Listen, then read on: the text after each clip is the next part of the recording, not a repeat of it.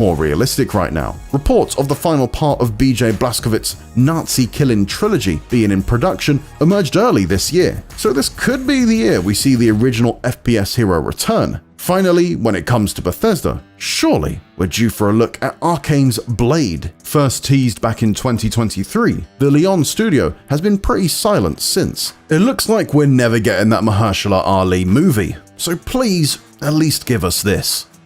In regard to what other games we could see, well, that's much more of a guessing game. Based on what's been showcased at previous Xbox shows though, we can at least take educated shots in the dark. I'd personally love to see Persona 4 Revival in action, as well as finding out when I can get my hands on the remake of Atlus's classic JRPG. Staying in Japan, Game Freak's first game outside of the Pokemon universe, Beast of Reincarnation, was featured heavily during January's Developer Direct, so it could well be there too. Action-adventure spin-off Resonance: A Plague Tale could well be in line to make a reappearance, as well as ex-Witcher 3 dev studio Rebel Wolves' vampire RPG, The Blood of Dawnwalker. Stealth shooter Mudang 2 Hearts made a flashy debut this time last year, as did Animo, yet another contender for Pokemon's monster-catching crown. There may be no Hollow Knight Silksong to speculate about this year, unless this DLC makes a surprise appearance, so let's throw some random guesses out there in its place. The Witcher 3 Songs of the Past expansion was just officially announced by CD Projekt Red, and while it seems too early for gameplay, you just never know. Ubisoft could also show up, either with a new look at Assassin's Creed Black Flag Resynced, the in-development Assassin's Creed Hex, or perhaps even the rumored next entry into the Far Cry series. But no, there won't be any sign of GTA 6. Xbox has been teasing its next-generation console, Project Helix, for months now, after formally announcing its existence in March. At GDC, Jason Ronald, Xbox's VP of Next Generation, said, "Project Helix is designed to play your Xbox console and PC games, delivering high performance and providing the ultimate player-first experience. We're partnering closely with AMD to define the next generation of rendering and simulation." We were hoping for some more news about it soon, but Xbox has since let us know not to expect anything from Project Helix at the show. What do you want to see at Xbox's Summer Showcase on June 7th? Let us know in the comments below, and for everything else, you're already in the right place with IGN.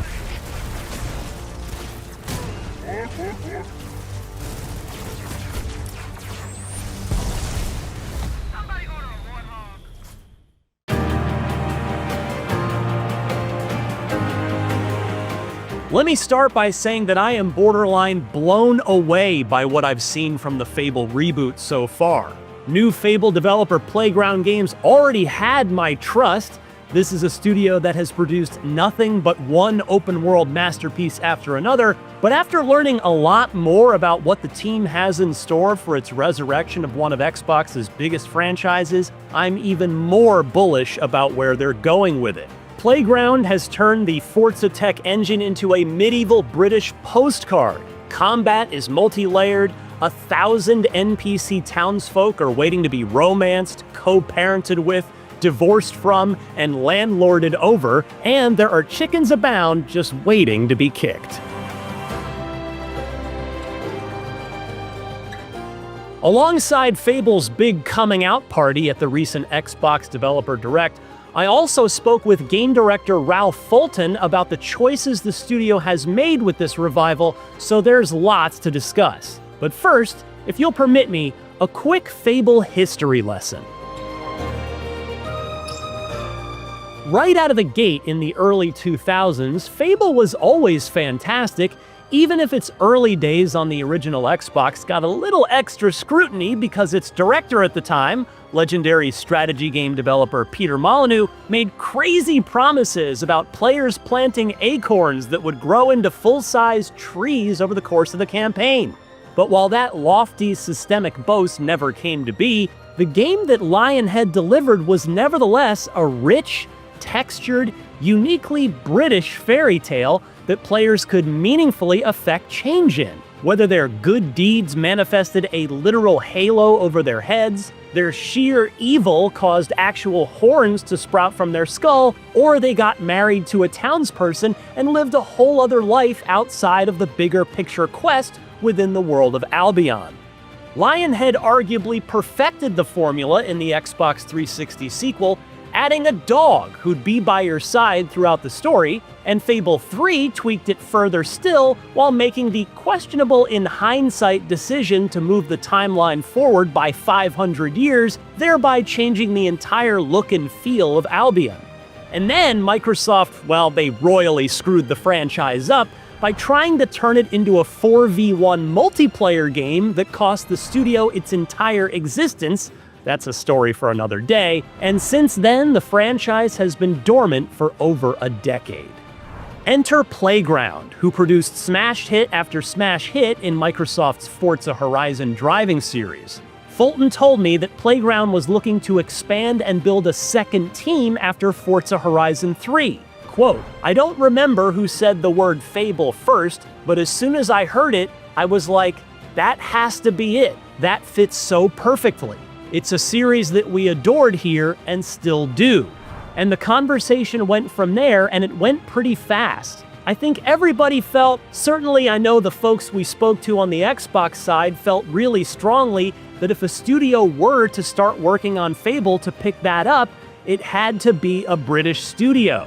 And the fact that we had this great working relationship, the fact that we were making this game, Forza Horizon, that was increasingly important and successful, and had this ambition to scale and to grow, it went pretty fast after that. The studio's adoration for the series shines through in the gameplay it's shown so far. There are hobs and balverines to slay, swords to wield, and spells to cast, sure. And the humor and British charm look to be there. Look no further than a chicken spell wearing off, reverting the target back to their original form, but still flapping their arms and clucking. Or the chicken armor. You even start the game as a child just like you did in the originals. But where Playground is winning serious points with Fable fans like me so far is in its commitment to the game within the game. The town management aspects baked into Fable's urban areas. You'll be able to buy property, literally all of it if you can come up with enough gold apparently, and become a beloved landlord or a loathed slumlord. Not to mention a kind boss or a horrible boss, should you purchase any businesses. You can also date and marry all of them, have kids with them, and should it come to it, get divorced. There are also jobs to partake in, like blacksmithing. Where the new Fable breaks from the old one is in the morality. No longer will it be so black or white, Fulton told me. You won't manifest that halo or sprout those horns. Instead, individual people in each city or town will form their own opinion of you based on how you treat them. Meaning you could be a rich twat, in Fable's own words, while getting hailed as a saint in another one. Better still, one of my least favorite aspects of modern role-playing games, procedurally generated content and all of the generic time-filling tedium it brings with it, is nowhere to be found in Fable. Instead, Fulton told me that every NPC is a unique, handmade, and fully voiced character. That is so refreshing these days that it gets me extra excited to talk to as many of them as I possibly can once I get a build of Fable in my hands. That goal to make each hero's story unique extends to the larger world of Albion too. Remember the 2023 Fable teaser that introduced us to Dave, a giant? It turns out that the whole setup for the new Fable isn't a Jack and the Beanstalk story. Instead, Dave is, quote, an egotistical gardener in a rural village who finds a magic growth formula. So you'll then have to decide how to deal with him. Will you spare him, hopefully this means finding a way to return him to normal size and befriending him, or slay him, which will see his giga corpse splayed over a hill just outside of town for the rest of your campaign, negatively impacting surrounding home prices in the process. And so if Dave's foray into gigantism is merely a quest, perhaps that means this Fable isn't as much of a departure from the originals lore-wise as that video had led me to believe. In fact, I point-blank asked Fulton whether or not this is a true reboot, or if this Fable is in some way connected to Lionhead's originals, and he had quite a telling answer for a supposed non-answer. He told me, quote, I'm going to avoid that question, Ryan, and I'll tell you why. We touch very lightly on story in the Dev Direct piece, but honestly, what we really wanted to do is come out and speak to the detail in the game and answer all those questions that people inevitably have about the game we haven't answered before.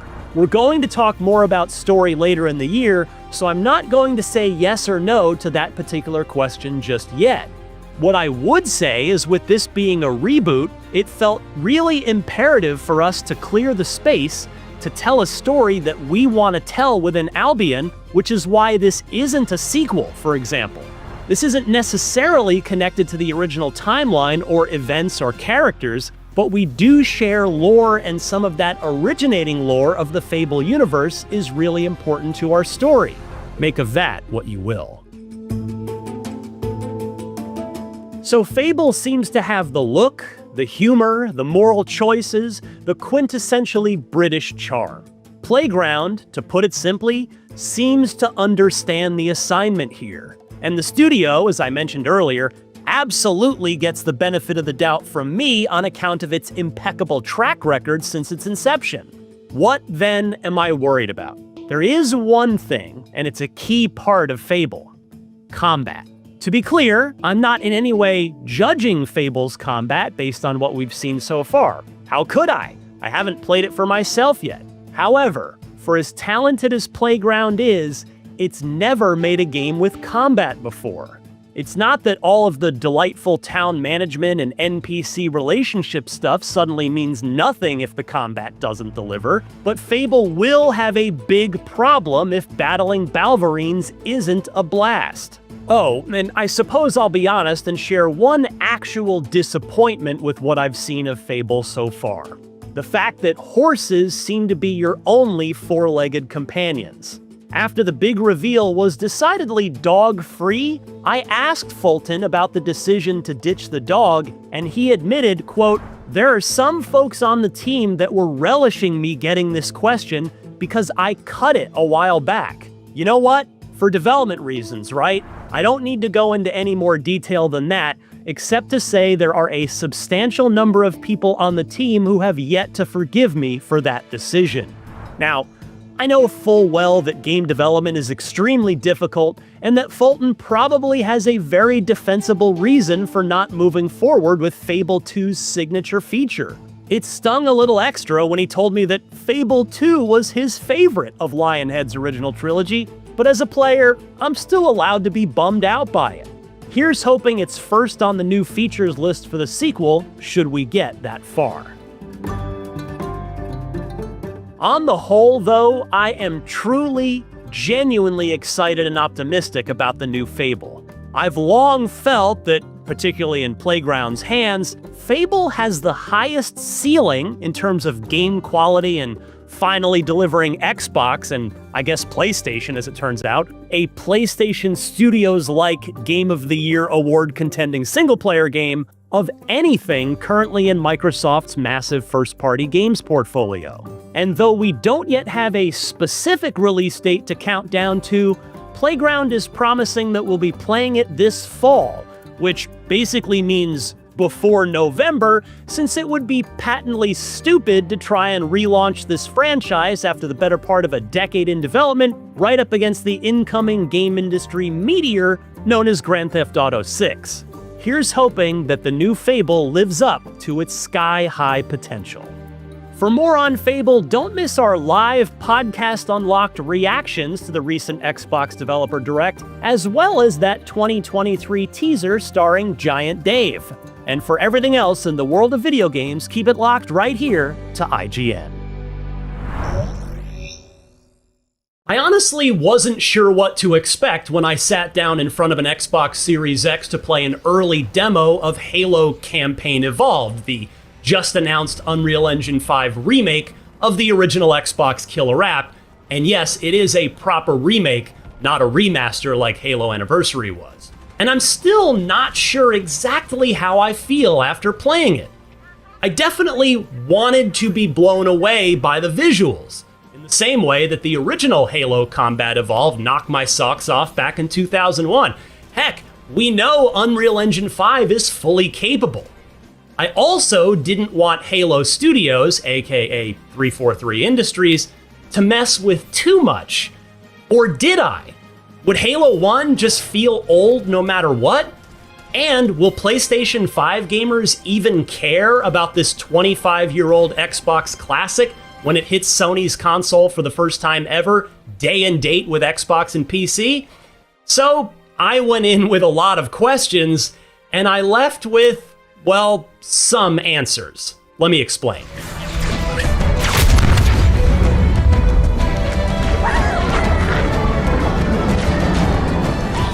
I suppose we might as well start with the obvious, how it looks.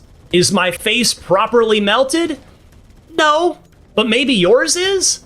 I'll be curious to read the comments on this one. But anyway, Campaign Evolved does look very nice, no doubt. It certainly doesn't look like it's 2 decades old anymore. I played a chunk of the legendary Silent Cartographer mission from early in the campaign, and the skybox is beautiful, the water looks great, the trees look very nice, and the terrain texture looks sharp and clean. Once you get indoors, the alien architecture has a unique sheen to it that the original obviously never had. Meanwhile, the weapons all look exactly how you'd expect them to look in the modern era, and the grunts, jackals, elites, and hunters all look convincingly new rather than reskins of quarter-century-old creatures.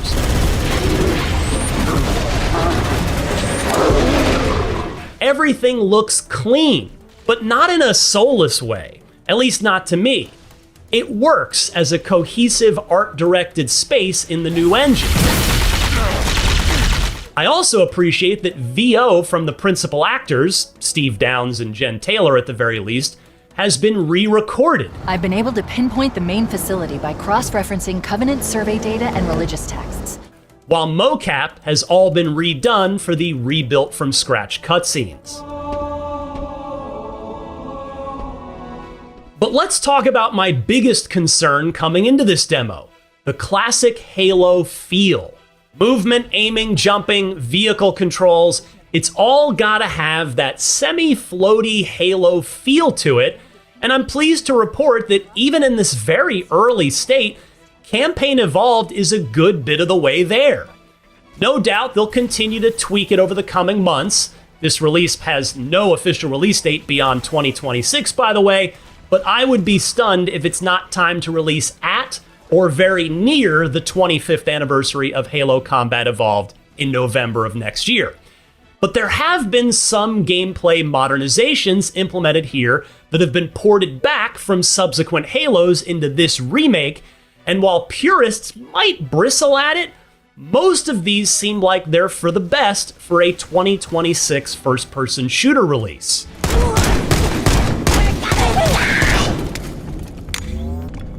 Interesting. I underestimated the Covenant's understanding of Halo's subsystems. For starters, vehicles are boardable and destructible now as they were in subsequent Halo games.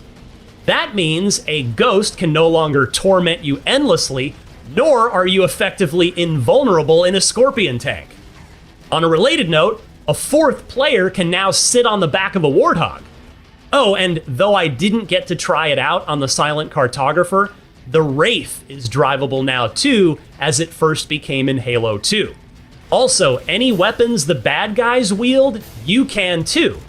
As such, the energy sword is now in your tool belt if you take one off of the corpse of a gold elite. Halo Studios says that there will be 8 weapons from Campaign Evolved that aren't new to Halo, but are usable for the first time in Master Chief's first adventure. On the movement front, Sprint has also been added. It's not on a cooldown either. You can run endlessly.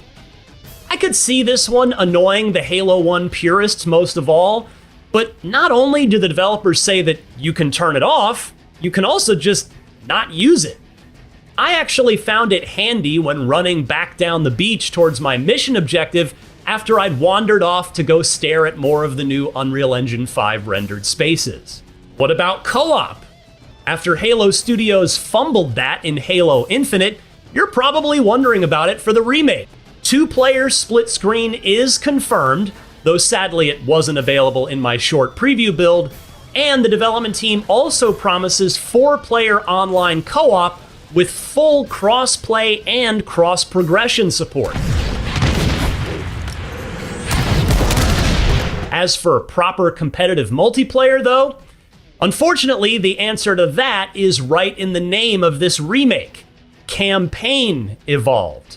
There's no multiplayer here, which is a shame because it'd sure be fun to see Blood Gulch or Sidewinder or Hang 'em High in Unreal Engine 5 with online crossplay support. I asked Halo Studios about this, and executive producer Damon Kahn gave me an extremely media-trained answer, saying the team is, quote, very focused on recreating the original campaign that started it all, end quote, and continuing, quote, Halo Infinite and Master Chief Collection provide really great experiences for multiplayer, end quote. Well, sure they do. For Xbox and PC players, that doesn't really help new PS5 players fall in love with Halo's glorious multiplayer, though. Presumably, they didn't want to pull any players away from Master Chief Collection for this, and or adding full multiplayer support would have likely meant that the project couldn't get done in time for the 25th anniversary. But it's still disappointing.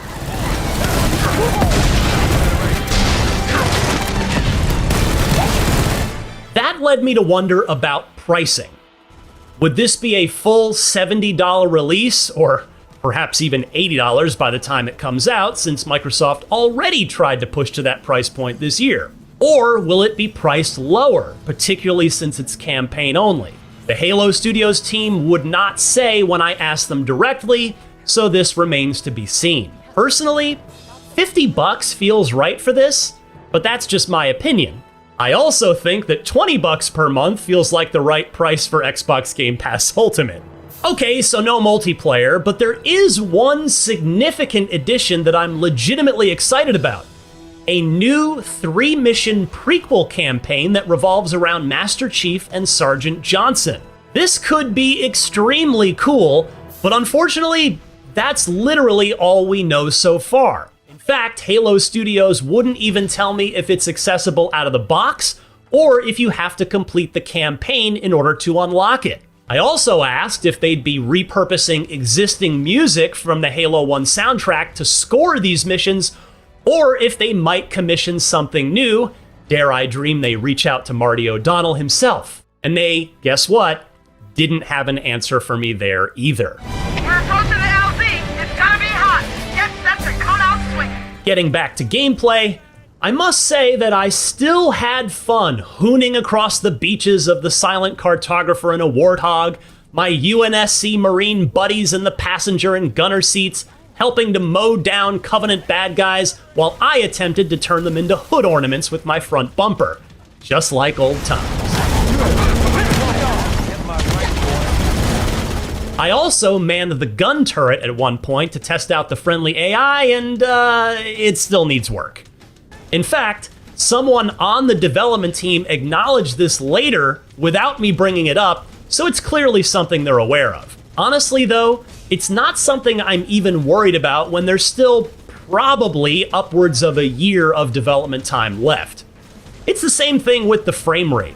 No doubt some folks went straight to the comments to note any inconsistencies they saw, because I definitely noticed some. And while it's certainly important, it's not something that I'm sweating this far away from the end of the project. The Covenant are putting up a real fight. The cartographer must be here. Oh, and I should also mention that Halo Studios is adding skulls to Halo Campaign Evolved. Lots of them, in fact. Dozens was the word they used, with an emphasis on this remake having the most skulls of any Halo campaign ever. Replayability is clearly a focus for the studio here, which is understandable, given Halo's strong history in that department, as well as the lack of adversarial multiplayer, and hopefully the skulls will spice things up for Xbox players running through this thing for the umpteenth time.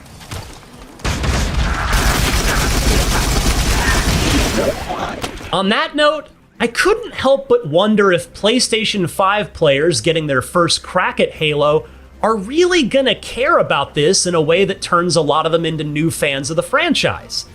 It's a genuine question. I've got a lot of personal history with Halo, so I simply can't answer this one. For somebody with no nostalgia for Master Chief, will those players find Campaign Evolved as compelling as I found Combat Evolved? And if they do, then what? Will Halo Studios remake Halo 2 in Unreal Engine 5? And then 3? 4? 5? Reach? ODST? Infinite? Or will they just port the Master Chief Collection and Halo Infinite to PS5 to catch those players up? I asked the team about this and again got a very media-trained half answer. Quote, "There is an opportunity for us to grow the fan base," executive producer Damon Kahn told me. "We're bringing the most players, we believe, to Halo ever. And so that growth is what we're truly interested in. And again, I hinted before, this paves the way for future stories and Halos," end quote. And so as you can see, I'm still left with many unanswered questions about this remake project. But to Halo Studios' credit, this early demo did answer a couple of key ones about how good it would look and how Halo-y it would feel. So far, so good there. I'm very excited about the new 3-mission prequel campaign featuring Sergeant Johnson, as it will be the first new single-player content in a Halo game in, by that point, 5 years. Can Campaign Evolved relight Halo's spark? That's the biggest question of all, and it'll have to remain unanswered for a bit longer.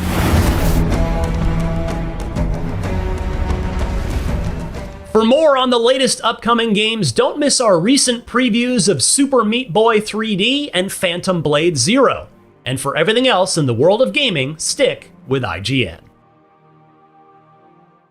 Why hello there! It's just come to my attention that June will once again be taking place in the immediate future, and as has been the case in several of the previous iterations of June, new video games will be coming out in said month. So here are June 2026's biggest game releases.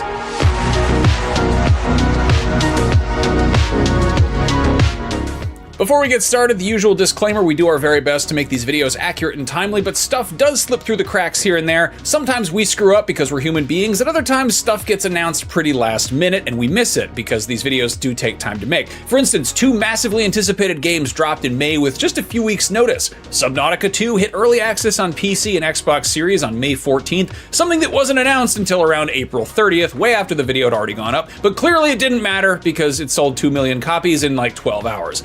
Meanwhile, Mina the Hollower, Yacht Club's first game that doesn't have the words shovel or knight in the title, but still involves digging lots of holes, that hit both Switches, the newer Xbox and PlayStations, PC, Mac, and yes, even Linux on May 29th. Considering that June is a month when historically a lot of big video game presentations take place, it is very likely that some of June's biggest games get release date announcements in June after we've already made this video you are presently watching. So for best results, always check your local listings. Now let's talk about what we do know about that has release dates.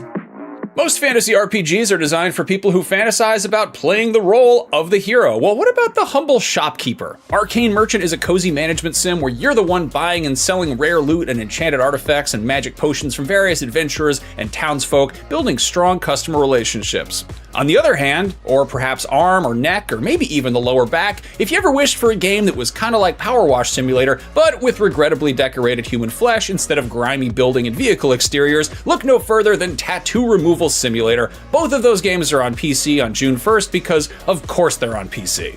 If you'd like to try your hand at crafting with some handcrafted critters, there's Odd Fauna, Secret of the Terra Beast, which hits early access on the 2nd. It's a systemic sandbox with some gorgeous Leica Studios-like visuals, so if you like things like-alike, you should give it a look. Among the Sleep is a first-person narrative horror game played from the perspective of a 2-year-old, which was originally released way back in 2014 for consoles and PC, and if you were only 2 years old when it first came out, now you can check it out for yourself on Android and iOS on June 2nd, and there's even a free demo. On June 3rd, Final Fantasy VII Rebirth comes to Xbox Series and Switch 2, which is the second installment in the as-of-yet unfinished trilogy of games remaking the classic 1997 JRPG. You probably knew that already. Here's hoping they announce Part 3 pretty soon. What do you think they're gonna call it? Final Fantasy Reborn or Return? Is that too obvious? Maybe Final Fantasy Reno after that one guy from the game. Or Riku, who's from a different Final Fantasy. Or Ramza. Or Regis. Or maybe they'll just put a bunch of weird, emoji and wingdings in there. You know what? Square Enix has the tendency to name things some pretty stupid stuff. Anyway, still that day, the spooky cowboy boomer shooter Blood West gets an endless roguelite mode with Scavengers DLC on PS5, Xbox Series, and PC. Hey, you remember House Flipper, that 2018 game about renovating and reselling houses to turn a profit? Well, great news, because House Flipper Remastered Collection takes that dusty old fixer-upper as well as all of its DLC and gives it a fresh coat of paint, some new faucets, and perhaps a dash of shiplap so you can buy it all over again. That one's on Xbox Series, PS5, and PC, and if you already own some of the DLCs, the owners are willing to go slightly below asking, so give it a shot. Calx hits PC that day as well. That's a third-person action game with a dash of puzzles and platforming that looks like a cross between Sable and Chants of Sennar and Saros, and I'm always happy to see another game that is clearly taking some visual cues from Jean Giraud, aka Mobius. If you want to do some cozy, whimsical puzzles, you should take a gander at Swan Song, which not only features songs, it also has an actual swan. Imagine that. Even better, not only does this game look finished, it also has a title, which is more than you can say for those other half-assed, phoned-in games about waterfowl. Looking at you, the unfinished swan and untitled goose game. Finish that swan. Title that goose. If you would like to do some puzzles while being startled by phantasms, The Seventh Guest remake is in fact a remake of The Seventh Guest, which is one of those games I remember being so scared of as a kid I was afraid to go near the box in CompUSA. And now, it doesn't look scary at all to me, but maybe that's because since becoming an adult, everything else has become so much scarier in real life than any video game could possibly be. That one's on Xbox Series, PS5, and PC on June 4th. A month before the actual 2026 Tour de France kicks off, Tour de France 2026, the video game hits PS5, Xbox Series, and PC. And if the idea of riding bicycles through the placid European countryside isn't hardcore enough, on PC that day you can also snag Pro Cycling Manager 26, wherein you play as the guy who, I don't know, figures out the budget for shorts or something, gets these guys mineral water sponsorships, perhaps drives alongside them, feeding them calorie-dense food out of the window of a Citroen or something. I don't know what a cycling manager does. If any cycling enthusiasts take umbrage with my good-natured skewing of this comically aerodynamic sport, well, as the Australians say, on your bike. On June 5th, 2026, Masters of the Universe hits theaters, and if seeing it gets you all pumped up about Trapjaw and Fisto and Ram Man and all those other half-naked degenerates, you're in luck because you can go home and play the co-op deck builder Legends Unite on Amazon Luna, which is free for Prime members. That same day, if you want to venture into a considerably darker fantasy realm that doesn't have Orko in it but has plenty of orcs, Gothic Remake hits Xbox Series, PS5, and PC. This is a full overhaul of what is hailed as a classic RPG that I was totally unfamiliar with up until the remake got announced, and I think that might have something to do with when it was released. The original Gothic was released in North America exclusively on PC in late November 2001 during what is possibly the best holiday season in console gaming history. Gothic dropped a week after the GameCube and original Xbox were released, and within the same 3-month span that saw the launches of Halo Combat Evolved, Super Smash Bros. Melee, Grand Theft Auto 3, Devil May Cry, Silent Hill 2, Metal Gear Solid 2, Eco, Jak and Daxter, SSX Tricky, Burnout, and Max Payne 1's console versions. So yeah, I imagine Gothic slipped through the cracks for some other people too. But hey, it's got a remake now, so you can check it out in all of its console and PC glory. Oh, and if you're a purist and you prefer to experience Gothic in its original form, that one's getting ported to both PlayStations and Xbox in late July, which is a little bit weird timing-wise. I feel like usually you drop the original to drum up interest in the remake, not the other way around, but what do I know? I'll tell you what I know. On June 8th, Solarpunk hits all of the newer consoles and PC, which is a brightly colored, vaguely cozy-looking survival game about harnessing the powers of the sun to develop your floating islands. And look,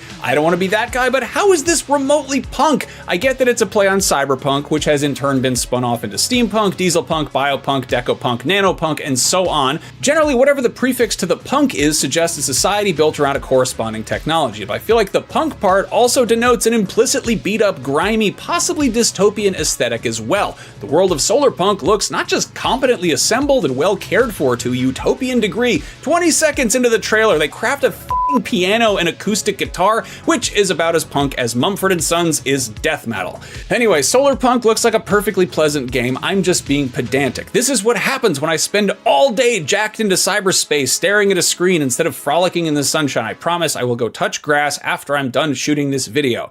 Voidling Bound is a third-person creature collector that'll have you hatching, evolving, and wrangling some cool little monsters. This game kind of reminds me of Skylanders. If Skylanders was a kid you went to middle school with and then didn't run into until like junior year of college, and they had changed, but like for the better, but they still kind of reminded you of the kid you knew in middle school. I mean that in a good way. It looks like Skylanders grew up a little bit, but also it doesn't look that much like Skylanders. That is on PC, June 9th, with console versions coming sometime later on. That same day, NBA The Run hits Xbox Series, PS5, and PC, which is a 3v3 basketball game reminiscent of NBA Street, but with way less of a dress code and also a bit of NBA Jam because players will periodically do basketball so hard that they start emitting glowing auras like they're about to beat up Majin Buu or something.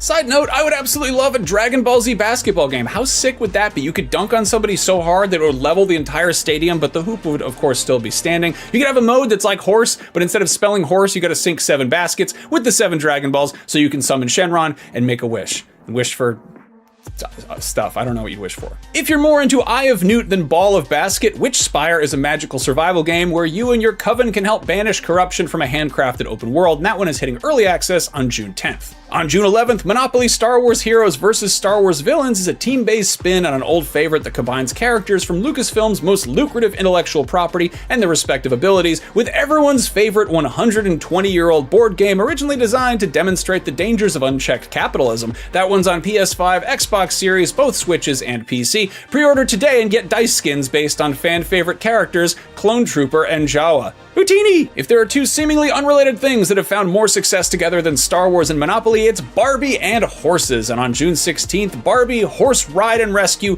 comes galloping onto iOS and Android. My producer Amanda said that June's game release list was a little bit thin and she wasn't f***ing around. On June 17th, a couple of indie games from either end of the indie spectrum drop. There's iOS, Android, and Switch 2 ports of the 2025 narrative puzzle game And Roger, a very serious game that might make you feel big feelings. And then on PS5, Xbox Series, Switch 2, and PC, there's Dense Attack, which is a much less serious game about a bullet train that does skateboard tricks, which might also make you feel some big feelings, but like big, loud, fun, extreme feelings, not the sad kind. If you rally like driving, you might also appreciate Drive Rally, a stylized arcade racer about the kind of racing where the cars have to do lots of skidding and steering on twisty-turny roads of the paved and dirt variety. Drive Rally has already done a few laps on PC, but on the 18th it is screeching onto PS5, Xbox Series, and Switch 1. A Type R is a model of Honda Civic well suited to rally driving, not to be confused with R-Type, which is a long-running shmup series about spaceships and lasers. Usually it's a fast-paced, reflex-intensive bullet hell, but sometimes it's a bit more of a strategic, turn-based tactical simulation affair. R-Type Tactics 1 and 2 Cosmos is a remake of the original 2008 PSP game, released in the US as R-Type Command, and its sequel, Operation Bitter Chocolate. If that sounds like a sweet deal, you can grab it for everything but Xbox One. Finally, on the 18th, something that is actually brand new is The Adventures of Elliot the Millennium Tales, a brand new action RPG from the team behind Octopath Traveler, and Bravely Default, which features more of those gorgeous HD 2D visuals. That one is on all the newer consoles and PC. If you prefer Octagon Battlers to Octopath Travelers, or are just a fan of video games with titles that are like 75% abbreviations, EA's UFC 26 hits Xbox Series and PS5 on the 19th, and after it hits them, it does a few kicks, and then a little headlock, and then it winds up rolling on the floor grappling with them for a while until someone taps out or loses consciousness, and subsequently their Monster Energy sponsorship. If you want a cozy game about burnout, but also managing a tea shop developed by a supergroup of indie luminaries whose past work includes the Stanley Parable, Minecraft, and Gone Home, give Wanderstop a shot. That one's already on PC, Xbox Series, and PS5, but on the 23rd it wanders onto Switch and Switch 2, so you can take a break from work and go play it in your favorite cozy, warm beverage serving establishment. On June 25th, Switch 2 owners get a brand new game that isn't on anything else unless you count Nintendo 64 and 3DS and sort of Wii U, and that game is Star Fox. Might be a little bit of a drag for die-hard fans that this is largely a better-looking version of a game they've already played a few times, but keep in mind it's also an entry point to the franchise for a whole new generation of players. Hopefully, it attracts enough new fans to necessitate a 100% brand new Star Fox game, but hopefully those fans don't get so interested in the titular Vulpine pilot that they feel it's necessary to draw pictures of him doing inappropriate things with his woodland colleagues. Please don't do that. If you're good on dog fights with actual dogs and you'd prefer some proverbial cat fights involving human women, Dead or Alive 6 Last Round is a souped-up, upgraded version of Team Ninja's 2019 entry in the storied 3D brawler series, the next installment of which is currently in development, and which will probably get its souped-up, upgraded version 7 years from now for PlayStation 6 and Xbox Avenue Q, or whatever they decide to call it. And in the meantime, DOA 6 Last Round is on PS5, Xbox Series, and PC. It's the game where you can make people fight. And there you have it, those are June 2026's biggest games. Last month I asked you if I should keep reading the platforms for each game, and enough of you said that you appreciate that extra information that I'd figure I would just keep doing it. There's enough stuff that gets slightly shittier each month as is, so if it ain't broke, don't fix it. As always, if there's anything we missed, shout it out in the comments and let me know what you're playing. And also, as always, a big huge thank you to Amanda and Chris and Logan for helping this video come together each and every month. And of course, an even bigger thank you to you, wonderful person who's taken the time to watch this video all the way to the end. I appreciate you. I'll be back next month with a look at July's biggest games to hopefully distract you from the harrowing reality that we are hurtling into the second half of 2026. I'll see you then.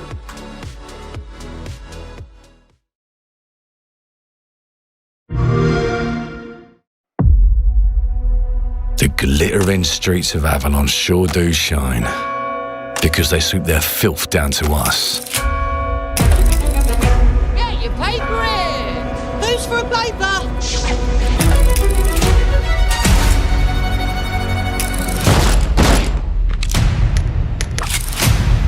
Here's to playing in the mud.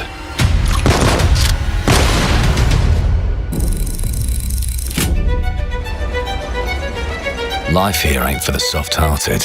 You will be paying me back until you fucking rust.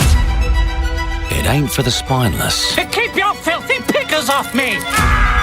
And it sure as shite ain't for the decent. That's a clean sweep for one of There has been a crime! Justice itself has been affronted! I have been burgled! Lord Griswick. Burgled! Yes, I got that part. Do you know anyone who might wish you ill?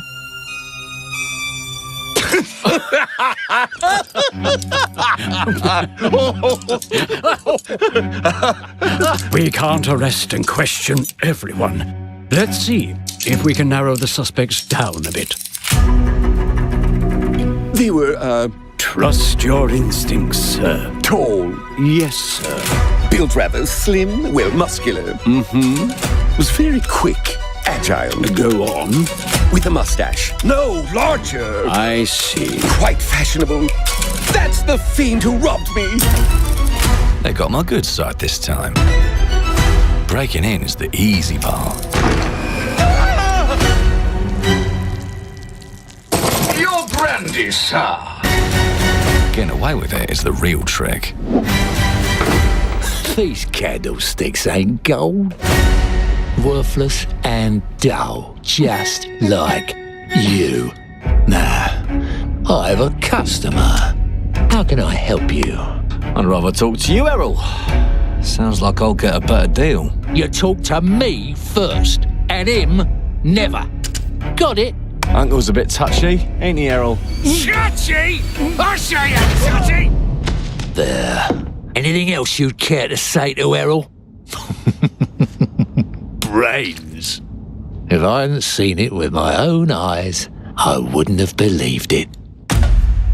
Round here, it's all sharp edges, empty pockets, and blood on the cobbles. Goodbye, Silas. No, no! I'll hurt you, you fucking meatsack! I'll leave you with a pissing bed of peaches! You'd either got a gang at your back, or a knife in it. We're family here. Family takes care of its own. Can't put a price on that, can you? Them's in charge. They don't keep order, they keep power. Take this thing into the crucible and melt it. They just want us beaten, broken, and too scared to fight back. I don't want to kill him! That's why it pays to be clever and well-armed.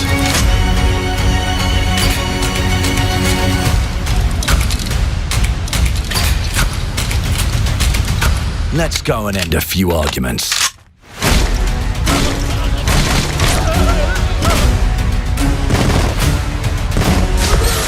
Don't get cocky. They've got a weapon far worse. Time. And if they can rewrite history, they can rewrite us. But look who just found Mummy's keys. Now I can fiddle with time. Put the bullet back in the barrel. Bring the chaos to a crawl. Take a mistake and make it like it never happened. We can change the world as we know it. One choice at a time. And I can even go back and change the past to change the future. And let me tell ya, the hunters don't like it when the rabbits got the gun.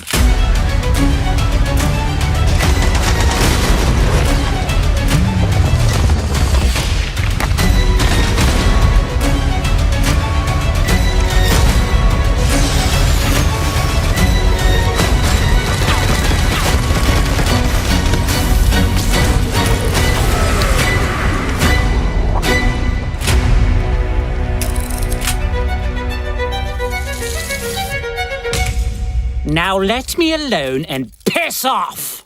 Play it day one with Game Pass.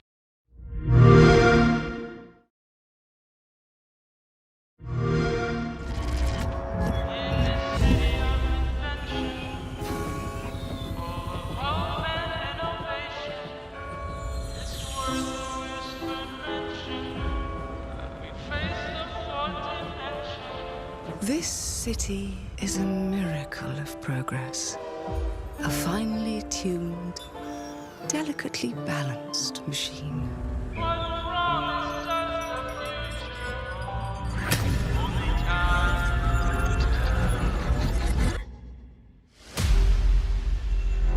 But it only takes one rebellious little gear to ruin everything. If you resist my rule,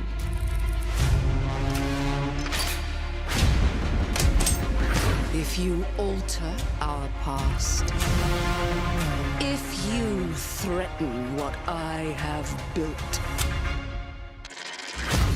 there is nowhere in space or time where I will not destroy you.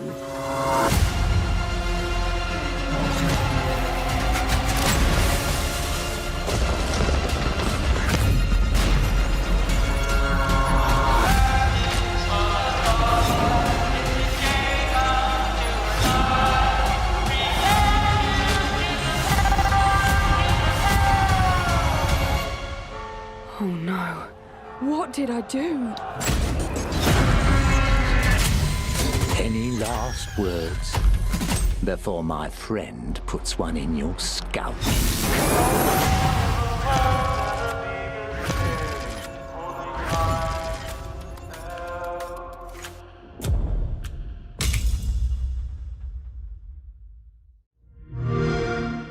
Play it day one with Game Pass.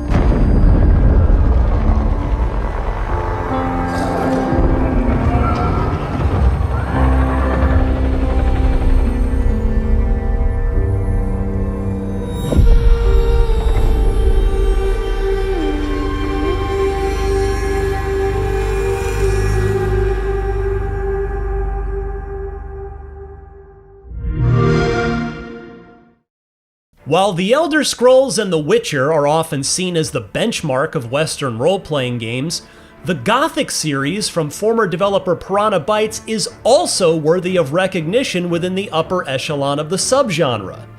The original Gothic and its sequels became cult classics for the scale of player choice and free-form, open-ended exploration within their dark fantasy setting, which has even inspired developers at CD Projekt Red and Warhorse Studios with their work in the genre. With the upcoming remake of Gothic 1, developer Alchemia Interactive is giving the original game a reappraisal not only to showcase its lasting strengths, but also to expand the world and its community of characters to create a more satisfying, consequence-driven setting. We were able to get an exclusive first look at a brand new quest line added in the Gothic remake, along with seeing just how much of an upgrade the remake aims to give the classic dark fantasy RPG. If there's a way out of here, I'll find it. Another one of those. Finally. Just great. Players take on the role of a nameless hero trapped within a mining colony taken over by prisoners. After a magical ritual seals the colony underneath an impenetrable barrier, turning it into a lawless state, the hero is tasked with finding one of the few magic users hiding away from the brewing conflict amongst rival factions. As the hero navigates the world that the prisoners have made within the colony, they'll pick up new skills, uncover ways to take down opposing groups, and potentially find a way to destroy the barrier sealing the colony. The original Gothic was essentially a dark fantasy spin on John Carpenter's Escape from New York, resulting in a notably darker take on a role-playing game in 2001. But the hook that really made Gothic a seminal RPG was its approach to open-world gameplay, which, in 2001, was still finding its footing. Essentially, you're tasked with uncovering the mystery behind the barrier however you see fit. The remake does well to maintain the original strengths in player choice and the web of characters with their own agendas, all while making noticeable upgrades to storytelling that creates better context to deepen that setting. What do you want? Lee sent me. What are you doing out here?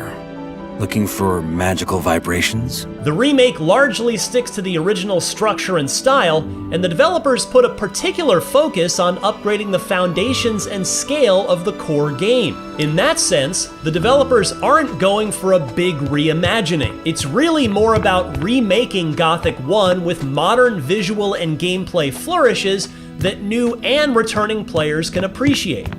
Generally, the upgrades in visual style, gameplay, and storytelling really do wonders to flesh out the dark fantasy world of Gothic further, enhancing the sense of navigating a bleak yet still intriguing setting that can fall into chaos at any moment. However, I couldn't help but feel that the remake's scope felt more like a souped-up 2000s PC or original Xbox-era game, which sometimes felt a bit overly modest. Still, it does aim to capture the tone and vibe of Gothic, which it succeeds well at so far.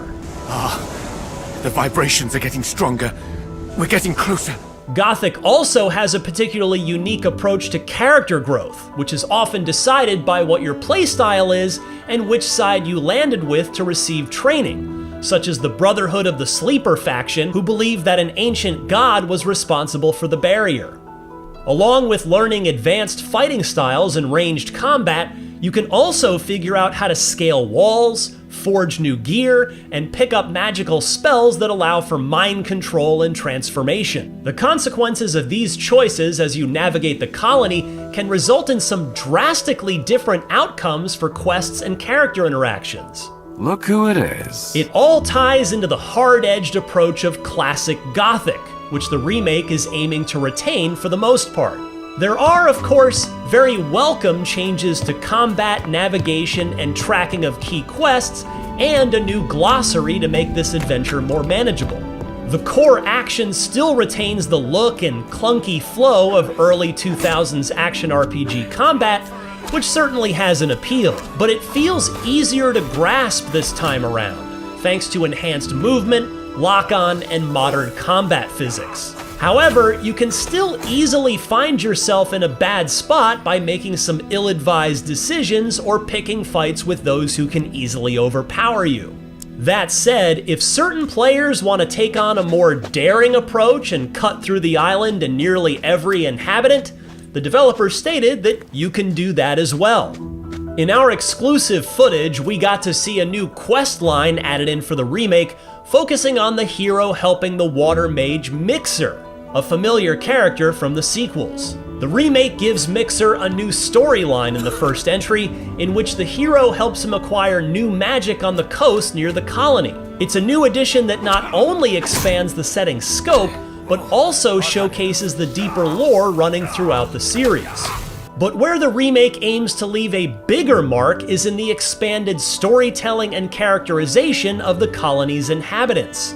According to Reinhard Paulus, the studio head of Alchemia Interactive, one of the critical upgrades they wanted was to add more context and character depth for all supporting NPCs. In addition to nearly every character having their own daily routines and agendas, the added storytelling does more to make different characters feel less one-dimensional and to further a sense of moral ambiguity in Gothic. This, in turn, expands opportunities for player choice and the sense of consequence within the story. Do you do everything the mages ask of you? Within reason. Generally speaking, though, yeah, as long as they pay.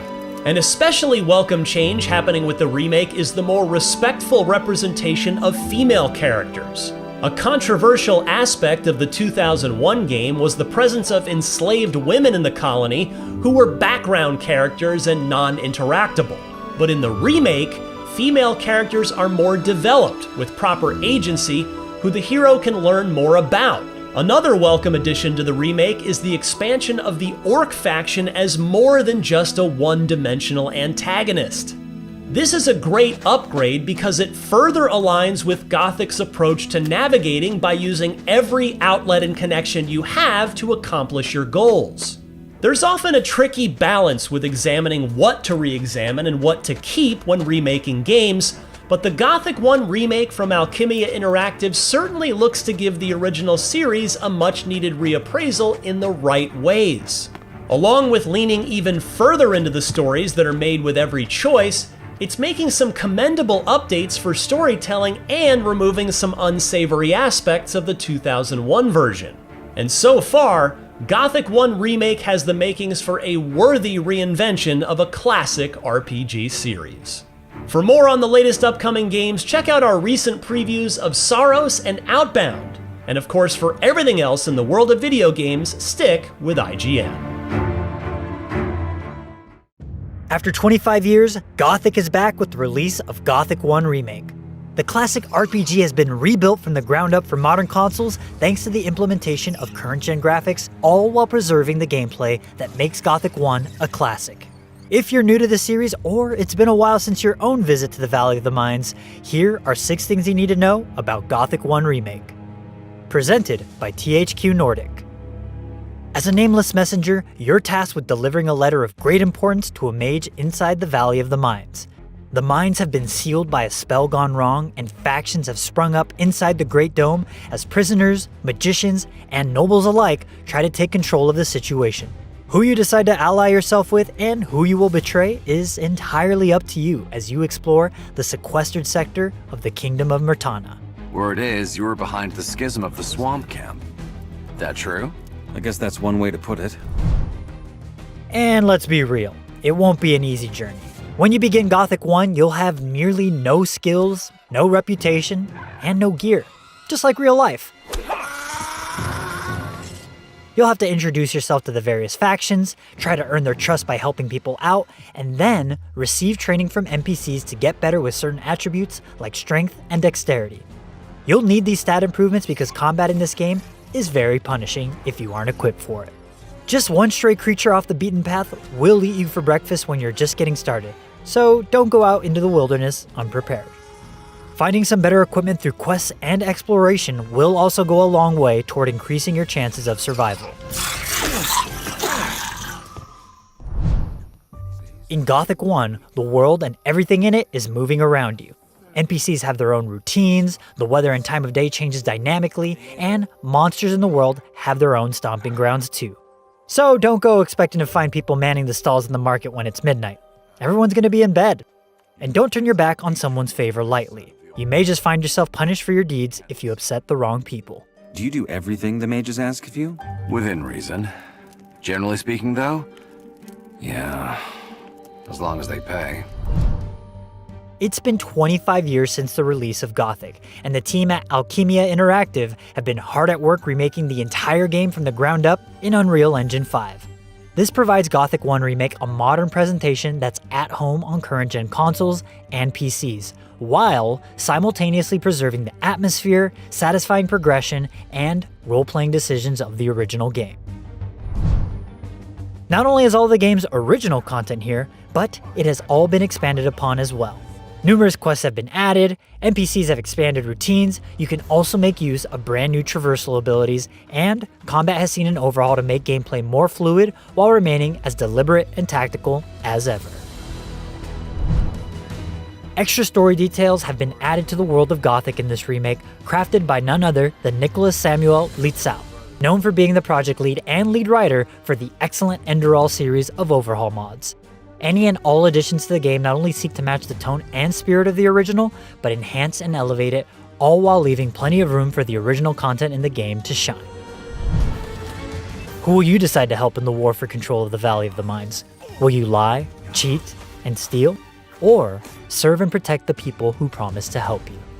The choices are yours to make. Gothic 1 Remake is available now on Steam, Xbox Series X and S, and PlayStation 5. For more on Gothic 1 Remake and all things video games, stick with IGN.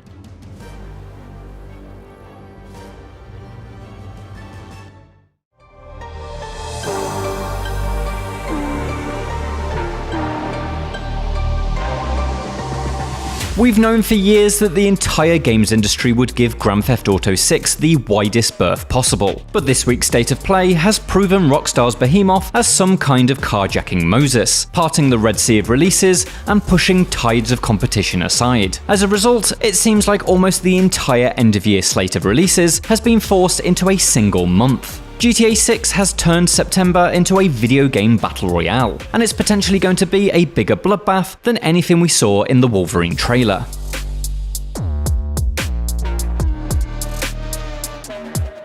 There are now 5 of what I'd consider heavy hitters wrestling for space in September. The Blood of Dawnwalker has a head start, launching on September the 3rd, but this massive vampire RPG has only 2 weeks of freedom before Marvel's Wolverine slices its way onto the scene on September the 15th. The following week, there's 3 games in 2 days: Control Resonant and Silent Hill Townfall, both landing on September the 24th, and Onimusha Way of the Sword the day after. I am Suten Tochi, Miyamoto Musashi, the fool who seeks strength yet rejects the power of the Oni. Arriving around these 5 are a number of other significant games that will be fighting for any attention they can get. Illphonic's Halloween creeps into stores on September the 8th, the long-awaited Warhammer 40,000 Dawn of War 4 drop pods in on September 17th, and the Trails in the Sky Second Chapter remake arrives the same day. The console version of Dune Awakening carefully steps into place on September 22nd, and in the first couple of days of October, there's Ubisoft's 3D remake of Rayman Legends, a remaster of Dynasty Warriors 3, and the brand new Ace Combat 8. These skies belong to you, Rex. Go take what's yours. And that's just the stuff we already know about. Xbox's showcase later this week will almost certainly reveal a September or October launch for Gears of War E-Day. Rumours all have us expecting Nintendo to throw an Ocarina of Time remake into the world later this year, and we're still without release dates for Star Wars Zero Company and Halo Campaign Evolved. September stands to get even busier, and the competition even fiercer. Every single one of these games has their own dedicated fanbase, be that niche or gargantuan, and so each will sell a respectable number of copies. But this tidal wave of competitors, a slew of games that all look really good, will no doubt erode away at the potential winnings. Even the most dedicated player can't be expected to buy into this entire buffet, and so some of the dishes are inevitably going to go cold. It feels like storm clouds are brewing over Control resident developer Remedy, the incredibly talented Finnish studio whose visionary games never quite connect with the size of audience they deserve. FBC Firebreak understandably cost the company. Few people were looking for a merely okay live service shooter in the 2020s, but Remedy has struggled with sales even on its critically adored projects. It took over a year for Alan Wake 2 to make a profit. The company's new CEO, former EA studio head Jean-Charles Godechon, has already said that Remedy's unique approach must be protected, and I can only hope that he can find a way to successfully weather the storm. But while Remedy's struggles paint Control Resident as the most vulnerable of all of September's releases, almost none of these games are guaranteed slam dunks. Marvel's Wolverine will likely enjoy the smoothest ride. The next chapter in Insomniac's Marvel series, it's already looking incredibly good, and it's the exact sort of thing a great deal of PlayStation owners are locked in for. Son of a bitch! While Logan isn't quite as popular as Peter Parker, and so probably not destined to beat Spider-Man 2's record of the fastest selling PlayStation Studios game in a 24-hour period, it's nonetheless almost guaranteed to shift copies faster than a Fastball special. But it's worth remembering those reports of concern over Spider-Man 2's spiraling budget. If Insomniac didn't get that under control for Wolverine, it may need to sell many millions to break even. Not an ideal situation when there will be folks holding onto their cash as they wait for GTA 6. The Blood of Dawnwalker faces its own hurdles too. This deeply ambitious RPG is helmed by the director of The Witcher 3, whose new studio Rebel Wolves includes multiple veterans of CD Projekt Red among its staff. The game looks great, but the busy period poses many threats. Will PlayStation owners want to embark on a 50 to 70 hour RPG when Wolverine is just around the corner? And will Geralt fans, now safe in the knowledge that there's a brand new expansion for The Witcher 3 arriving next year, be willing to give this one a miss in exchange for some of September's shorter offerings that can be completed before GTA arrives on the scene? Debut projects are often a make or break situation, and I really hope that being the first of the September games, arriving after what appears to be the classic long summer drought, plays in Dawnwalker's favour. I'm just trying to save my family. It may be that those who don't have Rebel Wolves' head start on the action may reconsider their position, certainly after the likes of Summer Games Fest and the Xbox Showcase add even more dates to the pile. We've already seen Phantom Blade Zero abandon its September 9th launch in favour of October 29th, a date that's perilously close to GTA 6's D-Day of November the 19th, but free from the competition of a glut of third-person action games where you cut things up with blades. Developer S-Game puts the delay down to important last-minute refinements, but intentional or otherwise, stepping outside the September battle arena will likely be beneficial for this incredibly stylish action RPG. Phantom Blade Zero's 50-day gamble is nothing compared to some though. The parting of this Red Sea of releases means there's a near and a far side, and we've already seen a couple of games that were originally destined for 2026 make a tactical backslide into next year. Playground Games' reboot of Fable, which had been promised to release this year after being delayed out of 2025, has now repositioned itself for a February 2027 launch. Xbox's Matt Booty provided a straightforward reason for this, so it can have the dedicated moment it deserves. There's no easy victory within the shadow cast by GTA 6, and so there's no shame in stepping backwards for a second time. Also backflipping into February 2027 is Tomb Raider Legacy of Atlantis, the flashy remake of Lara Croft's original 1996 adventure. Yes, this means Crystal Dynamics and Flying Wild Hog's celebration of Lara's origins misses its intended 30th anniversary launch, but those few months could buy Tomb Raider a much stronger victory. It also potentially means we'll get 2 outings with Lara next year, as Tomb Raider Catalyst, a brand new game that will push the series' timeline forward for the first time since 2008's Underworld, is also due to launch in 2027. There are other shifts too. The Witcher 3's Songs of the Past expansion was originally planned to launch this year, but was pushed to 2027 to achieve the best possible result. While that may refer to development polish, there's no denying that Geralt's One Last Hurrah will enjoy more attention if it stays outside of GTA 6's gravity well. And as this week continues, with Summer Games Fest, the Xbox Game Showcase, and others announcing new dates, we'll likely see the space around GTA become increasingly defined. Few will brave arriving within weeks of the biggest game of all time. Some will try to get ahead of it, others will find safety in 2027. And as September fills up, I wouldn't be surprised if we get a scattering of last-minute dashes as developers and publishers realise that the 9th month of 2026 wasn't quite the safe haven that they thought it would be. Hey, if you got friends, can you hook me? September is going to be tough. both for avid players attempting to find a way to play everything that they're interested in, and developers fighting for the sort of attention that's basically a lifeline in this industry right now. It's undeniably an exciting time. Almost every game I've mentioned is something I want to play, and it's clear that the games industry has so much to offer this year beyond the open world crime simulator that's on everyone's wish list. I just hope the impossible task of navigating GTA 6 doesn't mean that there's devastating casualties along the way. For more like this, check out Jim's video, which discusses how State of Play showed that there's more to AAA than just GTA 6, and for everything else, stick with IGN.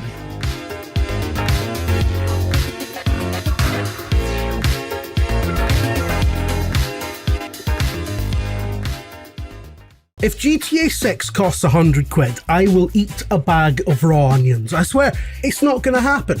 They won't do it. But what if they did? Well, let's explore that. I don't want to eat a bag of raw onions.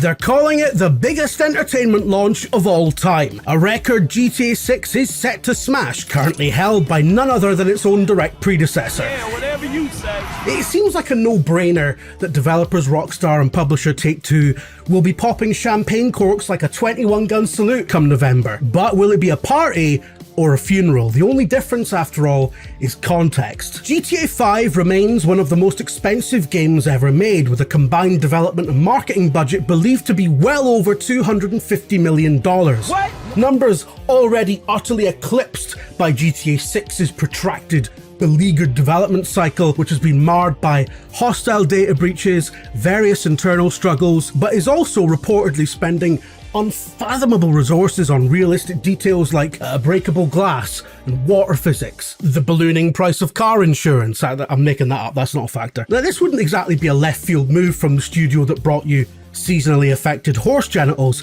so it's doubly unsurprising that GTA 6 is currently believed to be well over $1 billion into its practically infinite budget. And that's before the promised 2026 marketing blitz has even kicked off in earnest. In short, GTA 6 will have to be one of the best-selling games of all time just to break even.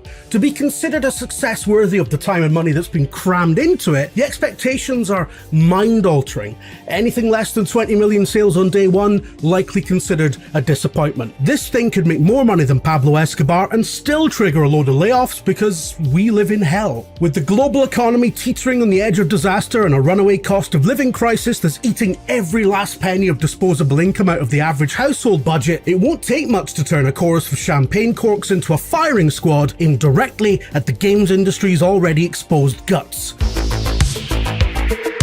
And so, Take-Two's CEO is right to be terrified. If they get something as fundamental as the base price wrong, the results could be apocalyptic, not just for his company, but for the games industry at large. Despite the eye-watering amount of money spaffed during its protracted development, GTA 6 is going to make money gland over fist. That's not in dispute. The question is whether it makes enough, and with so many stakeholders involved, enough is a difficult concept to nail down. So that's the first problem GTA 6 has. It could do more business than any video game before it and still fall short of expectations. Nobody wants the next Rockstar game to be WrestleMania 32, do you know what I mean? The concept of success in the corporate bureaucracy of a publicly traded company is arcane, ever-changing, and subject to factors completely outside anyone's control. We live in a vast, interconnected global economy that runs on chaos theory. A proverbial butterfly flaps its wings or grounds an oil tanker, and all of a sudden there's a hurricane on the other side of the planet, or a banana now costs $20 in Ohio. You know, had GTA 6 come out during its initial release window, there probably wouldn't have even been a question mark about its price tag. That in itself is kind of unprecedented, but now it finds itself releasing in an existentially frightening year for all tech and creative industries, where the spiraling cost of making and selling computer hardware is killing businesses and turning casual hobbies into expensive luxuries, where middle-class consumers are struggling more and more to justify any frivolous expenses because the energy and food bills they used to barely think about are now all-consuming. For an increasing amount of people, even the now standard MSRP of $70 is out of the question for a piece of entertainment, no matter how hyped or hotly anticipated it is. And the higher that number goes, the more people are just going to wait for a sale. In a world enthralled to the knee-jerk whims of the stock market, any major hit to those crucial first few weeks of sales could be a major problem for Take-Two, and also present a cat among the pigeons in terms of wider industry investment. If the industry is so screwed that even its biggest golden goose fails to lay enough eggs, then what hope does any other project have? Yes, that would be a stupid, unnuanced, self-sabotaging conclusion for investors to draw, but boardroom capitalism is often an arena of bullshit and vibes. In short, perception is everything. If GTA is too expensive, it might miss targets in that initial window of launch week hype, and the consequences of that would be ludicrously far-reaching. However, a diminished short-term performance of GTA 6 might not be an issue, as it will likely, eventually, provide the basis for GTA Online 2.0. Much of the reason that GTA 5 continues to enjoy such longevity as a going concern is because of its ever-growing, ever-evolving online component, and its capacity for printing seemingly infinite money is the reason why Rockstar is allowed to spend nearly a decade ploughing billions into the GTA 6 furnace while the rest of the industry simply burns down. But without a reasonably low barrier to entry, the next Grand Theft Auto Online might face an uphill battle for attendance, with its chief competition being its own predecessor that Rockstar will continue supporting beyond GTA 6's release. Now, it's not a given that GTA Online's current players will make the jump.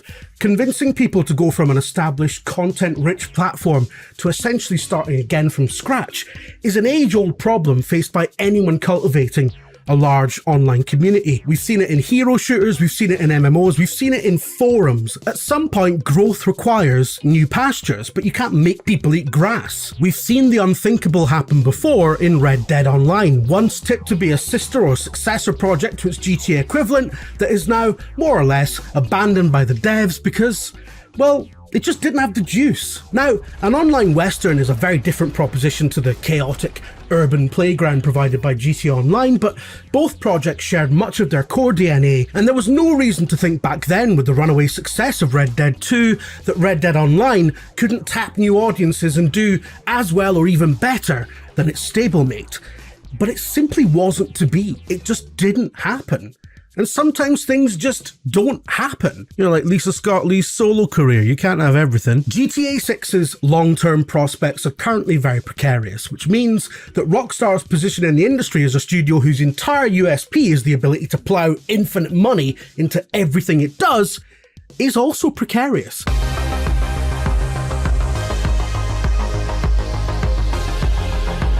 And finally, the real issue here is that so much of the games industry finds itself both scared by and dependent on the success of one single project.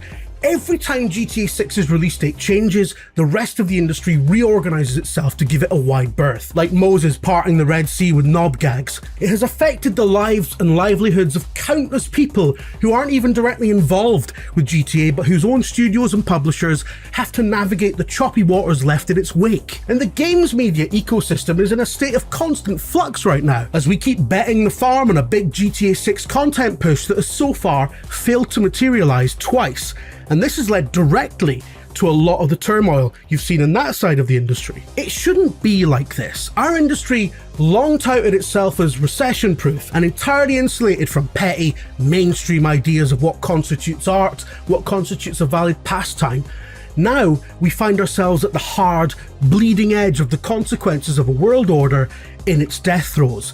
A civilization on the brink. How did we get to a place where the most important piece of media in my lifetime is, as much as I adore it, a willfully stupid game about car theft and blowjobs? Wow, life is really empty. GTA 6, I believe, will be brilliant and do a phenomenal amount of business by any reasonable standard. It's unthinkable to suggest otherwise, frankly, but we live in a time of the unthinkable becoming reality. And on that basis, we need to brace ourselves for the possibility that GTA 6, rather than being the saviour of the video games industry, the thing that's going to take us back like a time machine to the good old days, might overshoot and take us all the way back to 1983 and trigger the next big video game crash. Which, as a British person, I plan to do what we did before and simply ride it out playing Chucky Egg. I mean, what video game crash? What the f***'s an Atari? If you've enjoyed this edition of the Trinket Perspective, take a look at my playlist on IGN, it's full of good stuff. And if you think I'm talking rubbish, please, by all means, tell me in the comments. Or not, you know, if you want to be nice, do that as well. It's fine, I won't read it anyway, I will read it. We are not ready. We could all die tonight. We don't even get a choice. I'm Ryan McCaffrey with IGN, and I am joined by my friend Mark Medina. Mark, you made the trek down to Infinity Ward in Los Angeles in secret in the dead of night. Yeah. With your night vision goggles on. Yeah. To go check out Call of Duty Modern Warfare 4. Mm-hmm. It is the new one this year. It's just been unveiled. It is out on October 23rd, and you got yourself some multiplayer hands-on. Yep. Did you not? I did. I played probably like 2 hours of multiplayer just across the various modes, against just other media personalities and creators and stuff like that. It was a good time. So you came back, and your preview article on IGN is headlined, Modern Warfare 4 feels like the first truly next-gen Call of Duty. Yeah. You kind of came away with 9 points, like 9 key differences, 9 key changes, but can you kind of explain what you mean when you say feels like the first truly next-gen Call of Duty? Yeah, Call of Duty's always kind of known to push graphical fidelity and all that kind of good stuff. But no matter how good something looks on PS5, right, it still has to serve the Xbox One and PlayStation 4, right? So even up to Black Ops 7, that has to be able to run on the 2013 PS4 and VCR Xbox One. And so it's one of those things where it's like when you play it, you're like, oh, this looks great. This looks so good. And then you jump into Modern Warfare for the first time and you're like, oh, never mind. No, Black Ops 7 looked not that great. Never mind. This is what looks good. And it's like, it's immediately apparent that they are not having to cater to those older consoles anymore. Yeah, 5 years into the generation, almost 6. Yeah. Actually, I guess by the time the game comes out, it is 6 years into the generation. Yeah. So that is good news that they're finally leaving last gen behind, and it's great that you can see it on the screen immediately. Yeah. That is awesome. Yeah. So what's weird, real quick, sorry, what's weird about that is the fact that we're already having next gen conversations, and this is the first truly current gen Call of Duty, but that has nothing to do with the preview. It's true, you are correct. This is that's a whole separate console watch topic. So you came away with 9 key changes, and I wanted to have you talk through them all for us here. Let's start with, you mentioned movement. So what's the deal with movement in Modern Warfare 4 multiplayer? Yeah, so the big thing people are going to notice with this game, especially since there hasn't been a Modern Warfare in a while, is that there is no more omni movement. What that means is you can no longer sprint left and right and backwards. There's no wall jumping. There's nothing like that, right? It is a more grounded kind of boots on the ground. The tagline they keep using is that it's like an action movie, but still set in realism, right? Like everything is theoretically possible, but it's set in a world where you never get tired and surfaces are never slippery. So yeah, but they've made a lot of changes to movement because of this, right? So no omni movement, but there's mantling in different ways than there used to be. So before you would mantle onto a ledge or something like that, and your character would just climb up and there was nothing you can do about it. They've changed it in a few ways now. One is you can cancel a mantle now. So if you're mantling up and you happen to peek over and you see somebody, you can be like, nope, don't want to do that, and you can mantle out. Another thing you can do is just do a simple ledge grab, which is you go halfway through a mantle and then you're just holding onto the ledge, and you can actually aim your gun over the cover and shoot people while still kind of peeking behind the cover. And then the third thing is that you can shimmy now. So they're calling it a ledge shimmy. So if you're on a ledge, you can now move left and right and reposition yourself, get yourself still in cover, but still be able to do shots. Alongside the mantling is they have a backwards slide, so you can do a backwards slide that allows you to still shoot your gun. Not totally new, but I think this is the first time you can do it backwards. You can also slide into a ladder, like a ladder climb. So if you're on a roof and there's a ladder, you can slide and your character will automatically spin and grab onto the ladder, and you can start going down. That's pretty cool. And then the last major big thing is that you can climb up poles and stuff now. So if you see an apartment building and you see a pole, you can actually climb up that pole and then almost like Assassin's Creed style vault over to a window and then climb through the window.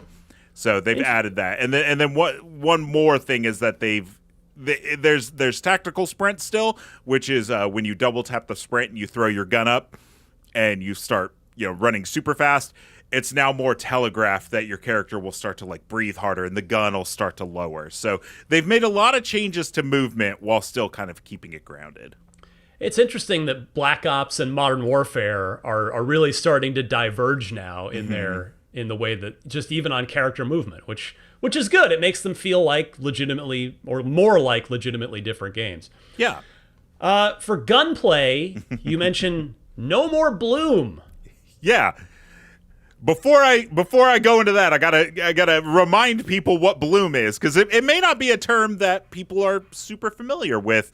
Bloom is essentially a hidden mechanic in video games where, let's say you have a circle, and those are the possible points that your bullet can go.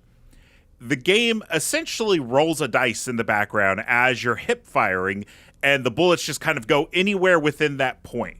I think it was really, really cool in Modern Warfare 1 days, Xbox 360 days. I think it's completely archaic now to add that sort of a random element, especially when games like Counter-Strike, people have been going back and playing Counter-Strike, and something a lot of people do right at the beginning of a Counter-Strike match is they run to a wall and they shoot to see the bullet pattern of their gun. Call of Duty is now adopting that system where there's no more bloom. Your bullets go where your gun is aiming. Okay. And that does mean they're still going to be spread because guns kick when they fire. And so there is still going to be spread, but it doesn't feel like it's completely just a luck of the dice if you win a close quarters combat now. You actually kind of understand where your bullets should be going. And they've worked hard on this to make sure it's the sniper rifle is not the best shotgun in the world anymore. Yeah. Because they said when they first started, basically people were hip firing snipers, across, shooting sniper rifles from across the map and just hitting shots because it's if the sniper rifle's pointing forward and there's no bloom, it's going to just hit people.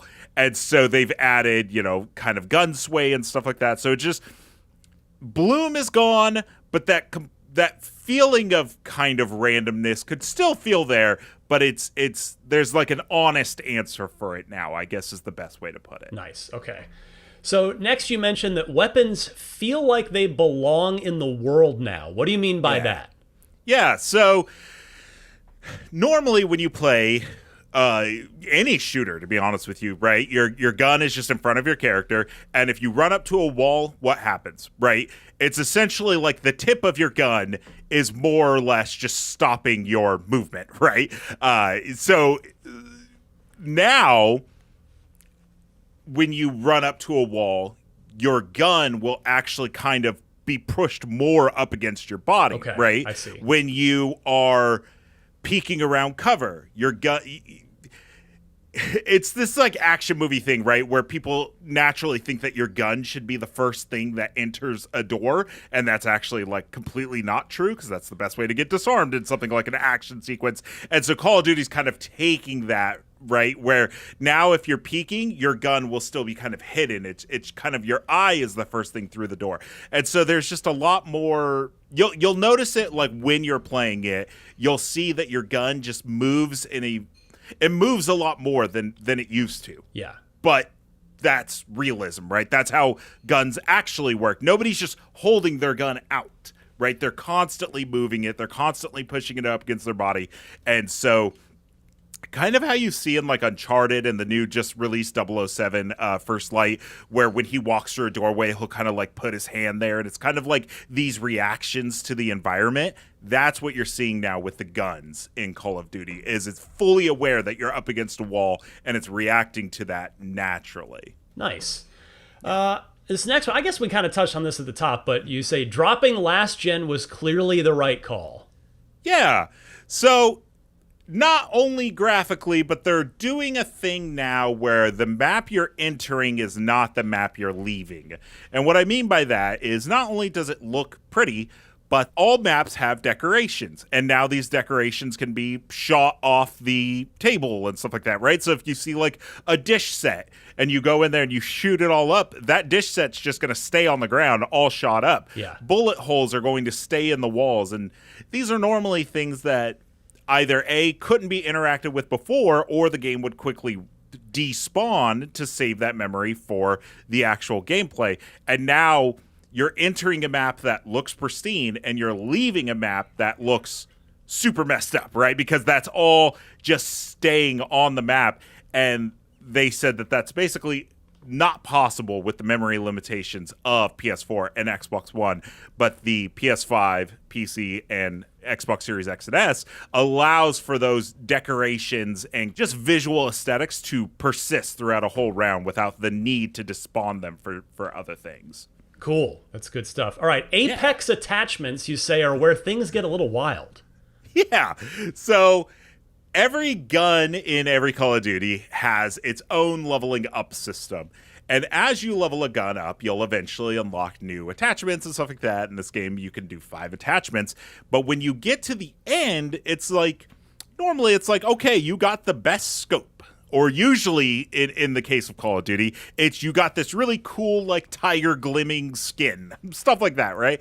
In this one, you're getting Apex attachments. They are separate from your normal gunsmith loadout, and they get added, and they change fundamental things about your gun. So some examples are having a pistol that when you go into the Apex mode, all of a sudden becomes a hammer fire pistol that as quick as you can pull the trigger is as quick as the pistol could shoot. Another really cool one was it's a shotgun that they added a strobe light to. So now you're basically walking around with a flashbang in your eyes. So now people are getting blinded when they walk into a room, and then they're getting shotgunned. Other ones is like, adding underbarrel shotguns or grenade launchers. One really, really cool one was taking a submachine and adding throwing knives to it. So the character will kind of move it over and then be throwing knives. So it's that just kind of cool stuff where you're like, okay, I have used this gun a lot, and now I'm actually getting some sort of like actual fundamental kind of special bonus for staying dedicated to that gun. And I mentioned in the preview as well that those attachments will stay after somebody's been killed, right? So if you have a really cool Apex gun, there's a good chance you'll eventually fall victim to that because somebody else will pick it up and use it, and then vice versa. While we're on the subject of guns, talk about Gunny, which you say is basically Gunsmith, but without the headache. Yeah, so Gunny is my favorite thing that they've added to this year's Call of Duty, which is you want to try a new gun, or you've been leveling up a gun, and you're going through the gunsmith, and you're like, okay, this has this kind of sight, but does this kind of sight match up with the actual caliber of bullets that I'm, using, or the buck of the gun? All these different things. You're like, am I building a good gun, or am I building a monstrosity? The pro Call of Duty people are aware, but me, I'm over here on YouTube being like, how do I like make something actually where it's not like a Frankenstein's monster of a gun?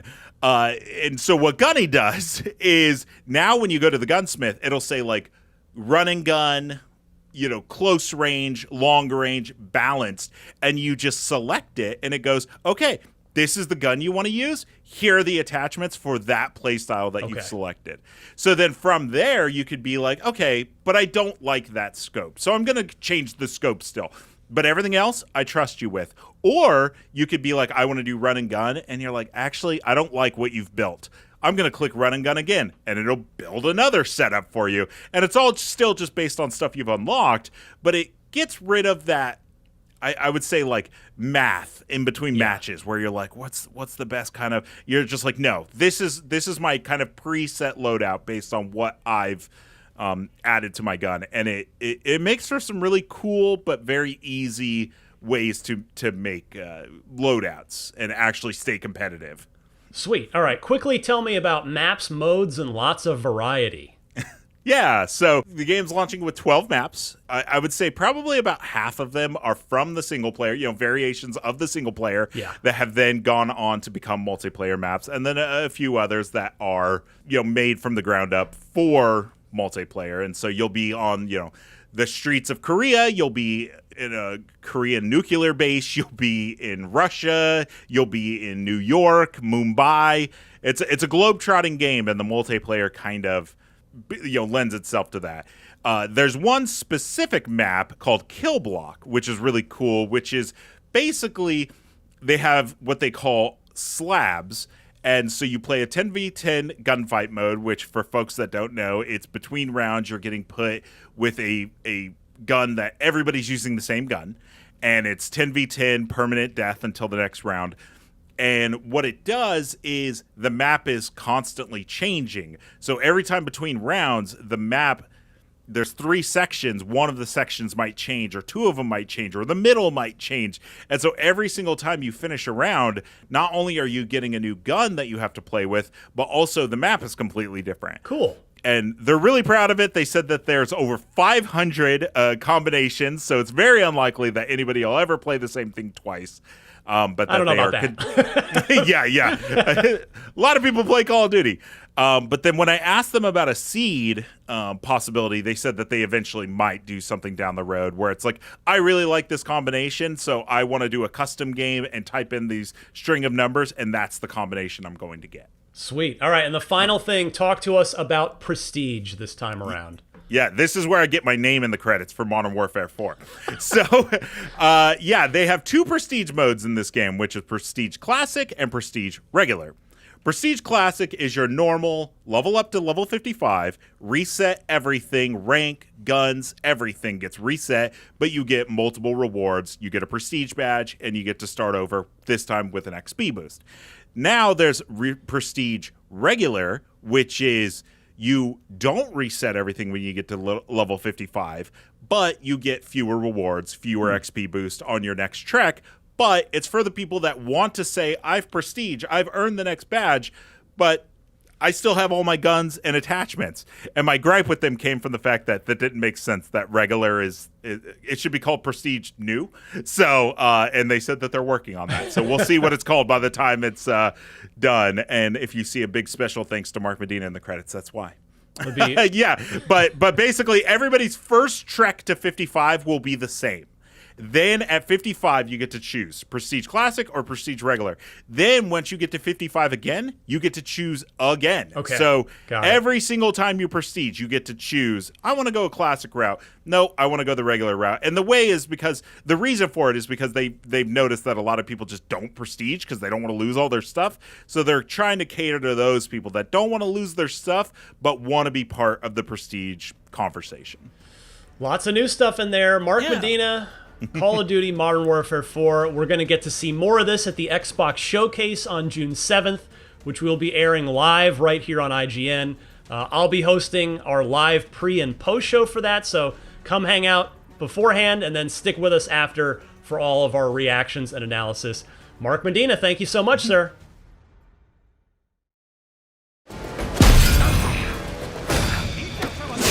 13 years after Ubisoft ditched Desmond Miles to go full pirate in Assassin's Creed 4 Black Flag, this seafaring adventure is still considered by some to be the best pirate simulator of all time. So it's no wonder at all that Ubisoft has decided to dust off this bad boy and remake it in the style of last year's Assassin's Creed Shadows.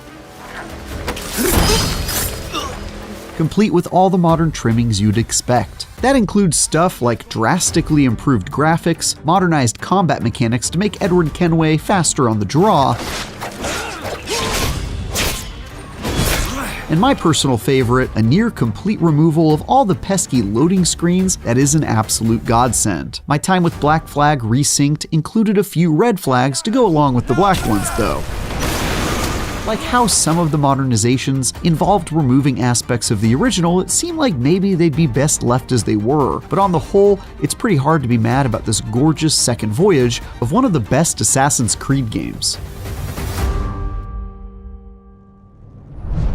Many of Black Flag Resynked's best parts come courtesy of the Ubisoft Anvil engine, last seen in AC Shadows. It's been used to recreate Black Flag from the ground up, and that allows it to be every bit as beautiful as more recent Assassin's Creed games. The tropical environment of the Caribbean is a night and day improvement over the original, specifically when it comes to how bright and colorful areas are versus the previous generation's somewhat muted and dark appearance, especially when running around forested areas. Similarly, character models somehow managed to look absurdly better than they did in 2013, while also being exactly as I remember them. That said, I did find many of the characters to be a bit prettier than I expected, particularly when it comes to pirate characters who spend all their time boozing, sailing, and fighting. The cast seems to have been given a Hollywood glow-up and aren't nearly as gross and dirty as you might think. Black Flag Resynced also benefits from many of the other upgrades the series has seen in recent iterations, especially changes to combat that make it faster and more decisive, and to sneaking around that make it a more competent stealth game than the original. Despite the Assassin's Creed series ostensibly being all about sneaking around, it's wild to think that it wasn't until Assassin's Creed Unity that we got a dedicated crouch button. Absolutely insane in retrospect. In the original Black Flag, you could only go undetected when hidden within a group of people or when walking in bushes that automatically put you into crouch mode. Aside from that, your character genuinely couldn't crouch at all. Thankfully, Black Flag Resynced adds a dedicated crouch button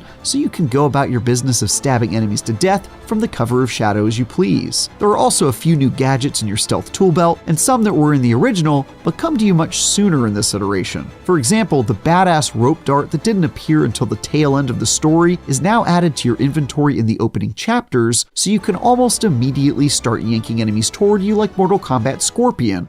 Get over here! Which I think we can all agree is just a great decision. If you aren't in the mood for stealth though, one change to this iteration of Black Flag is likely to bring you joy. Those deeply irritating tailing quests have been reworked. Whereas before you'd have to slowly follow people around town unnoticed, paying the ultimate price of having to start over from the beginning if you got caught, now you're provided alternate ways of completing the mission instead. In the one example included in the demo, I decided to sprint right at the two people I was told to follow just to see what would happen. And although the result was sloppy and most unbecoming of an aspiring assassin, I can confirm that I was indeed given separate means for completing my objective anyway, though they were significantly bloodier and less smooth than planned. A pretty great change if you ask me.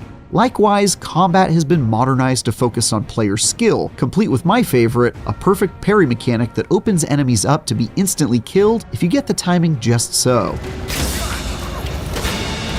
As someone who's been honing his parry timing for years in the crucible of Souls-likes and uber-difficult action games, this is one of my favorite changes. Not only does it make you feel like a complete badass when you slap someone's sword out of your face and finish them off with an execution, but it also allows for combat to go faster, something that feels quite needed at times with all the samey boarding combat sections that happen every time you want to pillage a ship of its cargo before sinking it. I also played with the difficulty turned all the way up and found myself dying quite a bit, both in ship-based combat and while swashbuckling. Some of this is surely just the fact that I was playing the remake for the first time and learning as I went, but here's hoping this iteration of Black Flag is a bit more challenging than the original, where I rarely found myself in any real peril. Though this remaster draws on many of Assassin's Creed's more recent entries, it steers clear from the RPG elements found in Valhalla and Shadows, instead sticking to its action-adventure roots like Mirage, and crucially, the original Black Flag. There are still some stats on weapons that can be purchased in shops and some RPG-like upgrades here and there, but Resynced focuses much more on being a competent action game than an RPG, so you won't find yourself stealth assassinating someone and not doing enough DPS to take them out in one strike. I actually enjoy both the more RPG-style style Assassin's Creed games and the less chunky action games that the series found its roots in. But if I'm being honest, this one just feels like it's much better suited as a pure action game. After all, I'm a bloody pirate for God's sake. I'm meant to be showing these nautical narcs the business end of a flintlock, not running the numbers on my armor set or doing math on my critical hit chances. Yar, I say. Yar!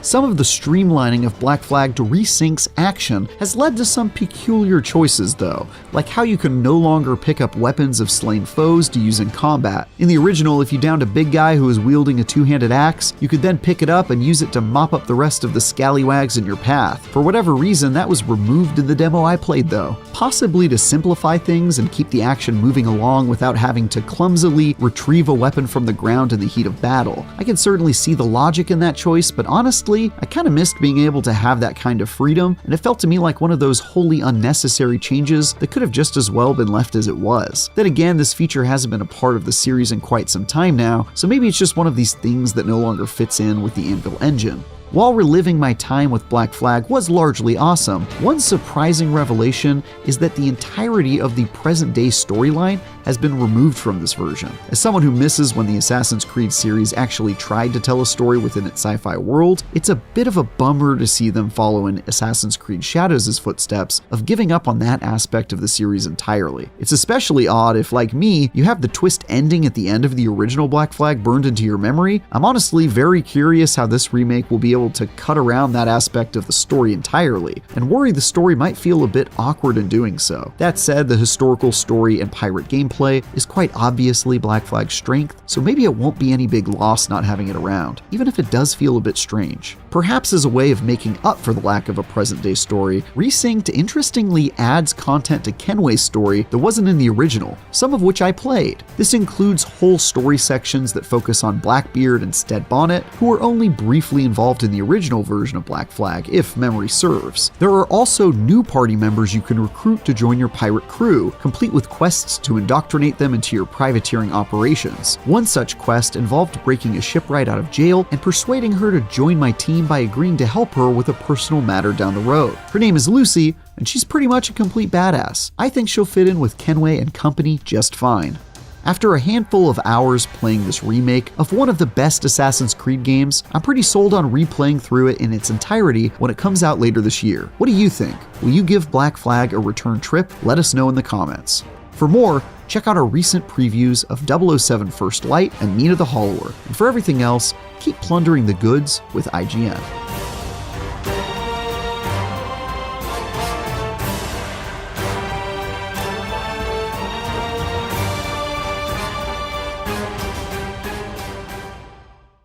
Xbox is gearing up for another game showcase this summer, with a good look at brand new games, trailers, and reveals promised for Sunday, June 7th. Followed by a dedicated deep dive into Gears of War E-Day, it's set up to be a big day for all those looking forward to seeing what this new era of Xbox has in store. For context, last year's event saw the reveal of Call of Duty Black Ops 7, Persona 4 Revival, Grounded 2, Beast of Reincarnation, Keeper, and Super Meat Boy 3D, as well as new looks at The Outer Worlds 2, Clockwork Revolution, and Ninja Gaiden 4. But what can we expect this year? Let's start with the one game we know is definitely showing up, Gears of War E-Day. As noted on the Xbox website, the E-Day Direct is set to take players into the start of Emergence Day, offering new details, gameplay, and insights. The prequel was first teased at last year's showcase, but very little has been heard or seen since. We can expect a lengthy look following the main showcase this year though, as well as presumably finding out its 2026 release date.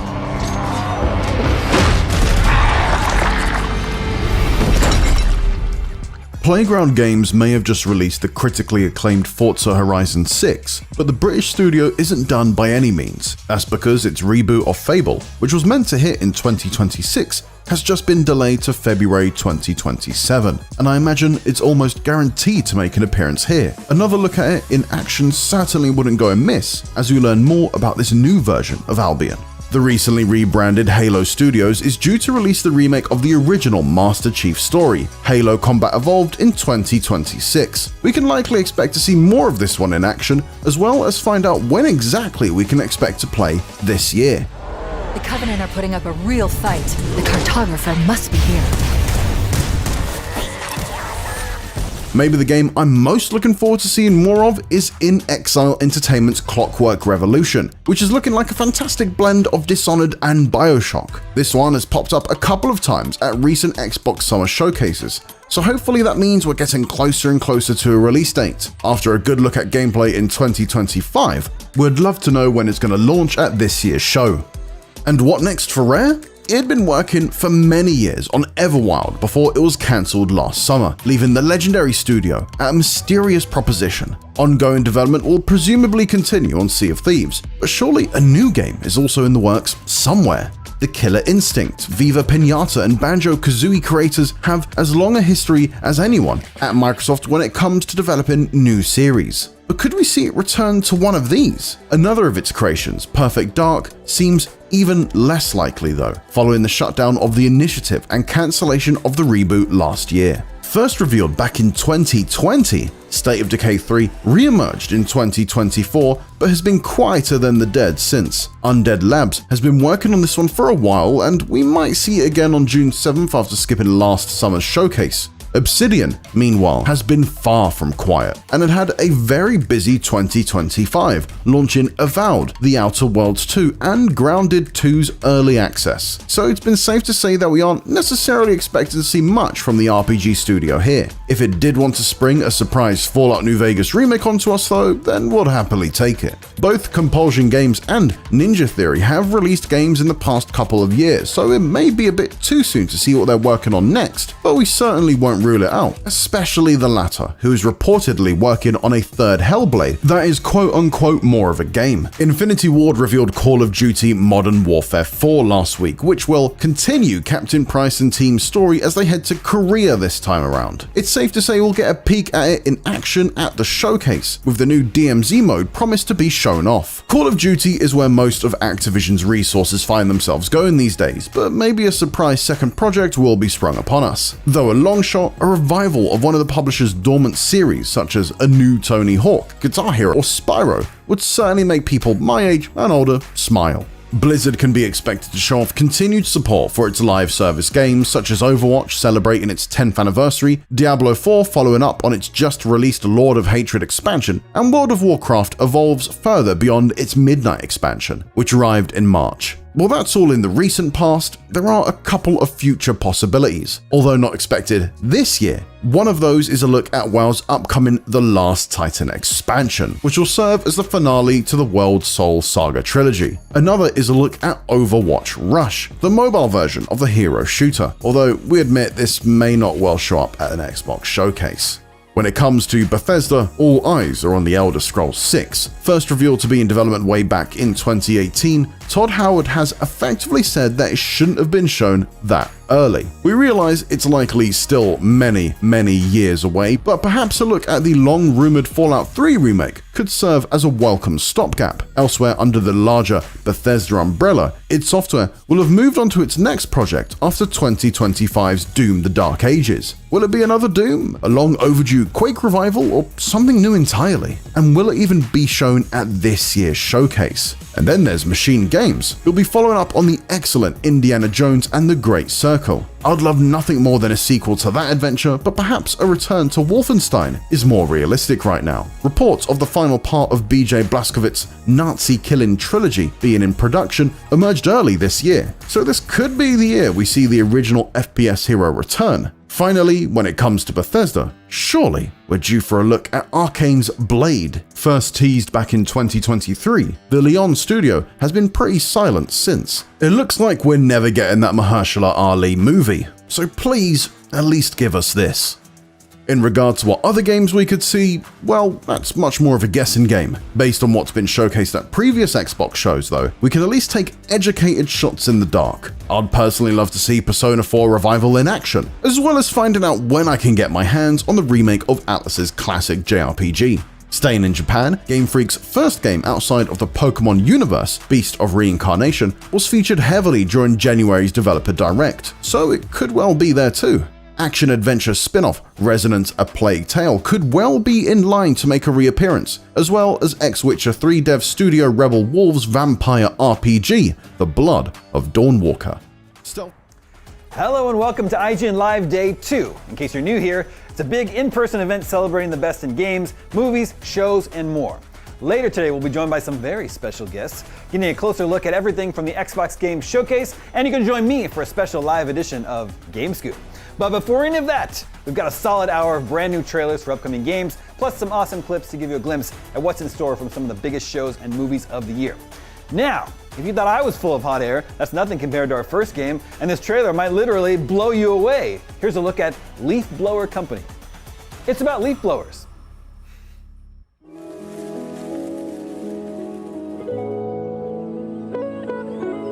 Whether you need a roof cleared or a warehouse sorted, I've got you covered. Fill the bin, grab the bag, and toss it to the tarp. That's it. From my garage, I run a leaf blowing business of myself, my cat, and a smorgasbord of projects. Each day is a new mess to be sorted, but my equipment's charged up and ready for the task, rain or shine. Courtyards, playing fields, beaches. Every place has its challenges and quirks. I just relax and let the leaf blower hum. Sometimes it's nice to cut corners with some unconventional methods. There's plenty of clutter to clear out for a busy week, but with a leaf blower in hand, everything looks like leaves.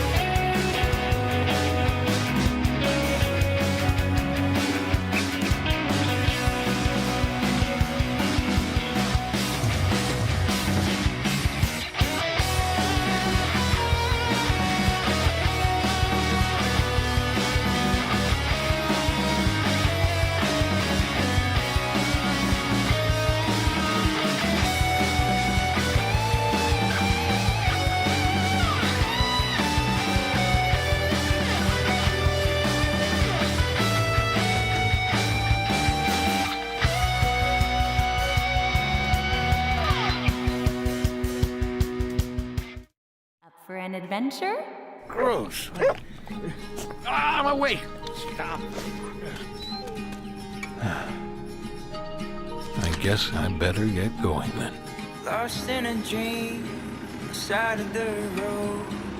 Pick me up, yeah, where we gonna go? 'Cause I just want to. This is where, yes, I think I remember. Maybe we come back here one last time when we're old and feeble. Yeah, maybe. Hey, is this yours? Kinda. Now, does this dog belong to you or not? Forget it. All this was a mistake. A huge mistake. When I flip through your journal, it feels like someone really wanted you to see this through, to keep going.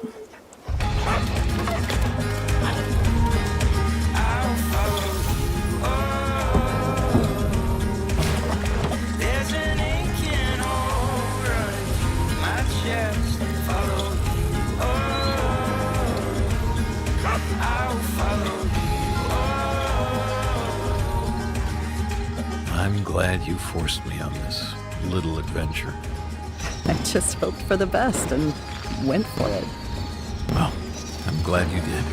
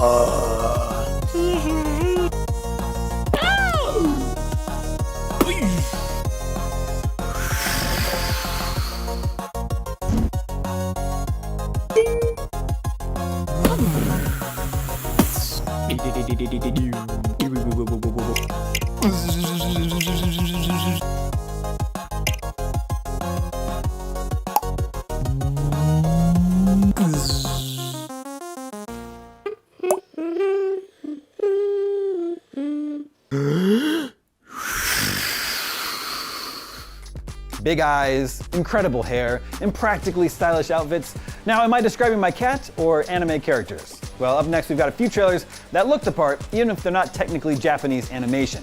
But this first one definitely is. Here's a look at the upcoming movie, Bleach, 1,000-Year Blood War, The Calamity. あんたは俺が切る。黒崎くんの心はきっと。そんだなイチゴ。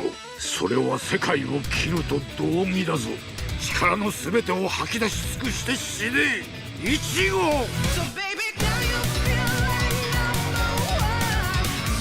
光栄だけど買いかぶりっすよ。ねえ、夜市さん。嘘だろ。ごちゃごちゃうるせえな。一発で頭割れってこったろ。厄介なのが来たな。我を出し抜けるなどと思うな。裏切り者の初段も私の役目だ。やってみろ。お前の剣が届くなら。絶望してくれるなイチゴ。絶望がなんだって。よく知ってるぜ。今まで何度も乗り越えてきたんだからな。バッカイ。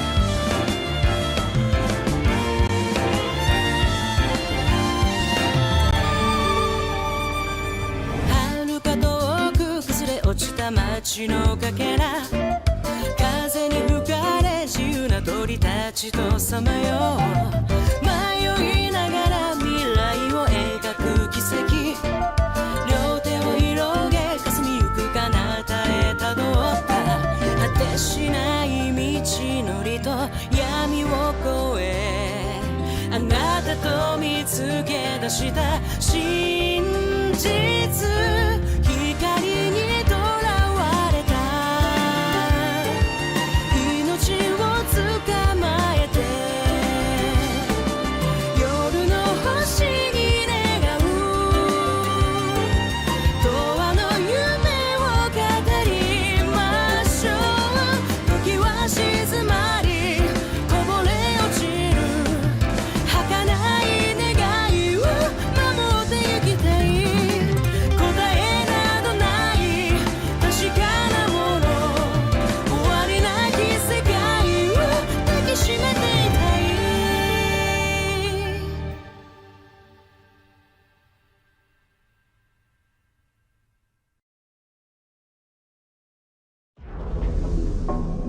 For years, I would only revisit this place in my nightmares.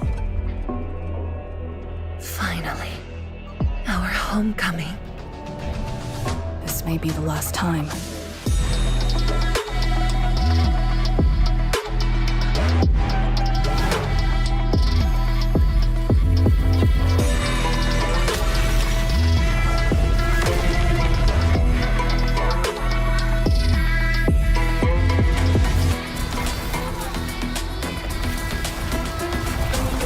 Shall see how it all ends.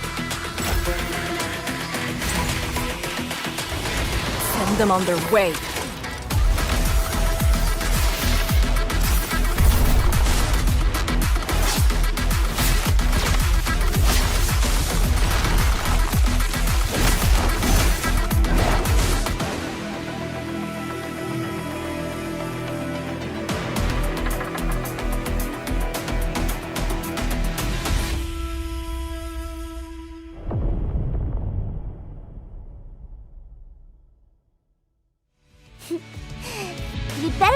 you capture me at my absolute cutest.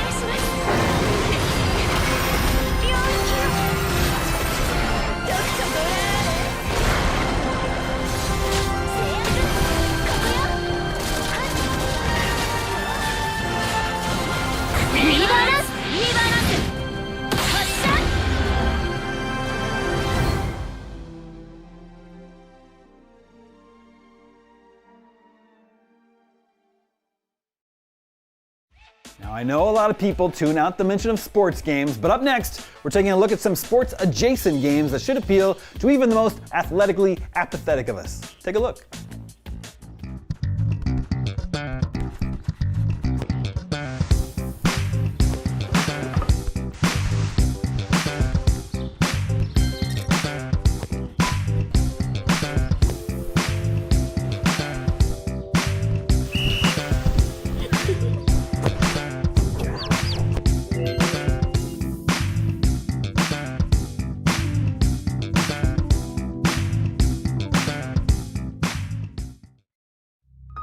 In a tiny pocket universe, tucked away at the edge of our own, there is a hotel for lost balls of all kinds. Little balls, big balls, any balls really. But worst of all, golf balls. In this miniature golfing adventure, you don't hit the ball. You are the ball! Explore a tiny handcrafted world from tee to flag. Discover who you are, where you are, why you are. Or just play bloody golf!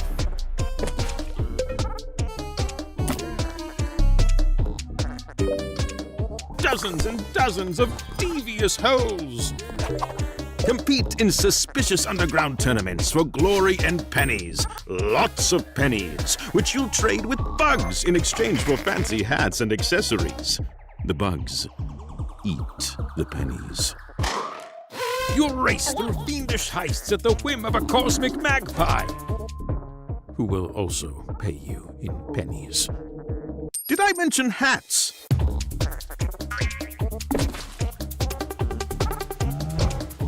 And that is Ball Game, a physics-bending journey that will test your skills and tickle your fancy.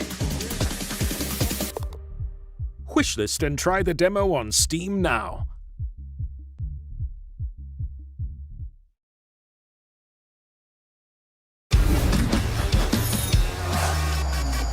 Hot Wheels Infinite Rush offers a lot of variety in the races, challenges and activities. Most of them are found across the huge maps that need to be explored. First, let's play a Daredevil challenge. Daredevils zip across the world and need to be found, chased down and caught to be raced against. As soon as you do that, a 1-to-1 race starts, and if you win it, you obtain the car. As you can see, it's a tense battle through the gates to the finish line.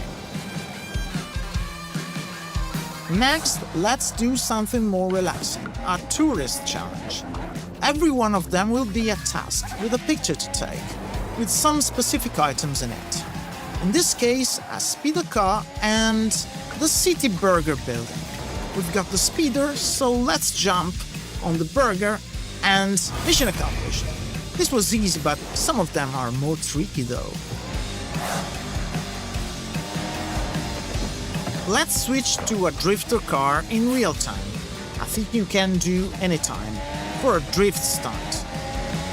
There's a lot of variety among these challenges, as you can see, and we chose the best car for the task. We need to pull out a number of drifts within the time limit without missing the gates too. Precise control is the key to the victory. And finally, a stuntman challenge. Perfect with the Titan vehicle, the heavyweights of the game. Let's smash as many items as possible within the time limit. Full vehicle classes, lots of challenges types, and that's a lot of fun.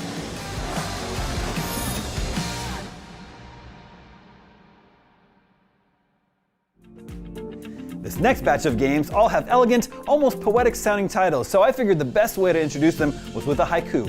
Here goes. A sea of ashen, tulips, where birds go to sleep, and Soul Walker. Look!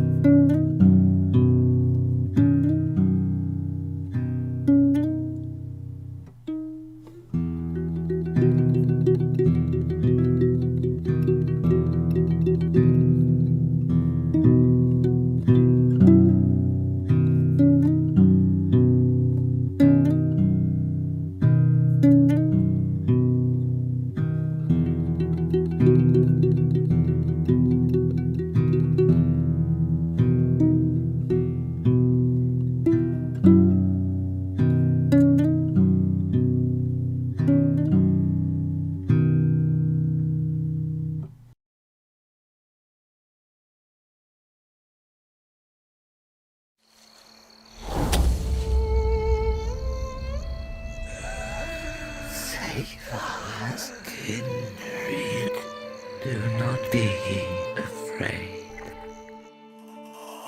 All right, I'm here to make money. It's a secret mission, you see. You must feel strange in your body. I can help you with that. There's someone above your head. It tells you what to think, what to dream of. Are you in league with the voices? You stupid woman! I'm in control, not you! You understand your kind can't be trusted, right? He is not on our side. He will sabotage us. I'm no coward. I'm a man. And I will do what is necessary. What is needed. Save us, please. Save us. Save. Saved. I don't think so.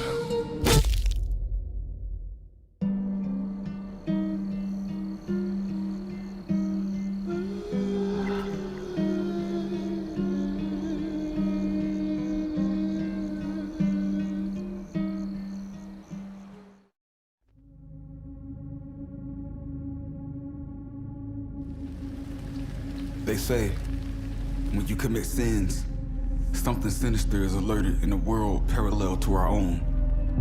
Perhaps this is what awakens what we know as karma. The wrongs we commit never go unnoticed, observed by the soul walkers that dwell in the void, a place you never want to go. You said you'd never leave me.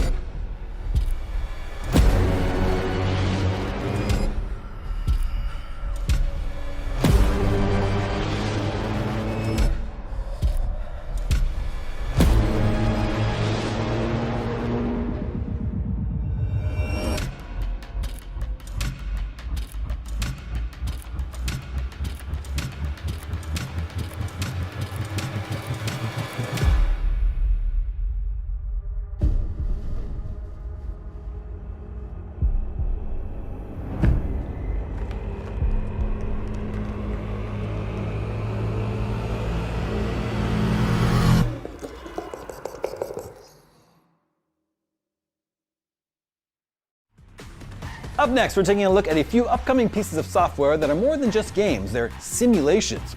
So here are some upcoming sims that realistically capture the experience of operating heavy machinery, renovating old buildings, guarding a medieval city's gates, or filling a big pit with cartoon dogs. Actually, we might have let one non-simulation get in there by accident. See if you can figure out which one it is.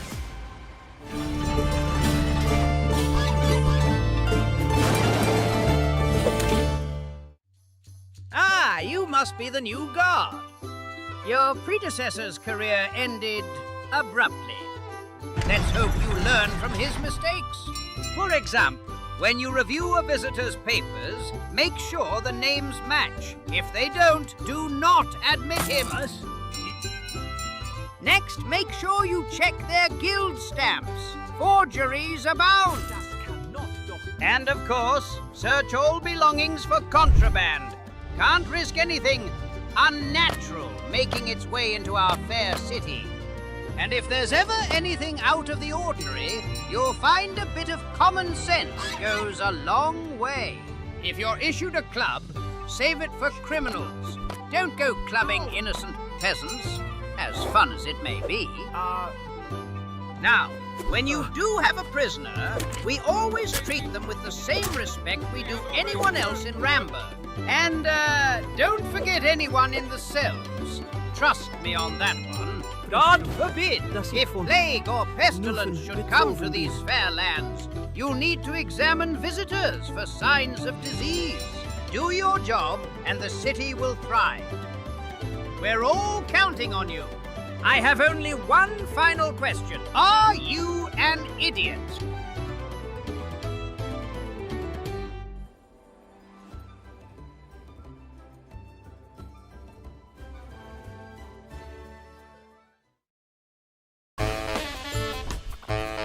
Hi, this is our game Dogpile.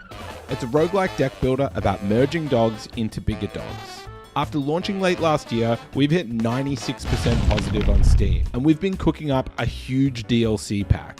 But we've decided to give it away for free, today. It's live right now, so here's what just dropped in Dogpile v1.1. First of all, there's new dogs. It's Dogpile, baby. They're funny, they're weird, and they have new shapes to master. Just like in real life, dogs can now be stinky and they can be zoomy. We've added over 50 new gameplay modifying tags, expanding what's possible in Dogpile, and giving a bit of love to archetypes that needed it. And generally, just heaps of new gameplay. I'm talking new decks, new endless system, and a bunch of stuff to discover yourself. And that's not all. With the v1.1 comes localization into 7 new languages. And in a few weeks, we'll be launching on iOS, Android, and Nintendo Switch 1 and 2. So you can play Dogpile anywhere, anyhow. It's time to pile those dogs.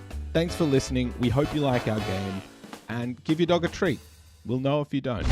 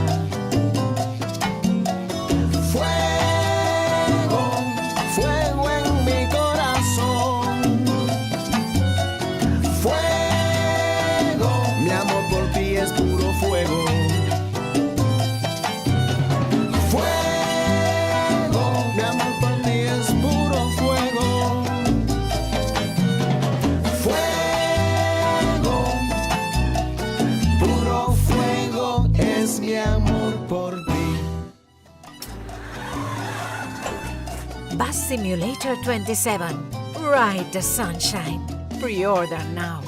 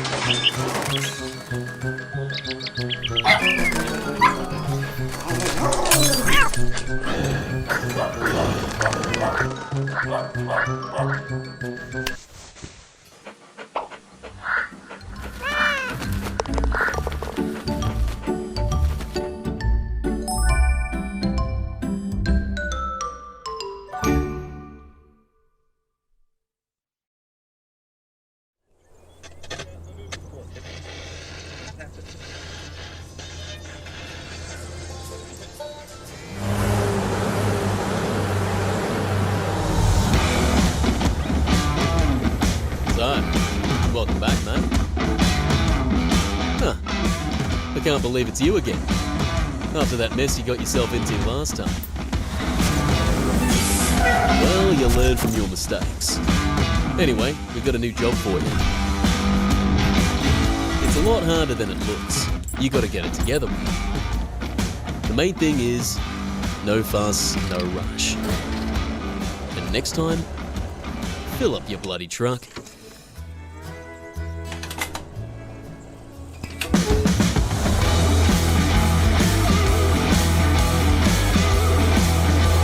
You know, it's beautiful out there, but things can get rough real quick. The road couldn't care less who you were before, rookie. Just keep it steady and keep moving. Once you make a few bucks, she'll be right, and that shit'll sort itself out.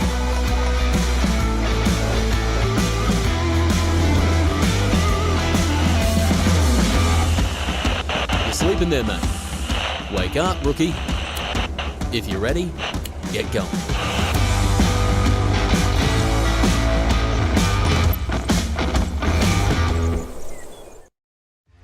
Most of the time, playing video games with your friends brings you closer together. Other times, it can tear friendships apart, turning your once trustworthy pals into your worst enemies, either because they're beating you at a competitive game or they really suck at co-op.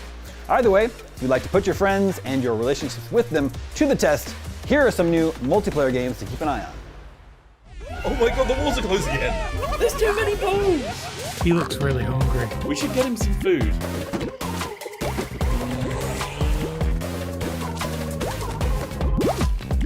Whoa, whoa, whoa, save some for me! Come on, I'm ready to catch. Okay, here it comes.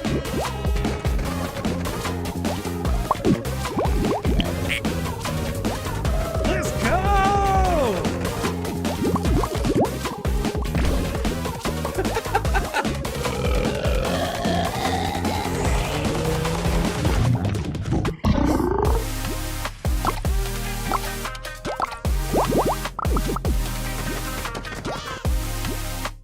Oh, he's right behind me. He's gonna get me.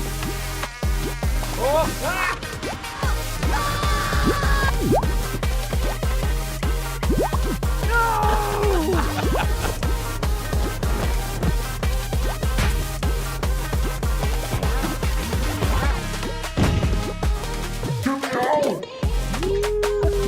Oh yeah, look at this. Crossroads.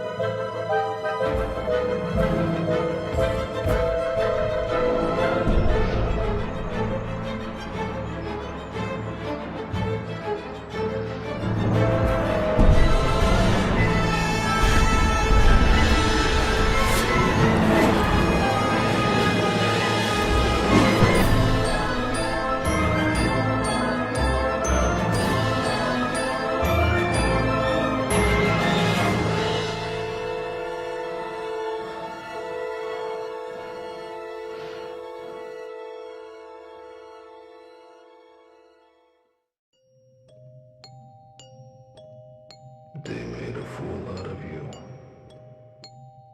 Again.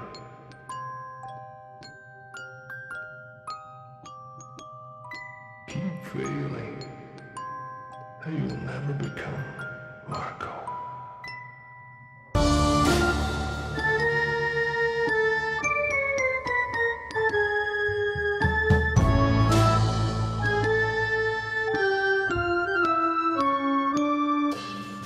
I'll give you this. There were some moments of greatness. Who's hungry?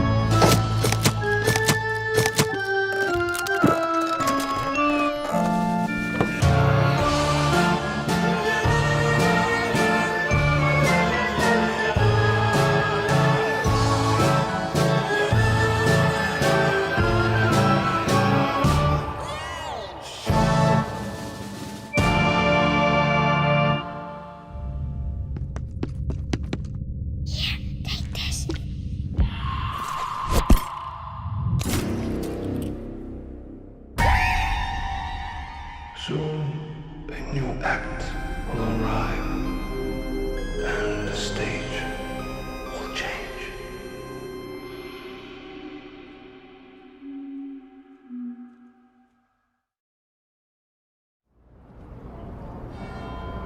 London's never been a normal place, but they never used to call it magic.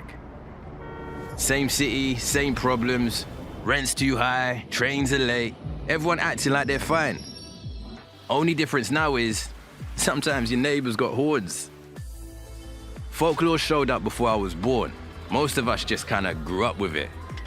They say it started in the 1920s, a tear in the world. Something came through that wasn't meant to be here, and they stayed. They changed the city, no point pretending they didn't. But London changed them right back. The way they walk and talk, proper Londoners now.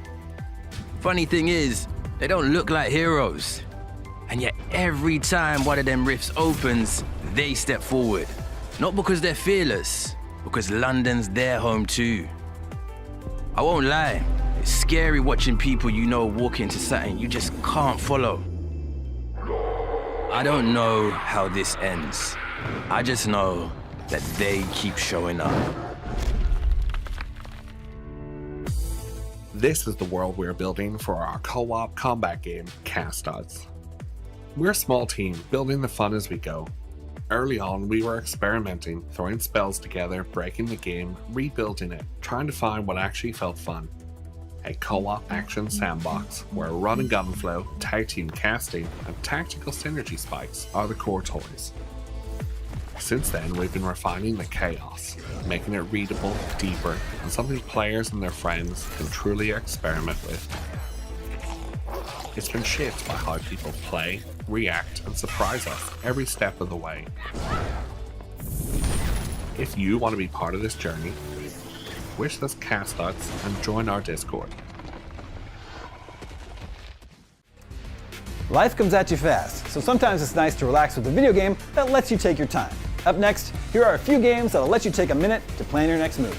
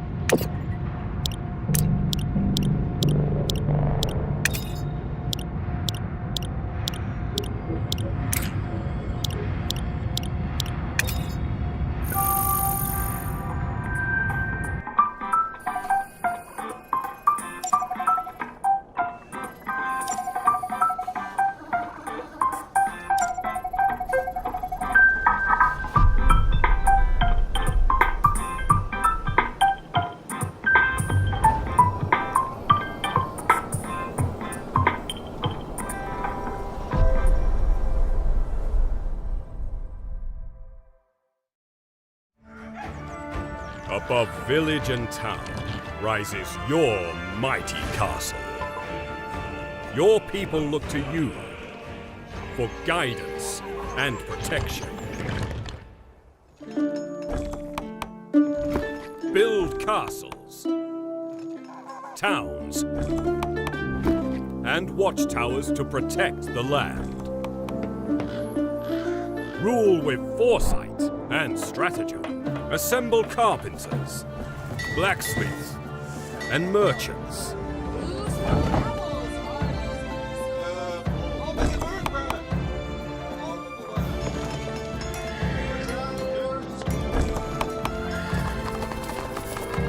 Yes, my lord. Guard the roads and defend the peasants. Uphold justice by the sword. Defend your lord even unto death. And destroy the treacherous knight.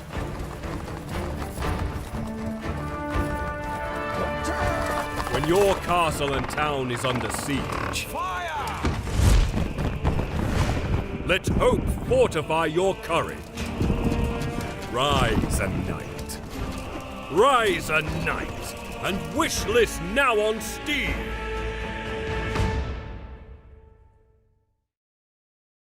All right then, Miss Gia, the dangerous smuggler. What is it you figured out exactly? New York City, 1939. A floating metropolis, ruled by the iron fists of the barons. It's an empire of steel, held aloft by the miracle of Aether, a substance that can lift the tallest buildings to the heavens. Dive into an alternate history, where Aether and iron rule the skies. You are Gia, an underworld smuggler, taking on a last chance job that pulls you into a world of betrayal and political intrigue. Recruit allies and make enemies. Roll the dice, because when luck runs out... Gia, the car! One down, 100 to go. We both know you don't beat barons by playing fair. Your skills and your companions are your only hope. Save the city, and you just may save yourself. Wowzers! Which ones?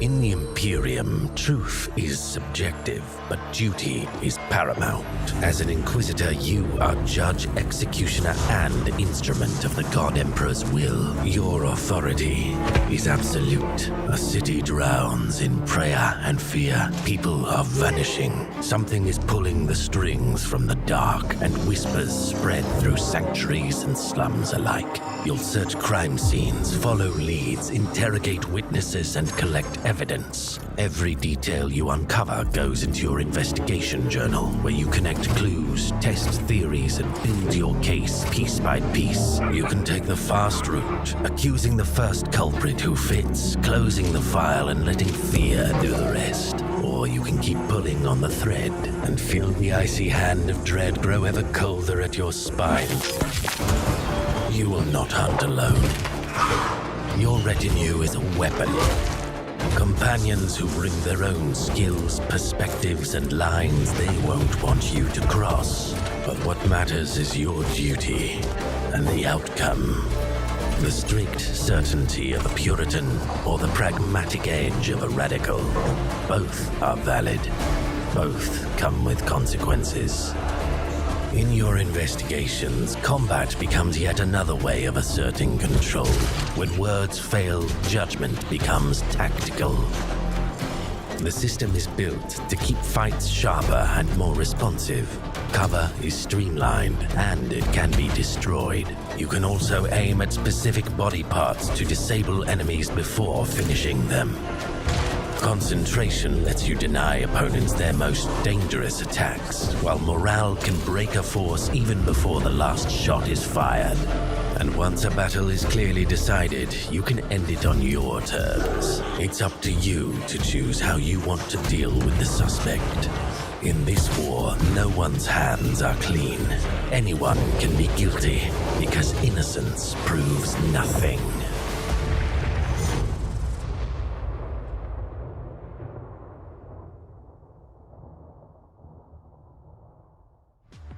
You just gotta look at a few upcoming puzzle and strategy games, but if your idea of a good time is things happening in real time, don't blink. Here are some upcoming action games where every second counts. Think fast.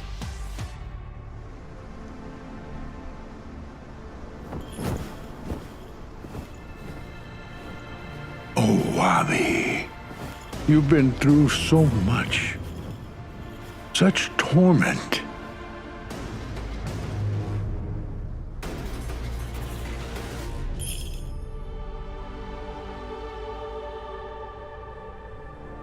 I know you want to avoid the violence, but peace will not bring your siblings back.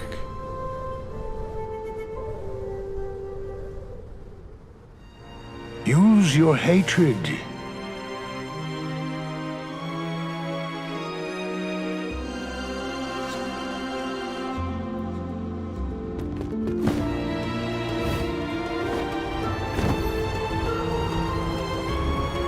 To save your family, you must destroy them.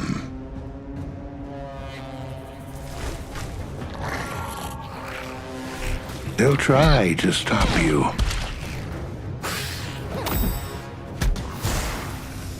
And they might.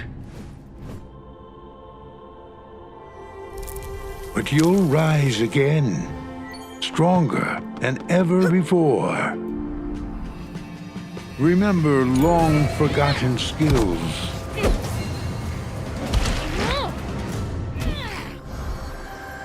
Rewild the world. Gather allies. And use them wisely. Embrace your power and take back all that has been lost.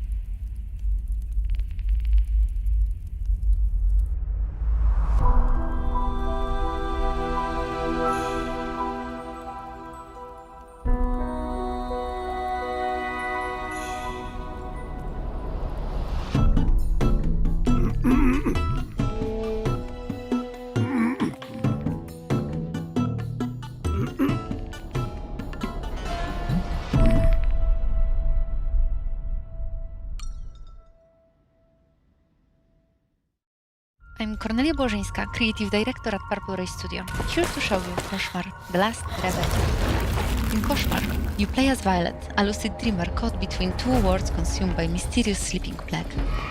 The walking city where people vanish into sleep, and the dream world where nightmares reign. In Radvan, Violet is careful, grounded, and investigative. The city requires her to observe, explore, and listen. Be prepared, though. Sometimes curiosity leads to dreadful places. On her journey, she encounters nightmare rifts. Each rift is tied up to a person consumed by the plague. To wake them, Violet must enter the rift and venture into the dream world.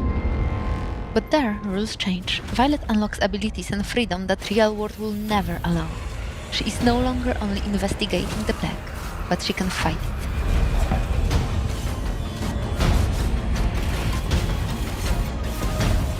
The deeper Violet travels between dreams and reality, the greater cost becomes. The cost is not abstract, it's real. Her actions and choices are transforming what she is, a nightmare that nightmares fear, or lost in the comfort of delusions. While you're still awake, wishes Koszmar, The Last Reverie on Steam.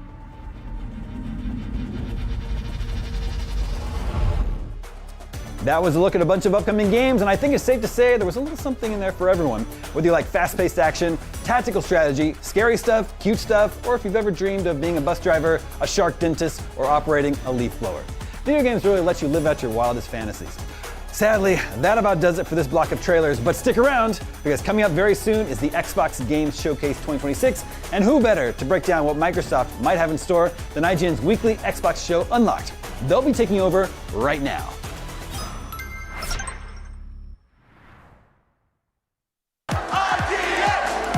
Welcome to IGN Live, a celebration of all things gaming and entertainment.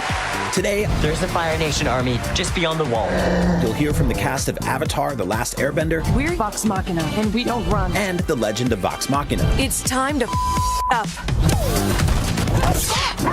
I'm just getting started. Tomb Raider. Magic the Gathering, plus live episodes of IGN's Game Scoop and Unlocked. Are you guys ready? But first, we're kicking things off with the Xbox Game Showcase, which is bound to be jam-packed with trailers, gameplay, and maybe even a new glimpse at their next-generation Xbox console, Project Helix. Get ready because IGN Live starts right now.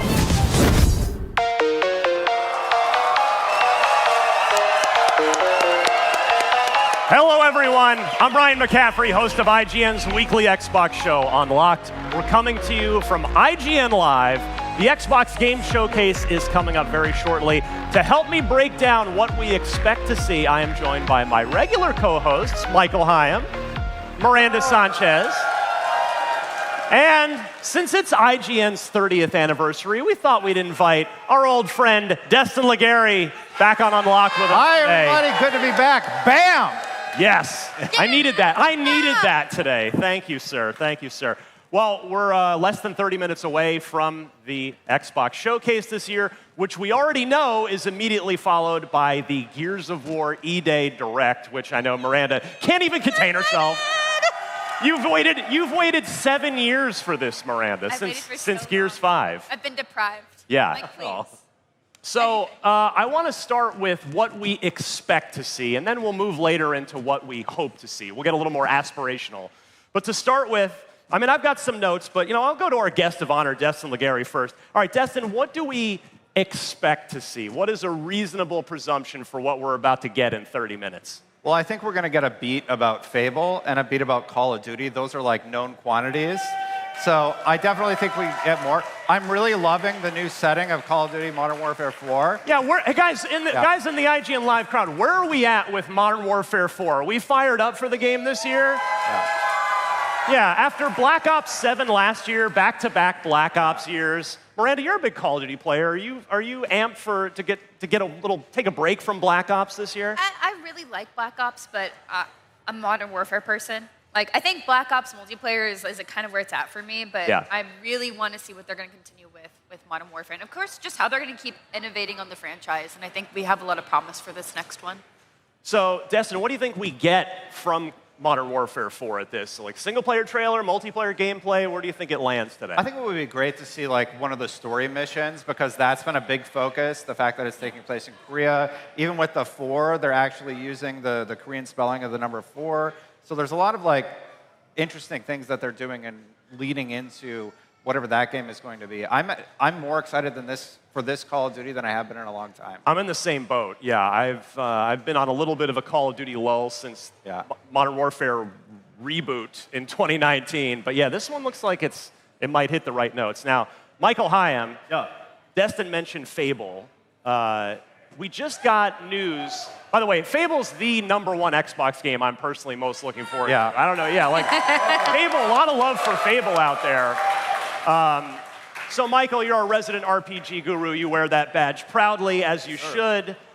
What do you think we might see from Fable today? Because we got the pre-showcase announcement that it's delayed till February. They're basically, I'm not sure we ever thought we'd say this again after the 360 era, but here we are.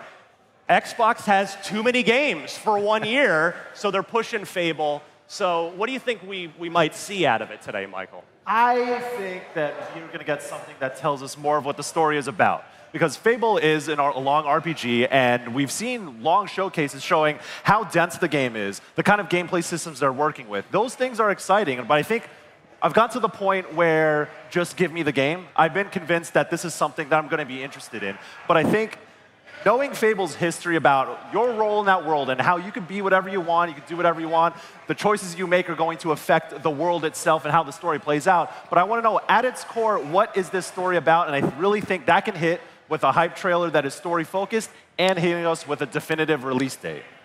Yeah, February what? That is the question. I mean, we're already getting 2027 release dates this week between State of Play and the Summer Game Fest showcase.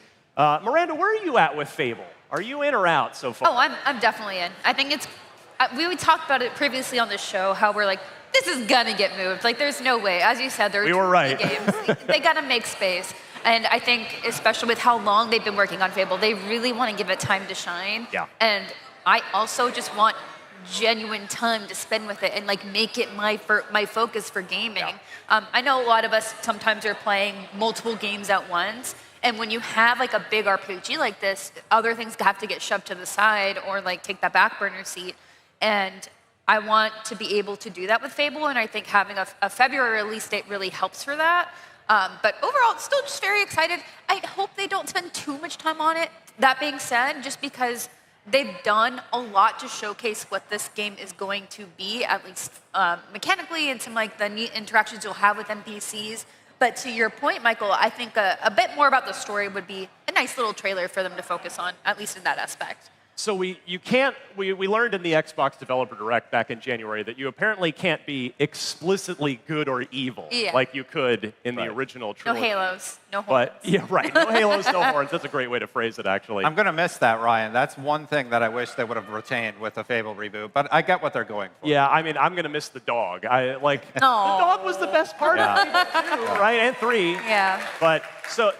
But you can earn a reputation in sort of a town-by-town basis. Yeah. We learned from the Developer Direct of whether or not the townsfolk like you. So, Destin, are you going to be a nice guy, or are you going to be like a real pain in the backside? Because it's town by town, I'm going to split the map, and half of it I'm going to be completely evil, and the other half are going to be completely good. Also, as many children as I can possibly have in the game by the end of it. You're going to Elon Musk it as far as... Yeah, that's the plan. That's the plan. That is the most Destin answer. This is why you're back. How can I mess with the sandbox?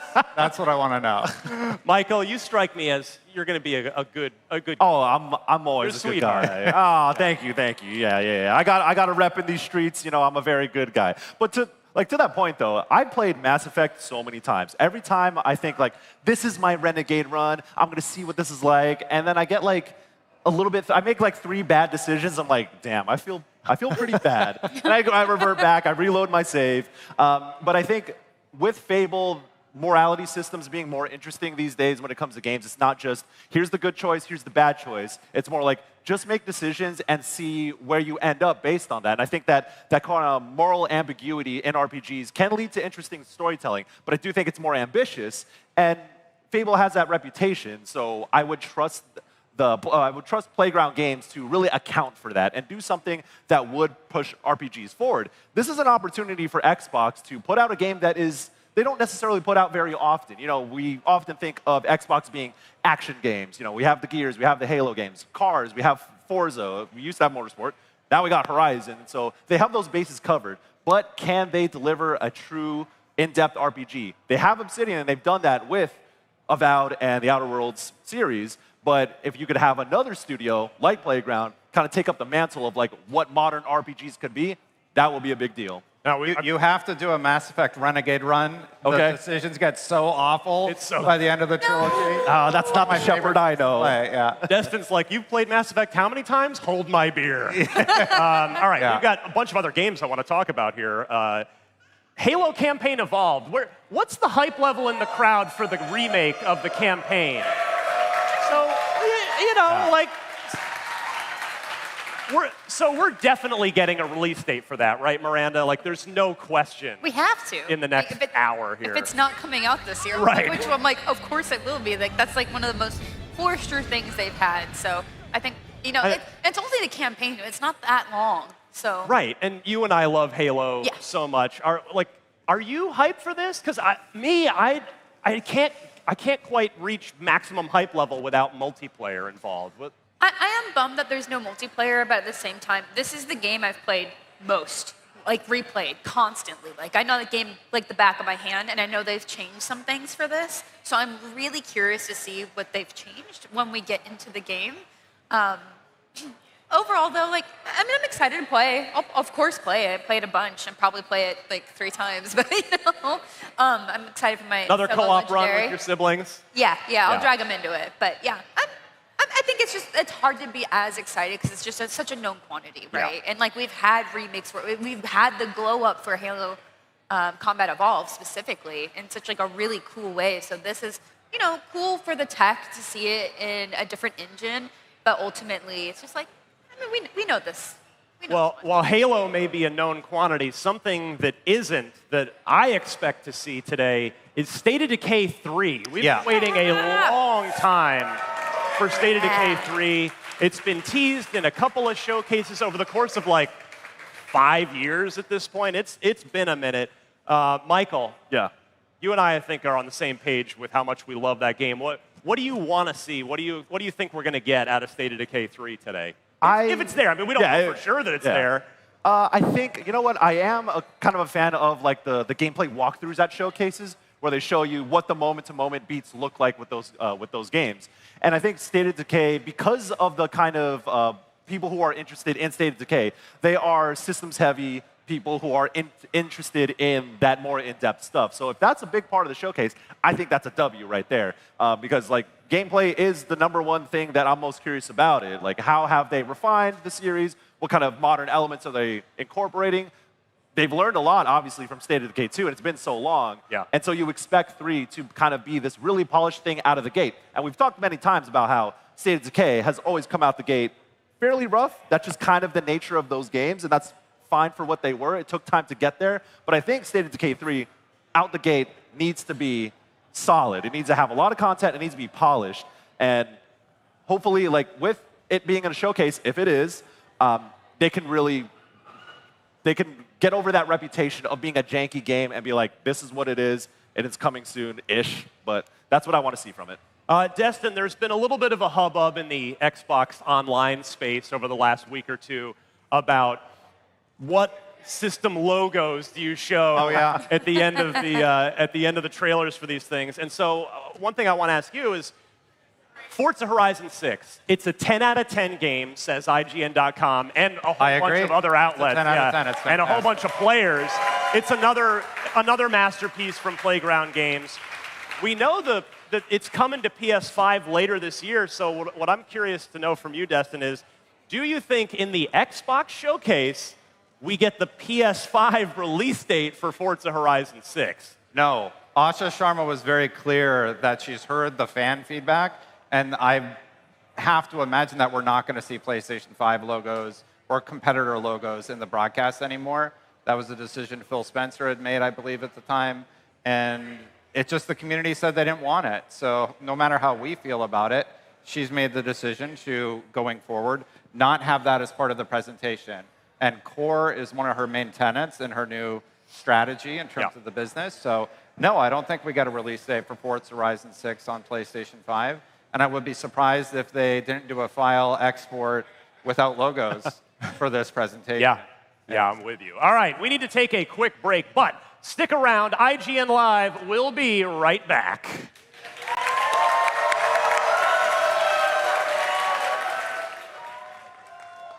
IGN Live is presented by Amazon Luna, here to play.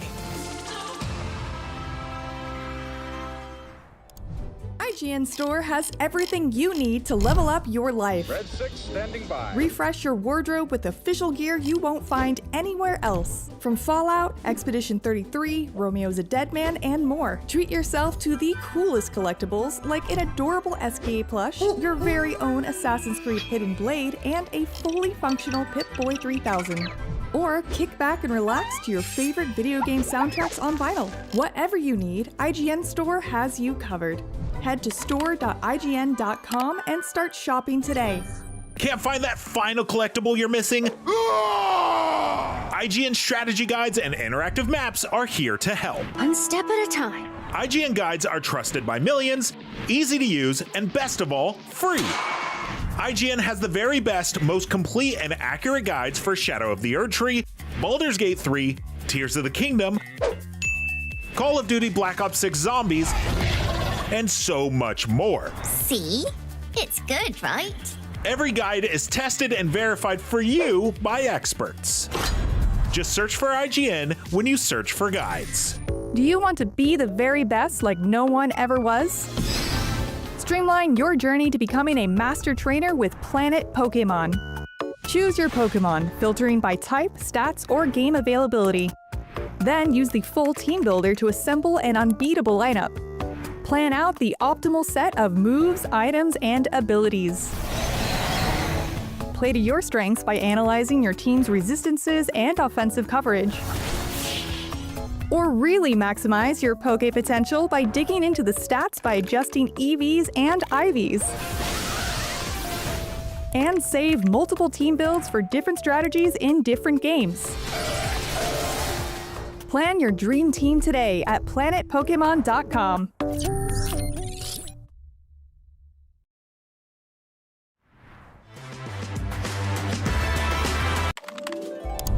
IGN's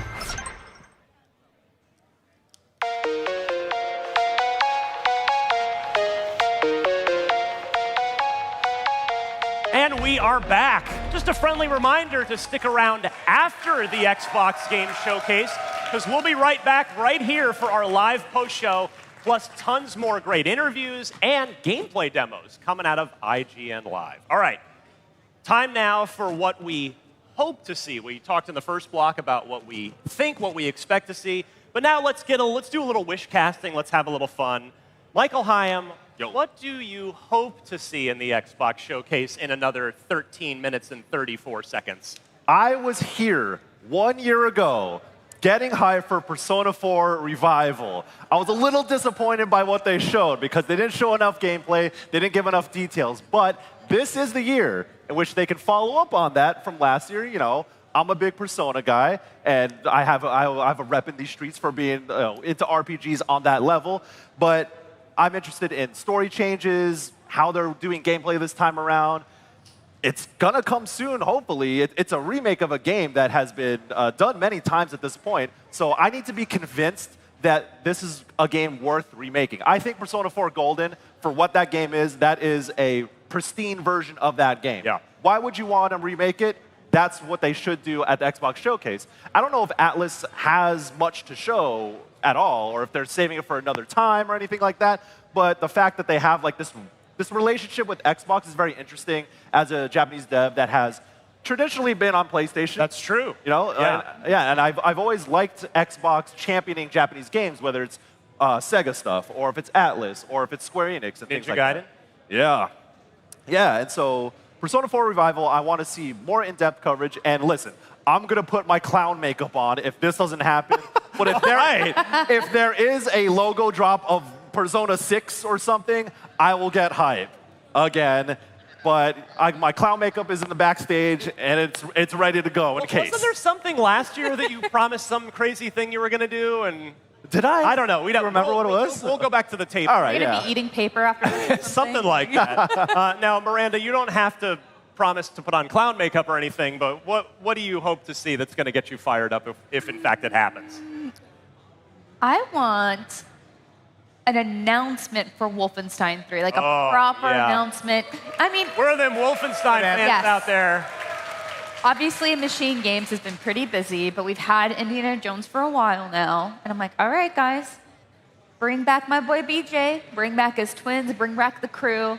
Like, let's go slay some more Nazis. Yeah. Let's make things better. And I hope that they'll do, like, sort of a mood piece, like, with the announcement and not just a logo. Like, because I know whenever I think of people who just announce games with logo, I'm like, we have Elder Scrolls. It's like, like I want more than what we got for that, basically, for this. Because I think, again, we kind of know where they would go probably. Yeah. Probably, but if it's not, I would like to have some of that matched to this hopeful mood piece that they would have. But Michael, Wolfenstein 3, are you all in if that happens? I would pop off for that. I think that's, there's a lot of things going for it. We haven't seen Wolfenstein in a long time, but Indiana Jones was a great game. Machine Games has a great reputation. They got the sauce. To say the least. They have not missed. And so I think 2017 is a long time ago, y'all. I hate to break it to y'all, but 2017 was 9 years ago. And that's when we had the new Colossus. And that game was fantastic. But so much of the world itself around us has changed. And Wolfenstein has always been this sort of commentary on the things that they see manifest in a game that is, fantastical. It is historical fiction. It's dystopian. It's all these different things. But our world has changed so much. And I think Machine Games has proven that they're smart about how they weave those things. I think Wolfenstein, New Order, and New Colossus are actually very good. There's very good storytelling in that, on top of being a really good shooter. So if they do show 3, I do trust them with that. Yeah, I mean, Indiana Jones and the Great Circle, that was my 2024 game of the year. So it's it's still only a year and a half ago because it came out in December. So we'll see. It's, I mean, I wouldn't rule it out, but it's... Hopefully time for an announcement, though. Or just... This is one where I'd be happy to hear about early. Even if it's still a few years away. Just to reassure us that they are going to finish what they started with Wolfenstein. Exactly. All right, Destin. Yeah. What do you hope to see? So we got a really deep look into this, and it's Clockwork Revolution. Nice. Yeah. So I really liked what I saw there. I would love to see a little bit more about it. I don't want them to have a huge section because I don't want to see too much. But the thing about that game that really strikes me is a lot of games we play today, they feel very samey, and that seems like it's doing something very unique and mixing a lot of mechanics that we haven't really seen the first-person shooter genre embrace and attempt to do with modern games. So I would love to see more about it. Yeah, it seems like, Michael, would it be fair to say, based on what we've seen so far from Clockwork Revolution, that it's maybe almost a kind of a cousin to Obsidian stuff, to Outer Worlds, sort of that hybrid first-person shooter and proper RPG in one game? Yeah, that's the impression we got. And knowing In Exile, who's developing this, it's they make games for RPG sickos. Yes. And like Path of Exile, you play Path of Exile. Yeah, a little bit. Yeah. So but to see a lot of those systems or ideas manifest in a first-person game, I think that could be a winning formula, and it's something new from them. It's new. It would be something fresh for Xbox, but also for In Exile. And I miss Dishonored. I got a lot of Dishonored vibes from what we saw previously with it, and there's room for that kind of game again. I know Arcane isn't working on a Dishonored anymore, and I miss that vibe. But that steampunk era with a lot of different technology I haven't seen before. But if you can go deeper on RPG systems in that kind of world, I like you said though, I don't need to see more gameplay because we did get a deep dive. That was 5-6 minutes long last year. But if we could get hit with a story trailer, a release window, that would be cool to remind people at least that this game exists. I've been really a big fan of all the games that have been coming out with boss fights as their show of gameplay because I think it really capitalizes on characterizing the kind of mechanics they want to really throw at you. Because when you get to boss, it's you're putting all the skills you're learned stepping to the up. test. Right. So it's like the culmination of everything you learned up until that point. So being able to see a boss and see how they put that together, I think is such a great display without having to show too much of their story or too much of their environments that they're not ready to showcase yet, just because, spoilers. So I hope that would be a great opportunity for them. Yeah. We mentioned we had Arcane's Blade, Marvel's Blade brought up. Destin, any chance you think we see that? No, I don't. I would love that to see where they're going with the gameplay and the unique art style that they presented thus far. But no, I don't think that's going to happen. What I would really like to see from this showcase is I want to see Xbox sort of showcase why you should invest in their ecosystem again. Yeah. What makes them special? And I don't know, are Gears and Halo going to be able to do that again, or is there something new that they have up their sleeves that will reinvigorate their base and get that new audience that they're trying to capture?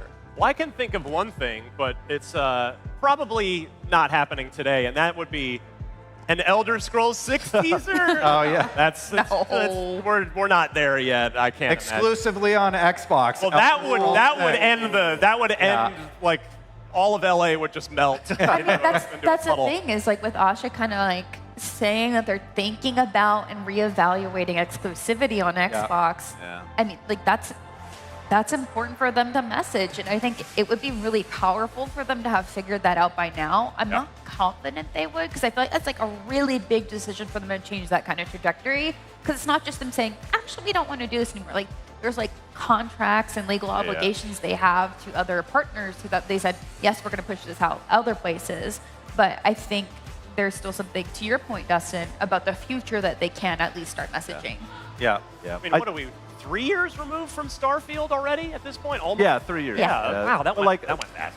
But I think Bethesda is like too big to do that to. Like they have a lot of studios, obviously, but I think Bethesda, in a way, also calls their own shots. And the impression I got when I talked to Todd Howard a couple months back, when I went to go see Starfield's new update and the PS5 release, that pipeline exists at Bethesda, and I think it would be, I don't think it would be smart if they would tell Bethesda, like, actually, you're not doing PlayStation development anymore. Like, that is kind of Bethesda's call to make. But again, like, Xbox has been doing some surprising moves, so maybe something like that is happening in the background, but I wouldn't bet on that. The reporting says that PlayStation isn't going to do PC releases. If they're willing to walk away with $1 billion+ in revenue from their PC releases, maybe Xbox is looking at that and saying, maybe we do have too many cross-platform games. I could see a timed exclusivity. That was where I was for some of these entries, like they did with Indiana Jones.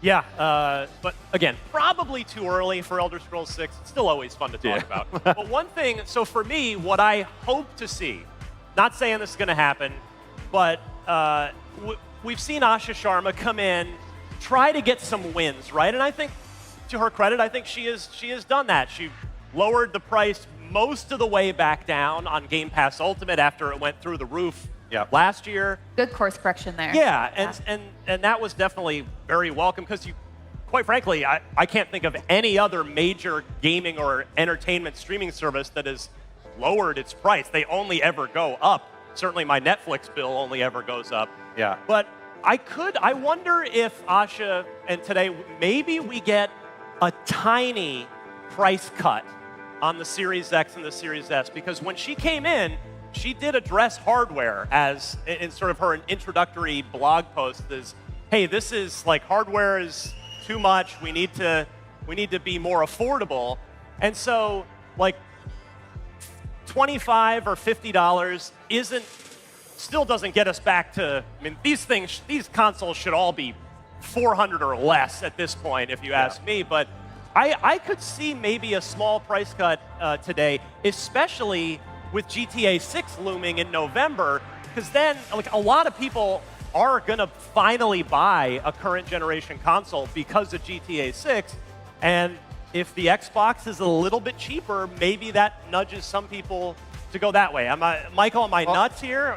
No, we've talked about it in a previous Unlocked episode that Miranda, I think you brought up, but then like it snowballed into this idea that if Xbox wants to be the platform to go to, affordability it's right there on the table. Because we cannot stop talking about how expensive hardware is. Technology ain't getting cheaper. It's unprecedented that 6 years into a console's life cycle, it's only gotten more expensive. So if they want to take that loss, whatever it might be, and be like, line it up with the biggest game that will ever release up to this point. Exactly. If you could associate yourself with that, I know that Rockstar has certain marketing deals with other platforms, with like PlayStation and stuff, and it's not coming to PC yet. So what could be the most accessible and approachable way to play GTA 6 if you had not made the jump? A Series S might be the option too. Like that's not out of the realm of possibility. I was going to say some of our core fans and be like, who hasn't made the jump at this point? Actually, a lot of people. Yeah. I was talking to somebody who's like, oh yeah, I haven't played a game in like 6 years, but I'm going to come back for GTA. Like GTA is my thing. And I was like, oh, do you have a console to play it on? They're like, not yet. I'm still figuring it out. So, I mean, there's a market there for that for sure. Asha highlighted that in the Bloomberg interview she just did recently that it was a 2.75% increase in hardware costs when typically we've seen a 50% price reduction by this point in the life cycle. And affordability is a key metric that she is looking at and trying to figure out how they can offer that to the audience when everybody else is raising their prices.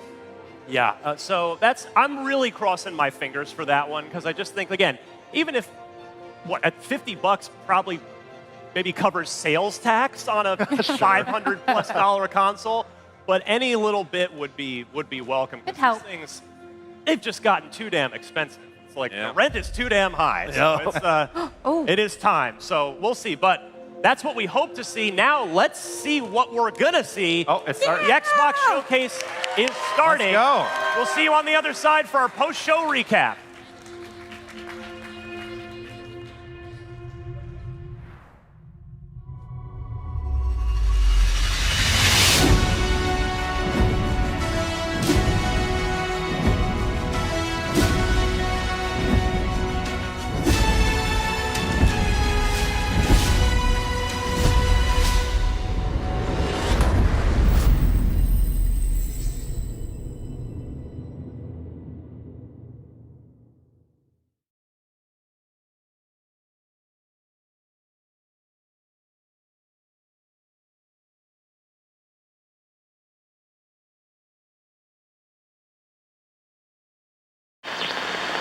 This is the Coalition Emergency Broadcast System. There are reports of multiple tremors causing minor damage across Kelowna. Stay sharp. Don't let them surround you. There should be more guns in the trunk. Here, strap these on. This isn't enough. We should still head to the police station. We're gonna have more firepower there. Right. Yes. It's about 2 blocks up ahead. Okay. Come on! Shoot, move, and watch for civilians.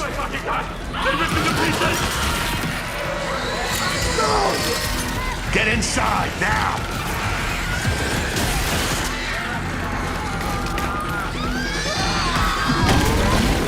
Ground's opening!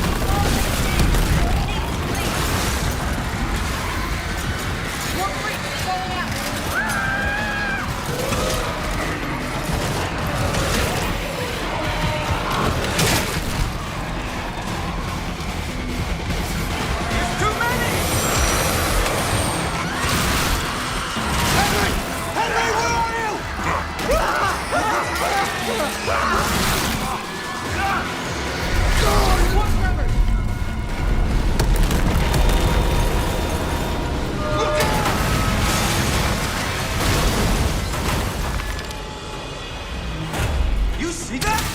It was something big! Like huge crab figures picking up through the street!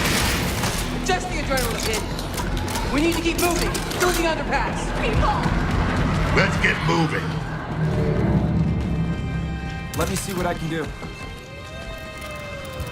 I'm at the pan safe. I need backup. These things are all over me. More tremors. Any gears out there? Anyone that can hear this?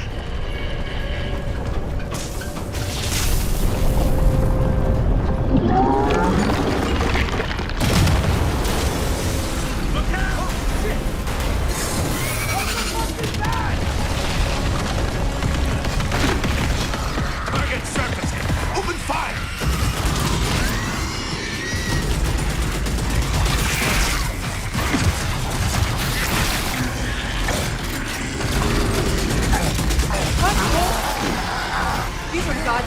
points.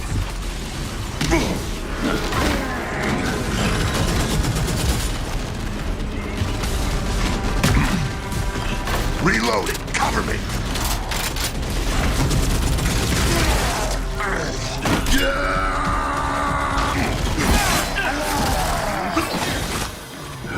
All right. That gear said they're stuck in the pay and save. Which way? It's on the other side of those apartments.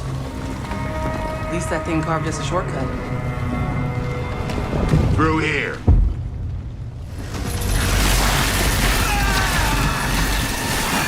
Too slow. Oh, bugger! Come on, then. Oh. Nice shot. Oh, where the hell did you lot come from? We heard your distress call. Well, you saved my ass. But we need to make ourselves scarce. These fuckers keep pouring in every few minutes.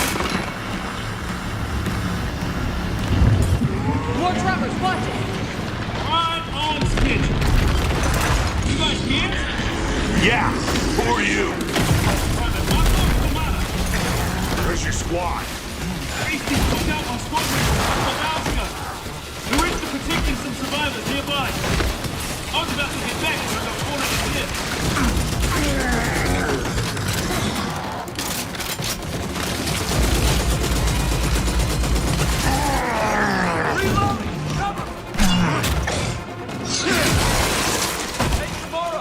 These things been coming in waves? Yeah, what's the problem till I ran out of ammo? I'm not just standing up. I got friends inside.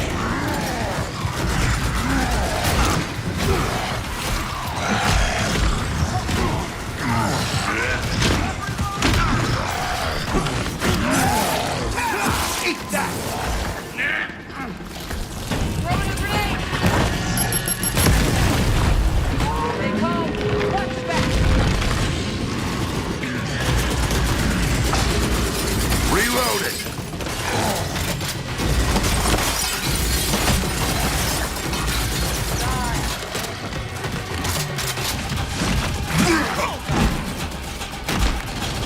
Gotta reload!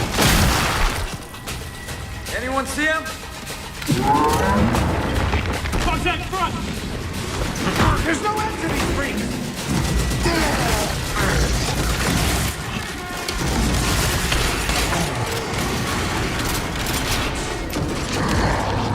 Pick 'em off! On your right, Morty! I got it!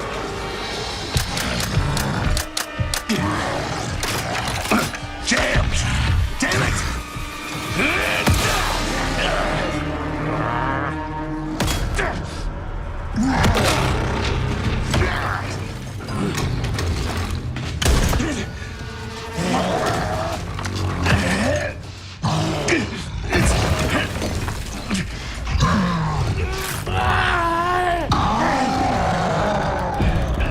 Tom! I'm almost out! Fall back!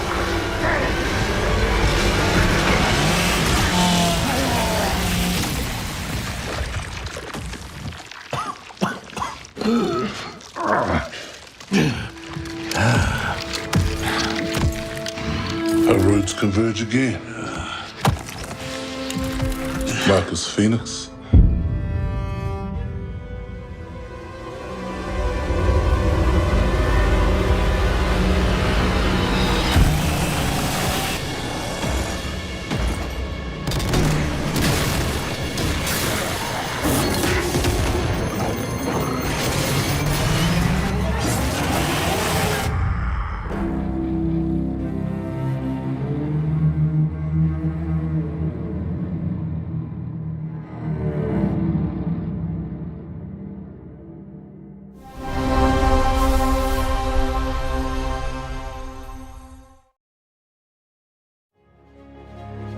Welcome to the Xbox Game Showcase.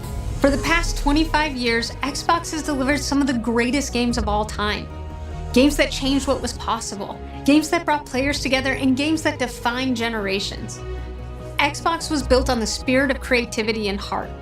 And as we kick off the show with Gears of War E-Day, it's only fitting that as we return to Xbox, we return to Gears. So today, we're announcing that Gears of War E-Day will be an Xbox console exclusive.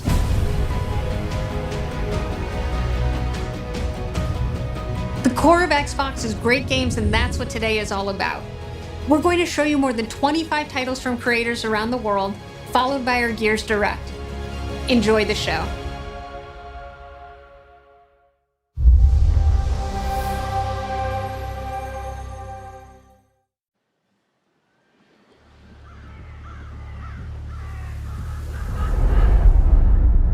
Do I remember the moment my powers came in? Well, I was being crushed to death with seawater and mud and manure, whilst holding onto my sister's hand.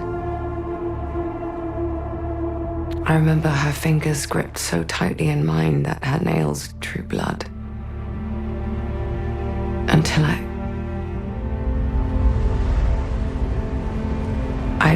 lost her grip. But she stayed away.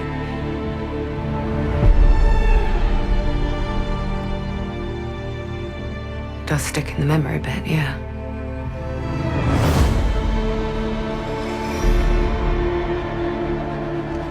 I know why you're here.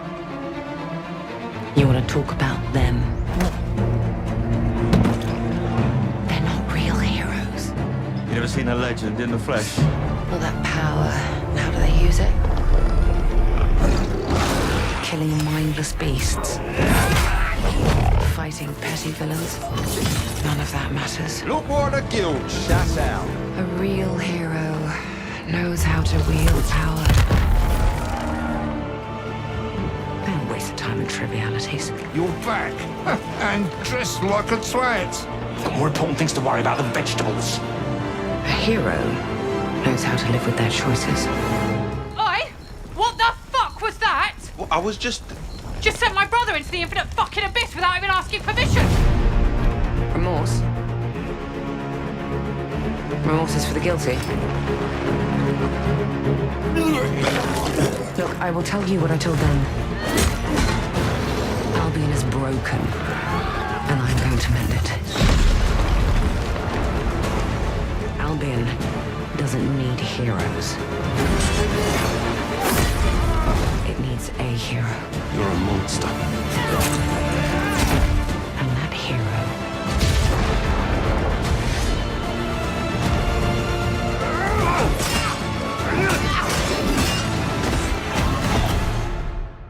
is me.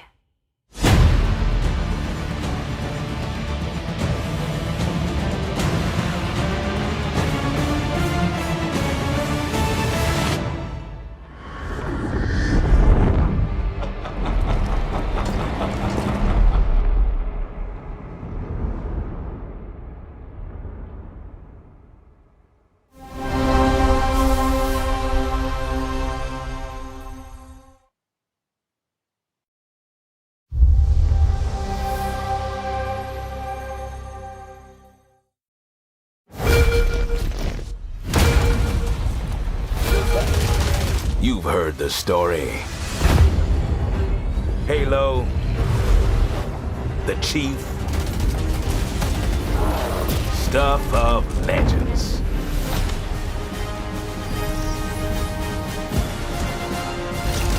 But that's not the story I'm telling today. This one you haven't heard. Op started simple enough. Drop in, grab the goods, get out before anyone noticed. Well, guess what? They noticed.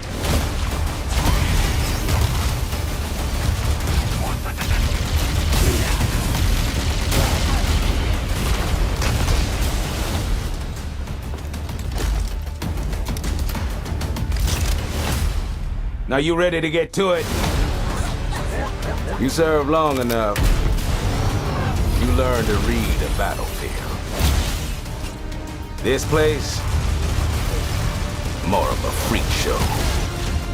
And trust me, I know freaky.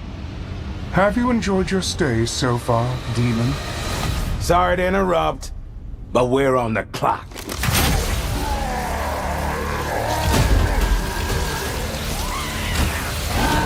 The thing with simple jobs is, they always get complicated.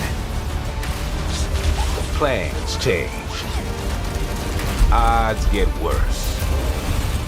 My advice, bring a Spartan.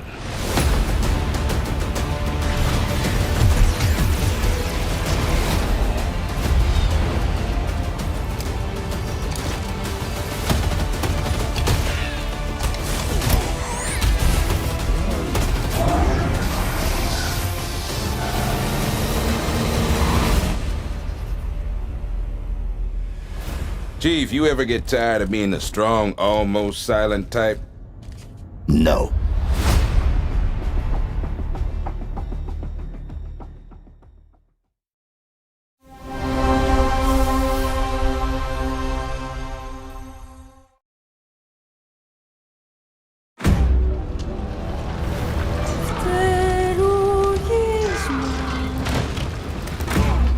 There's something on this island. It's like it calls to me. You and my father found that island thanks to me. There's more to this than you understand. More than you can handle. I've proven myself. Have you? Have you really? A sword keeps you alive. A dagger wins the fight.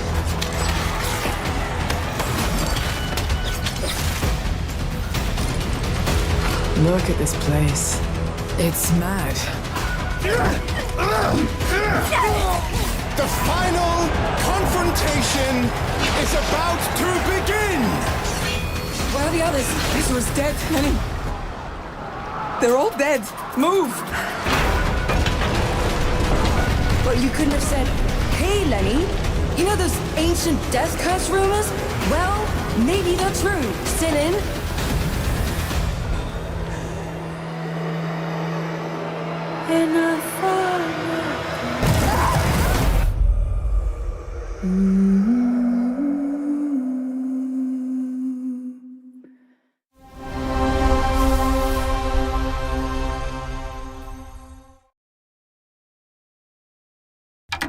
You ever heard of the Midnight Channel? Domino might have been on that Midnight Channel before she died too.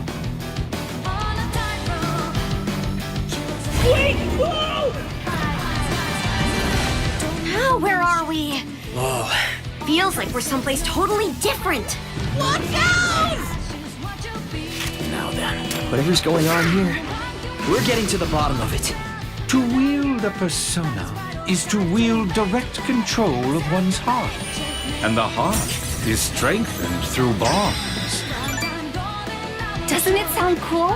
Someone had to see that. I'm glad it was you. Was that supposed to be him?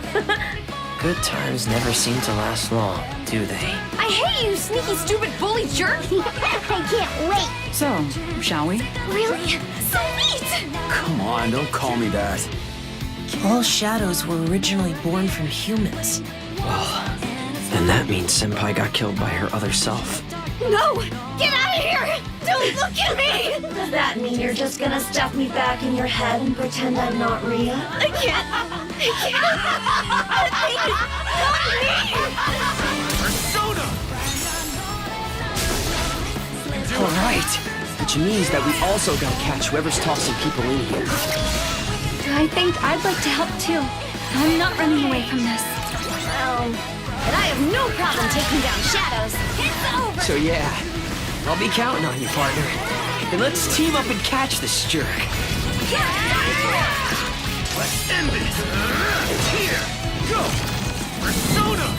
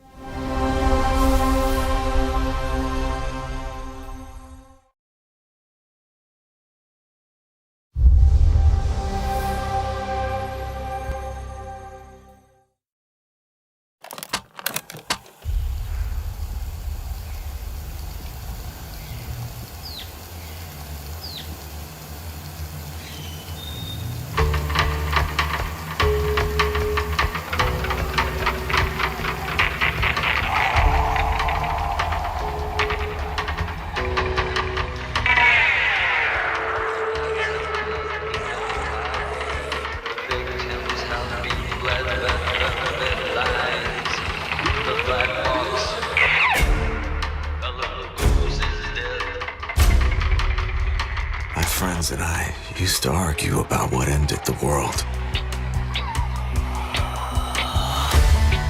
A weapon. A virus. Something worse. Started in quiet towns. Empty roads. Places the world forgot.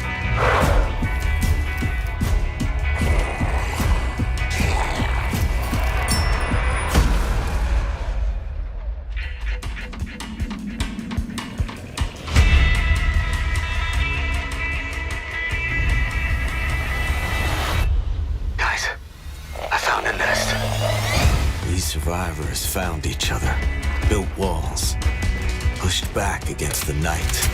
We'll always have each other's back. Because the world has become more dangerous than ever.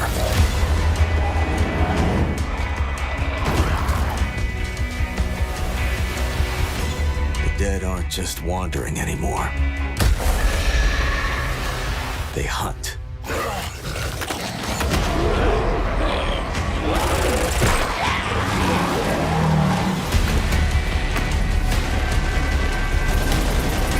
In the end, it doesn't matter what you believe. What matters is that when the dead come through the dark, so do we.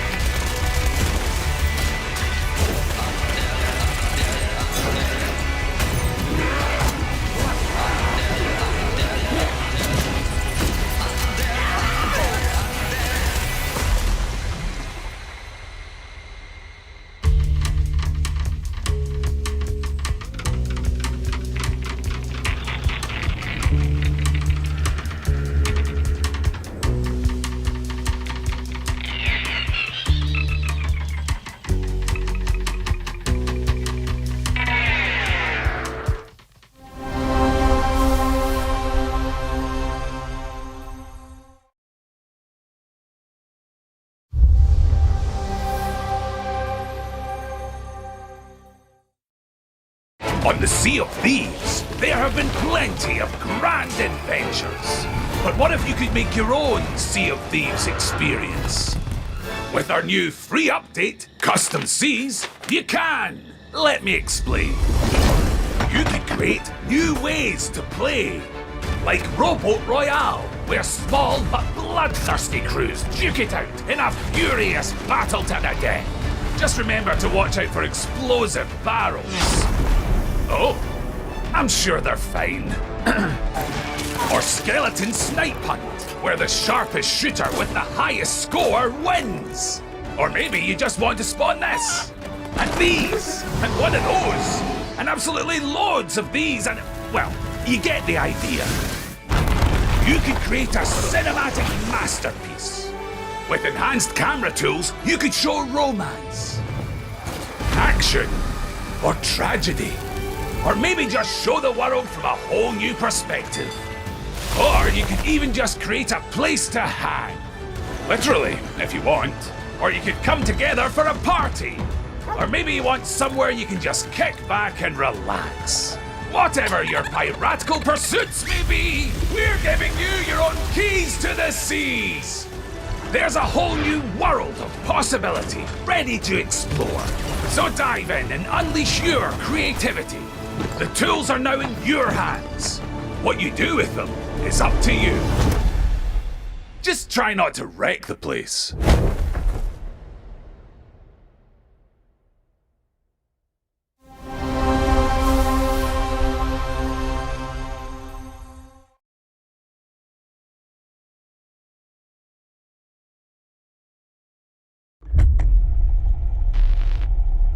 There is a liar in these tunnels.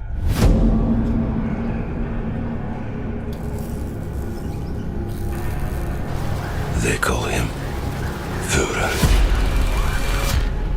But that is not your name.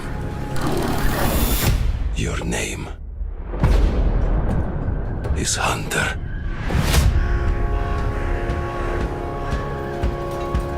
a Spartan, you were a legend. You stood for something. But where are the Spartans now? To protect the metro from you. You promised a brighter future for our people. Now, the Noreich spreads tyranny in your name. You swore to crush the enemy, to face them head on, and guide the metro to the light.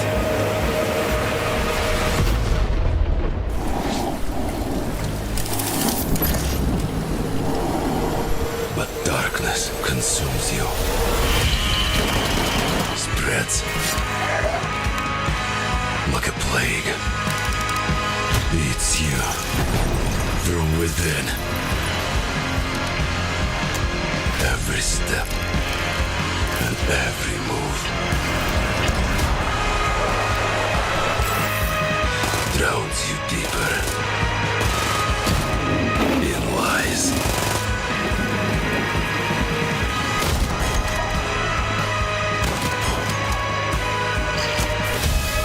Your lies. And now, Hunter, that legendary Spartan is gone. Turn to ash. I won't stop until the Führer burns with him.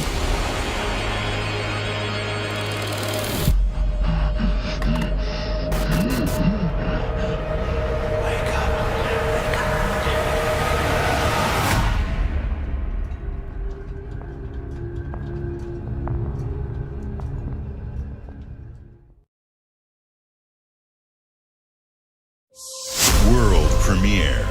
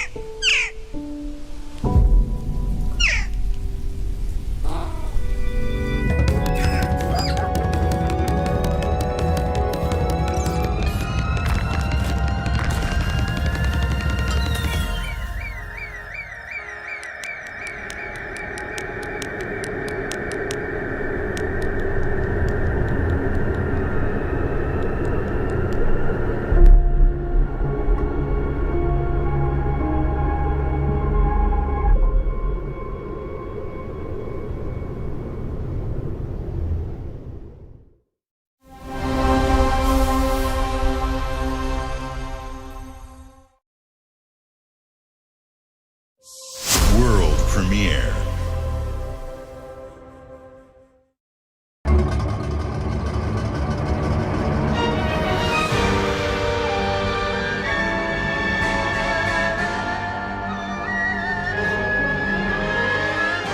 Countless wars have been waged throughout history in pursuit of the elixir of immortality.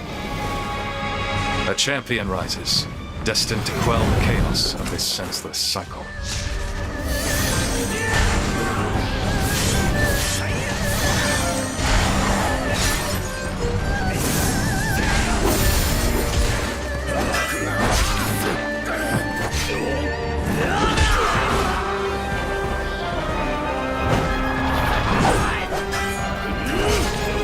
Awaken. Phoenix.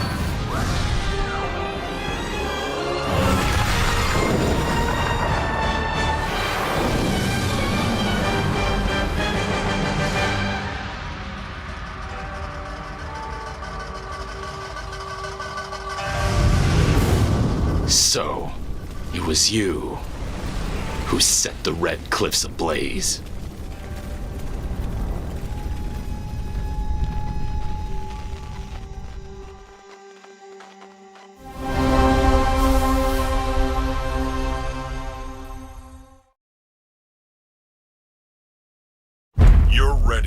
challenge and the reward of opening your very own cult. Nothing can beat us, nothing can break us, nothing can shock us, nothing can shake us. I know it's nothing. You'll be going to beautiful Bedford County, USA, teaming with locals waiting to join our family. You scare me? You don't scare me. You better reevaluate your life choices. You pissed off a random person on the street. You want a trophy? Even if they don't know it yet.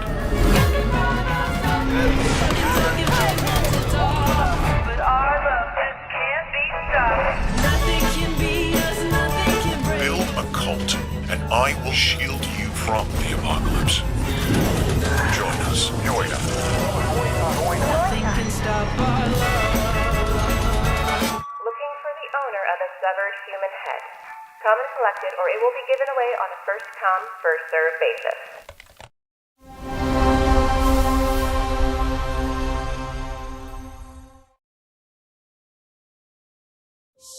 World premiere.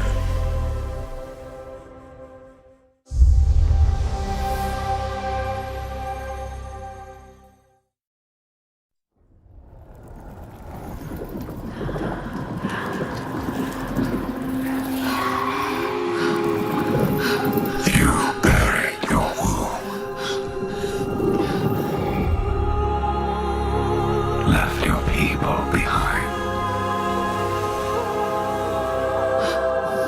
Believing time would see them heal. But what is left in the dark sickens. And some binds cannot be broken.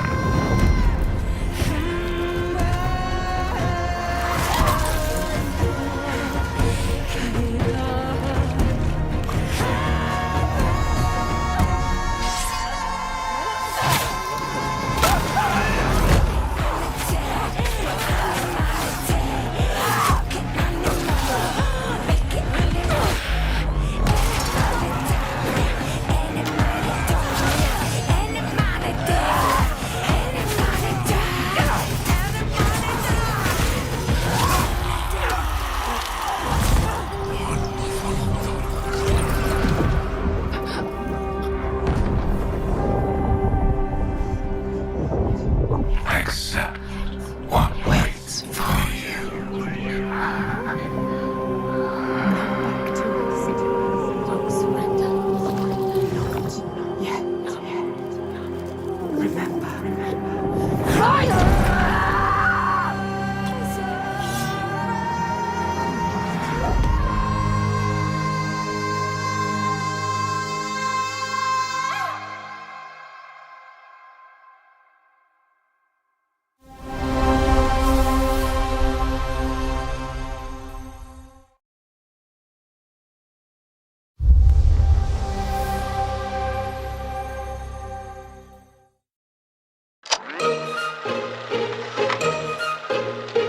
Answer the call of Vault 76. Welcome to the surface, a sprawling paradise. Meet the locals, learn to fish. Doesn't that sound nice? What a hoot! You found loot. This is no time to hoard. Share your stroke of luck with your pals. All aboard. Build your camp as a team. Hey, life's pretty swell. But in this Appalachian wonderland, All is not well.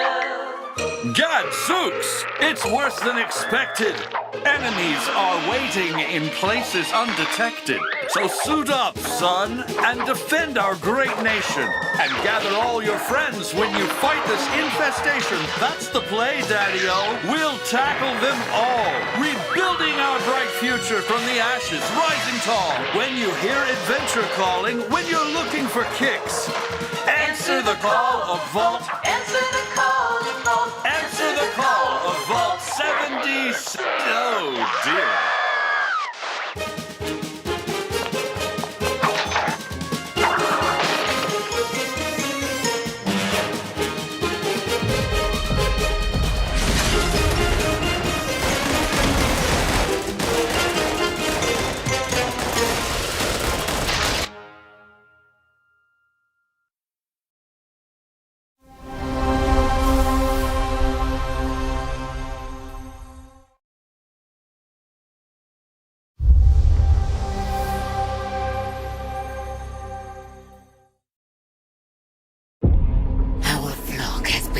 astray by your acts of defiance. Argent and Noir trembles in the wake of your actions. They follow you now.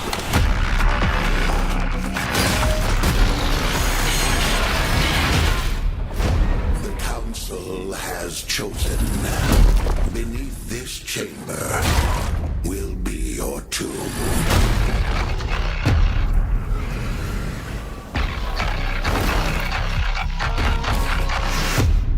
This place is your pain-given shape. It holds many secrets. Only a cleansed soul may leave. I am not your enemy. I am your way out.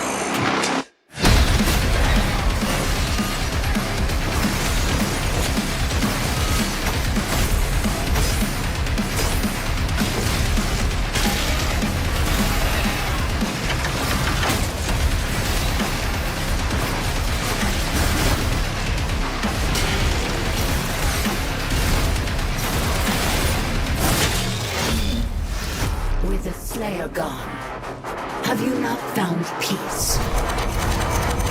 The demons, they have retreated. Their war is with him.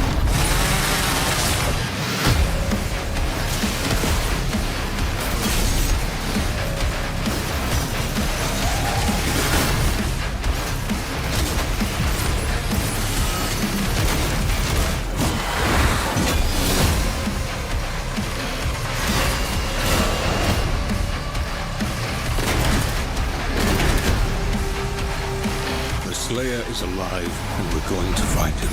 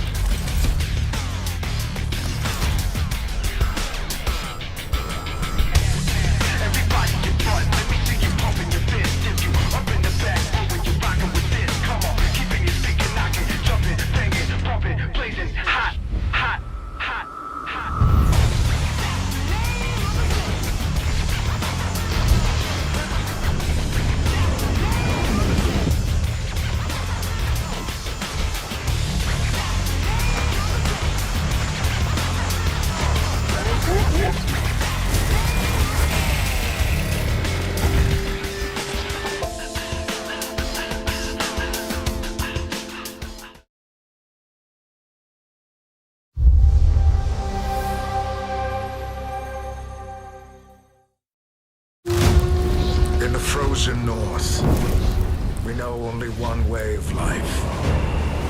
We know the thunderous crash of the waves against our ships. We know the bite of cold steel.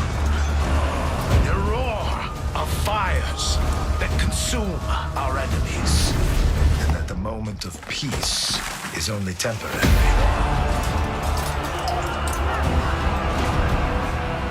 Because Valhalla opens its gates only to the worthy. And the next proving ground awaits just beyond the horizon.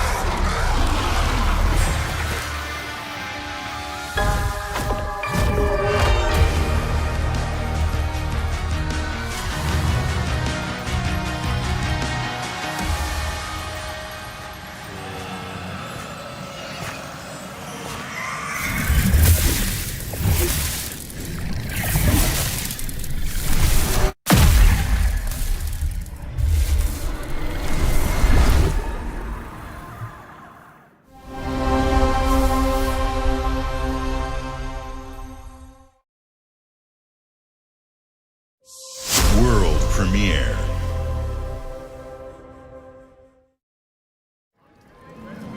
Ladies and gentlemen, admirers of the mysteries of magic, take your seats before the lights go down and the curtain rises, for our next act is about to begin. Are you sitting comfortably? Are you prepared to witness feats both mystifying and illuminating? Watch closely then, and let the shadows tell their story. Behold, the famous Jacob Menturo, stage magician extraordinaire. So brilliant were his tricks, it cast 5 long shadows behind him. They called themselves Masters. Through a deal with the devil, the Masters sought yet more power. Their deal demanded a sacrifice, and in the darkness, they chose Jacob. Jacob was trapped in eternal torment, but the devil had other plans. He pulled Jacob from his infernal nightmare and offered a new deal. Face their legions, their tricks, every abomination they command. Take what should have been his. Escape if he can.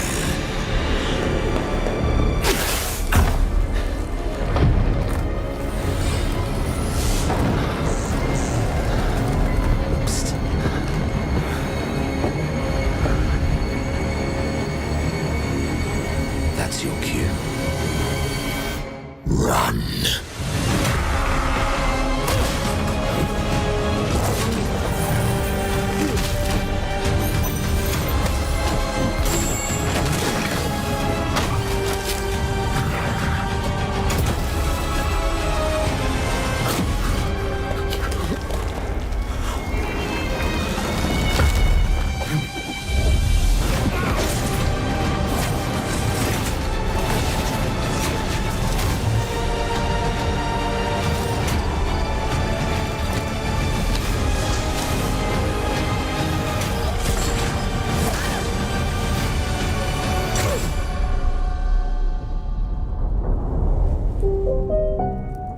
deal's a deal, Jacob.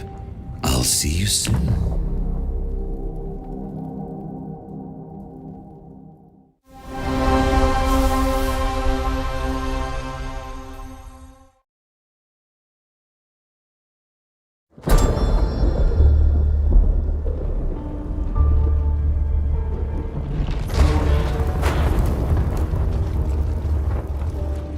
What would you give for victory? Your life? The lives of your sons?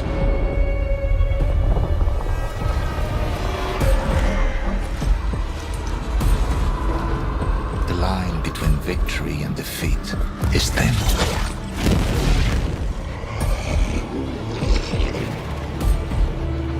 What if you had within you power, terrible and divine,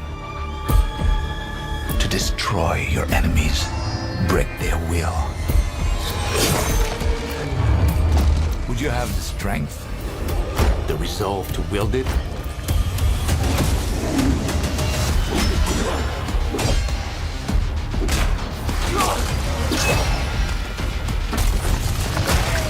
If destiny was there, within reach, could you sacrifice everything?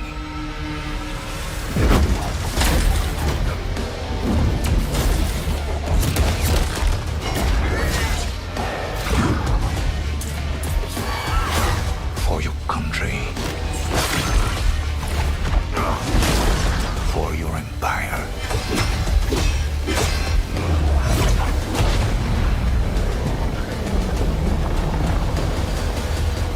For your emperor.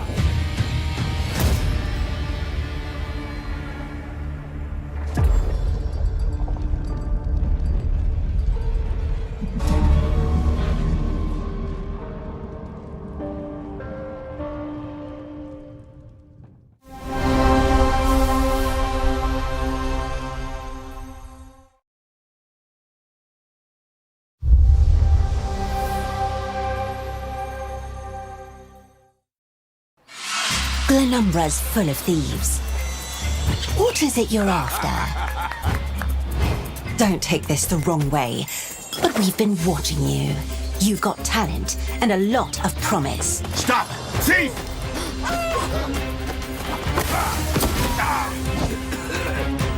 Are you ready to talk about planning a real heist, partner?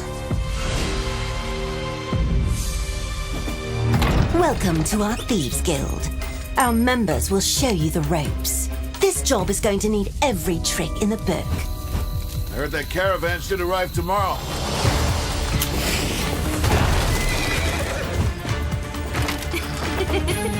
Some jobs call for slick distractions and quick fingers, but you never truly know what's behind a door.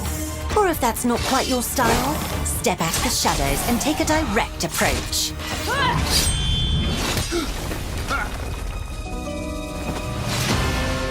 There's other treasure all around the world, if you know where to look and are willing to fight for it. Whether it's fortune, adventure, or danger, the Thieves Guild has everything you need, as long as you're willing to take it. Don't mind if I do. Hands off the cheese. I got here first.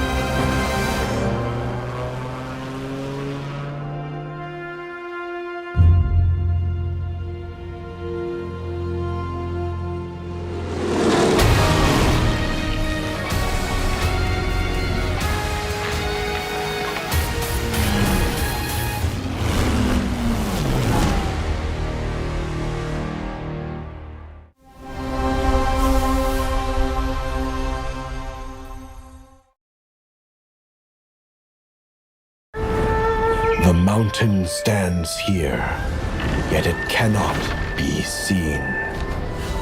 The wind passes without a sound. People move within.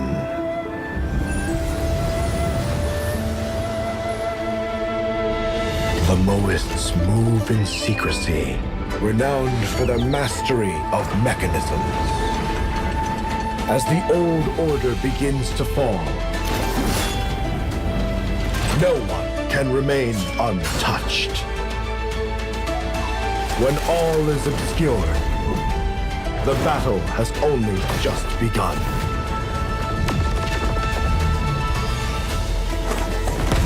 Beneath every mechanism, the true game lies in the human heart. This is your game to decide.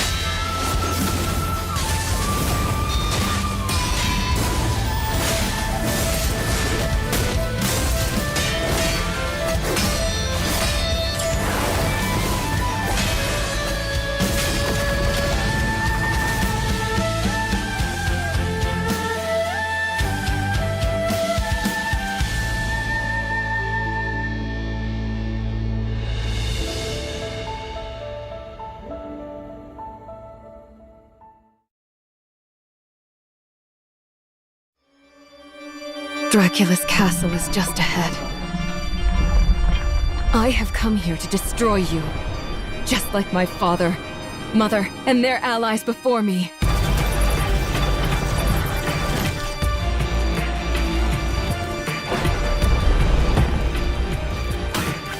No one believed me when I said the newest Belmont would be a girl.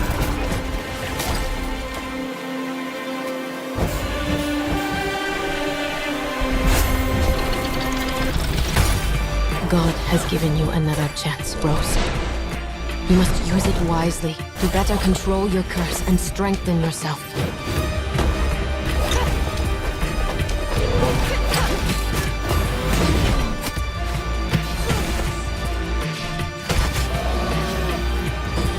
You are no more than an irritating thing. What makes you think you can stop me this time?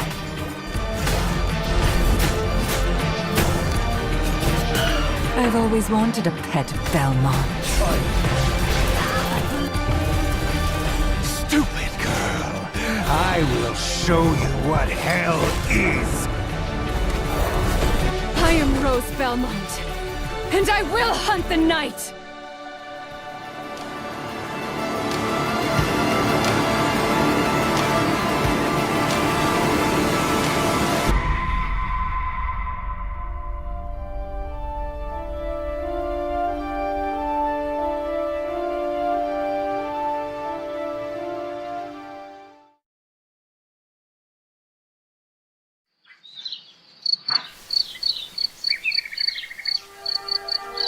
Some years have a color to them.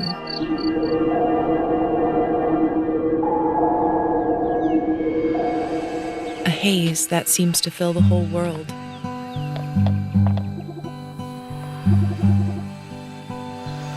In its glow,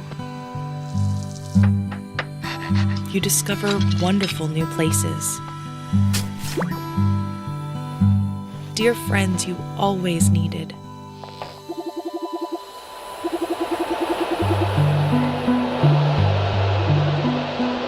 And golden moments which linger on the warm breeze.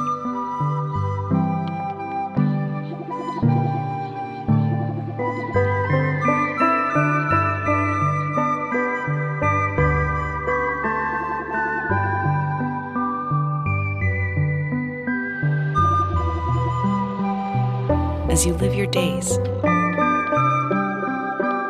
as dreams.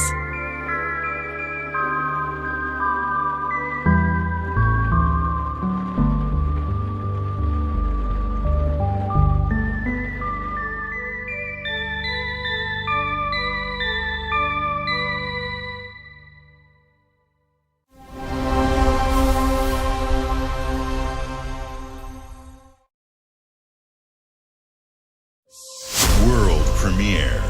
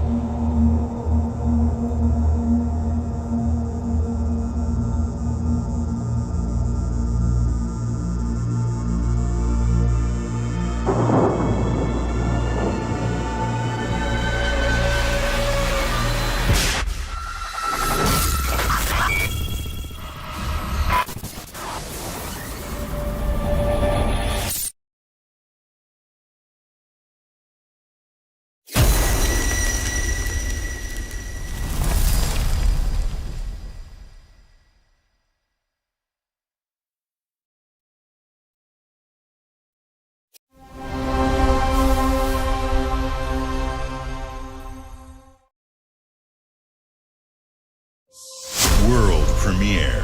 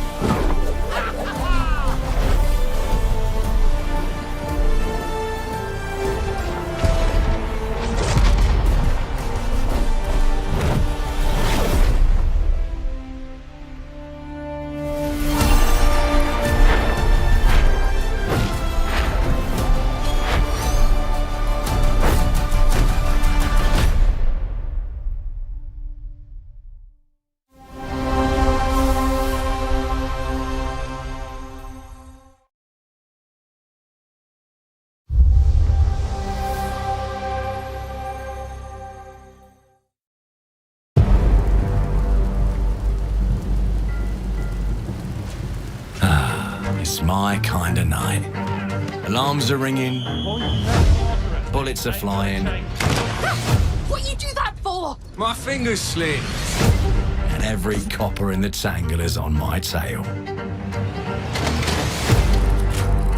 Hooligans, come to order! Piss off! Let me introduce you to some of my esteemed colleagues. Even my schemes have schemes. Me, I prefer to make it up as I go.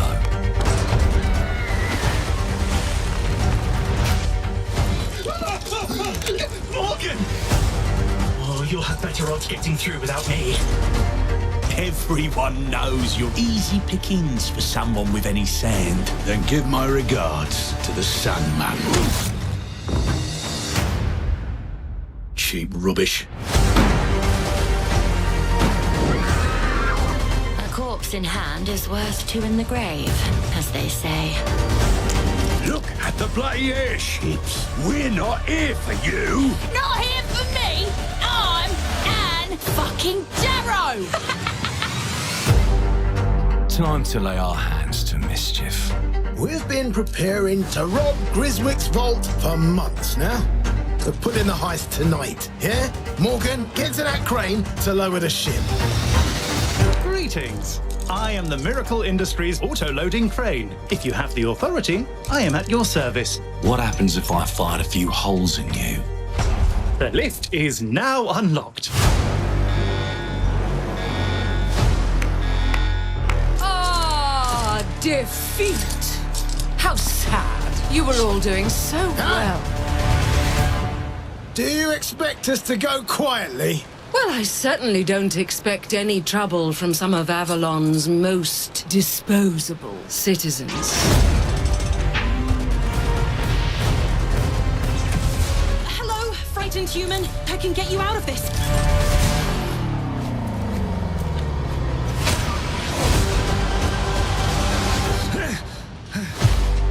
You've just jumped about 25 years back in time. This place, on this day, is ripe for changing the course of history. This life ain't one for granting easy choices, but I just found a way to control the past. Change who's in control. Make things unfair in our favor.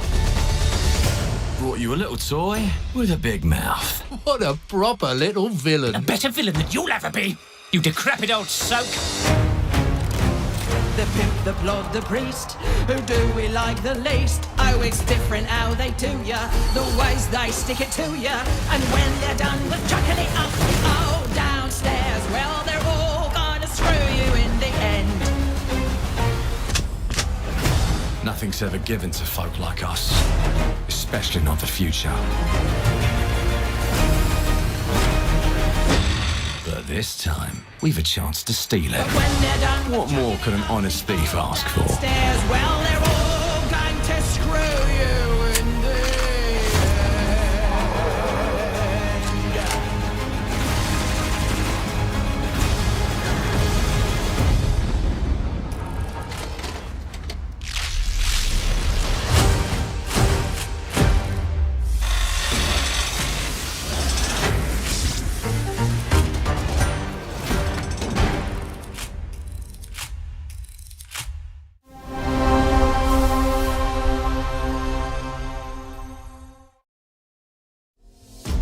Clockwork Revolution is an original experience full of intriguing characters and incredible world building. And it's an Xbox console exclusive coming in 2027. Thank you so much for joining us today. This is a milestone year for us as we celebrate 25 years with you, and we're excited about our lineup of iconic games. Record-breaking Forza Horizon 6, the return of Master Chief, rebuilt from the ground up, the extraordinary world of Fable, full of choice and consequences. Incredible games from our partners at Sega, 4A Games, Koei Tecmo, and more. And players can look forward to 2 upcoming exclusives, Gears of War E-Day in 2026 and Clockwork Revolution in 2027. In a moment, we'll dive into Gears of War E-Day, but before we do, one franchise that has been with us from the beginning is Call of Duty. Now, it's bigger than ever, with a new Modern Warfare later this year and a movie on the way. Last month, the teams at Infinity Ward and Activision gave us a glimpse of the story and gameplay. Today, they are back with a first look at DMZ, reimagined in a way that only Call of Duty can deliver.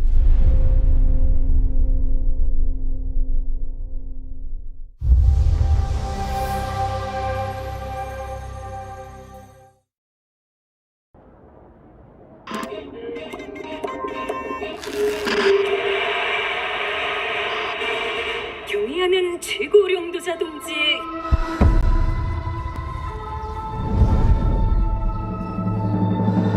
현명한 용도 아래 우리 조선 반도는 질서정연하고 강력하다. 남부 차단구역에서 발생했던 산업사고는 우리 공화국의 영웅적 투쟁으로 이미 수습되어 조국의 안전엔 흔들림이 없다. 차단구역은 안전하다. Inside the mall is a set of black files carrying bounty intel on a high-value target. Locate the files and eliminate the HVT. Expect contact. HVT may be in the area hunting anyone after that intel. Jeez, this is huge. It's dark as hell. That's why you got NVGs, man. Hey, I'm gonna head downstairs real quick. See if there's any weapons or gear laying around. No, that's a negative. That's not why we're here. I'm gonna be fine. It's only gonna take 2 seconds. I say again, that's a negative. Okay, get your ass upstairs.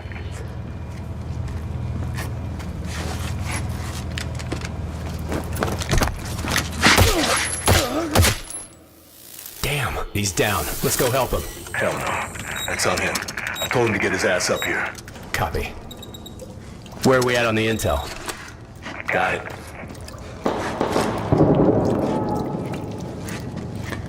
Alright. Let's find that HVT. On you. Overwatch to actual. Letting that intel compromise your location. Enemies are alerted to your position. Shit. Yeah, you know we're here.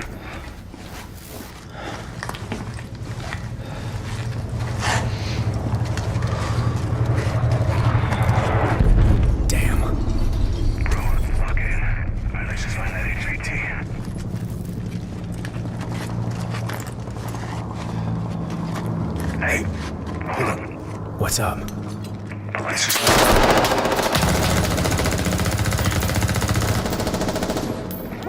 Hey, you good, man? Fuck. Yeah, you're all right.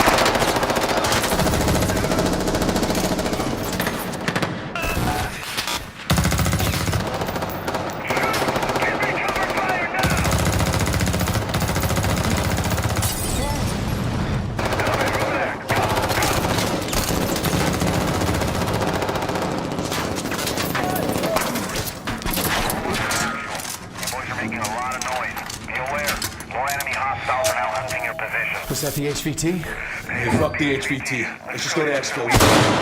Fuck!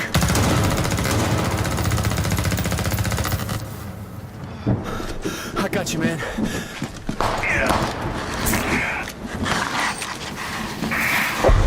You good? Yep. Let's just get out of here. All right.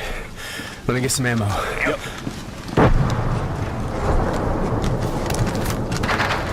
Oh, hell yeah. All right, let's move. Overwatch to actual. Look for any building with green smoke. I say again, green smoke. Freeze, you got eyes? Yeah, I got it.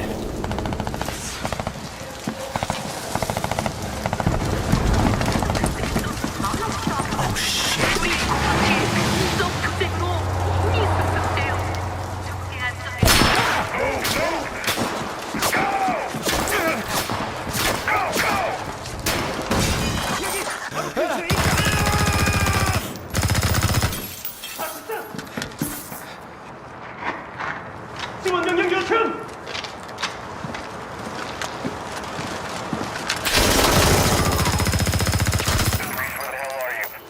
I'm inside. Get your ass to the roof right now. Copy. Please have medical. Oh, thank you.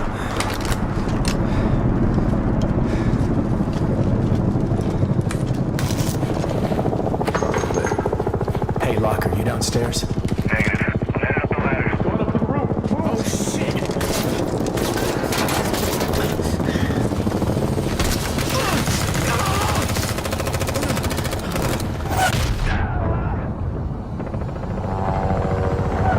Get on the chopper.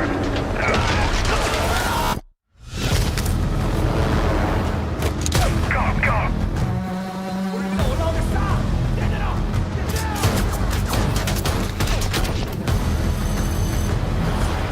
Incoming.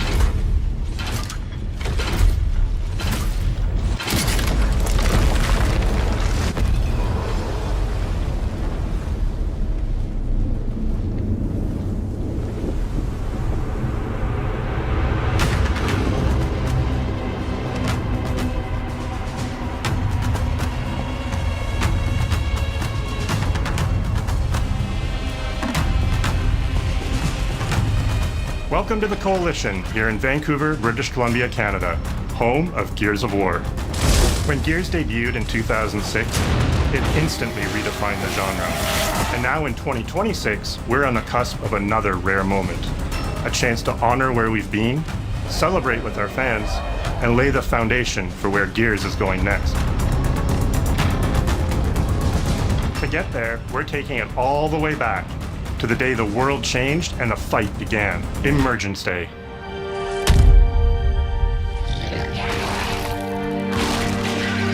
It's a day of unimaginable loss that sits at the heart of our universe.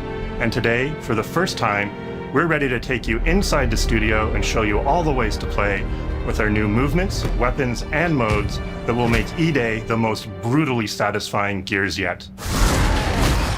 Is that all you got? Before we talk about what this game is, I think it's important to share why we chose E-Day. When we started this project, we were moving to Unreal Engine 5. It was a new foundation with a blank slate. So we took a moment to reflect on what makes Gears so special to us and to our fans. And we realized that all of the things that make this world feel so unique, brotherhood, brutality, that melancholy beauty, and over-the-top spectacle, they're all perfectly set up in this one moment in time, E-Day. The moment the Locust ripped through the ground and changed the history of Sarah forever. And to tell that story, we wanted to build an experience that evoked the vibes of the original Gears game. So we started with this one still from the Mad World trailer. It's Marcus facing down the Locust, defiantly firing into the darkness against overwhelming odds, And we said, this is the emotional core of Gears. This is the tone and feeling that we wanted to build our next game around. This is our most ambitious game yet. E-Day is a story we haven't been able to tell before because we didn't have the technology to do it. We finally have the tools to reimagine the Gears world at a new, unprecedented level of detail. We're pushing Gears to new heights with the densest, most detailed world we've ever created. With seamless, large-scale environments. It's even worse from up here. Fully dynamic ray trace lighting. And a richer real-time destruction. Starting with an empty hard drive, we literally rebuilt everything from scratch. Characters, enemies, weapons, animation, sound, the world itself. And then we tear it apart in front of you. Watch out! Coming down! You'll fight against bigger and more brutal enemies with new and craftier weapons and navigate the battlefield with more natural character movement so that every moment of emergence plays smoother and hits harder. This is a game that feels like Gears, but plays like new. Now, we're inside. It's a return to the feelings that we had when we played the original games, but now reimagined, evolved, and enhanced with the power of a new engine.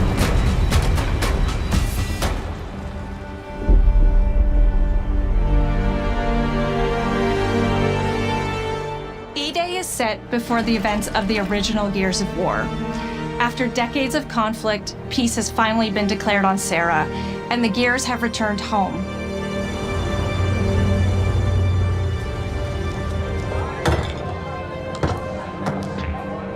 Love you, baby. Marcus Phoenix and Dominic Santiago are young veterans trying to adjust to civilian life while grieving the loss of someone they both loved. Carlos Santiago, Dom's older brother and Marcus's best friend. To Carlos. To Carlos. Best fucking brother anyone could ask for. Carlos died in combat in a moment of sacrifice before the war ended, and without him, Marcus and Dom's relationship is distant. The emotion from our refinery kept power. With the world just barely on the cusp of peace and our characters coming to terms with their new reality, the locusts emerge and change everything. This is the Coalition Emergency Broadcast System. There are reports of multiple tremors causing minor damage across Kelowna. Strap these up. E-Day tells not one, but two origin stories. The start of this world falling apart and a brotherhood coming together.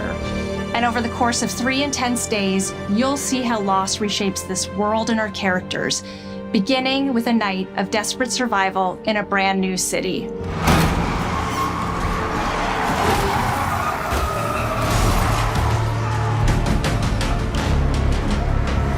We decided to focus our story on just one city, so you could really feel what war does to people.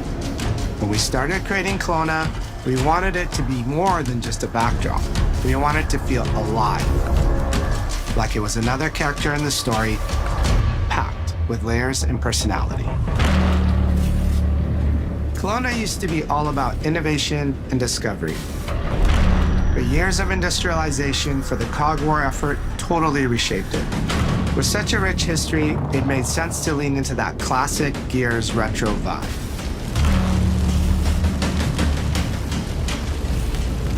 Towering architecture, robust vehicles, and grounded technology. Kind of like those gritty industrial cities from the 1970s. We also looked right outside these windows at the mountains, the ocean, and local landmarks to help give Kelowna its unique style.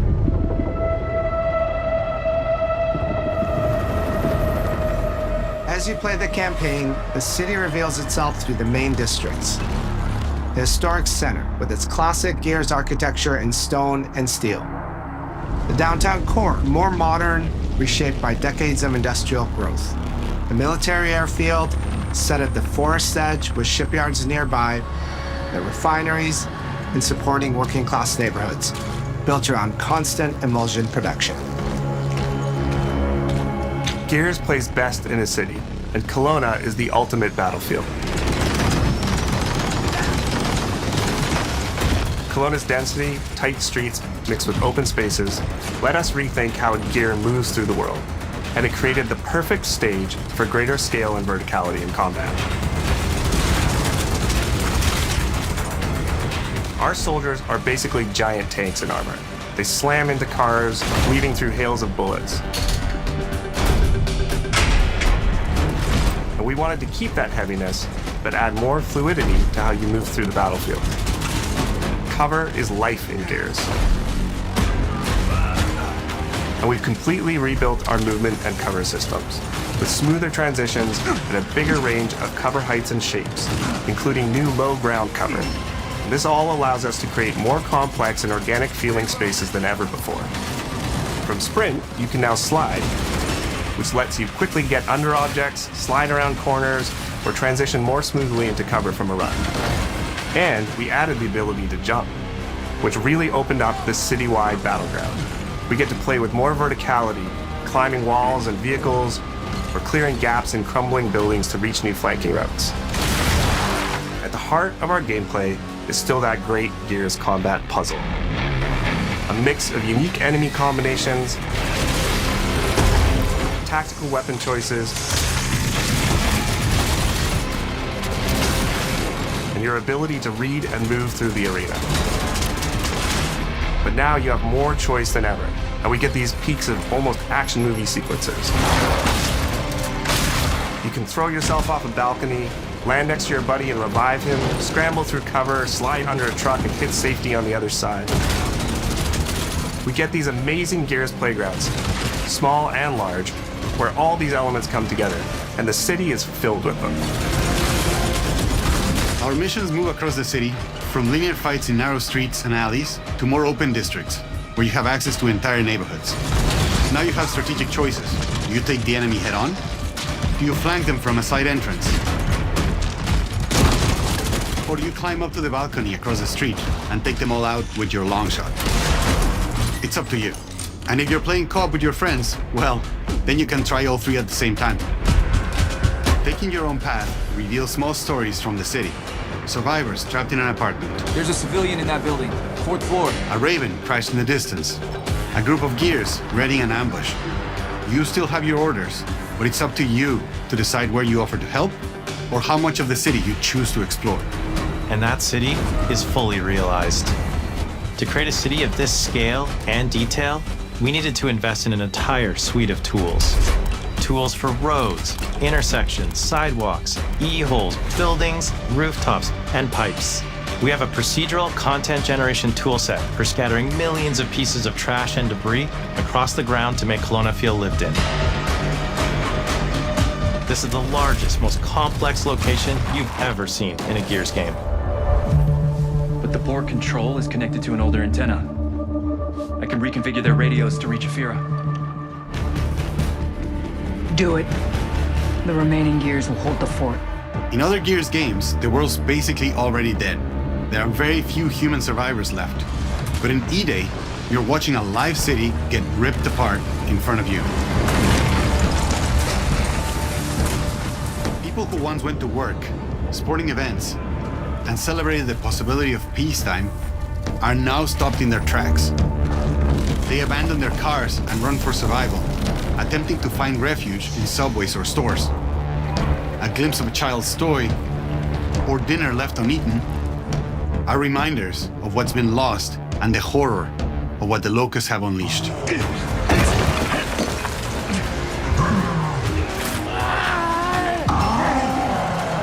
You'll experience the locust decimation at all scales in E-Day through our customized destruction technology.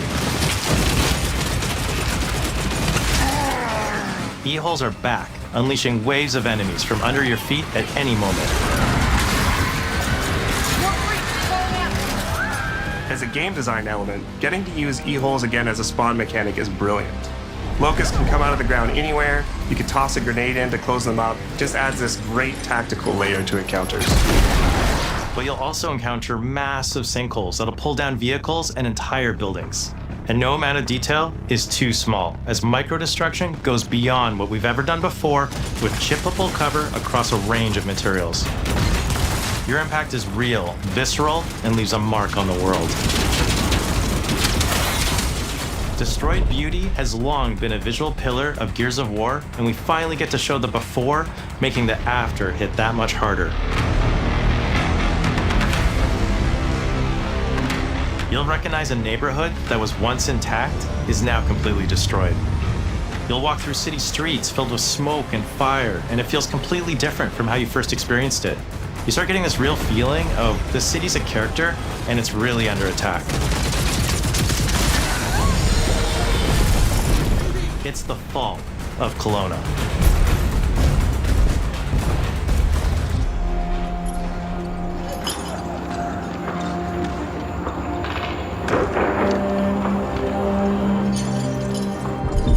E-Day is an intentionally intimate story. There's this colossal event going on in the plot, but the actual characters and the journey they go on is where you get to explore themes of burden, of loss, and of loyalty. The whole world of Gears is about characters. It's the nightmarish monsters from below versus the soldiers that hold the line in a war for survival. You okay?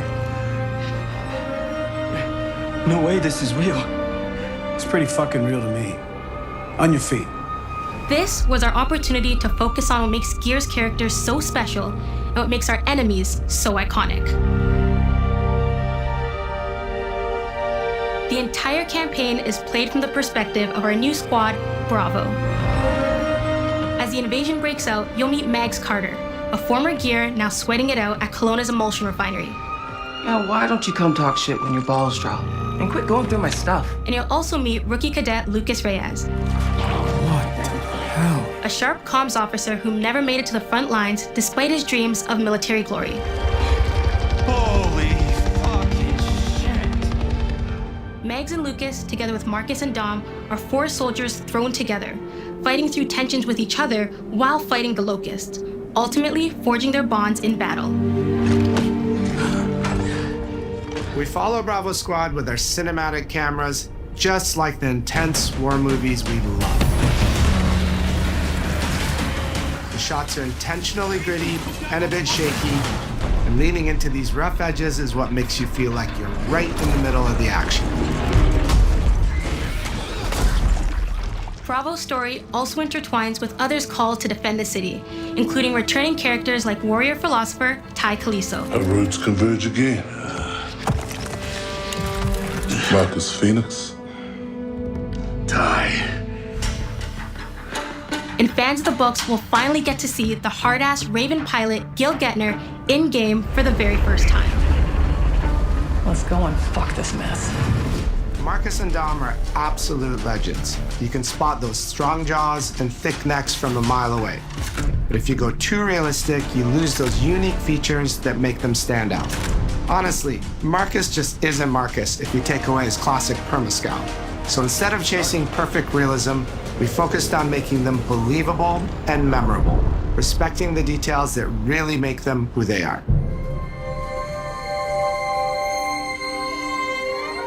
Material and character fidelity in Gears of War E-Day far surpasses anything we've been able to achieve before.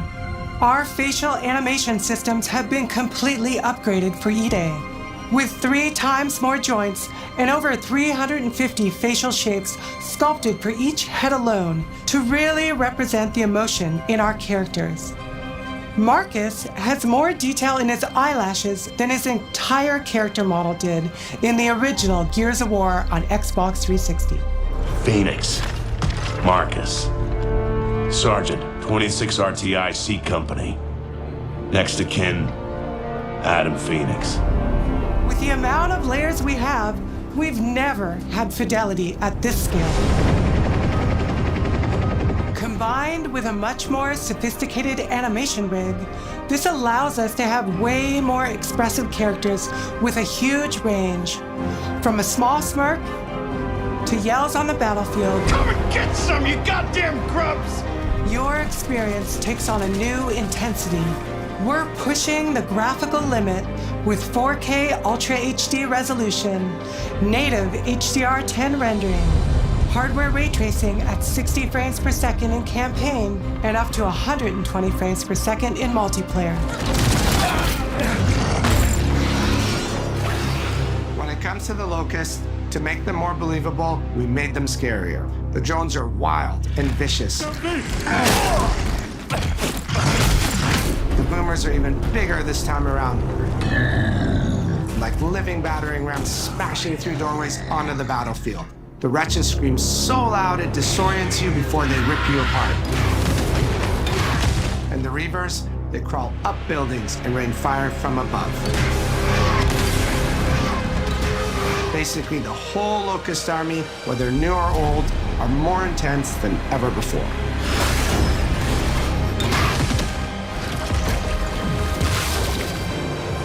So what now, Marcus?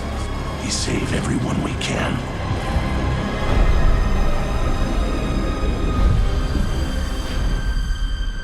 Gears of War has never been a horror game, but the world has always felt horrifying. And with E-Day, we lean into that even more. Our new gore system means damage feels meaty, responsive, and satisfying. That was satisfying. Muscle and cloth deforms in response to your attacks, and blood and bone damage adds to the intensity of combat. Gore is localized as well. Shoot a locust in the armor leg, and you'll see the bullet take a chunk out of it. Or land a heavy shot on a limb, and our dismemberment system will rip it clean off in glorious detail. The Nasha is going to get you the most satisfying shots, covering you in blood, or pop heads from afar with the long shot. We've revamped our favorite weapons for E-Day. And of course, we also have some fun new ones for even more brutal ways to tear your enemies apart.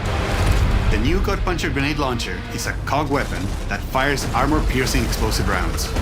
Quick fire a round to let it explode, or hold the trigger to control when it detonates. That means you can place a well-timed explosion behind an enemy protected by cover, or with practice, master its long-range eco closing potential. The Incinerator is our new shotgun. You can see the emulsion literally melt the skin off an enemy's body. Before, you'd probably get into a grapple if an enemy came charging at you. Now, you feel the power of getting to incinerate them when they get close. And of course, the Lancer.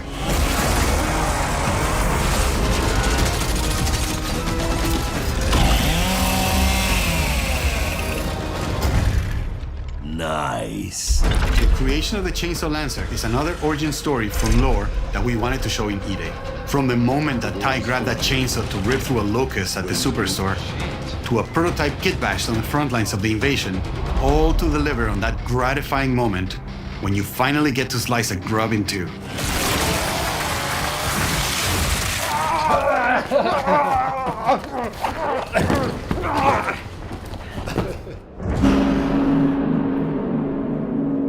Gears music has always been about tension, escalation, and release. When a fight kicks off, the music hits hard. It tightens as things get more dangerous. And when you've dropped the last enemy, you hear that familiar big ringing chord. For E-Day, we kept that structure, but made the sound harsher. Together with our composer, Adam Lastica, we built the score to match a world on the verge of collapse. The electric guitar returns alongside classical instruments, but both are pushed into uncomfortable territory.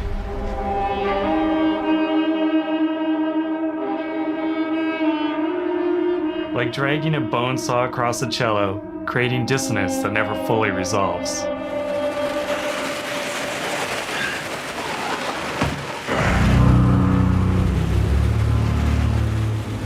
Where the hell are we?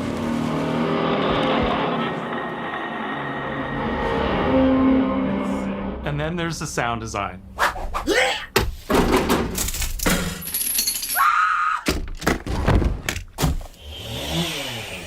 All chainsaws have voices. When it came to the sound for our Proto Lancer, it was important to us to track down the exact make and model that was recorded back in 2006 and rebuild it from the ground up using our new sound effects system. This chainsaw has a 14-inch blade with that signature meaty yet intimate sound, and when it revs, you can hear all the gnarly details. In terms of how you'll experience Kelowna, I always think about our acoustic system like this. I'm walking down a street and I hear the sound reflecting off the walls around me. Then I step into an alley and everything immediately tightens. I come back out into a wide space and the sound opens up again, almost like a cathedral.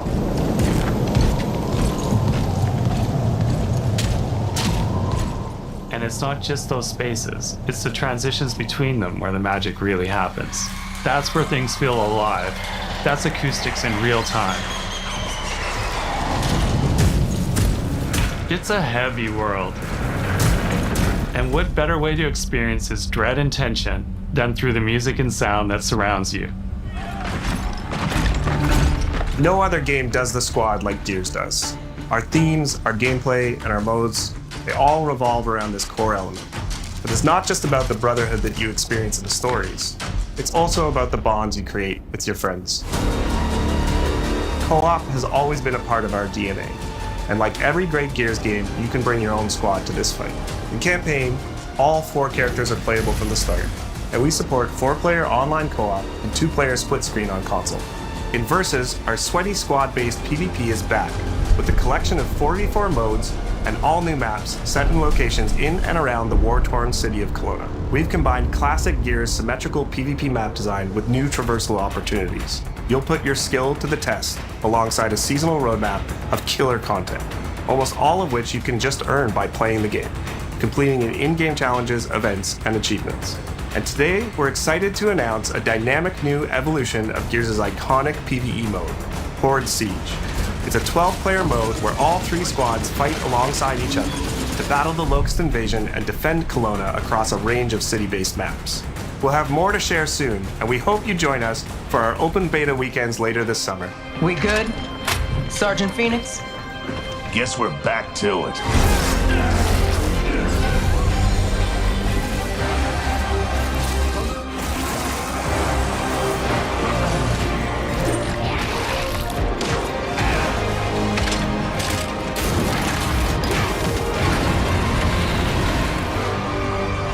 We can't outrun the past. But as long as we're still breathing, we're the ones that keep fighting. 20 years of Gears is such a milestone. It is such an honor and also a huge responsibility to make sure we deliver on the story of Gears. It always comes back to the squad. It always comes back to this theme of getting through the absolute shittiest of times with somebody else who constantly has your back. And that's Marcus and Dom's story. The story of the original trilogy. The story of E-Day. And the story I think we can all relate to. Thanks for pushing through. Couldn't have done it alone. You got it, man. Having the opportunity to have E-Day come out in the same year as the 20th anniversary of Gears, the quarter-century anniversary of Xbox, it's almost like a homecoming. It's like returning back to our roots and saying, fuck yeah, we're back. And we have so many more stories to tell. It's an incredible honor and one that we want to make sure that we do right.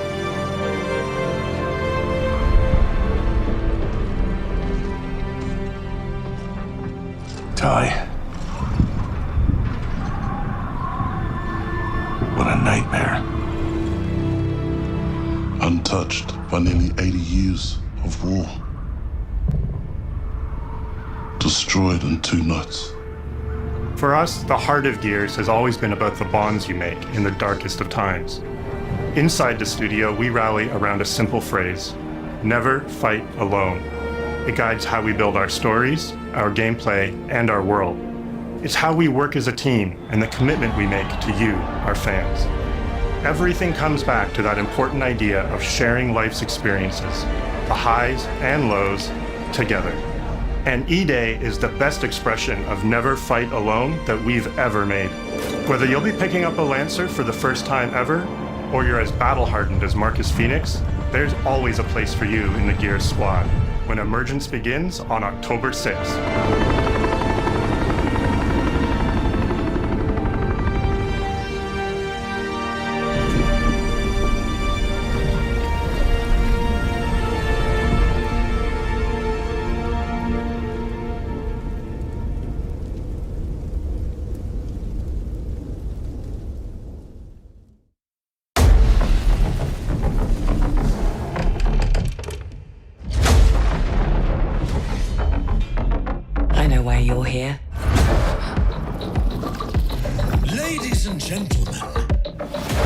your seats. The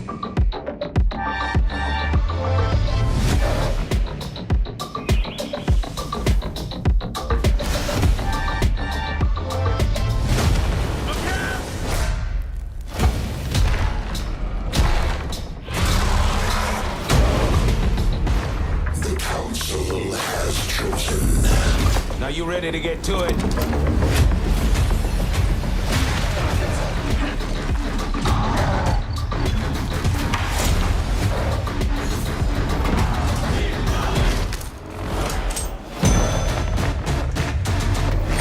Do you expect us to go quietly? I've proven myself. Have you really?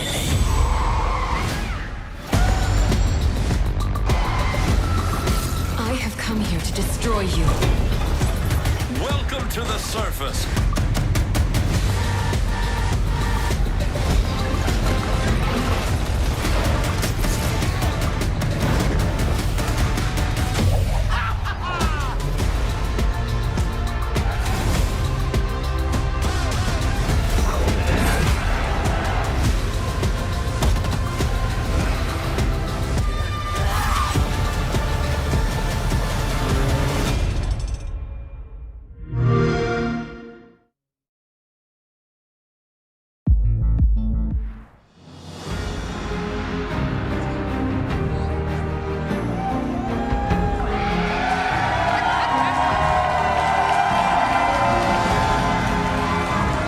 Once again, I'm Ryan McCaffrey, host of IGN's weekly Xbox show, Podcast Unlocked, and joining me now to break down everything revealed during the Xbox Game Showcase, Miranda Sanchez, Michael Hyam, and Destin Legary.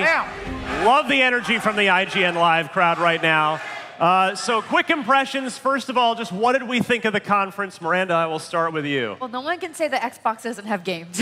That is true. So many games. A lot of updates, which is what we were asking for. It's like, let's get release dates, get timelines for a lot of these things, because, you know, as we were saying, the pre-show, when are things coming out? And we got a lot of that, which is good. But also, I know me and my team are going to be very busy in September and February. February, yeah. So I guess I won't be sleeping for a while, but it's best when I'm not sleeping because I'm playing a lot of video games. Michael, how was this conference for you? Great showcase, and it had the two things that I cared about most. No clown makeup today, man. I was right. We had P4, we had P6. I'm going to talk all about that later. We'll get to that. They had the things I wanted, and there's so much around that. Just that sizzle reel at the end with all the logos of all the games they're showing. It's like Miranda said, I'm with you on that.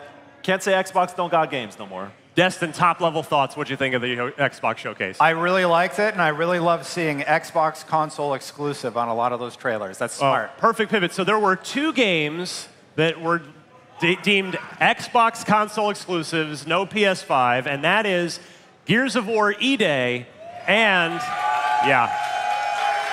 Miranda's #1 game of the fall, certainly. And then Clockwork Revolution, a new steampunk RPG, which we've seen before, but now they're confirming that one as an Xbox console exclusive. Let's start with Gears. I mean, that was the star of the show today. I'm so happy. I have to start with Miranda. So we learned a lot between, of course, the release date at the very beginning of the show, October 6th, same day as Star Wars Galactic Racer, so make your choice. It's obvious. On that one. But then we learned a lot more in the Gears Direct that immediately followed. We've got a 12-player Horde mode in multiplayer. We've got a full-fledged campaign, Unreal Engine 5. So, Miranda, you have high expectations for this series. You and me both. We've been playing it since the beginning. What'd you think of what you saw from Gears of War E-Day? I feel like we've only scratched the surface of what this game is going to be, because they really emphasize that you are going to be in one city. You're not going outside of city limits probably, or maybe just barely. Like, you're going to be in this one focal area. And it seems a lot less, not necessarily not linear, like there will probably move you from chapter to chapter, but there's like maybe more to play with. And Gears hasn't been open world, it has open sandbox spaces. Right, from 5. Yeah, and that kind of seems what they sort of hinted at, like pretty heavily for this one as well. I could see like maybe you finish a mission, they dump you back out, you have a choice to go to an area, go help some civilians get rescued, and then go back and report in and see what's up. So I'm really curious to see how they're going to build that out and keep it interesting. We kind of knew this was going to be taking place over like just a few days, and they confirmed like, yes, it's going to be 3 days of this new team together. I was also excited. Okay, I'm gonna rein it in because I could just talk about this for like the next hour, which we got a lot to talk about. But I'm also really excited that they showed us Bravo Squad, which is the squad focus for this one. So we get 2 new characters, Max Carter and Lucas Reyes. We also get to see people like Ty, who we love. They noted that some of the characters from books and comics are coming into this for the first time in the games, which is really cool. So I'm curious to see how much they're going to deviate from what has already been laid out in the books and comics, and make this their own. But also like the really cool scene with Ty in the first trailer we got at the end where he saves Marcus. Like that's straight out from what has already been published, and it's so cool to see that brought to life in like such a beautifully gruesome way. I love their tech when they were just like, look at how we do dismemberment. Look at all this gore. And I was like, yeah. We've got some jumping now. Jumping? At points you can actually jump. The like lifting yourself up on top of vehicles and other higher cover. And then the cover. The higher mantle. Yeah, go ahead, Miranda. Yeah, I was gonna say the low ground cover is so cool. I was like, I'm geeking out over like new kinds of cover, and I think because it is obviously a cover shooter and so important, and they were emphasizing how they really want to use the destruction of the city to really help with that, and it just makes sense. Yeah. And jumping. I guess when you don't necessarily always have all that armor, you can jump a bit more. What's the hype level in the IGN live crowd for Gears E-Day after that? Yeah, I mean, it looked real good. Appropriate response. Yeah, real good. Destin, Gears. I love the movement stuff that we were just talking about. The fact that you can slide under something or climb over it. You can kind of zip around. The fact that you can lay down behind lower cover. That's something that I think the Gears franchise really needed. It needed that modernization of the base mechanics, and we saw that with the movement changes. Yeah, even the active reload is now, you don't have to look into the top corner of the screen, it's just right there on your reticle. Gears heads know. Did they ever hit that? Did they actually get the active reload at any point? I think they did. What's up with that? Come on, Collision. Yeah. Michael Hyam, let's talk a game that you and I are both looking forward to, probably more than anything else in the Xbox lineup. We talked about it in the pre-show, and we got it. Fable. So we not only got to see Fable, we got a release date. Yeah, we got a release date of February 23rd. So my manager, Michael, who's upstairs right now, I might have a little something on February 23rd. I might not be able to make it into work that day. Michael, what do you think of what you saw from Fable today? If you watched the pre-show, I said that Fable needs to establish what that game is actually about. Show us a little bit of story. They did exactly that. They showed exactly what I wanted from it. And like we know Fable to be sort of, tends to be a goofy game. It's a bit lighthearted. It does have its dark moments and all that. But this trailer has struck that tone I'm looking for, where it takes itself seriously and still has a little bit of the goofs on the side. But I think a game can be very powerful if it has that comedic element to balance out how serious it gets. And it makes both sides better. And not to keep talking about the games that I love, like the Yakuza franchise, but that kind of is the balance that they're so good at striking. And I think that's an opportunity for Fable to do a similar approach, too. Let's see here. The next... the protagonist, real quick, Isabel in Fable. Yeah. Very excited about her. Loved her performance. I think she was doing really good at showing another story beat and one of those vignettes that we get about the main protagonist. So I want to see more from her. I want to see more about how the gameplay is going to interact with these story elements and the outcomes of our decisions for each of these beats. Destin, before I move to Miranda here to hear from her thoughts on Fable, you were on Collector's Edition watch while we were back there. So Gears and Fable both have very, very expensive, like top-level Collector's Edition. Yeah, so Gears is $299. You got a cool statue with it and a ton of skins and whatever. But the statue is really good for Gears. That's the most expensive one. Fable is $200. Oh, a bargain. Very much. And you get early access with all of these, like up to 5 days for Gears and Halo. Halo has a $200 collector's edition. We'll get to that. But Fable's in that pile also. Miranda, Fable. I know you're into it, and Yeah. what'd you like about this trailer today? I agree about Isabel. Just really cool. And I like getting to a deeper look into some of the conflicts that we'll be seeing in Fable as well. Just, like little bits of it, but, I think once again, the humor lands, the look of it lands. Like, I really just want to dig in. And I'm glad that we got a firm release date, so that way I can put it on my calendar and plan around it. So we started to go talk about Halo. Let's do it.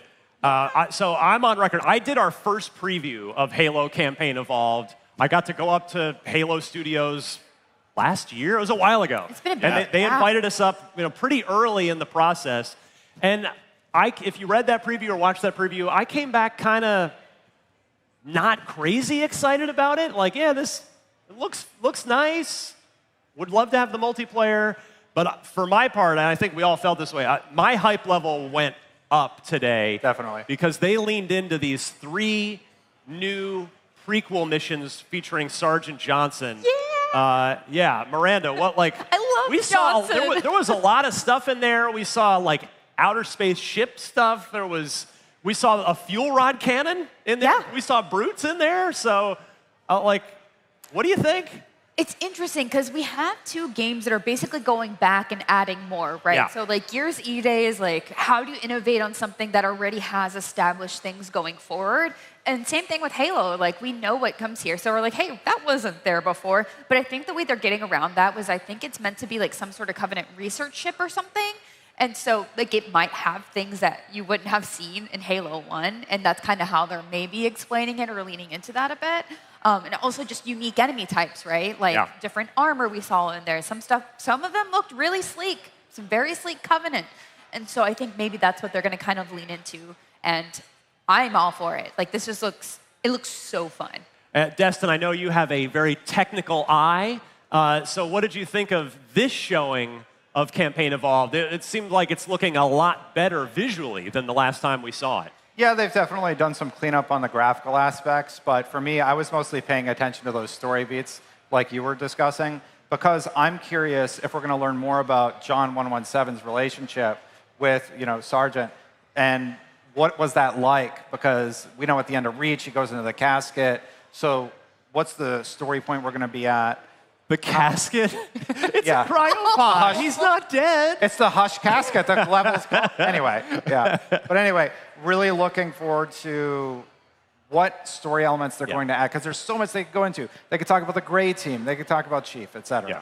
And I know you mentioned a $200 collector's edition for this, but it's the regular just buy the game $50. Yeah. You get a statue with the collector's edition. You get a statue, but you also, if you get the very fancy edition, you get a replica of or you get an art book that is a replica of the original game manual. Yeah. So it's a modified version of that, which is so cool. I'm a nerd for that kind of stuff. You get up to 5 days early access, the art book, you get the Hungry Buzzard short story, a comic in there, and digital manual, 5 skins, 6 weapons, and the Foundry weapon pack. Yay. That's a laundry list. We've got a couple minutes before we take a quick break. Let's get to the other console exclusive, Clockwork Revolution. Michael Hyam, thoughts? Just like the Fable showcase that they had, story was the main thing. What is this game actually about? Again, with Fable, we saw all the gameplay before. Clockwork Revolution, when we saw it last year, very gameplay focused. Now, we know what the game is about. And I like that. I like the tone they're going for, the scale they're going with, and even with some of the gameplay they showed in the trailer, there was how do you manipulate the environment? How are you going to use some of your skills? That was interesting as well. But I'm just really digging the kind of Honored to Dishonored in a way. Yes. Where it's it looks just like a Dishonored, and not in a way that's imitation or anything. It's we're using this aesthetic in our own way and building a full world around it. I'm really impressed with what we saw with this, and I was already looking forward to it, and showing off the different characters. So giving it the personality it needs. Yeah.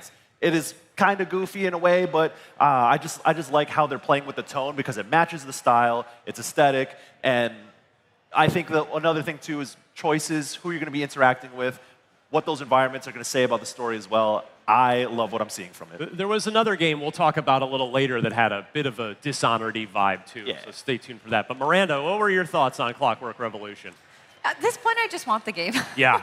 At first, we were coming in due time. We saw that at first, we were like, again, and then they shifted and they're like, oh, They got us. Yeah, we got God on that one. But it's just like, yeah, I think we've seen so much at this point. It's like, you don't need to sell me more on this. I want to play it.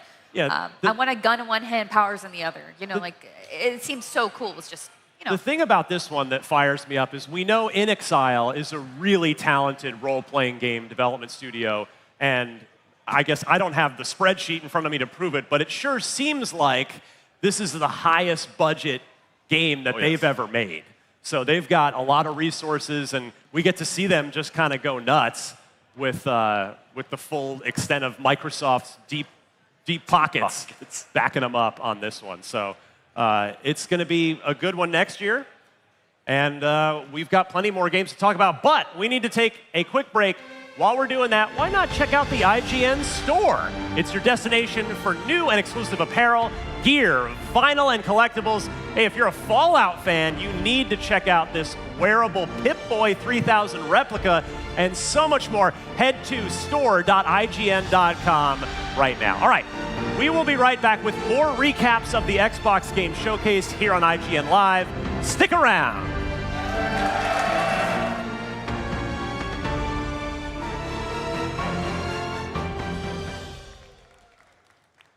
IGN Live is presented by Fanta. Special edition Fanta and Xbox 25 cans are available now only for a limited time. The average Cinefix movie list features nearly 100 different films and approximately 25 minutes worth of wall-to-wall deep dive analysis. To simulate that pace for this 30-second ad, we're featuring 26 different films, and before you say it, no, that math does not check out. We're not math people, we're movie people. We can't even count down from 10 without ending up at, like, 96. Subscribe to IGN Movies and TV for more Cinefix movie lists. Bad at math, great at movies. Can't find that final collectible you're missing? IGN strategy guides and interactive maps are here to help. One step at a time. IGN guides are trusted by millions, easy to use, and best of all, free.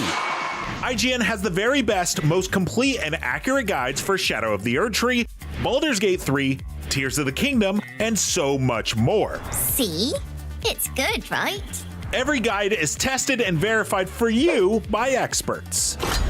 Just search for IGN when you search for guides.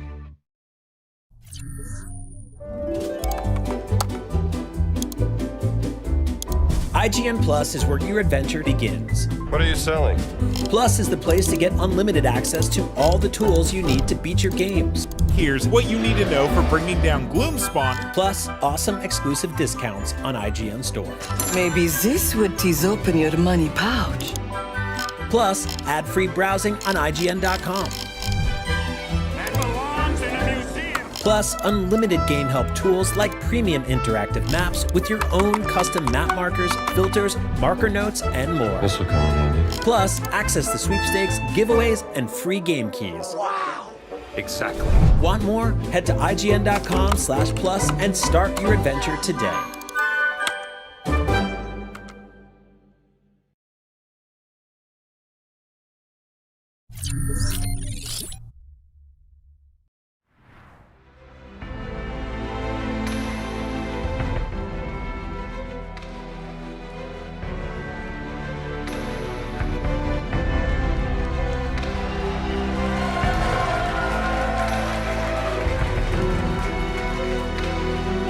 You're watching IGN Live. Welcome back. This is Unlock's post-show breakdown of the Xbox Game Showcase, which was absolutely massive as always.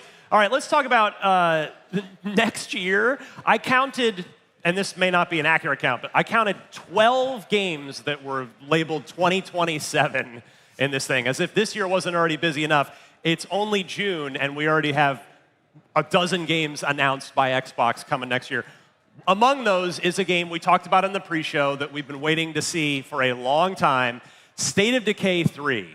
Destin, we finally got like a real good look at gameplay here. What'd you think? I want to play it. That's what I think. I want to go out there. I want to fight the zombies and save people or sacrifice them. Well, that's the People thing. have to get left behind, you know? It's all about managing those relationships with the survivors. Michael? Did that State of Decay showing live up to what you'd hoped for? It did exactly what I think it needed to do. Was like show that it's real, show some gameplay, and I kind of like the tone they're going for. Again, it seems like it's a little bit more serious. You know, State of Decay 1 and 2 weren't like story games necessarily, True. but you know, there was like maybe a little bit of a cartoonish element to it because it was so gameplay focused. And like it's aesthetic, but I feel like this one, the State of Decay 3, it feels a little bit more grounded in what it's trying to do. And at least we got to see like at this scale with this aesthetic, I think it's looking polished. I hope that's the case. I hope this is indicative of it being polished. And I really like what they're doing with scale, the environments, and yeah, again, like Destin, I kind of just want to play it. Yeah. At this point, you don't need to tell me much more about what State of Decay does. Miranda, I know we've all signed up. There are alpha play tests that you can sign up for. We don't know if you know you're not guaranteed to get chosen, but we're gonna play some State of Decay 3, right? Absolutely. Yes, I think that's echoing Michael. I just want to play it. Again, a known quantity sort of thing. But I love seeing the environment, woodlands, very dark, of course. Spooky. We have like it looks like some sort of power plant or something. Like there's just so many different environments they're showcasing. I think what again we really want to get into is like the updates to some of the really cool mechanics they have specifically in here. What kind of people are we going to meet? Who are we going to sacrifice? Who will we actually save? I know I've seen some people I've just turned around to. You know, I'm like, you don't need to come with me. It's okay. My resources are limited. So You'll be fine. Yeah, more vehicles and like some cool traps for zombies. So I think the strategy part of it too is really interesting, and I'm looking forward to seeing more of that. Especially, I think we'll hear more about that around the playtest. Yeah. We've got a ton of games to get through, so I don't want to linger too long on any one in particular. And there are more first-party games, more Xbox Game Studios games, but I don't want to make Michael Hyam wait any longer. All right. Persona. Oh, you got pretty excited. P6. Yeah. And we got P4. I want to start with talking about Persona 4 Revival. Again, like I said in the pre-show, they gave me exactly what I was looking for. Show me how the game looks. Let me show me some new mechanics. Show me what you're doing differently this time. And there's a lot to get into, but I want to highlight the song that plays. It's a brand new song for Persona 4 Revival. I'm not gonna lie, I don't know if you noticed this, Miranda, but I was tearing up when I was watching this, man. Like, this game means a lot to me. This game means something, and it means a lot to so many other people too. I think. Yeah, for me, the big part was that they showed Marie. So that's the big question because of what they did with P3. It's like, are you guys going to do the same thing with P4 and strip back from like what we got with the remakes? And like Persona 4 Golden is like the definitive story edition of this, and I was so worried. But Marie's there. I'm so relieved. I'm so excited. As you said, like this is like a foundational game for many people, myself included. So I'm so stoked. Yeah, I was tearing up a little bit. It's nice to see that world with its new aesthetic. It is drawing a lot from how Persona 3 Reload looked in terms of in-engine character models, aesthetic, and like in battle when they're doing the all-out attacks, all the camera angles and the cuts and how they're redoing the cutscenes. I mean, like P4 is kind of a known quantity because it's been out for so long, but these are the kinds of things that I want that's going to give it new life and make it feel like it has a lot more like motion, a lot more momentum to that, and feel modern in that way. I actually really like what I'm seeing from P4. P6. Very dark teaser, literally and tonally. Yeah, Persona 6, it almost felt like they're leaning more into Shin Megami Tensei, which is the more demonic RPG that, you know, is playing with a lot more darker themes and death and heaven and hell and all these other things. But Persona 6, again, they didn't show much. It was just static and tombstones, and then it glows red or glows green, and then Persona 6, and that's it. We got the logo, at least. But what this is telling me is that they're doing something that's a bit more serious, a little bit darker, again, pulling from SMT. And I think that Persona is a series, don't get me wrong, like I said, I love it to death, but I think it needs to make a jump to something a little bit more mature, and I hope that's this new trailer or this reveal is indicative of that. I think even with you saying it more mature, I think also age-wise for the characters, because that has been a problem that we've talked about in the past, especially with P5. Like there are some things that were really kind of uncomfortable, kind of as maybe an understatement, is very uncomfortable in some situations. But I think like even college age, so if they do want to keep like the school theme, because that is part of the game's generally, like you have to go take tests at school, right? I don't want them to cut that entirely. So it's like let's do college. Like, let's look a little bit older. At least that's just what I think would be pretty cool, at least. Another first-party game, getting back to my Xbox Game Studios. Don't call it Hellblade 3, call it Senua. Destin, what'd you make of this? I really like seeing this because on the lead up to Hellblade 2, there was all this coverage about the combat system and how they reworked it and all this work that they put into it. I think this is what they were discussing because this looks vastly different from Hellblade 2. Hellblade 2 is a little bit more cinematic. I feel like the gameplay, it was there, but this is a deeper dive into what Senua was actually capable of and how she masters the battlefield. Like that shot where she throws her sword and hits the enemy in the distance, I love that. Yeah, Miranda, we talked on Unlocked when Hellblade 2 came out that it's probably the most, at the time, most technically beautiful Series X game, and it was the first Series X game technically ever announced, but it was pretty light on gameplay, and this reveal seemed to want to communicate that, hey, there's a lot more gameplay this time around. Right, you even emphasize it's like, oh, they're really leaning into like, look how she's like fighting things. Look at like the activity you're doing here, which is, I think, them course correcting a bit, which they kind of need a message to get people interested in this, you know? Yeah, and hopefully we still get the great story, but get some awesome gameplay with it. So that's coming out in 2027. Also, so let me go to one of the surprises, one of the new reveals, third-party game, but it impressed the heck out of all four of us as we were sitting back there watching it. Magicians, the Devil's Deal. Yeah, did you guys like this one? Kind of cool. This one seemed really cool. So, Michael, this is the one I was hinting at before. A little bit of a Dishonored vibe here, artistically and maybe even gameplay-wise a little bit too. This might be the new wave. Everyone's trying to make their Dishonored likes or their Bioshock likes. You know, with this being like about magicians, like you can do a lot of interesting things with manipulation of the environment. And there's a lot of stuff that reminded me of Bioshock plasmids in this as well. And having that old like 1800s aesthetic, like I think it really works well. And if I think between this and Clockwork Revolution, it's like, okay, nobody make this kind of game anymore. Wait for these to come out so we can see how they actually play and if they pan out. But it's a nice surprise. You know, I think it looks like it's going to be creative. You know, using a magician's wand as like one of your weapons is super cool. What they're doing with like all this supernatural stuff. Like I'm really enjoying kind of this trend, I guess. And yeah, it was at first we were looking at this and we're like, oh, is it just like a CGI trailer that kind of imitates? Yeah, it was definitely fake at first, and then they showed some real stuff. Yeah, and then they actually showed us what it looks like in motion, and yeah, I'm super into it. I'm not going to say no to this. It looks like mechanically, gameplay-wise, aesthetic. Again, I think they're hitting the right notes. Miranda, did this work for you as well? Oh, absolutely. Like it is just captivating. I was like, do we know who's making this? Because it did look so familiar. Speaking of Dishonored and like the style. Like the art style of it. But this is from Uppercut Games. They've done City of Brass, Epic, I think the first and second, and Submerged. So games I actually haven't played, so I'm, again, really impressed by this. And just, again, at the end, when they have the gameplay, it looks so cool and really imaginative. And I think that's what we kind of want to see. And Destiny, you kind of hit on it earlier. It just looks, we're looking for games that are just different. Like they're trying something that's not been done before, not just narratively, but like visually and mechanically. And sure, at the end of the day, it's still spell casting, it's still whatever, but it's a magician aesthetic and it's so cool. Like the ways that you can play with that, like the theming of it, like people being wrapped in chains to stop them and stuff. Like it's just really neat. I like the part where he charged up cards like Gambit. Yes. In this room. Like I was like, all right, I'll try it. Yeah. No, this is instantly on all of our radar. This looked fantastic. So we'll keep an eye on that one for next year. Something for this year, though.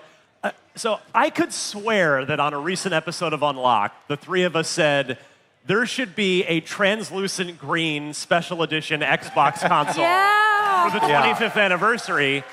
And somebody at Microsoft heard us because that is exactly what we got. You know, my heart was instantly warmed at the start of this promo that if you're watching us, you're seeing it now if you're watching on the broadcast where, first of all, the promo is in 4:3 aspect ratio, not 16:9. Even though the original Xbox could technically do 16:9. But my heart was also moved by, you briefly see a copy of Official Xbox Magazine get picked up, which I worked on for 10 years. So that made me happy. But yeah, Destin, Tell me, are you day one? Are you going to line up for one of these guys? Yeah, I mean, there were fan mock-ups of this thing already online. Like, people really want this. I think they're really going to appreciate Xbox owning this idea, making an actual version of this console that you can purchase. Like, I see Clobirl online retweeting the images made by, I'm blanking on the artist's name, Art Pope? Pope Art? Oh, yeah. Yeah, and he does a lot of this stuff too, so. Yeah, and at least, like, if you don't want to spring for the God knows how much it'll cost console, there's a controller that at least you can grab the translucent green controller. I hope they have that separate, because they don't always do them separately, so. Yeah. That's all I want. Because I already have 2 Xboxes. I don't need a third. That's true. I mean, it's a good problem to have. All right, we've got just a couple minutes left. Miranda, I want to hit on a couple that you were just smiling ear to ear on during the broadcast. And I will start with Bad Magpie. Yeah. This came fairly early on in the show. Very unique visually. You play an adorable little bird. Yeah.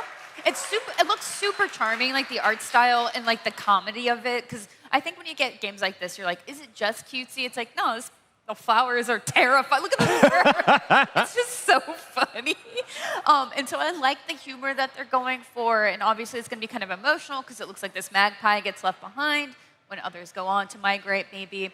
But I love a cool little adventure game starring a unique character that I guess is electrocuting itself in sockets. But, just a little silly. You can kind of cause some chaos, but also have like a genuine experience of like finding your way.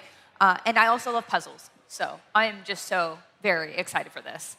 I want to keep talking about more games. We're going to have to do that on the next episode of Unlock because we are about out of time. But before we go, we got to do, of course, game of the show, your favorite thing of the entire thing. Destin, our guest of honor, I will start with you, my friend. Fable. I think that Fable reveal was great. I really love seeing Isabelle, how she's going to incorporate into the story. That's the one I'm most interested in seeing more of. Yeah, we're gonna see how if the crowd agrees with each of us. So we got a pretty good response on Fable right there. Again, out in February. How about Michael? I think I know what you're gonna say, but go ahead and say it. Yeah. We didn't see much of it. We just got a logo reveal, but Persona 6, baby. It's real. Makes sense. Miranda, your game of the show? I know. Just say it. Here's EA, of course. Yeah. I want to say something that someone hasn't already said, but it's Fable. I said it at the top, and it's still the one for me. It is just Playground Games they don't make 9 out of 10 video games. They make 10 out of 10 video games, and this is certainly going to be their biggest challenge yet because this is a genre whole. They've not done anything like this before, but everything they've been showing us so far has just been absolutely phenomenal. So many great games in the Xbox Showcase, and we invite you to come back and join us next week on Podcast Unlocked, and we'll be getting into more of this. But for now, this about does it for this IGN Live edition of Unlocked, talking all things Xbox Game Showcase. If you like what you saw, you can catch new episodes of Unlocked every week on IGN, YouTube, Spotify, or wherever you get your podcasts. Now, coming up later today on IGN Live, we'll be checking out Call of Duty Modern Warfare 4, plus the upcoming Tomb Raider remake, Legacy of Atlantis, all that and tons more right here. So stick around, there's more.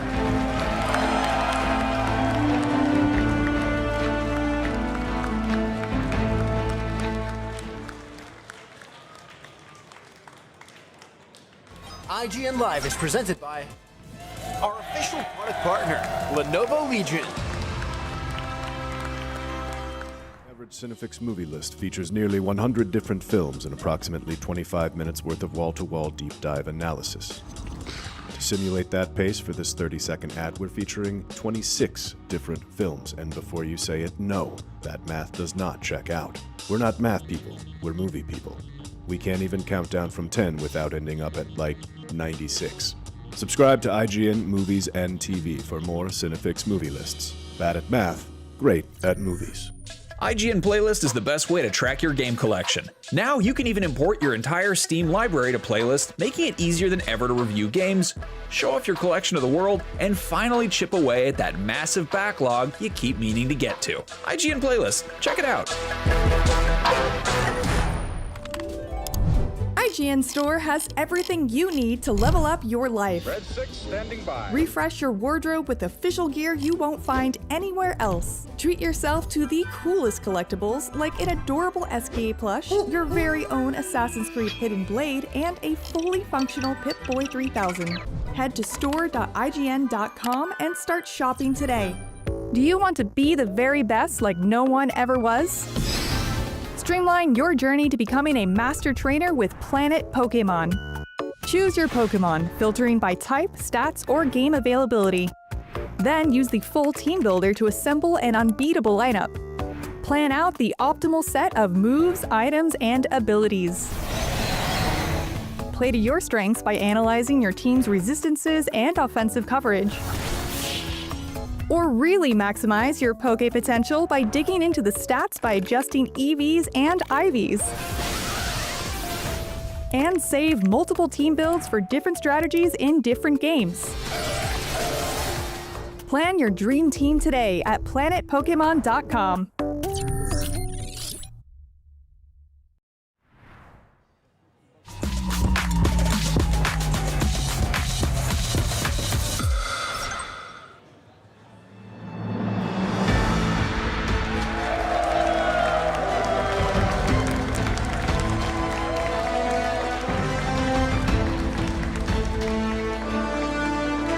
IGN Live. We're about to get into a game that I'm a big fan of. Grounded 2 is the biggest little game you can play right now. Here to tell us about some of the coolest new additions coming to Grounded 2, please welcome game director Chris Parker and executive producer Marcus Morgan.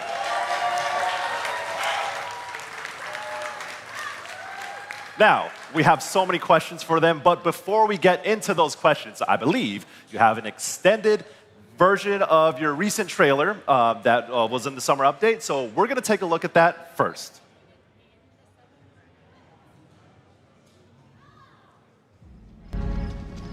Welcome to Brook Hollow Park. It's okay, they're not actually monsters. We're just a lot smaller now. Clever girl. You're looking at a living fossil. Hey guys, you're gonna want to see this! Please tell me that was your stomach. Hold on to your buggies for a survival epic 65 millimeters in the making. What the hell did we get ourselves into?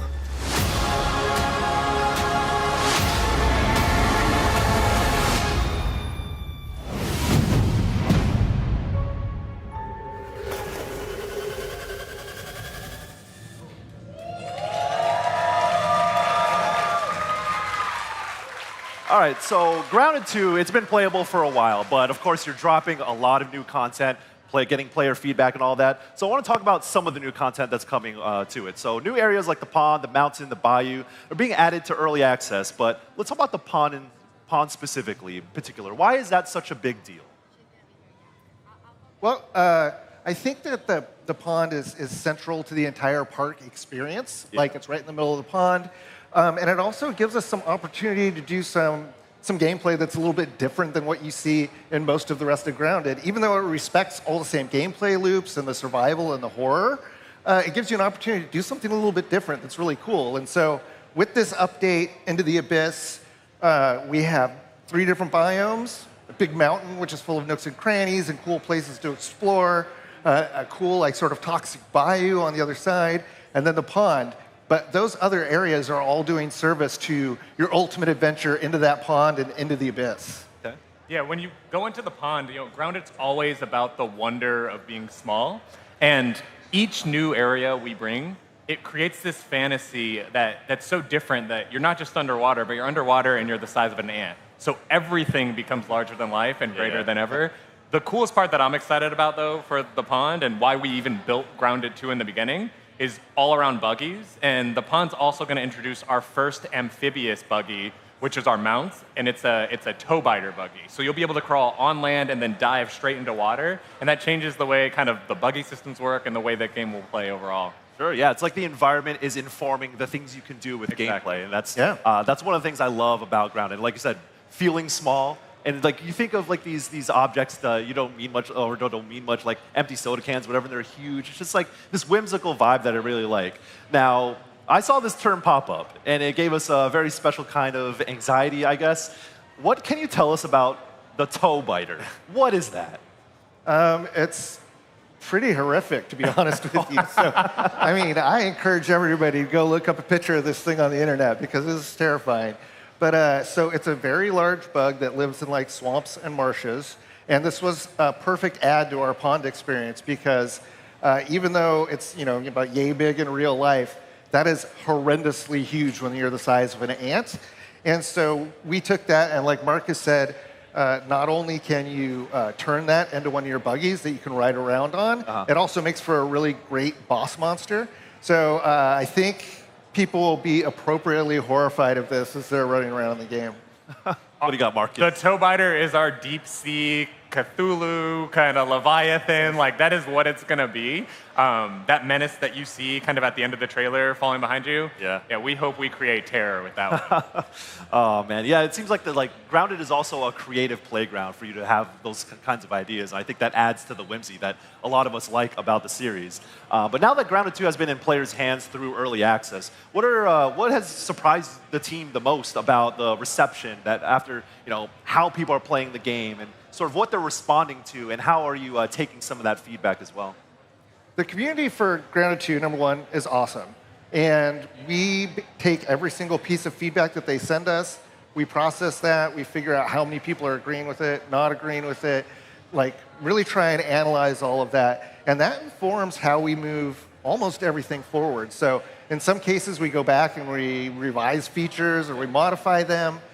Sometimes we make wholesale changes based on community feedback. Sometimes we figure out that these bosses that we thought were like, oh man, this is super hard. Yeah, they're really gonna have a tough time with this, and one day after it's released, people are killing it with the pebble spear naked. Yeah. So we look at those kinds of things too and say like, okay, how can we balance this, make it fun for everybody, but also provide that challenge for those core players? So it's really about looking at everything and just trying to figure out where we can find time in our schedules and when we're making all of this content like you see for the Abyss, and just trying to respond to that stuff and make the community happy. I guess shouldn't be a surprise, but so many people loved Grounded 1, and we tried really hard to do a great job with how we did early access, how we approached community development. And I think as we went into Grounded 2, I was really nervous about us holding to that trust that we built with the community. And I think the part that's really dope for me is just how much that community has continued to thrive in such a positive way, not like a toxic positivity way, but just in everyone's in it together. We're trying to build this awesome experience. Right? Yeah, there's something just maybe nostalgic about that of just gaming with your friends, and we're all kind of collabing on building this. Yeah. And I think that's been maybe not a surprise, but maybe a pleasant surprise of just seeing that community grow and maintain just like what we were hoping for, which is just a nostalgic adventure with your friends, like that, and that's the vibe we want to always have with the community. So there's a mix between telemetrics where you get into the nitty gritty of how players are interacting with very specific things, but then you also got vibes. You can just go off of vibes, right? What's the community saying? What are they saying on social media? And it's just it's nice to get a little bit of both, and I think that's the path to success, 100%. Right? With that, that's kind of what informs updates. And when planning a major update like this, like the summer update you have here, how do you decide between adding brand new content versus refining player systems? Do you have the capacity to do both? Do you have to lean into one or the other? Or is it things like telemetrics and vibes that you have to go off of it? What do you invest in when you do a major update like this? Man, it's a process, right? So you've got so much time, you have 1 million ideas of cool things that you want to do, but there are things that so in this update coming up, we're finally adding zip lines back into the game, which the community has been give us back our zip lines, since the end of Grounded 1. So there are things like that where we're still sort of updating Grounded 2 to have all the cool things that Grounded 1 had. But then we also want brand new content. We want new creatures. We want new experiences for the player. Yeah, you want it all. So it kind of becomes this big tug of war. We have a lot of conversations where we get together, our partner, IDOS Montreal, we'll get together with them and just kind of like hammer out like what is the best possible thing that we can do with the time that we have for this update. Yeah. And sometimes those conversations take a little while, and sometimes they can be a little tough. But at the end, like the stuff that we're making, particularly in this update, I think is outstanding. It's amazing. It's going to be fun, and I don't know. We just kind of work our way there. Yeah, when we're thinking about kind of the balance between tweaking and refining the current game, right? It's in early access, so we're always trying to do performance improvements, graphical improvements, all that sort of thing. We do kind of split our minds up in it, and we've actually evolved the way we deliver content in our early access roadmap to split up into content updates and feature updates. Yes. Those content updates tend to be things like Into the Abyss, where we do big biome expansions, new buggies, that type of thing. Our feature updates are more like our most recent update, which was the Beat the Heat update, where we introduced King Dozer, which is a giant lizard boss. Yeah. And there, we'll try to input a little bit more of those like performance optimizations, tweaking certain elements of the game. So it's always a little bit of both, but we do try to like separate them in our minds too. And also just so all of our players know, hey, when are we doing certain things? We try to separate our updates in that way too, just to make that more clear as well. Yeah, and along with that, not to like remind you that you have so much work on your plate, but we also saw that Grounded 2 is coming to PS5 in early access in the summer update. So you get to play on another platform as well. And like I know that porting takes time. That's a lot of effort that goes into that. But given that Grounded 1 didn't hit PS5 until after the 1.0 release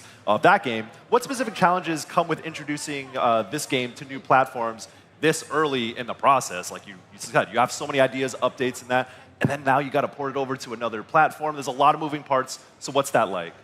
I mean, I think mainly there are always a lot of challenges when you expand to new platforms, but I think I'm more excited about what it means for PlayStation fans just to bring those folks in. The number one thing we get, anytime we post any content, it's like, when was it coming to PlayStation? When was it coming to PlayStation? When was it coming to PlayStation? So I think for me, early access games are still relatively new to the PlayStation audience, so making sure that folks understand and are bought into that process of like how to engage with us on Discord, how to give feedback across an early access game, that kind of comes to mind. But in terms of the work itself, that part is less worrisome to me as much as it is of just making sure PlayStation fans are cool with an early access experience. Like, again, just kind of introduce and kind of spearheading that. Yeah, I totally agree with that. I don't want to understate the challenges with making a port, because there's a lot involved in that, and there's a lot of like technical lifts that you have to do to make that work. But that's a really like a known challenge. It's understandable. It's stuff that we've sort of tackled before. So for us, it was something that made sense. And it's like, okay, this is the timeline where it makes sense. How do we get that PlayStation community into the Grounded community so that they can actually help us make a better game?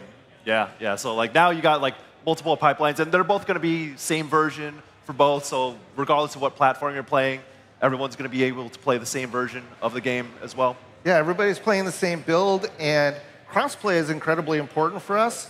And so, right now, if you were to go get Grounded on Xbox Series SX, Steam, Windows Store, your Steam Deck, all of those all cross-play together, and they all cross-progress together.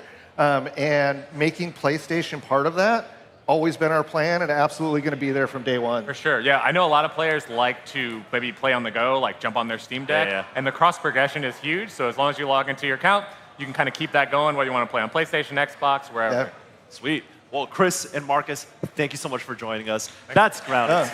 Thank you. Thank you. You can check out Grounded 2 right now in early access on Xbox Series X and S and PC, and it's coming to PS5, so you can check out more at IGN Live. But coming right up after this, we have so much more, so stick around whether you're here or watching online.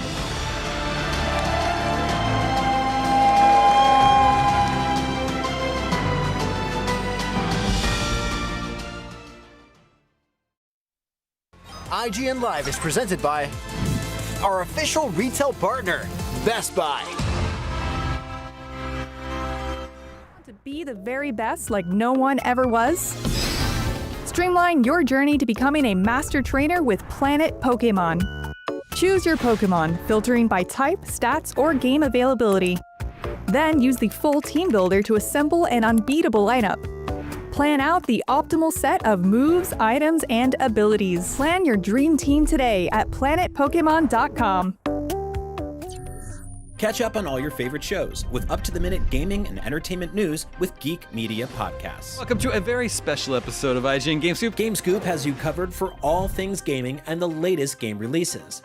Tune into Podcast Beyond for the biggest PlayStation news. Man, this is a cool-looking trailer. Everything Xbox on Podcasts Unlocked. This is Steve Downes, the voice of Master Chief. Catch up with your Super Nintendos on Nintendo Voice Chat. Let the kids love what we love. And get all the latest console news and rumors with Next Gen Console Watch. Now Xbox and Phil Spencer are even saying that a mid-gen refresh isn't even necessary. The Cinefix Top 100 podcast picks a movie every week to celebrate and debate. It's kind of every movie's grandpa. Geek Media Podcasts, the best podcasts from around the world.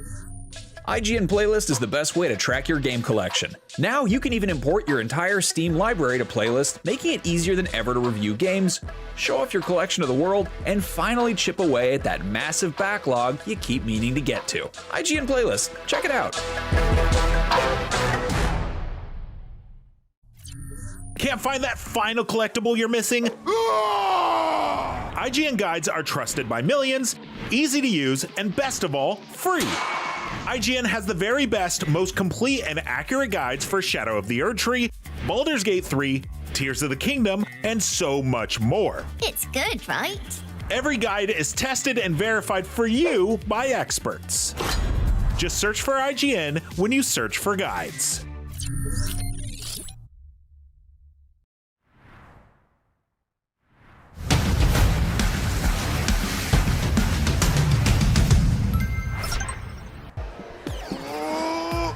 Oh, hey, I didn't see you there. We were watching IGN Live. Coming up, we're heading to 1666 Amsterdam and doing our best to make it out alive. After that, we're checking out the new Star Wars game Zero Company. And then we're reconnecting with a classic video game character who's getting a brand new game. All that and more here in IGN Live. And of course, thank you to all the sponsors who helped make this whole show possible. Thank you.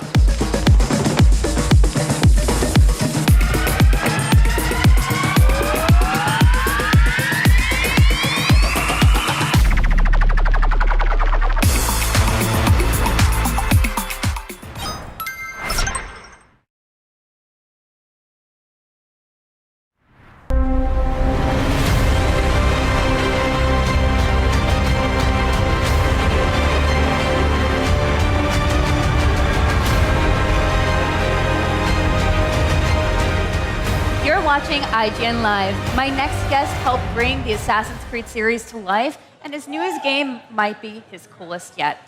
Here to tell me all about 1666 Amsterdam, please welcome Patrice Desailly. Hello! Thank you so much for joining us. I have a lot of questions. I know we were talking backstage. I was like, I mean, witchy game? Fantastic pairing. I am so stoked. So we have kind of a big question first, because we've known about this game for quite some time. Yeah. Obviously, it's changed quite a lot. So between job changes, acquisitions, you started a new studio. You jumped through a lot of hoops to hold on to this IP. Why is it so important to you? Why is it so important? That's an amazing question. Because I love when you have an idea and you can feel it, that there's something into it, you have to stick with it. That's how I am. And back in around 2011, I had this idea in Amsterdam. I was walking around and I'm like, oh, I could have done an Assassin's Creed game here, the houses, and I already had an idea about the year 1666 because of 666, the year of the devil. And then I turned a corner and there was a building there. It was written Anno 1666 on it. I'm like, oh, let's do a game about the devil in Amsterdam. And then a lot of stuff happened, couldn't make it back then. For the rights, got it back. I was doing Ancestors, the Humankind Odyssey with Panache at my new studio. I had to wait. Then in January 2020, I went back at it and changed a lot of things. Because at first it was about being the devil. Right, yeah. So could you talk a little bit more about those changes? So there was some leaked footage, and this obviously looks very different. So what are the top 3 biggest changes that you guys have made? But the main is the main character, because playing as the devil, then there was Lucifer, the TV series, and I'm like, somebody's already working on this.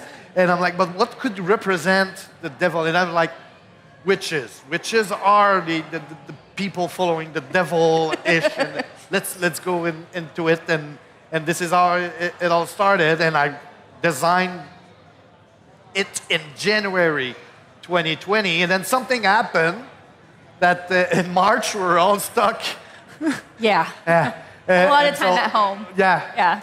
And so it took a little bit longer than anticipated, and now we announced it yesterday, and it's amazing. Okay, yeah. Also, congratulations. That's fantastic. It was such a cool reveal. Let's talk witchcraft. So witchcraft varies so much in practice all around the world, historically and even in modern days. What sort of research did you and your team do into the witchcraft specifically in the Netherlands and the history of it? Because they have their own pretty storied history with their relationship to witchcraft. Yes, so we did some travel. So we went to Amsterdam a couple of times personally. I went with the entire team and making sure that they understood the city, because it's a really particular city where everything is narrow because of the canals on one side, there's the street, and then there's buildings, and I wanted the team to feel that. And then we studied a lot of historical books. You have to understand also, and it's maybe weird, but I'm not into witchcraft personally. And, no, that's fair. I don't think a ton of people are. But because I'm not, yeah, I felt it was an interesting subject matter to go and dig into it. And so it's a mix of witchcraft stuff and historical. And then there's a big twist, because it takes place in different time period. And this is really what I wanted to talk about deep down, about the duality of stuff in life. So you play in 1666, and you play also in 1999. And it's kind of like a mirror of each other. Yeah, and you still also have a little bit of time in the present day, or at least modern times with Cleo. So where do you take most place here in this game? Like, are you mostly in one or other, or is it like a bouncing back and forth? So that's 5% of the time you're in the present day in the library with Cleo and Professor with Lucas, and they have a discussion, and they're trying to decipher a book and a letter in the prologue. Mm-hmm. And then, I don't know, let's say 15% of the time you're in 1999, and the rest you're in 1666 as Noah Brooklyn, the collector. Okay. So let's talk a little bit more about Noah in the gameplay that you have. So it appears to have elements of social stealth, which of course we know from your work on Assassin's Creed. Yeah. You even mentioned it earlier that like this would have been a great location for Assassin's Creed. How is the elements of social stealth different in this game in particular? Well, you play as a Zandaris witch during a witch hunt, basically. So yeah, you gotta be, that's like, you have to switch between the civilian and the Zandaris as you wish, as you want, but you'll have consequences on how you actually are in the missions. But that's like post-prologue, by the way, it's coming. It's like eventually the games will open up, because people who played the prologue, it's like it ends at the beginning of all of this. And but it depends on how you want to play, because it's a panache game, right? Also. Okay, I was gonna say too, like, how much choice is there here? Because you said that, you know, you kind of wanted this from the beginning to be a little bit about playing with the devil, right? And taking the devil's side on things. Is this like you're going fully evil, or can you be kind of like moderate, or can you be like really good, but within the context of what good means as a witch? It's really, like I said, because it's a panache game, it becomes your game. You can play with the toy the way you want, and it's like there's consequences to your action in the short term. In the long term, you're playing this witch story that already happened during the 17th century.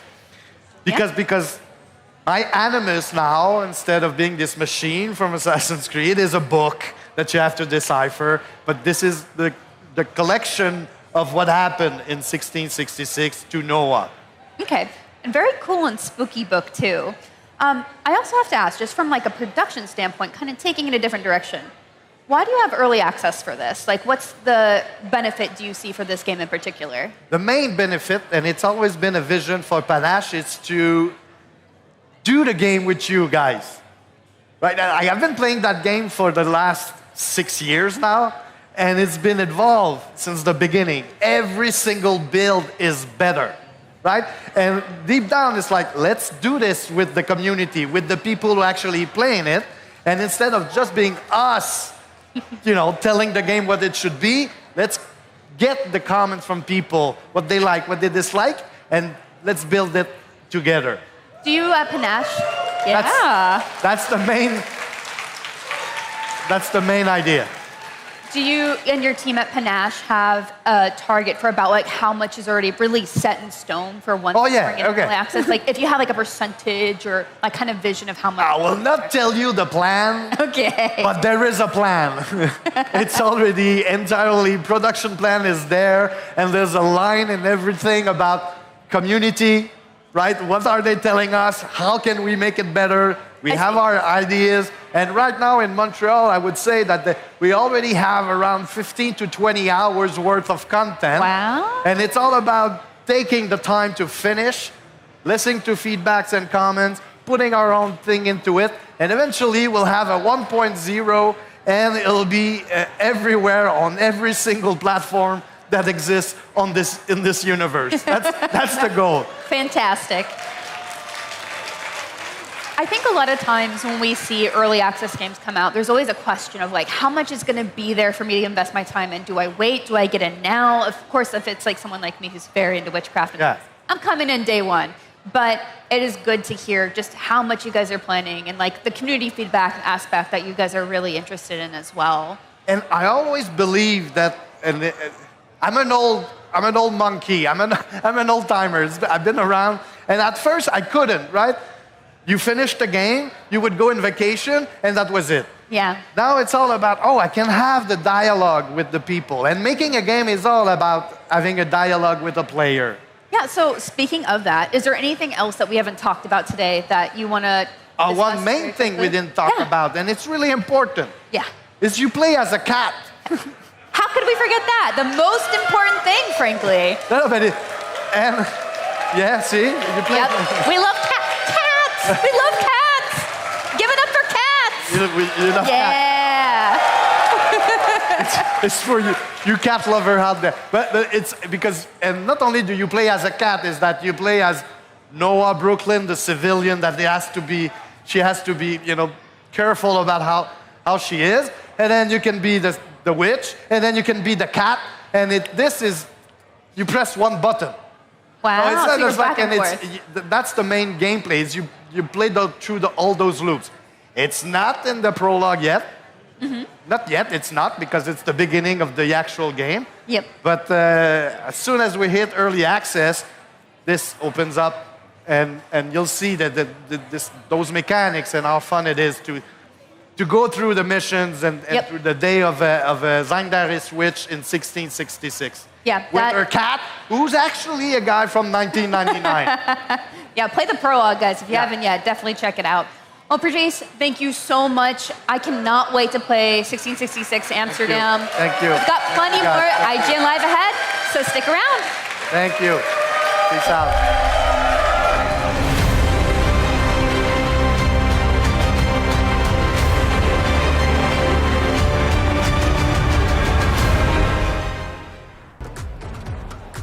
You're watching IGN Live. Now coming up, we have, we're checking out Star Wars Zero Company. And then after that, we've got a brand new game from a familiar face. I wonder who could that be? And then, oh my God, YouTube sensations, the new rock stars are gonna be here and take over our show. What the heck? And then, we're gonna show you the latest and greatest indie games from Indie Loop. All of that right here on IGN Live. And of course, I wanna do a big shout out to all of IGN Live's sponsors who help make this show possible. Thank you, everybody.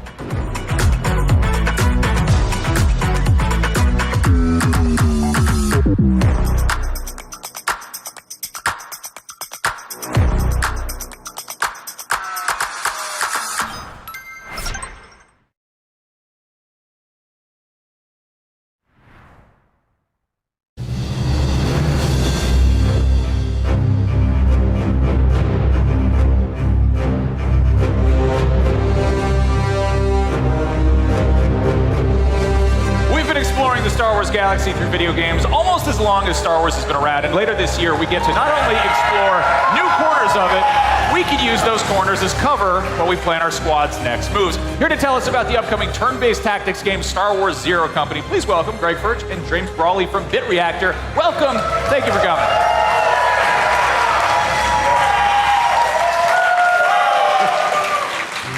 Okay, so can you set the stage for us? This is set during the twilight of the Clone Wars. We got a killer trailer that had a surprise appearance from one Anakin Skywalker at the very end there.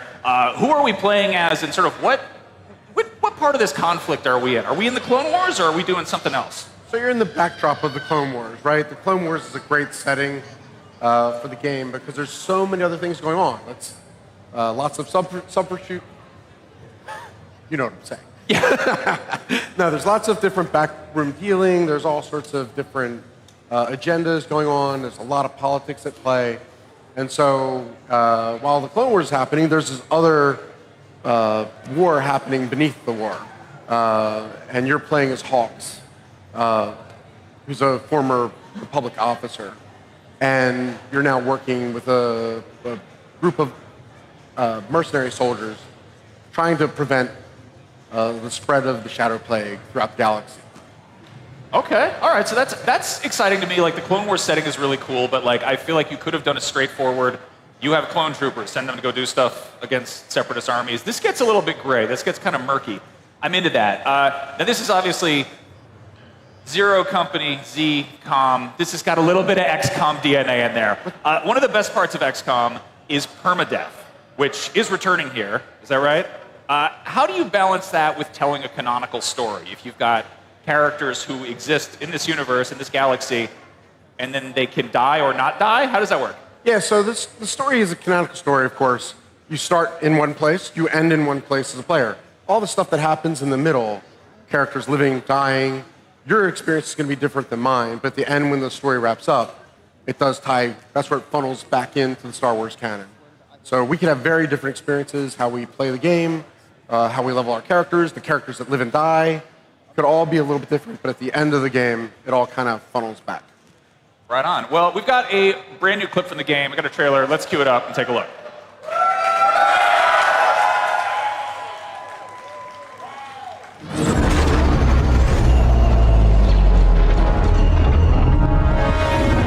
You want to fight?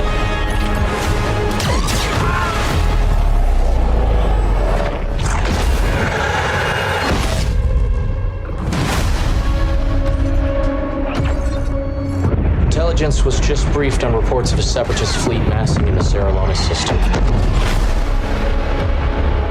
Then we need to make our move. You got someone? Zero Company.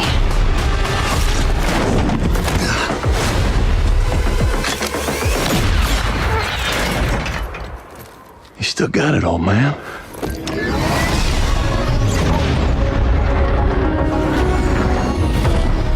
What do you got for me, Bennick? Fort Zilius. Coil's been spotted meeting with local gangsters. Get down there, find out what they're up to. But please, do it quietly.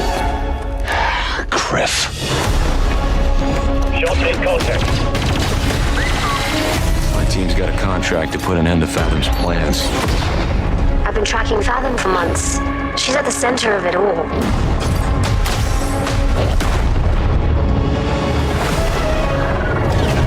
Let's get a team together. I want in. I'm not in it for the credits. There we go! Yes, sir.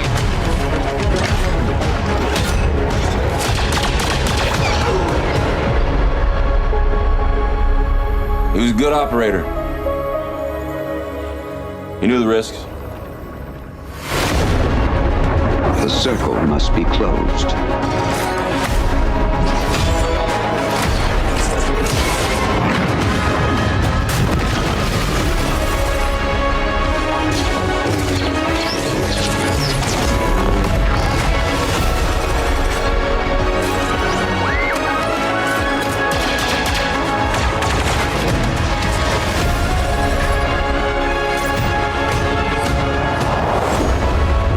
All kinds of folks.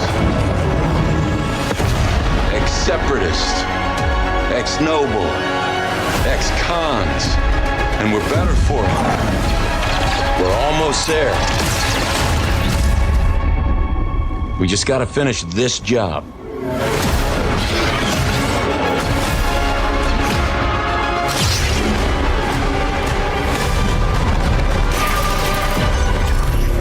General Skywalker.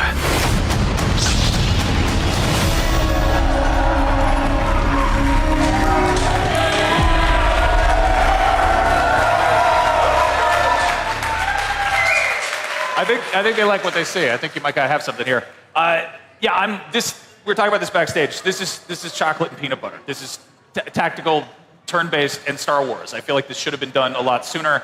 Obviously, we got a lot of cool we got a lot of cool combat there. That's the spicy, exciting stuff you put in the trailer. So much of these games is also what's happening between missions, and I want to talk a little bit about that. Like in XCOM, you go back, you build your base, you do your research and all that. In Midnight Suns, you do that, but then you also wind up in the hot tub with Doctor Strange for some reason and start a book club with Blade.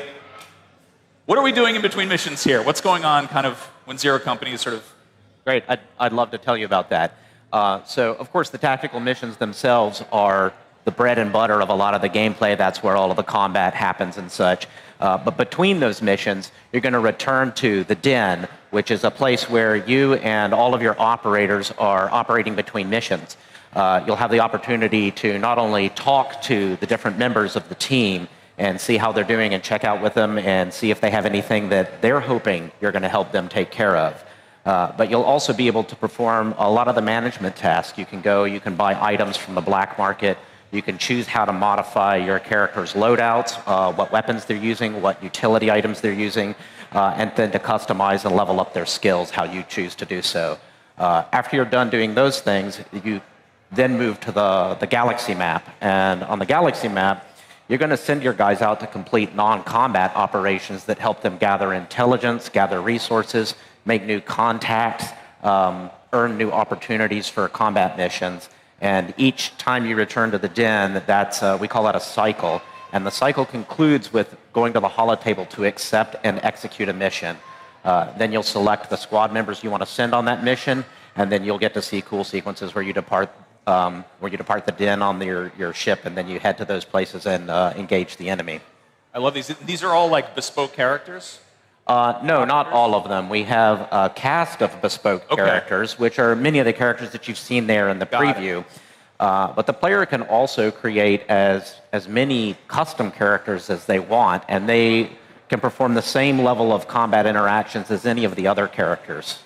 Okay, I'm into that.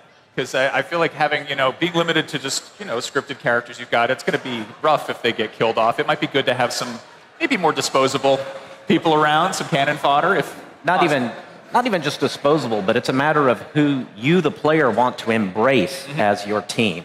If you really like the bespoke characters, you can use them. If you're not so interested in some of them, you can create your own and rotate them into the team. You can use 10 guys and rotate between them if you want. You can focus on an A team. It's up to you how you want to approach the game. How many bespoke characters are there? I believe it's 6. Okay. And they all, I'm getting a little bit of like a kind of a Mass Effect 2 vibe from this, where it's you're getting the gang together and you gotta make sure they're all happy, right? Right. There's a little bit of that effect. It's kind of like a happy medium between the Mass Effect 2 model and the XCOM model. I'm into that. Are there romance options? I guess you'll just have to play the game and find out. Okay, might get weird, but we'll see. Can you tell us a little bit about what's going on in the combat? Are there any particular mechanics or features that you're really particularly proud of or you want to showcase? One of our most important features in the game is the bond system, where actions in combat can improve the relationships between two of the characters on the team. And that's really kind of the backbone of how our characters progress. As the relationships develop, they gain more and more focus points to spend on leveling up their skills. Okay, so I like that permeates the whole game. You've got to juggle that. Is there going to be sort of like a recruitment period early on where you've got to go out and find people, or is you kind of start out with your crew out the gate? Go ahead. Start with the baseline, right? Like we get you started with a starter kit, and then you can go about it however you want. And then you will recruit new characters, new droids. On top of it, where the authored characters are not set, like there's a lot you can do with their abilities and spec them out in a different way. So like your authored hero is not exactly the same as mine. And how they bond together also makes them different. So there's a lot more flexibility than people may think in how some of the authored characters really work. Tell me more about Hawks. Can you say who's playing him? As the player sort of inhabit Hawks. Okay. And Hawks can be anything you want Hawks to be. Hawks is, for the box, is a guy. Okay, all right. A human. But like you can make it a Twi'lek, you can make Hawks a Zabrak. Okay. Male, female. It should be however you want to express yourself as a player. Cool, I'm into that. I mean, I know like one thing, and we're talking about this with the canon, one thing with Star Wars Outlaws, where like K-Vess is the protagonist because she's part of this universe. It sounds like you're getting a little bit more freedom and more kind of modular here and really let players take it on while still tackling stuff that fits into the canon? Yeah, exactly. Right on. We saw a red lightsaber in there, but we also saw Anakin. We also said this is the twilight of the Clone Wars.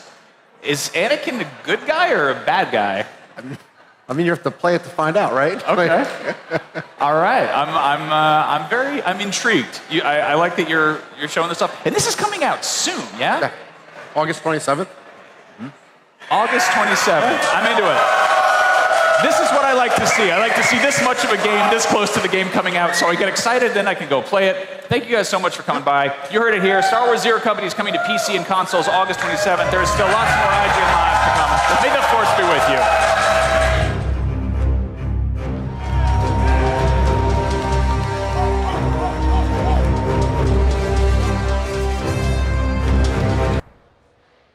If you caught the Xbox Game Showcase, you probably noticed a certain iconic purple dragon. Joining us to dive into the Spyro A Realm Beyond announcement and share the latest updates from Toys from Bob are Paul Yan, studio head, and Lou Studdard, associate creative director. Hi guys, welcome to IGN Live. Thanks for having us. Yeah, thanks for having us. We had to clear the room because, just Spyro is just, it's too hype, and there was just too many people, so we had to kick everybody out. But hey, your game's out there in the wild. How do you feel about that? Very, very excited. I mean, we've been working in stealth for the past 2 years, and it's fantastic to be able to give a little peek, a little glimpse behind the curtain about what we've been building. Yeah. Honestly, relieved to finally be able to talk about it. Yeah. Yeah. That's always a thing where it's like we were talking before this, and you're like, I've been playing the game or whatever, but like you're never allowed to like tweet about it or post anything about it. You just have to pretend. You're always working in secret. Very normal day at the office. Well, speaking of the office, I want to talk first. I know people want to hear about Spyro, but I want to hear about Toys for Bob because you guys are independent now after all these years. That we are. How has that changed how you guys are approaching development for your future games? I'll just say that Spyro A Realm Beyond for us, it represents a return to the types of games that we are most passionate about making. Yeah. And I think we have to go back a little bit in history to kind of talk about our journey through this. So we've been a part of Activision since 2005. Wow. And we've had a fantastic, successful partnership for over that time. We've done Skylanders, an original IP. We've remade the classic games of Spyro and the Reignite trilogy, and we've done a whole new Breath of Life for Crash Bandicoot in Crash Bandicoot 4 and Crash Team Rumble. And when we were right around 2022 or so, times changed, and there was a corporate. What do you mean? things started to change. There was a lot of things that were shifting in the industry, and particularly for us, there was a corporate mandate for us to move and support larger initiatives. Right. Games like Warzone and Overwatch 2. And Toys for Bob stepped up to support those initiatives and support those teams and those games, and we're very proud of the work that we did. But deep down inside, we knew that there wasn't the right fit, and we were getting away from the types of games that we love to make and that we're best known to doing. Okay. So that was part of the journey of moving towards independence. So if I'm a Toys for Bob fan, which I am, by the way. Thank you. If I'm a Toys for Bob fan and I'm reading it was earlier this year or last year where you guys announced that you were going independent? It's 2023. It was that time period. It's been a couple of years. It's been a couple of years. That too, yeah. So I'm wondering what you guys are making next, and sure enough, you come back with an Activision title. Yes. My first thought would be, are they going to work on something original? Or are they going to, kind of maybe break away from the Activision IP? And you guys did not. So is this something we can expect from Toys for Bob going forward? Like, what made you choose Spyro? Well, Spyro's been on our minds for a long time. It's part of our DNA. We've been working with the character, through Skylanders and through Reignited. And to be honest, during the Reignited trilogy, that's where the spark of the idea for this game came from. The spark? Yes. So we've been thinking about it for a long time, and we knew that we wanted to go and create an original title for that. So that's where it began. But to your question about still working with Activision, that sounds strange, and I can see the optics of that is a little bit odd. But I can tell you that right around 2023, around that time period, Microsoft was in the process of acquiring Activision. Yeah. And like I said earlier, we were doing our focus was split across many different support areas, and we were just moving away from the types of games that we were really passionate about doing. Yeah. And so with the amount of change that was on the horizon with the acquisition and this transition that was coming up, we felt that was the right time for us to say, let's double down and bet on ourselves in a big way, and let's propose something really radical. So we put forth a plan that said, hey, we would like to buy back our independence and take back creative control, organizational control, financial control, and then spin out as a separate independent company. And in order to focus on the types of games that we love, and also to preserve the team and all the tenure that we've built. And part of that proposal was also building and developing this new game that we've been thinking about for so long, and delivering that in partnership with Xbox.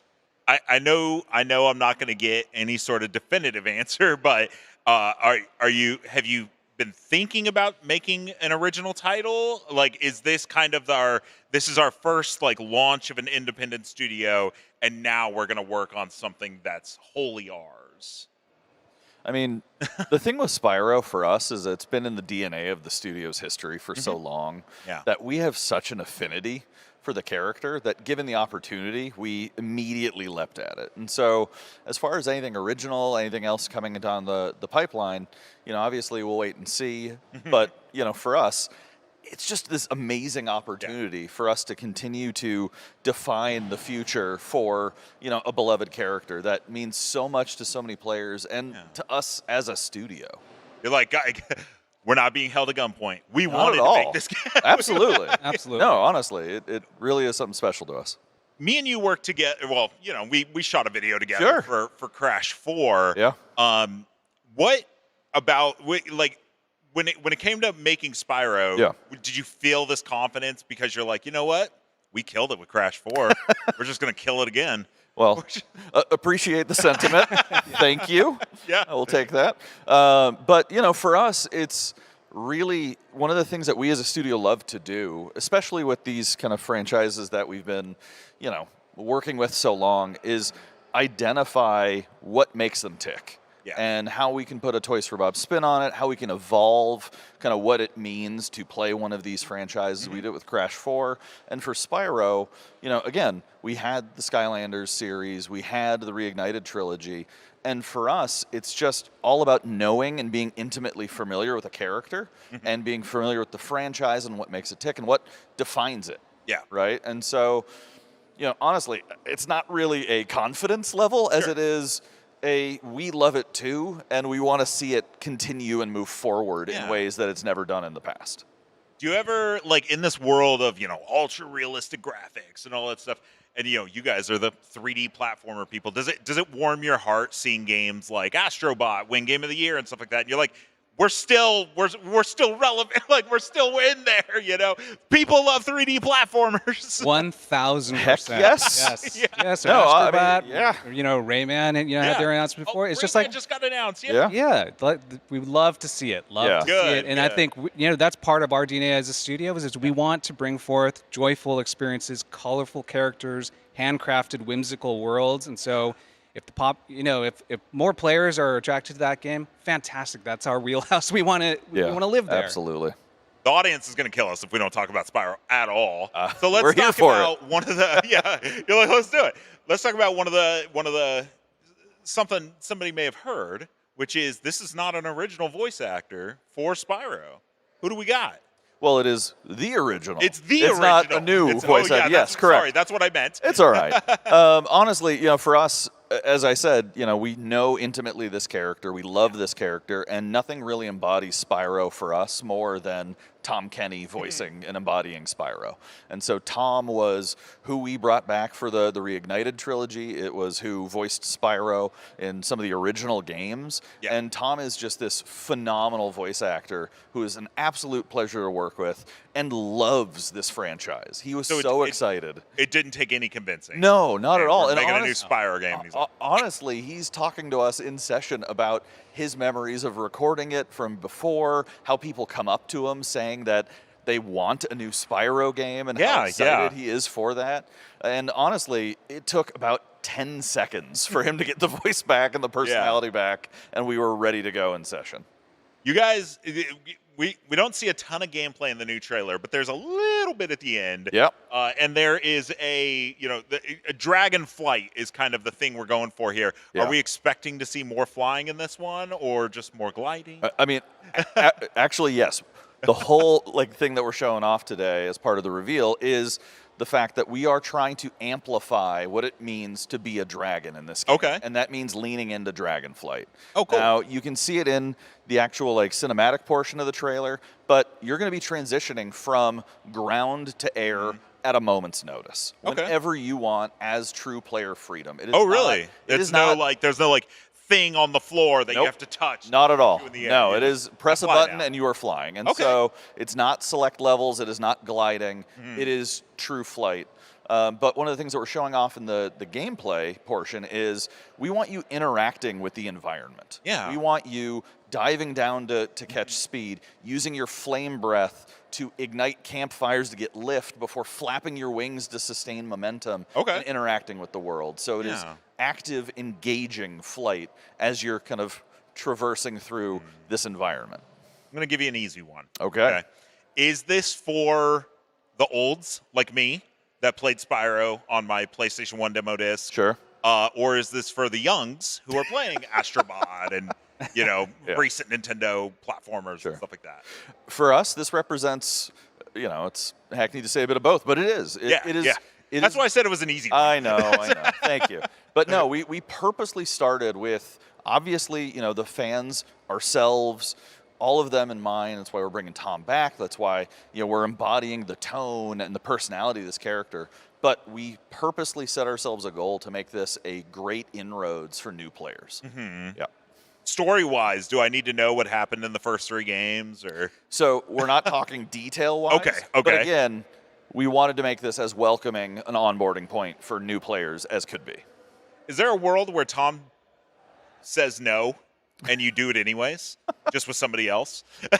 Thankfully, we don't have to live in that world. Yeah. Thankfully, we don't have to live in that world. Tom is a delight, and honestly, happy to be part of the crew. Okay, cool. All right, well, let's talk about, before we crash out really quick, we got to talk about the release, because you guys did kind of tease it, and platforms too. Yeah. Were you guys, was there any sort of mandate to try to have this as an Xbox exclusive, or as an indie you guys or as an independent studio you guys got the freedom to just be like, we want our game everywhere? I mean, honestly, as part of the conversations about making this game, it was trying to get it in the hands of as many players as possible. And so for us, that means bringing it to Xbox. That means bringing it to Xbox Game Pass, Xbox on PC, but also PlayStation 5, Switch 2, and Steam. Is the Switch 2 port going to be day and date, nice and frosty? That's the plan. That's you're like, yes. Yes. Yeah. All right. Well, spring 2027 is when we're going to be playing A Realm Beyond. I hope everybody's excited for it. I know I am. Guys, thank you so much for coming to IGN Live. Congrats on the reveal. Thank you so much for having us. Couldn't be more excited to talk about it finally. I know. We can't wait to have you guys back. For more on IGN Live and everything else video games, stick right here.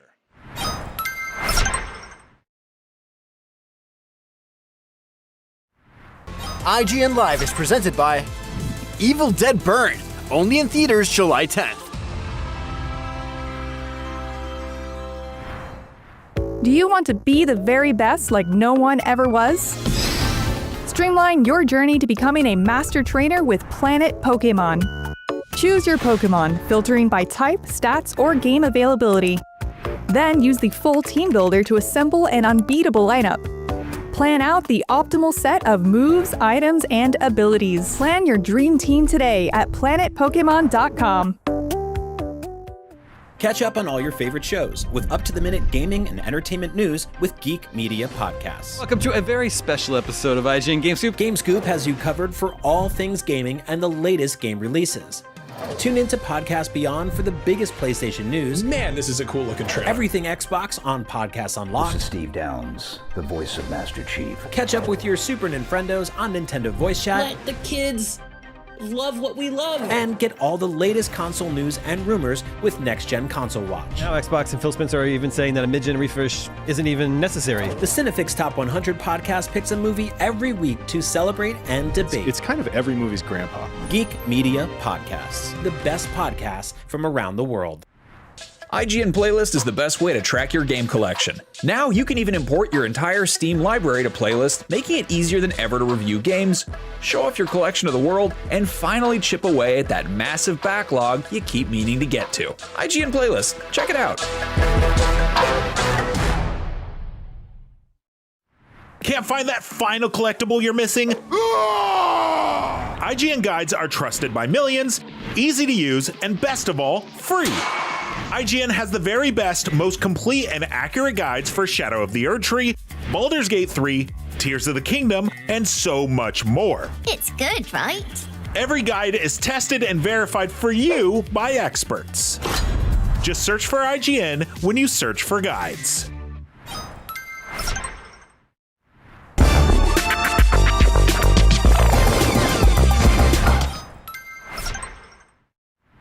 You're watching day 2 of IGN Live. Coming up, we're hanging out with YouTube sensations, the new rock stars. After that, surviving the zombie apocalypse in Arizona sunshine. And then it's time to rob from the rich in the upcoming film, The Death of Robin Hood.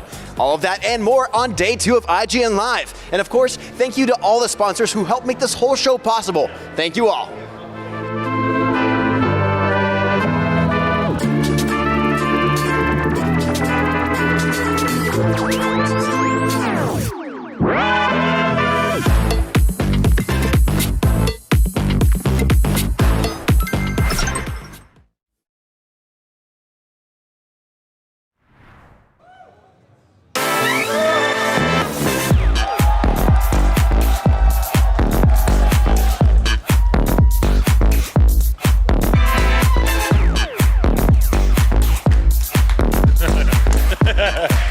What's up, everybody? I'm Clint Gage, and joining me here on stage, my esteemed colleagues from IGN, Tom Jorgensen and Max Scoville.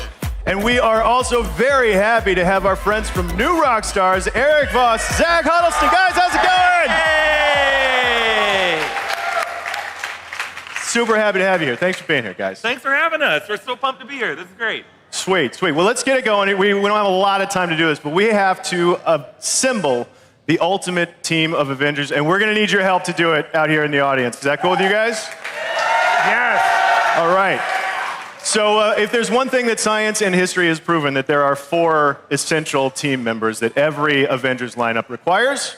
So what we're going to do is we're going to go through each of those 4 roles that our team needs. New Rockstars is going to offer up a character. IGN's going to offer up a character. You guys are going to decide which one's the winner. Does that make sense? All right, here we go. Well, let's start with the first thing that every good team needs, a leader. We got one already out there. All right. Who would we pick for your leader? Our team leader, you said it, Dr. Doom. That's right. Because here's the thing. It's not Avengers Thursday. It's not Avengers Captain America's Day. It's Avengers Doomsday. That's the thing. Dr. Doom is the leader that this crisis needs to solve. He's the only one with the understandings of how deadly and dangerous incursions are. He's the man with the new mask in the same task. You don't cast Robert Downey Jr. unless you see him as a secret protagonist of this story. That's right. So, And just now that Eric's laid that out, like obviously any other pick is lame and less than. Right, boo. Hey, hang on. The rebuttal, guys. Who's your leader? Okay, so first of all, Dr. Doom is a bad guy. Yes. He's cool, but you can't have a bad guy be the main guy. That's not okay. No. You need to have a nice guy. You got to have a real good guy. And I know he's not been known for Avengers stuff, but I'm going with Cyclops. Yeah. Okay. And listen, I got a confession, an apology to make. I grew up thinking Cyclops was not cool. I didn't think Cyclops was that great. You know, I thought Wolverine was cooler, but I was young and I was wrong. And since then, I have grown to love the works of James Marsden, thanks to his appearances in such hit films as The Notebook, Sonic the Hedgehog, Sonic the Hedgehog 2, Sonic the Hedgehog 3, and such hit series as the Amazon Freevee original Jury Duty. There you go. I think Cyclops deserves his time to shine. All right, case has been made. Who are we going with, guys? Let's hear it for Dr. Doom. That's pretty good. That's pretty good. Let's hear it for Cyclops. Muted. Did everybody cheer for both just then? I think it's a slight edge to Doom, right? All right. Yeah. Dr. Doom is leading our Avengers team, which I feel like breaks the game straight out of the gate, but that's totally fine. I'm happy with it. Okay, let's move on to the next team member that we absolutely need and start to flesh out the team that this guy's leading. Dr. Doom's going to lead. We got to have the muscle. We got to have just a big hammer of a muscle. Who do we got, guys? Well, who's got a better hammer than the God of Thunder, Thor? I didn't even mean to do that. It's a Thor Love and Thunder file photo. That's not my favorite Thor, but Ragnarok Thor, he's got the haircut in this movie. He's praying to All-Father Odin, and he's got a weird daughter figure that he's fighting for. So, like, Thor is like the muscle for any Avengers movie. He's the Point Break of every Avengers team up. I think he's got the full package, and that's all he knows how to do. And this time, he knows to go for the head. That's right. Oh. Frankly, it's gonna be hard to top the argument of weird daughter figure. So, what do we got, guys? Who's our muscle? Okay, so, all right, hold on. So, here's the thing. The thing. Where's the thing? Where's the thing? The thing. Oh, the thing. There's the thing. Okay. So we got a little bit of Cousin Richie in Fantastic Four, but there was not enough time spent clobbering. And if there's anybody who knows a thing or two about clobbering and how much time should be spent dedicated to it, specifically I don't know how he's going to get along with Dr. Doom, but I imagine he's going to be clobbering Dr. Doom at some point. Let's get Ben Grimm up there. Let's get him up there. I also or Cousin Richie. You know, I think we've all enjoyed the Hulu original, The Bear, and I think more of Eben Moss-Baccarat doing some cooking. You know, he made a nice sauce in First Steps, and he had a black and white cookie with Natasha Lyonne. There wasn't enough time getting to hear what the thing eats. It is really hard to make this motion with those fingers, too, you know? He's also not going to lose his mind like the Hulk every 10 minutes. He's a little more reliable. Yeah, all right. So now, beard or no beard? Absolutely not. I thought that was weird. I don't like the Rock beard. That upset me. Not a fan. We want a handlebar mustache. Exactly. Yeah. Give him the heater. All right, guys, what do we think? The Thing? Tepid. Thor? 2 for 2. All right. We do now have Dr. Doom leading Thor so far. So let's move on to the next one. This I think is the most important team member that any good Avengers lineup needs. We need the random character that has frankly too much to do with the plot of Doomsday. Yeah. Who's that going to be on your team? Okay, we have kind of a weird curveball pick here. This character is always like, you walk out of the movie being like, wow, that movie had a lot of this guy. And for us, we think that's going to be Herbie. Herbie the robot from Fantastic Four. Yes, Herbie. Herbie's got his weird tape deck face. Here's why. He's going to be like the C-3PO to Reed Richards in this movie. And none of us are expecting this right now, but we're going to see these guys go into Cerebro in the X-Men universe, and we're all going to be weirded out by how much dialogue Herbie has in the movie. So that's why I think we're all going to leave Doomsday be like, did Was Herbie the secret star of that movie? Could have used a little less Herbie. I could have used a little less Herbie, maybe. So that's why we think Herbie's going to be the secret brains of the Marvel heroes in this movie. He's the rat climbing over the Scott Lang's van that sets off the event. Herbie will save the multiverse, I think. Yeah. All right. It's getting pretty fan 4 heavy. Who we got here, guys? I mean, if we're talking about saving the multiverse, there's nobody that makes more sense to put on this team than Uatu the Watcher. This man is practically omniscient. This man is up to date on the events of the Marvel Cinematic Universe timeline, which is a huge boon going into Doomsday, let me tell you. He lives in the MCU's back rooms. He can send people there if they're bad. And the amount of money you're going to save on shampoo with that big bald head for the Avengers Corporation, all of it. And we're talking like very specifically Jeffrey Wright playing him in live action as well, Very right? specifically, it's Jeffrey Wright with a big old CG noggin.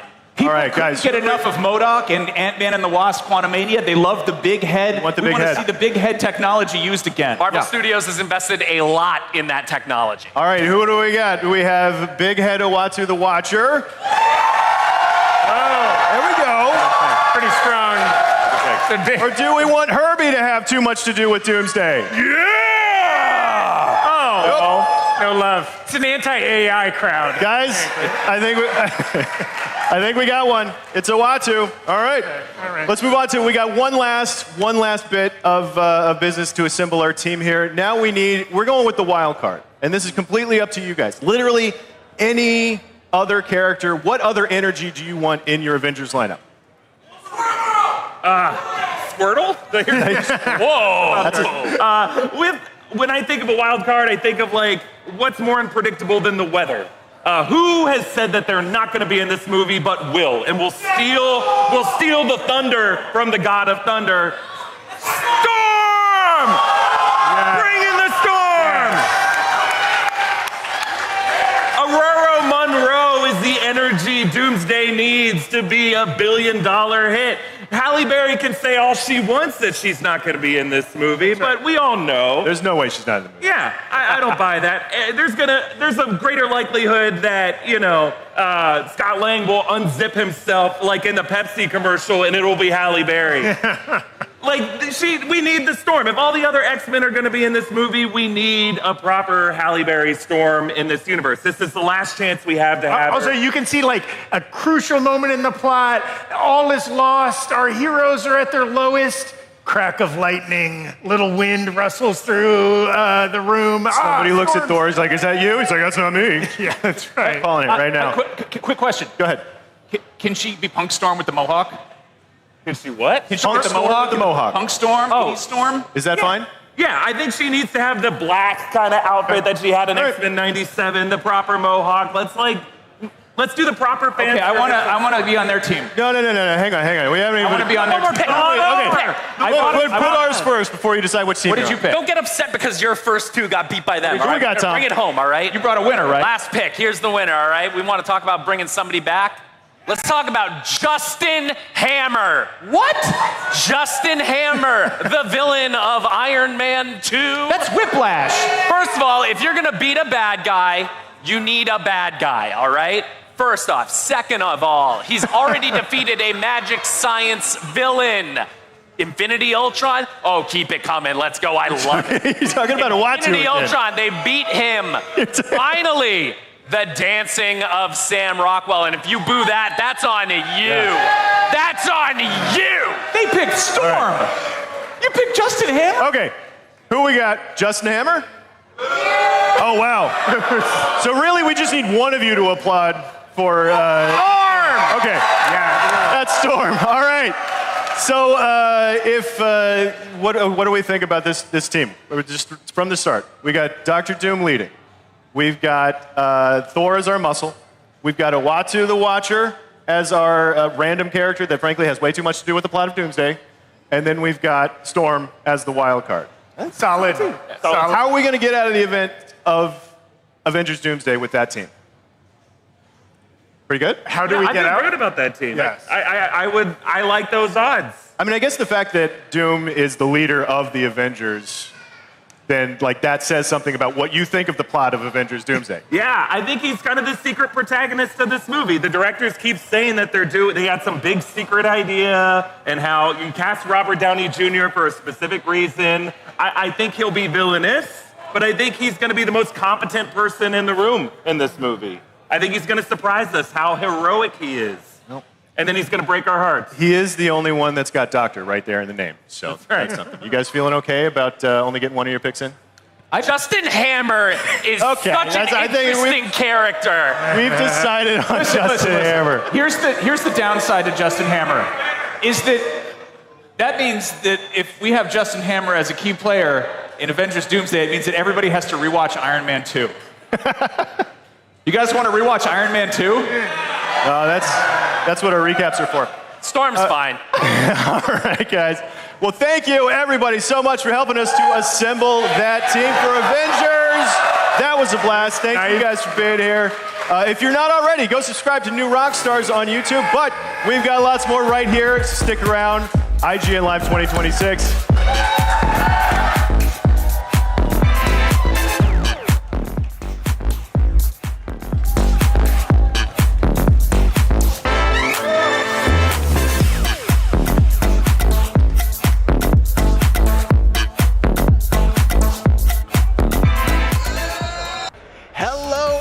Welcome back to IGN Live 2026. Arizona Sunshine is a third-person shooter in which you and a friend must survive a zombie apocalypse. We're celebrating 10 years since the first installment, so here to tell us more about the future of the franchise, please give a warm welcome to Nick Witzel, principal designer for Arizona Sunshine. Nick, welcome to IGN Live. Thanks for having me. So talk to me about the history of Arizona Sunshine and how it's changed over the last 10 years. Yeah, so Arizona Sunshine started as a co-op zombie shooter, released for VR back in 2016, 10 years ago, and quickly became one of the best-selling VR games of all time. We followed up with DLC, with updates on new platforms. We also did a sequel, Arizona Sunshine 2, which expanded greatly on the mechanics, on the story, and also introduced the wonderful canine companion Buddy to the game. We did a remake of the original game as well, and this year we're very happy to announce that we're turning Arizona Sunshine in a classic third-person, story-driven shooter with full co-op support for PC and consoles, and we have a wonderful trailer that we want to share. All right, let's take a look at the announcement trailer for Arizona Sunshine. You want some of this? Come and get it! Oh, shit! Okay, so funny story. There was this guy who was stuck in the middle of the apocalypse. Whoa! Oh, shit! You know, Chop chop, Freddy. Barbecue time, baby. totally holding it together. Freddy here, Freddy there, Fred. Yep, he was doing great. All he wanted to do was just find one living, breathing human being, for crying out loud. Down here, goddammit! Was that too much to ask? We can solve this problem once. They're trying to make a vaccine. Hey there, you wanna come? He did find some friends. Yeah, buddy! And then this guy showed up. Great name, questionable fashion sense. Fuck you, Fred! Bada bing, bada bam, bada boom! Hurry, hurry, hurry! Damn, we're good! You getting all this, buddy? The guy in the story? That's me. Whoa, hold on! Oh, the cavalry is here!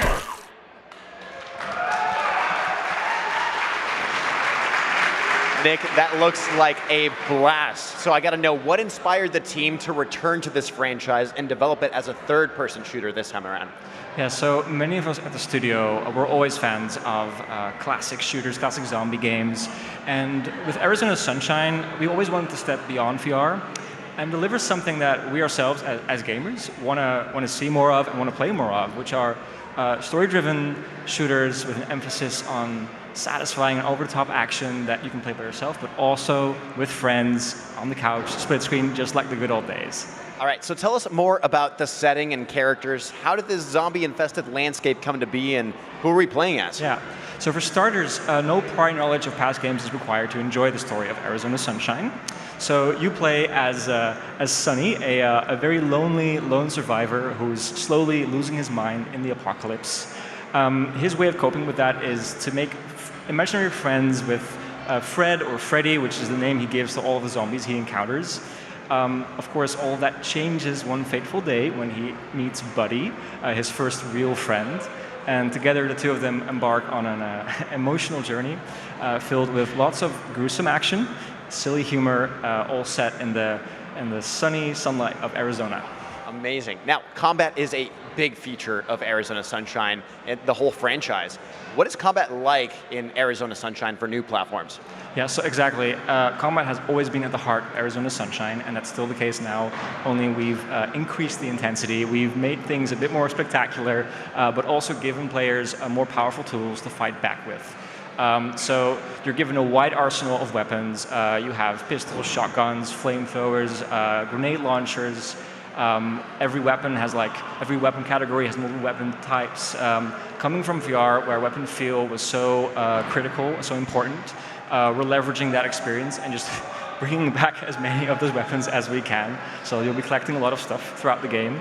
There's melee weapons that you can use to perform these cinematic, bloody finishers. You can also find materials and craft your own explosives in case things get really intense. And then there's Buddy, of course, your faithful companion, your dog. He has your back. He doesn't get hurt during combat, so no worries about that.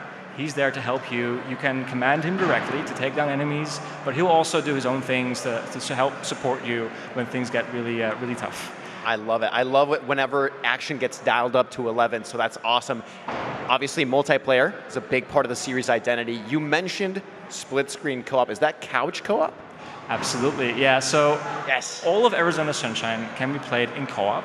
By default, the other player takes on the form of someone from Sonny's imagination who happens to be just as good with guns as he is. So a second player playing as Sonny. You can play online, you can play split screen as well, so you can just hook up another controller and play on the couch or behind the desk if you prefer that as well.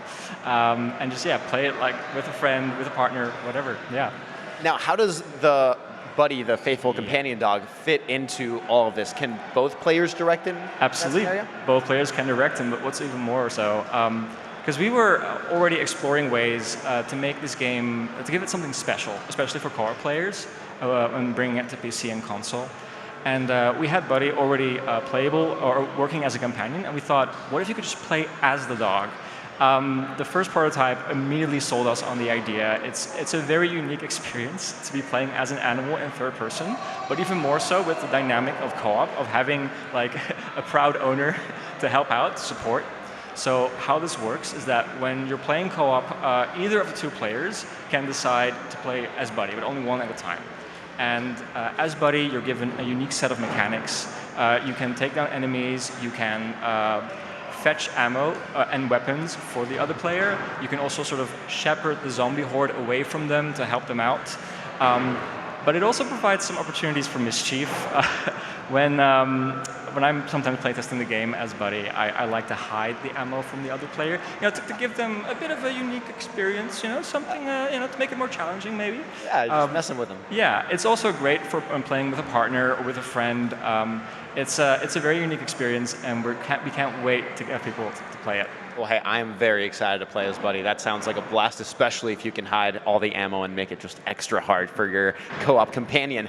Now, when can fans get their hands on Arizona Sunshine? Yeah, so Arizona Sunshine is releasing this year for PC, and that includes Steam Deck as well, PlayStation 5, Xbox Series X and S, and of course the Nintendo Switch 2. You can already wishlist the game on your favorite store platform, so head out there and maybe with a friend and wishlist it if you like it. Amazing. Nick, thank you so much for your time and for joining me here at IGN Live. We've got a ton more coming up, so don't go anywhere.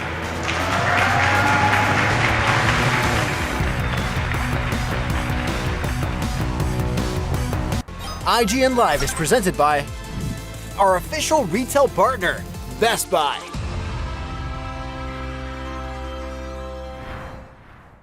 The average Cinefix movie list features nearly 100 different films and approximately 25 minutes worth of wall-to-wall deep dive analysis.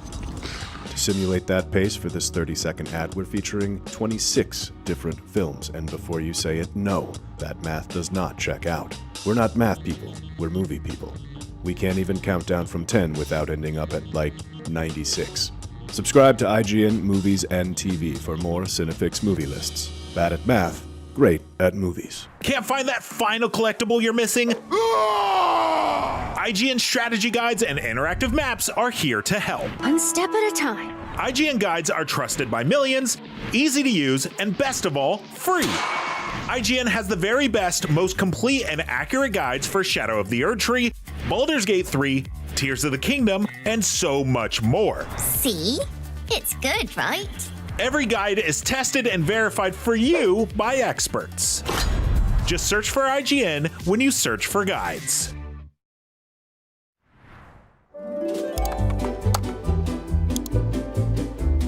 IGN Plus is where your adventure begins. What are you selling? Plus is the place to get unlimited access to all the tools you need to beat your games. Here's what you need to know for bringing down Gloomspawn. Plus, awesome exclusive discounts on IGN Store. Maybe this would tease open your money pouch. Plus, ad-free browsing on IGN.com. Plus, unlimited game help tools like premium interactive maps with your own custom map markers, filters, marker notes, and more. This will come in handy. Plus, access to sweepstakes, giveaways, and free game keys. Wow. Exactly. Want more? Head to IGN.com/plus and start your adventure today.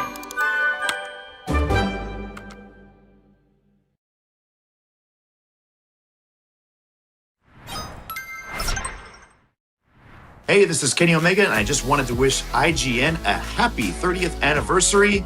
Congratulations, and let's look forward to 30, 50, or 100 more.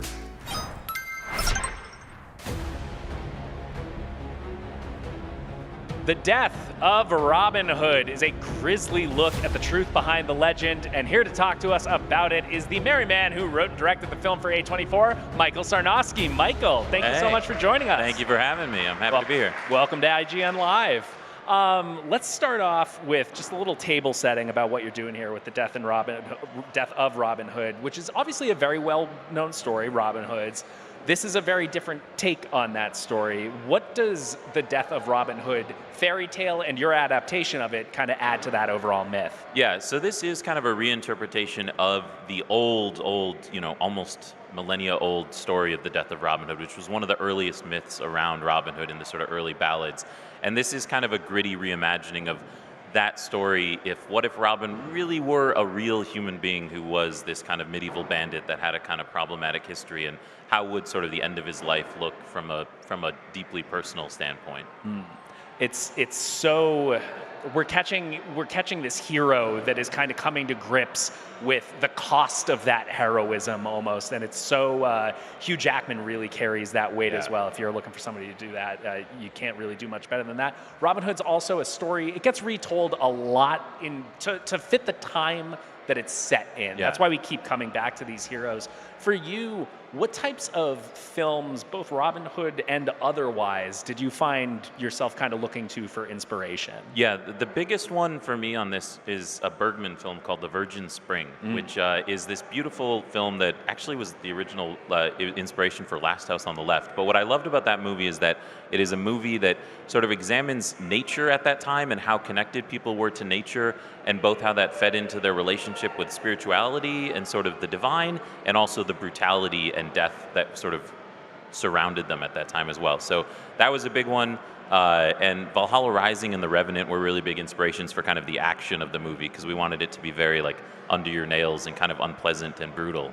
It is certainly, I think, unpleasant and brutal. There are multiple times in this movie where those are the number one words that come into your head. And it's actually a great transition to the clip that you've brought for us, which is definitely both of those words. Why don't we roll an exclusive look at the Death of Robin Hood? 20 winters ago, You murdered my cousin, Walter of Havershage. You have murdered my sons and my grandson. As Warrigal, I accept your life and the life of your daughter.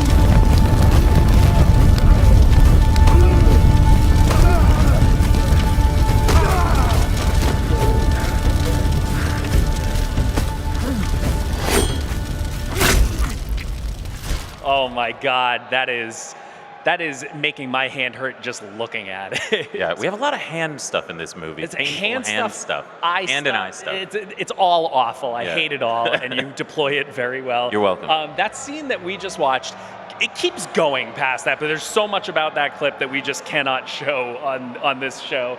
But I want to talk about how what Hugh Jackman brings to the role, especially in this context, because that feels, I think, more berserker rage-coded than anything else in the movie. Yeah. Obviously, Hugh Jackman spent a lot of time playing Wolverine. He was a steward of that hero, that character. Did you notice any sort of specific behavior that Hugh took towards Robin Hood in similarly preserving that element of heroism or what a hero should be? I think what excited Hugh about the movie and what excited me about Hugh was that, yes, on the surface there's this kind of like aging hero dealing with his legacy of violence, but I think he was really excited to kind of like boil it down to something more essential, to get into action that doesn't feel superhero action but feels like just an old man trying desperately to kill someone in the mud. And like that was fun to like design these scenes that sort of don't feel like, these aren't like these, you know, incredible fighters dancing around doing all this crazy stuff. It's like these are just people trying not to die. And I think he was excited to try and figure that out, and then try and figure out sort of that transition into the really like internal world of this Robin Hood character, and how to kind of show both the intense brutality and violence of this character and that kind of internal, thoughtful, intelligent, eventually kind of warm character that is hiding beneath that as well. And yeah, watching him kind of do something similar but take it in a completely different direction was really inspiring.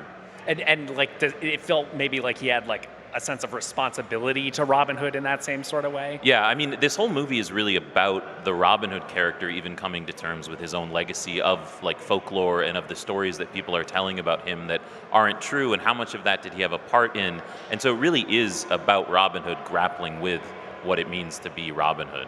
Yeah, well, kind of continuing off of that idea, this film for you within the own sort of, you know, line of your work, Pig, Quiet Place Day One, these are both movies that have a lot to do with characters coming to terms with their own mortality or the idea of mortality. So for you, was that part of what drew you to telling this story in the first place? And how does this continue the conversation for yourself? Yeah, I mean, that's what fascinated me about the Death of Robin Hood story, was that as a kid, I loved like the Disney Robin Hood and all that stuff, and I loved the Costner Robin Hood. And then I got this copy of an old Robin Hood book that had the Death of Robin Hood legend in it when I was like 10 years old, and it like didn't make sense to me. Like I was like, wait a minute, so you're saying that this like dancing fox died quietly in like a sunlit church bedroom in this like very human, simple way? And I trying to like figure out how to pair the sort of stories of this adventurer with this very like human, like sort of spiritual death was really like fascinating to me. And I think that's what I was kind of exploring for the last 30 years of my life, being like, how do I explore that in a movie, and how do I do that justice? So there was something about like a folkloric figure dying and trying to come to terms with that, what that means as a child was really important for me. Yeah, well, speaking of death, we're at IGN Live, and I'm very cognizant of the fact that this is a building full of fans that would come after me with hammers if I didn't ask you about Death Stranding. You are making Death Stranding for A24 in collaboration with Hideo Kojima. We're so excited. Where are you at with that? I'm very excited as well. I'm writing the script right now and hopefully almost done with that, and really excited to dive into it. I've been talking to Kojima and A24 a lot about it. They've read a draft, we're working on some revisions together, and they all seem super excited and happy with it. Kojima has been really generous in kind of letting me play in his world, but let me tell a story with my own characters and my own sort of corner of this world, but keeping it honest to the game and doing something that fans will really like. So it's been a great process so far, and I'm really excited to share it. It must be so helpful too with that guy. He is clearly such a lover of film. Oh yeah. Have you gotten any like interesting film takes out of him yet? Basically, just I was impressed that when he read the script, he like, without me needing to talk to him about it, he knew every single like reference. He was like, "Oh, you're doing a come and see reference there. I see that. I like that." Like he just knows movies incredibly well. Yeah. So that's been very cool to see. And I also understand that I think this is out there that like this is more of an original story set in the Death Stranding world. Yeah. Rather than an adaptation of Death Stranding 1 or 2. What is most appealing to you to being able to have that kind of window into this world? I mean, I think that's what I loved about doing Quiet Place was that, okay, I get to play in this sandbox, but I can have my own characters, I can explore something that's meaningful to me. I think there are such fundamental themes in Death Stranding about connection and expression and all of this stuff that like, it was easy for me to find a character that sort of made sense in that world that I could really dive into. And there, you might see some characters from the game pop up, but like it definitely feels like something that could happen sort of alongside the game and honors what's going on in the game, but very much is its own thing. All right, so we'll tell Conan O'Brien to keep his schedule clear. Yeah, cool. Yeah. Michael, thank you so much for joining us here at IGN Live. The Death of Robin Hood hits theaters on June 19th. Check it out to see if we made up everything that we just said. Guess what? We didn't. And in the meantime, stick around for more IGN Live 2026.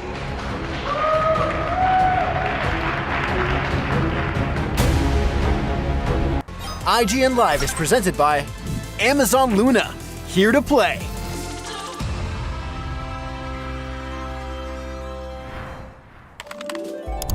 IGN Store has everything you need to level up your life. Red 6 standing by. Refresh your wardrobe with official gear you won't find anywhere else. From Fallout, Expedition 33, Romeo's a Dead Man, and more. Treat yourself to the coolest collectibles like an adorable SKA plush, your very own Assassin's Creed Hidden Blade, and a fully functional Pip-Boy 3000. Or kick back and relax to your favorite video game soundtracks on vinyl. Whatever you need, IGN Store has you covered. Head to store.ign.com and start shopping today. Can't find that final collectible you're missing? IGN strategy guides and interactive maps are here to help. One step at a time. IGN guides are trusted by millions, easy to use, and best of all, free. IGN has the very best, most complete and accurate guides for Shadow of the Erdtree, Baldur's Gate 3, Tears of the Kingdom, Call of Duty Black Ops 6 Zombies, and so much more. See? It's good, right? Every guide is tested and verified for you by experts. Just search for IGN when you search for guides. Do you want to be the very best like no one ever was? Streamline your journey to becoming a master trainer with Planet Pokemon. Choose your Pokemon, filtering by type, stats, or game availability. Then use the full team builder to assemble an unbeatable lineup. Plan out the optimal set of moves, items, and abilities. Play to your strengths by analyzing your team's resistances and offensive coverage. Or really maximize your Poke potential by digging into the stats by adjusting EVs and IVs. And save multiple team builds for different strategies in different games. Plan your dream team today at planetpokemon.com.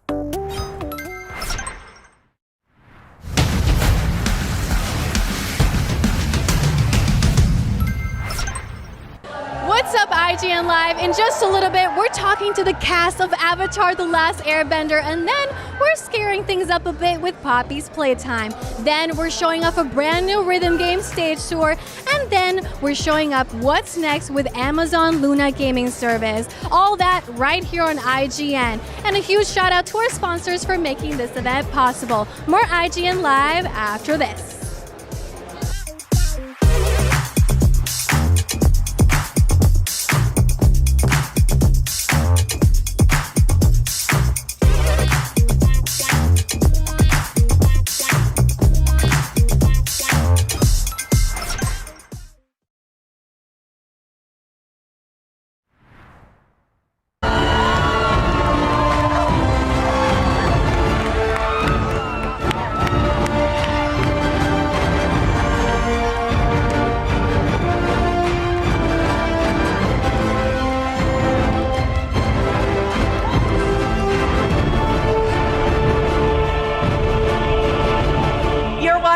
IGN Live. Season 1 of Netflix's live-action take on Avatar: The Last Airbender was a certified hit. More than 21 million viewers watched Aang, Sokka, Katara, and the rest of Team Avatar take on the Fire Nation in the show's first week, right now. Like Sozin's Comet, Season 2 is almost upon us, and our heroes need new allies if they're to stop the Fire Lord. Let's take a quick peek at who's joining Team Avatar this season. Up and at him, Bald Wonder. This season, I'm really excited for people to see Toph being introduced. Come on, Avatar. I'm gonna teach you to earthbend even if it kills you. Casting Toph was a really extensive process. We looked at over 6,000 submissions. We narrowed it down, then did a chemistry read with Mia, and we knew she was Toph. Mia got it. Mia embodied it. She was connected to the ground, to the earth, and I thought, that's Toph. Well, it was a good try. Really? No! I've seen 2-year-olds hold their ground better. And now, please welcome to the IGN Live main stage, Avatar Aang, played by Gordon Cormier, Toph Bae Fong, played by Miyako, executive producer and writer Christine Boylan, and executive producer and director Jabbar Raisani. Cute. Mio Hotman, welcome. Thank you so much for joining us here today. Thanks for having us. We have a new face on Team Avatar. Yeah, we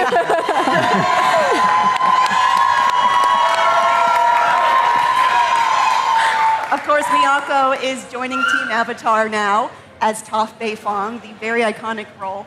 But it's not your first credit by a long shot. You are in my favorite rom-com of all time, Always Be My Maybe. You played Zhu in Darkest Minds. Yes. These characters have a lot of their own kind of vulnerabilities. Did you bring that into playing Toph? Sorry, can you go ahead and repeat that question? I'm sorry, I'm like having a hard time hearing. Well, you played characters that have different kinds of vulnerabilities, and Toph, you know, she seems very tough. Toph sounds like tough. Yeah. But she has her own things going on. Did you take that preparation into preparing to be Toph? Yeah, I mean, like, I think every experience helps a performance, just period, whether that be an experience of a character or from me. But I do think that Toph was such a unique experience that I felt more dedicated to portraying her as true to the animated series as possible and as true to the fans as possible, which I don't think is something that comes into consideration when you're making an original project. Mm-hmm. Well, I want to ask, what was it like having to walk barefoot on set all day? Cold. Most of the time, we were in Vancouver, which is beautiful. But we were shooting in the middle of winter, and I remember one specific instance from season 2 where it had snowed a couple nights before, and I was still like, just for the help of me getting grounded into character and to just feel more and more like Toph, I literally told our costumes, I said, no, I'm gonna do it, it'll be fine. If I catch hypothermia, that's their problem. Like, I'll do it. So I think for me, it became honestly a practice of being settled into the character of Toph. Feeling grounded, I see what you did there. What was it like training to earthbend? Sorry? What was it like training to be the world's greatest earthbender? Oh boy. Well, all of us on the cast, Gordon and myself included, spent 6 weeks training before season 2. I worked a ton with our stunts team, who was run by Alan Tang and Dean Cho, who were fantastic. As someone with little to no martial arts experience, it was really nice to have people who understood the character and understood the actual tradition of what the bending styles were. And then I also trained with Joe Strecce, who was our blindness consultant for the show. He was fantastic. He spent 6 weeks educating me. He was there every day on set, even for little tweaks. So I feel like I had such a great support team. That is great to hear. Gordon, how has Aang changed since season 1 when we last saw him?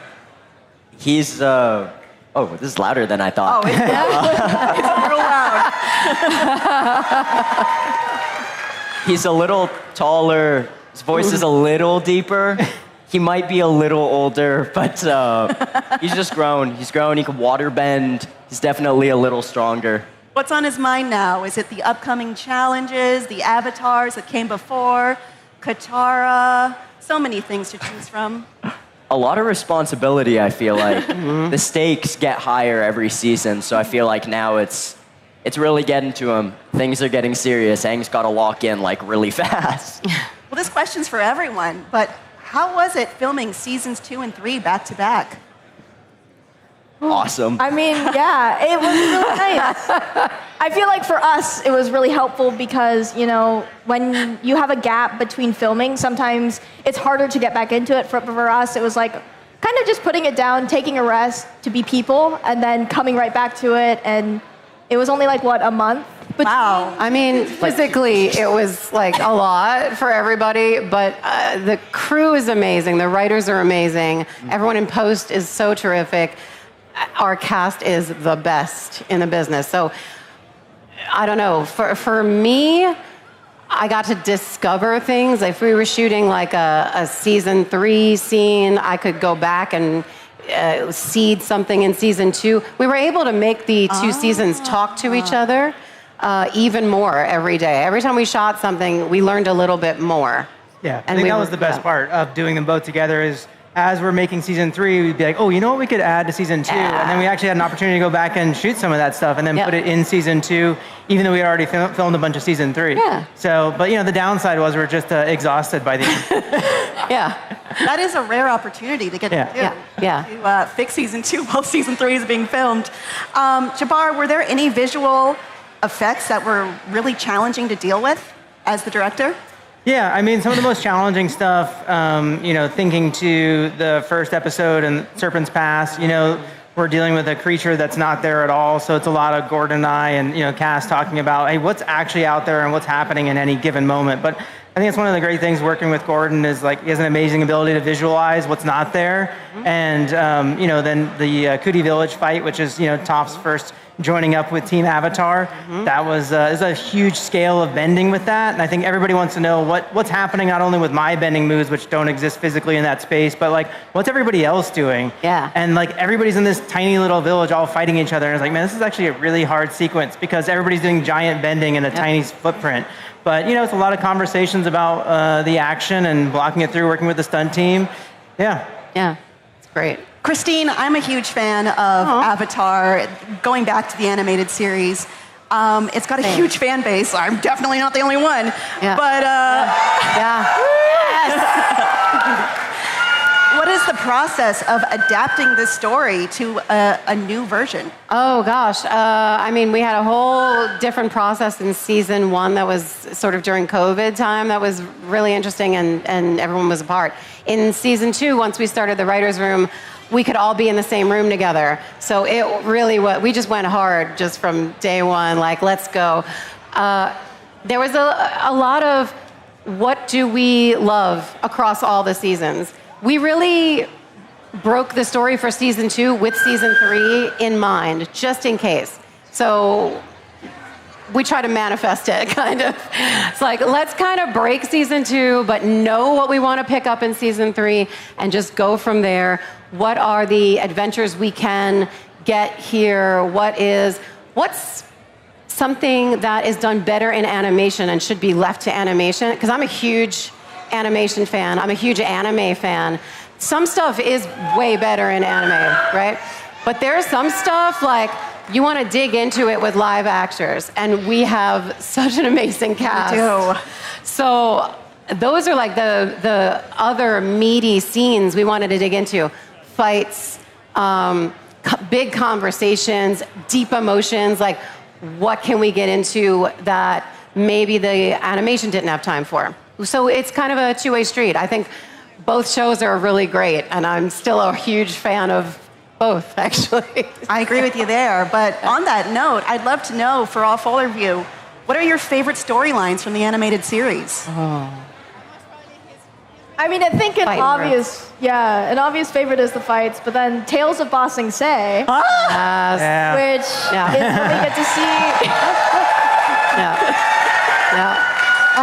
What about Ba Sing Se? Are there wars there? I don't know. Yeah, I feel like Tales of Ba Sing Se, and one of my personal favorite storylines that's really focused on the animated series, especially for season 2, is the Spirit Library. That's really fun. I feel like that was such an anticipated thing, for the series. I feel like that is a really great storyline. But I think my favorite is Tales of Ba Sing Se. Nice. Are we favorite from the animated series any season? Any season. Oh. Dragons. Dragons. The dragons. I love Aang and Zuko for a whole episode. It's just awesome. Figuring out fire bending, rainbow fire. It's Get dope. to do a little dance. Yeah, a little dance, little dragon dance. I'm looking forward to that. I would go with Zuko alone. Oh, nice. And being that I was, producing on the show and directing on the show, I got to raise my hand to do what is essentially a lot of that episode. So yeah, we liked writing Zuko alone because it's a Western. We got to do our Western, which I thought was really great. You guys didn't have him do a standoff with anybody. I mean, gonna stand off. We have some very funny behind-the-scenes pictures of people doing standoffs with each other. You can't do it all. You can't do it all. If I were to say my favorite scenes, I feel like I would give away the things that I chose to write myself over the next two seasons. So I'm gonna step back from that question. Well, we do have some questions that came from your fans on social media. Awesome. I'm going to use that for the rest of the time here. From Core Rights 97, for Miyako and Gordon, what is your favorite part of Toph and Aang's dynamic? Oof. I mean, I feel like for me, especially in season 2, coming into a show that was so well developed, a cast that had, so many years to grow together, I was really pleased that the Toph and Aang dynamic was actually pretty close to me and Gordon's dynamic in real life. There wasn't a lot of big reaching to do there. There was a lot of growing together. Mm-hmm. He's like the younger cousin I only see maybe twice a year. Wow. He's great. Just to jump on that for a second, the writers kind of saw that and that chemistry, this sort of sibling chemistry they had right away. We jumped into it immediately, and it was wait, this is the moment. It's the most important moment for the gang to have someone come in and disrupt them. And it's the most important moment for Toph to have someone disrupt her life, whether she knows it or not. So that sort of dual, it's fate put them all together. And so we had a lot of fun with that. I have one more question from Graptacular. Are there any iconic character lines you were excited to deliver, i.e. Toph calling Aang Twinkle Toes or gloating as the Melon Lord? Oh, those spoilers. I mean, Say that one more time. Were there any iconic character lines that you were excited to deliver? You guys are going to see them all in 20 days when the show comes out.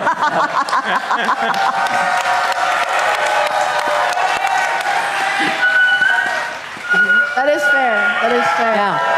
All right. Not going to get better than that. That was amazing. Thank you all so much. Avatar: The Last Airbender Season 2 drops onto Netflix on June 25th. Thank you to Gordon Cormier, Miyako, Christine Boylan, and Jabbar Raisani for stopping by IGN Live. And for more from IGN Live, you're already in the right place.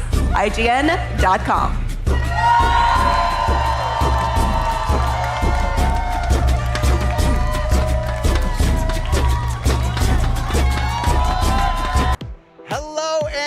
Welcome to the Indie Loop Showcase, an exclusive look at some of the most exciting games from indie developers from around the world. So without further ado, let's check out some games. First up today, we've got a fresh take on the tycoon genre, and I did not see this twist coming. Take a look at this world premiere trailer. Welcome to your brand new Monster Zoo, a place to showcase wonderfully abominable exhibits, unique experiences, and your own creative expression. But your fledgling enterprise holds a dark secret. It's a front for your real passion project, a secret cult. Lure in unsuspecting visitors through your gates, then capture them using devious traps disguised as harmless park props. Once they're in your hands, you decide what happens next. Feed them to your monsters, brainwash them into cultists to grow your workforce, or sacrifice them to gain faith. But be careful, things could go wrong at any minute. Navigate damage control when chaos hits, including scenarios like monster escapes, PR disasters, sabotage, and even reporters uncovering the truth. How you deal with them is up to you. Experience a fresh take on the tycoon genre, blending management with carnage in Monster Zoo Tycoon. Wishlist and follow the game on Steam to keep up with future updates, reveals, and more monstrous management chaos. Next up, have you ever wanted to run your own esports team? If the answer to that question is yes, this next game is definitely for you. Check it out.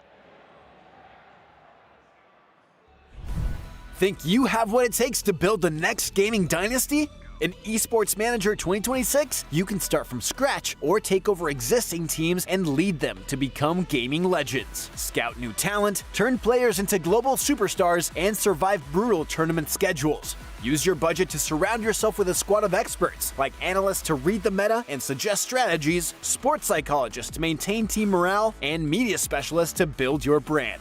Then, use your team's influence to lock down lucrative sponsorship deals and sign better players and staff. Dive into the chaos of modern esports management, including financial, psychological, legal, and organizational responsibilities. Buy, sell, and loan players from real-world esports teams, taking market dynamics, contract negotiations, and form into consideration. Your path to building your ultimate esports squad starts here. Esports Manager 2026 is officially coming to PC on July 6th, 2026, and you can try the demo right now on Steam.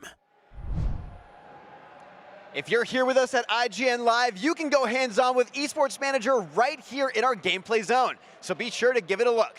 Next, we're taking a look at a game that blends fluid movement and poetry. This is Oku.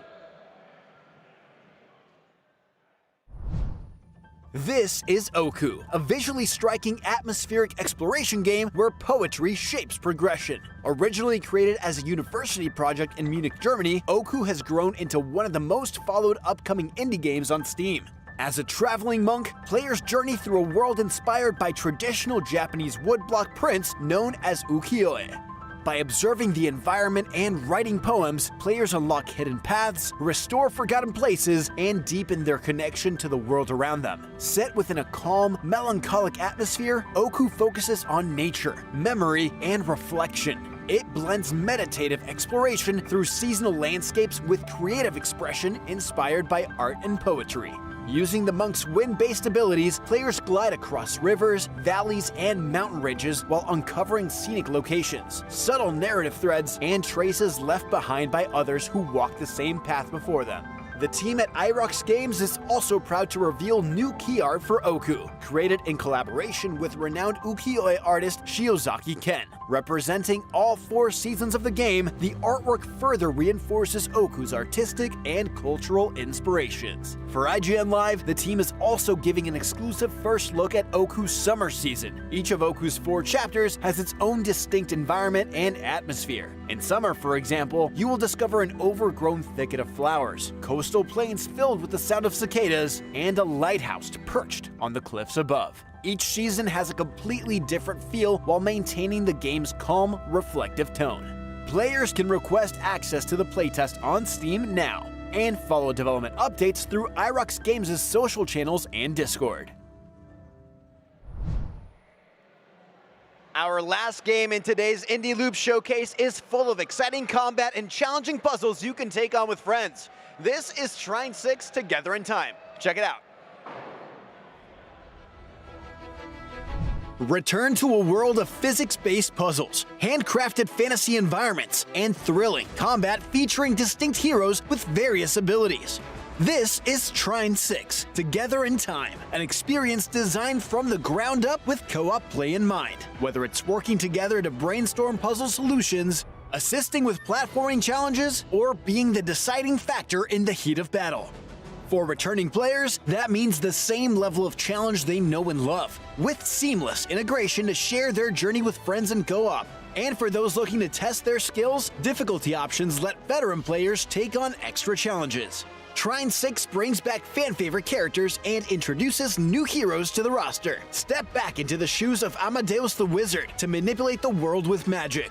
Zoya the Thief with her trusty rope to traverse and interact with the environment. Or Pontius the Knight to crush enemies with a hammer and shield. Or if you're looking for a new set of skills, try out Moira the Acrobat to chain together fluid kick combos. Or Adrius the Squire to create platforms for your squad and fight against enemies with a trusty spear. You can get your hands on the Trine 6 Together in Time demo starting June 15th as part of Steam Next Fest. And jump into the full experience when it releases on PC, Nintendo Switch, Nintendo Switch 2, PlayStation 5, and Xbox Series X and S on September 17th.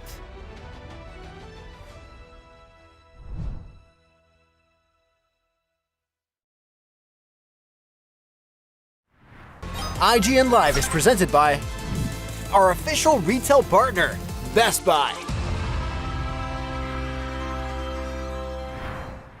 Do you want to be the very best like no one ever was? Streamline your journey to becoming a master trainer with Planet Pokemon. Choose your Pokemon, filtering by type, stats, or game availability. Then use the full team builder to assemble an unbeatable lineup.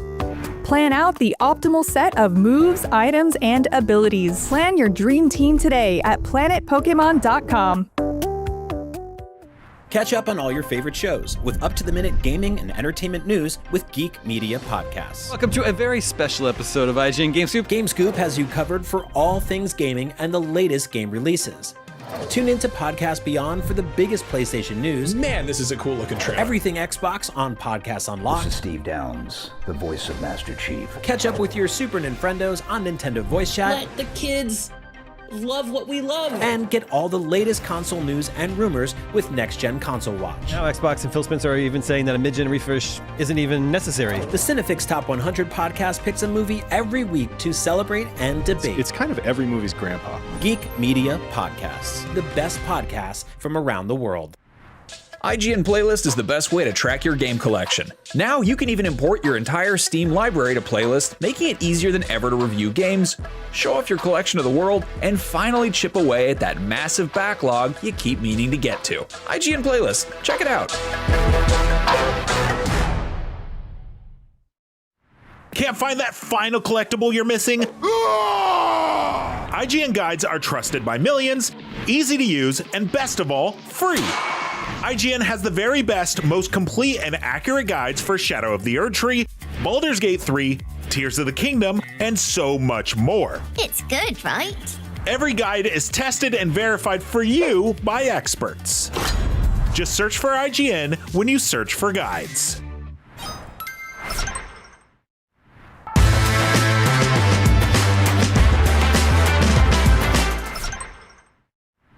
You're watching IGN Live. Here's a look at what's coming up ahead. In a little bit, we'll be getting some new intel on Call of Duty Modern Warfare 4 and getting a double dose of fantasy with Legend of Vox Machina and Magic the Gathering. But first, a big shout out to some of our sponsors who make this possible.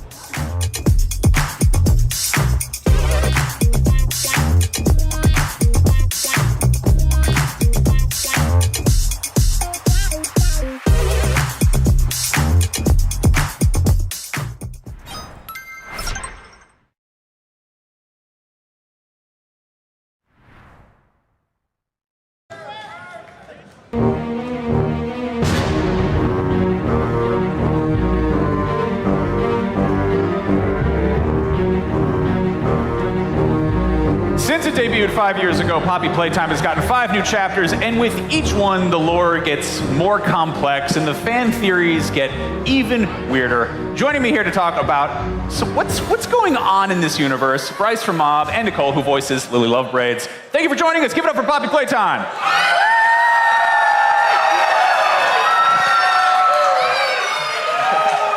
Okay, so yeah, people pay very close attention to these games. There's some very, very deep mythology. People pick everything apart, and clearly you plant a lot of little breadcrumbs, you put a little threads on there to pull on, you plan some stuff ahead. I want to know just how do you engage with that? Do you read fan theories? Do you steer clear of it entirely? Do you try to stay 2 steps ahead of it? And Nicole, how do you get caught up to speed on that kind of thing?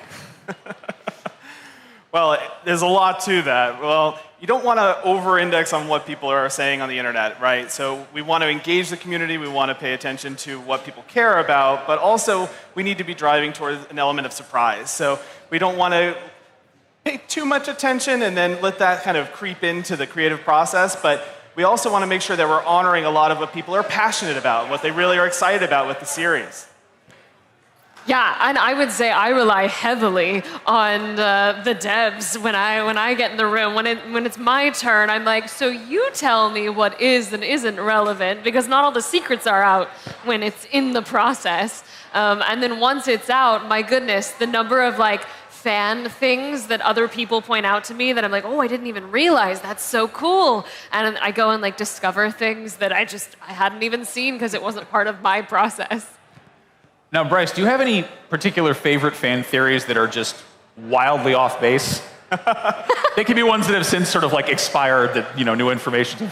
Any favorite ones? No, I mean, there are, as you said, a lot, and the community is wildly engaged, and it's fun to look through them, but I think for me, it's not any specific theory, it's just that back and forth in the community, seeing people like in the theory crafting channels talking about like what they might think and inspecting the smallest details, and to me that's really fun all on its own. I don't really have a favorite fan theory, but just watching that interaction, that ecosystem of people is really fun. It's got to come with like a certain amount of power to just be like, oh, they're paying attention. I love how much like the fans will take the characters once they're out and create all of this additional like thought on why they're doing what they're doing and how they ended up. Like they really go deep into the motivations in ways that even as an actor, I'm like, oh, that's good, actually. Let's talk about your characters, because Lily was a huge part of Chapter 5. There's also Miss Gracie.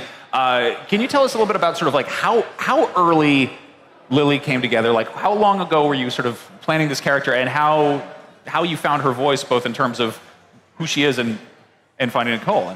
Well, as with most characters in games, they go through a lot of iterations. We do a lot of explorations, this incredible amount of concept art, exploring what should they look like, what should the outfits be like, how should the hair look, how should they move, you know?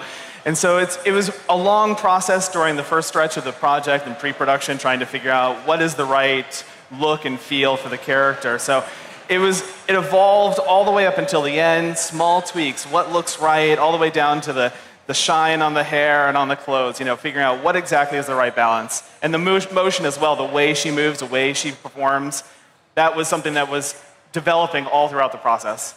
Now, Nicole, people have called out your performance as being like a lot, you know? Like it's a lot. Yeah. She's a little, there's something going on. A little bit. How did you find that? How'd you find that voice? Like, how did you kind of zero in on? It was a really collaborative process, honestly. You know, there was initial ideas that came in, and then we kind of developed and evolved. You know, I got some character art, but it wasn't even the final yet. So we just kind of started throwing things out there, and the team kind of adjusted based on what they felt would fit in the pocket. And then once we were locked in, this is something I have loved about Mob in general, they were just like, go wild. They just were really like, yeah, go, give it, you have another take? Go, let's see. And they were really open to like ad-libs and like adding things as long as it was really in the core of the character. And so much of that made it in, which was so satisfying to me. And I was so wildly impressed with her animations and like the way that those vocal performances like became something else entirely. And the balance between Miss Gracie and Lily Lovebraids, right? The combination of like seeing the transition, seeing the sort of videos of the before and then the after, and seeing that kind of intense energy, that really bubbly, intense energy was fantastic. There's a little cameo here. Yeah. That was a bit weird to glance over to. Huggy, we got a Dr. Sawyer in there. Oh my. Love it.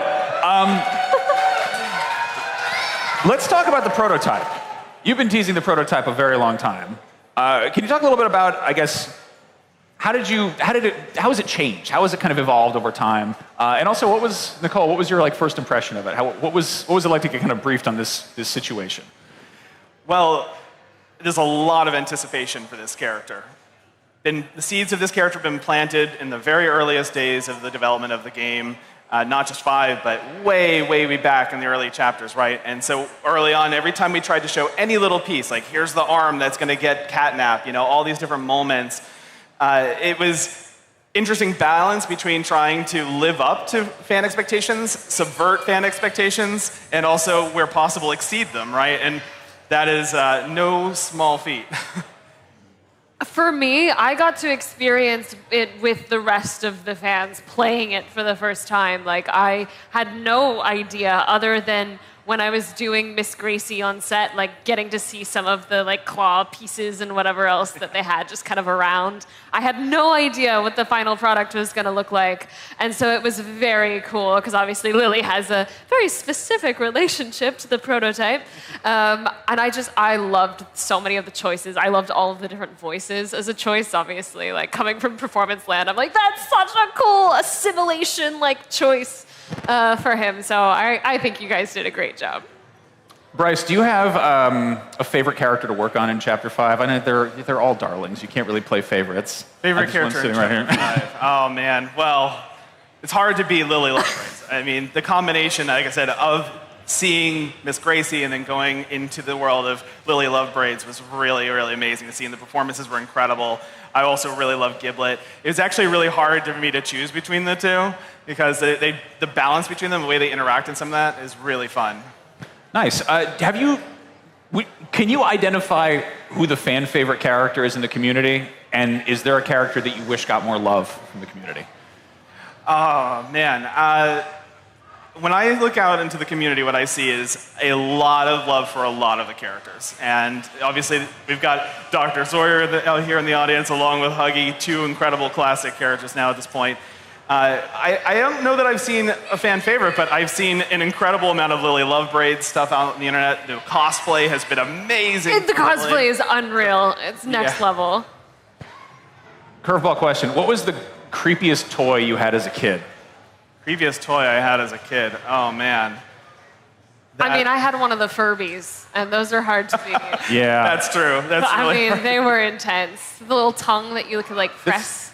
They're not right. There's something wrong. Yeah. Although on characters that need love, I just want to say a personal low-key favorite of mine in 5 was Chompkins. Yeah. When they were explaining to me, they were trying to explain it because she has some Lily or Gracie references, Chompkins, at some point. And they were explaining the character to me, and I was like, you go in his tummy to feel warm and nice? And I don't know, I loved that. I'm like, I want to get into Chompkins. That's a really good point, because Chum is such a fun and interesting character, and it's like, oh, he's so cute and cuddly and kind of soft, and then he belly opens up and the teeth are there and you're like, oh my God. And that's where a lot of the magic comes from for us, is finding that balance between cute and cuddly and these vintage toy elements, that nostalgia, but then there's always that layer underneath, right? Like Huggy, when he's standing up on the podium, Chapter 1, he's just happy and smiling and it's fine, and then you see the mouth open, right? And you're like, it's a whole different ball game. You do some great work with upsetting teeth. It's a lot. Now, a couple more questions. Nicole, you've had a lot of roles. You're also a big deal in another beloved horror series, which is Resident Evil. You're Jill Valentine, and you're also Daniela Dimitris in Village.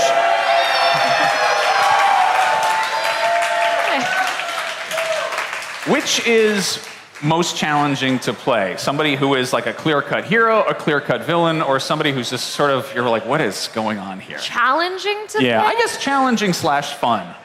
Fun to play, different. I would say villains are always having a good day until they're not, and heroes are almost always having a bad day. So that's one way to think about it.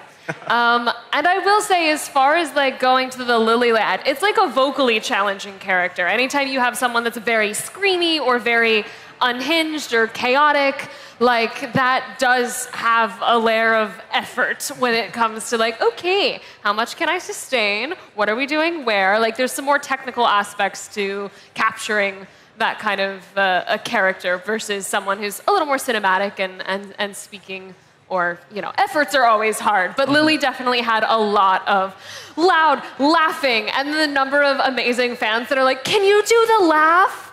And I'm like, it's a lot, but sure, you know, so. Can you do the laugh?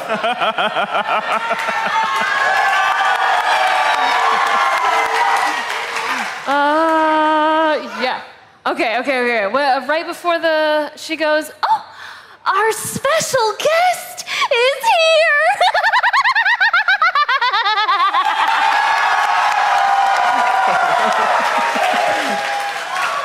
So good. Very nice. That was going to be my next question, by the way. Can you do the laugh? Okay, so you mentioned cinematic stuff. Just real quick, Bryce, can you give us any updates on the future of Poppy Playtime, whether that is Chapter 6 or the movie that was in the talks for a while? Can you give any insight to any of that? Well, there's a lot of exciting things in the works. Most of it is a little too early to talk about. Obviously, we take it very seriously when we're trying to interact with the fans and making sure that we're dropping the details in the right way and planting seeds of, and the ARG is going to be happening at some point, and it's really fun to kind of introduce these little pieces over time and engage the audience. So we're really particular about not talking about it too early. So I'm afraid I can't speak to anything beyond saying I think fans are going to be really excited about what's next coming from Mob and for Poppy. Nice. Well, thank you both so much for joining us. Give it up, Poppy Playtime. For more Poppy Playtime, be sure to catch the panel happening later today in the theater if you're here at IGN Live. And of course, if you haven't yet, you can grab all 5 chapters of the game available now on consoles and PC. More IGN Live coming up. Stick around.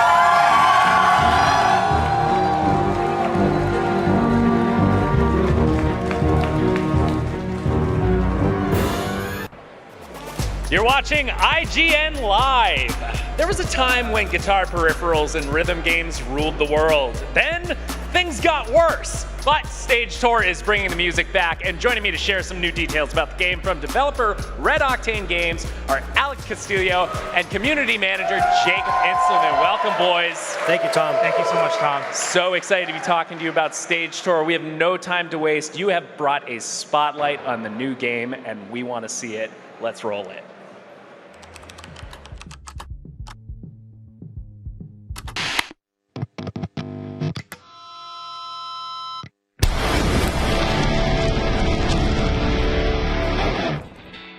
Stage tour? Stage tour? Stage tour! Stage tour. This is a redefining evolution of rhythm games. Our ultimate goal with Stage Tour is not only to bring rhythm gaming back, but bring it back better than ever before.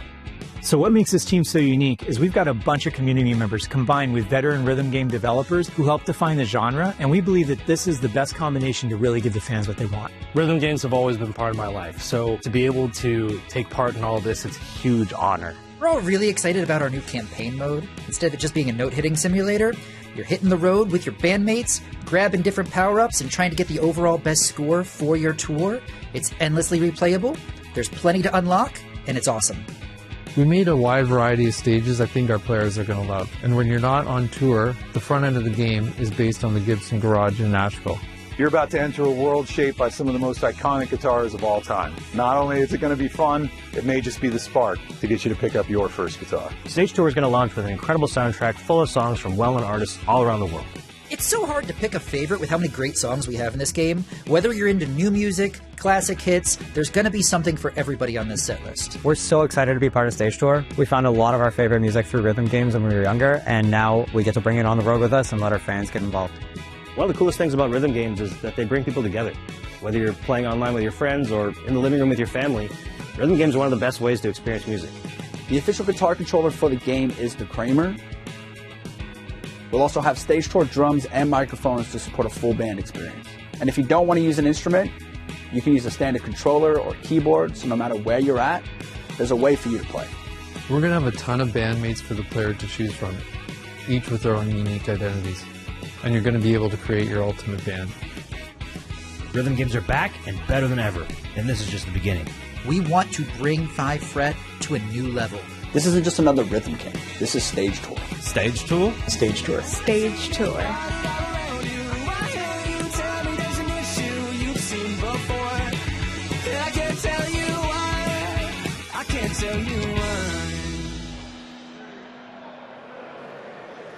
And that was a brand new look at Stage Tour, huh? It's looking pretty sweet, boys. Sure is. Now, let's kind of break down some of what we saw in that trailer. That trailer reveals the first 7 songs of your set list. Let's roll through those real quick. The trailer song was Good Kid, Mimi's Delivery Service by Good Kid. Mm-hmm. Also, you've got Danny California by the Chili Peppers, Get the Funk Out by Extreme, Square Hammer by Ghost, Rat-a-Tata by Baby Metal and Electric Callboy, Terminator Oscillator by Static X, Island in the Sun by Weezer. That is just a taste. You guys have a lot more coming, right? Indeed. Yeah. Absolutely. Now, you also went out to your community for a survey, kind of help getting an idea of what sort of things they wanted to see on this set list. What did that reveal about what the Stage Tour set list needed to look like to please them? It was very insightful. From the very beginning, Red Octane Games was formed as a community-first type of development studio. You know, we're formed by development people, community people as well from the development team. So right away, as soon as we went public with Red Octane Games existing, we went out to the community and said, hey, what do you want to see? What do you want to play? We had like over 40,000 people respond to that survey, say, hey, I want that song or that artist. And we use that all the time when we're looking at different songs to license, going to labels and different bands. You know, we looked at what people wanted and made our decisions based on that. Maybe it's something they didn't know, and then we can show it to them for the first time. We don't have to show you everything that you know. We want to introduce you to music too, right? Yeah, that's half the fun of these games. Yeah. Exactly. Yeah, no, I just remember that all these old rhythm games I used to play, it shaped my music taste as a kid, and then growing up, just putting more people onto great music is what it's all about. Well, you know, as we're on this topic, for each of you, you're both lifelong rhythm game players, you know, very much like me. We all played the original Guitar Hero, I think. What is your favorite memory of playing a rhythm game in your life? Ooh, that's a great question. That is a great question. There's too many. There's too many. I feel like every Saturday I host people at my house. We play Clone Hero together, and it's just a great time, and we play some fun stuff. We play stuff that we remember, we play funny songs, we play new songs. I don't know. I always try and create good memories from just the session. Always. Yeah. So that's what we're looking for when Stage Tour comes out. It's just get on the game, make some new memories, have a great time. Yeah. One of my favorite memories is my first time ever playing Guitar Hero. You know, my mom brought me to a GameStop. She was like, she saw it on the TV. Hey, that looks really cool. I bet my son would like that. I'm like, whatever.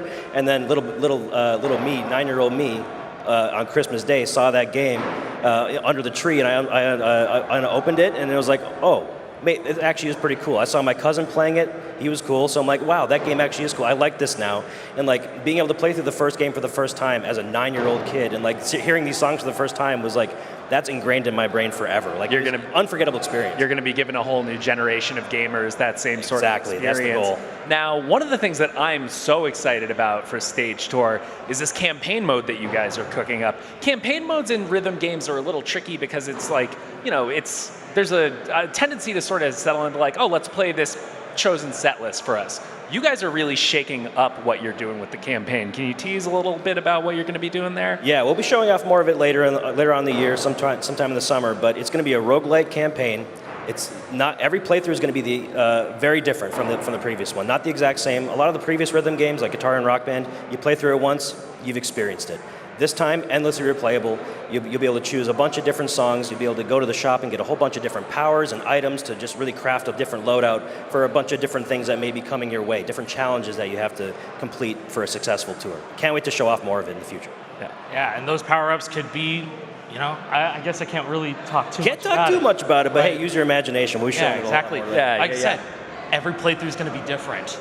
Yeah, maybe you get one where it's like your drummer shows up to this one like 40% less hungover from the night before or something like that. It's like, who knows? I'm excited. I'm already imagining what that could be doing to each campaign run. So very excited about unlike that. anything that's ever been done in the genre before. Yeah. Playing it internally, I love it. It's going to be really impressive. I think you guys are going to be surprised by it. I cannot wait to see the community reception.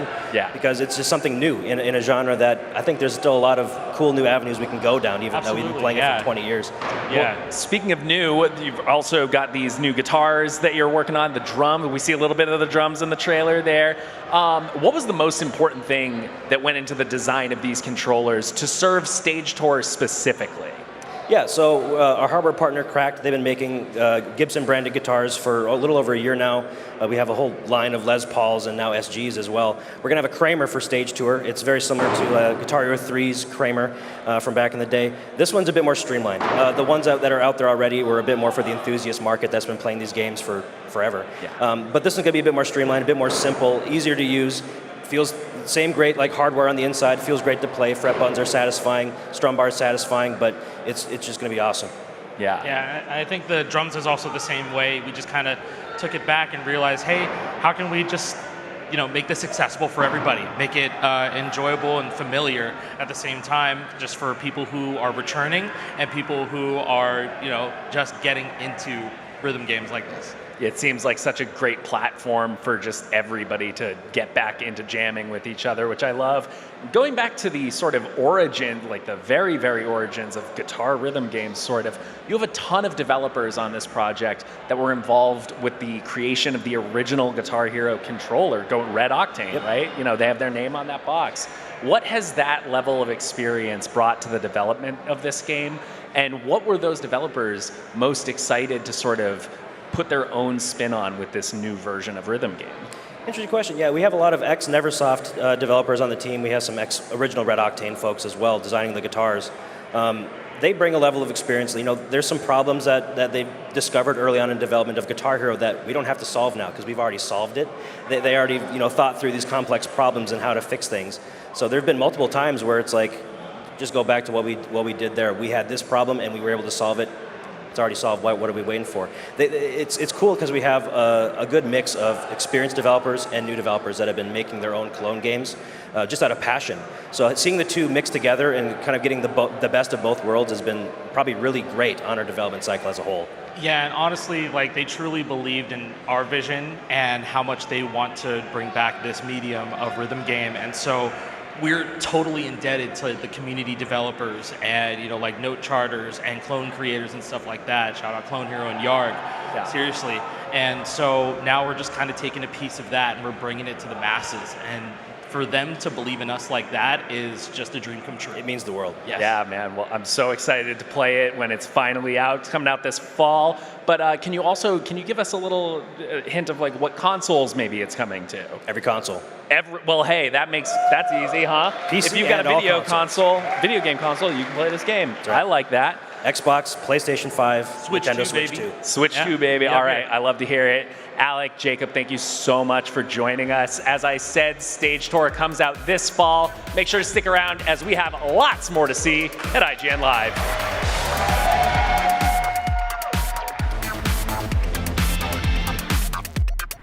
IGN Live is presented by Evil Dead Burn, only in theaters July 10th.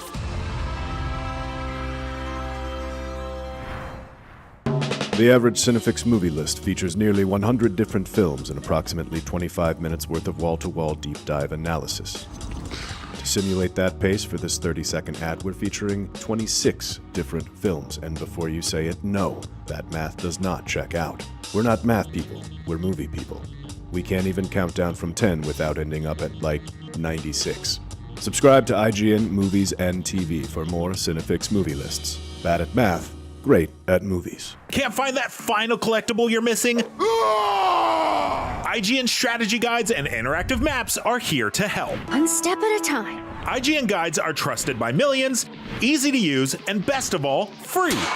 IGN has the very best, most complete and accurate guides for Shadow of the Erdtree, Baldur's Gate 3, Tears of the Kingdom, and so much more. See? It's good, right? Every guide is tested and verified for you by experts. Just search for IGN when you search for guides.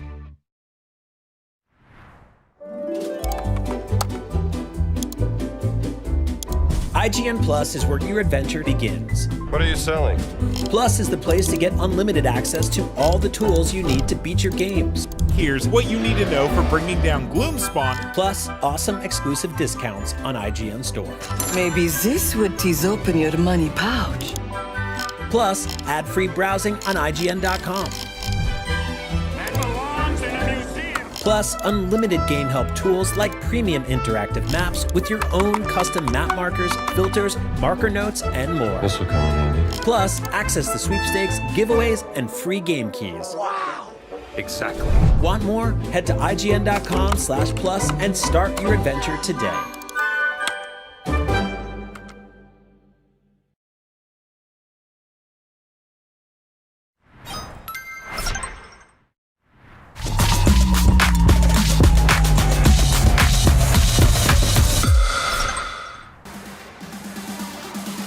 You are watching IGN Live. Now in 2001, Gothic revolutionized action RPGs. This year it's celebrating its 25th anniversary with a brand new ground-up remake. Here to tell us about it is studio head Reinhard Police from THQ Nordic. Welcome to IGN Live. Welcome. Hey. And welcome to IGN Live to all of you as well. We got some Gothic fans here. So Gothic remake, it's out in the wild now. What is the fan reaction been like so far? It's not really a while. I mean, it's like Friday. We had our launch on been Friday. A couple days, yeah. Yeah, it's super cool.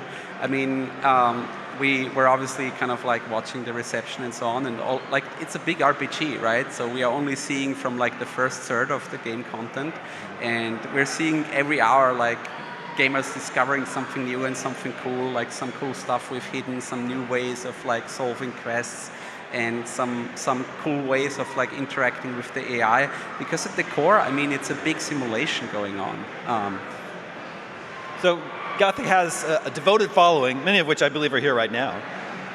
How would you describe the game to someone who isn't so familiar with it? They're approaching the Gothic remake completely new to the franchise. So we're set out to kind of like make this remake in a way that you don't need to play any of the Gothic games before, and it's the first part of the series anyhow. But we also try to explain the game world and the lore in a way that you are kind of like, if you're new, you will feel right at home when you start. I mean, so the game is at its core an open world RPG. I mean, by today's standards, I mean, the open world is not like the biggest, but it's, I would say, the most immersive and the most alive. That was one of our goals, really, to create an immersive RPG where everything that is kind of like happening in the game world and is a natural way to discover it and to experience it and to find clues. So, for example, it's not a game where you kind of like follow quest marker after quest marker. It's like you really have to listen to the people, get the clues, and then kind of like piece it together and also develop a natural understanding of the places and the world itself. The game itself features a lot of choices, both in terms of story and also the way you play it. So it's not like you select a character class or something like that. It's everything naturally embedded. So you have to find teachers who teach you a certain skill set. And that skill set, obviously, like learning that costs money and learning points, which you need to earn yourself. And like the money itself, it's not like gold coins or something like that. So it's set in a prison colony, and this prison colony was created to mine this magical ore that the king needs to fight the orcs. So you are put into this prison colony to mine ore. And this ore is obviously also the kind of like the currency in this game world. And who are we? Who are the player playing? So you're not a hero even. Like you're a nameless dude who is like not anything special, right? But you can become something special through your journey. So as I said, I mean you're a convict. You're set out to mine ore, but when you get set into the colony. First of all, you get a rough welcoming. So they punch you in the face. They tell you like, well, it's a rough world out there. Just do as you were told, or you would get beaten up. Throughout like the first like hours of the game, you kind of like learn that there are 3 main factions that all have different objectives. So the first one is the old camp. They're here to mine the ore and deliver it to the king. and exchange it with other stuff they need, like weapons and even women.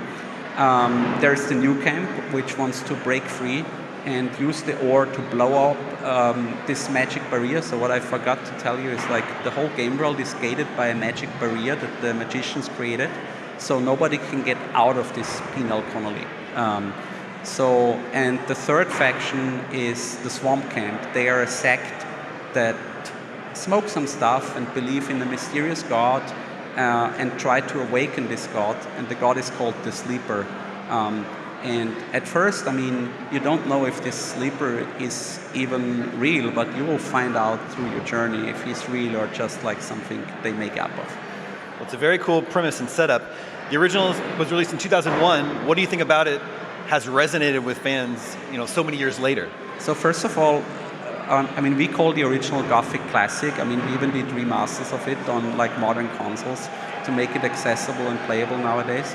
I think why we did that was also, although like the remake was coming or is coming, was that we felt it's, even for today's standard, it's still a very unique game with a lot of really cool game mechanics that hold up to. For example, I think other than the remake, I think basically no other RPG offers as deep like world simulation as the original even. So to give you an example, like every NPC in the original had a daily routine going on. Like they had a 24-hour like day-night cycle. They would sleep at night. They would even like go for taking a piss, right? And I mean, we greatly expanded that in the remake. So we expanded everything. So in our game, they even would react to like, let's say if it's raining, they would say like, what the fuck, this shitty rain, like I don't like that. And we expanded the daily routines to like creatures. So they would also have a need system. They would go for food. They would need to drink and stuff like that. And I think so. That's I think the main thing what kept it alive and what kept the community going. That it's so immersive, simulated, and so deep in like what you can experience there. And what is your relationship to Gothic Classic? Did you play it originally, or did you discover it sometime down the road? No, I'm a big RPG fan and nerd. I haven't played it on the release day, fortunately, because at the time it needed a very beefy PC. I didn't have that, but like a year later, like the second part was kind of like announced and in the coming phase, and I just like I got excited by articles about that, and I got the first one, and I was super excited. So I became a fan. I was even like doing mods for Gothic 1 and 2. So I got deep down into like all the technicalities. And for a long time I thought like, I mean, the series was dormant. I was a teenager at the time, so I thought like, well, that was a thing of its time. I mean, it would be cool to work as a game developer in a game like that, but I never thought it could be the actual thing. Yeah. And then when the opportunity came, I was just very happy, but that, was just the start of something. I mean, we worked 6 years on that game. And I mean, that's kind of like what you need nowadays to make a good game from the ground up. And I mean, we also built the studio from the ground up. So 6 years ago, we were starting with like 10, 15 people. And now we are a team of like 60 core team members who kind of like managed to deliver this big open world RPG. So the Gothic series is known to not hold the player's hand too much. How did you approach that in the remake? Was there any sort of desire to tone down the difficulty or make it a friendlier experience for more modern players? So there was definitely a desire, and I mean, like a lot of people like that tested the game were like, well, this mechanic is not explained. You should explain it. And I'm like, we do tutorials at the very last, and my approach was always, if the game needs tutorials, we've done something wrong, because a game mechanic should be organically explained. I mean, kind of going on this immersive pillar, right? So, we added a climbing mechanic, so it should be explained in the dialogue that tells you, like teaches you about the mechanic, how you can use it as a player. But obviously not in a too gaming way to break the immersion. But in order to kind of like give new players a little bit of possibility to learn the game mechanics in-game more, we added a tutorial book. So, but also this is done in an immersive way. So in the first conversation, like Diego, who is kind of like becoming your guide throughout the game, will say like, hey, I got this book, maybe you should take a read on this. And in this book are these tutorial things in there that explain all the mechanics. And in terms of difficulty, so first of all, I think we are a bit lucky because these days, players nowadays like difficult games, I think. They like a good challenge if it's not unfair. But also, we felt that we wanted to also appeal to players who just like, to play something without being killed all the time. So we added a much easier difficulty level, which is still challenging, but it has, for example, in this easier difficulty level, we call it Novice, you get the first one-handed combat skill already learned, which you would need to earn, and it would take, I think, about 2 hours to learn it in the intended difficulty level, which we call Gothic. And yeah, I mean, as a player, when you start a new game, you can customize even your difficulty level. So you have like things like combat, exploration, and they all have an effect on how you experience the game in the end. Very cool. Well, thank you so much for joining us here at IGN Live. The Gothic remake is out right now. Go immerse yourself in the world of Gothic once more. We've got plenty more IGN Live ahead, so stick around.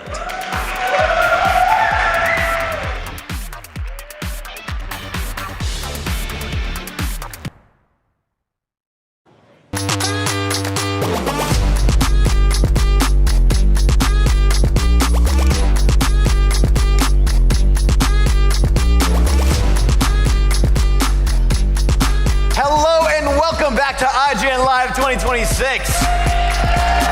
Yeah! Gaming platforms have evolved quite a bit over the last few years, and they've become more accessible than ever. One of the biggest services offering access to premium titles no matter where you go is Amazon Luna. So please join me in welcoming Jeff Gaddis, head of gaming at Amazon, to tell us more about what's next for Amazon Luna. Welcome. Thank you. It's great to be here at IGN Live. That's crazy, the energy in here. Excited to talk about Luna. Thank you so much for being here. Now, for anyone who hasn't tried it yet, what is Amazon Luna? Yeah, so Luna is Amazon's cloud gaming service. So think of the way we stream movies and music. Same thing with video games. No hardware required. You can stream to a laptop, a desktop, a smart TV, tablet, mobile device.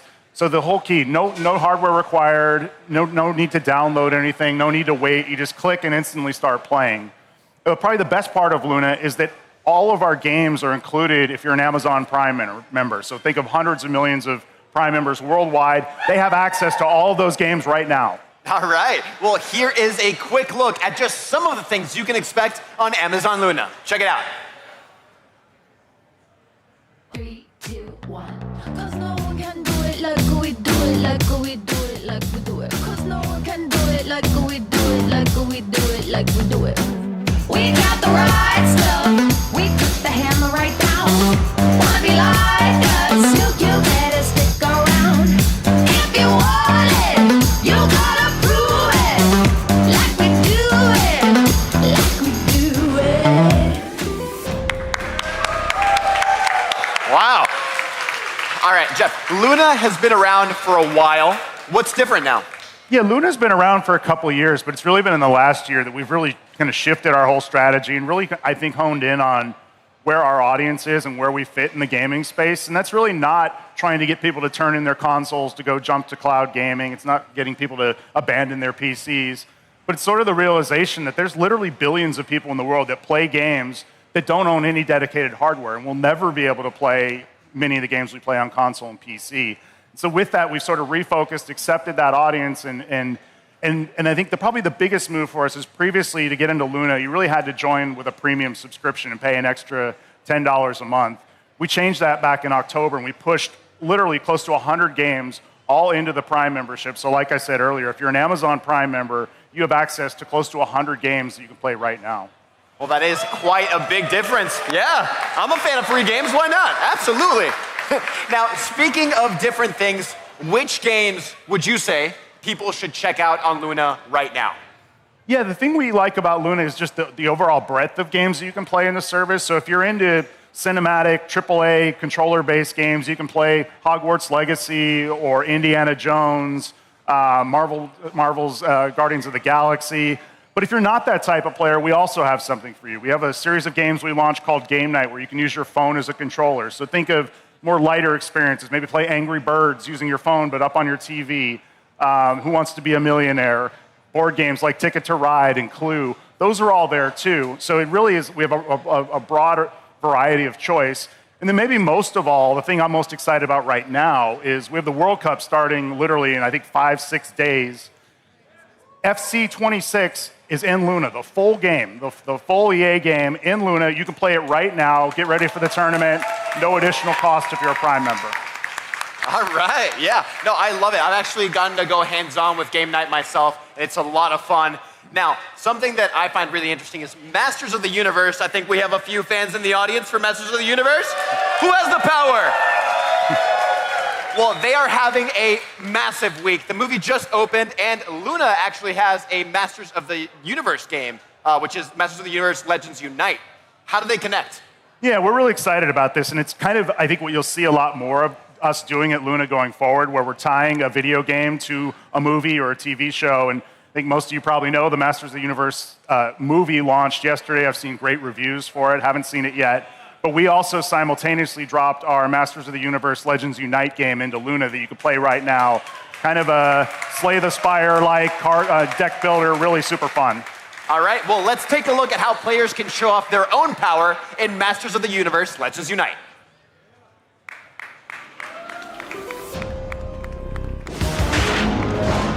From Eternia to your living room. It's Masters of the Universe Legends Unite! Wields the power in the palm of your hand. Choose your legend. Let's go. Play your ultimate deck. Use your phone to unleash your power. Powered up. Battle through trials to prove your worth.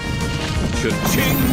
Nah, the real trial is beating me. Be the one to claim the power! I have the power!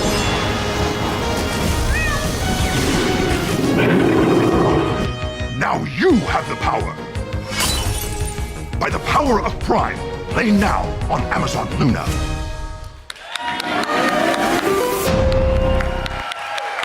That is so fun. Who here has the power?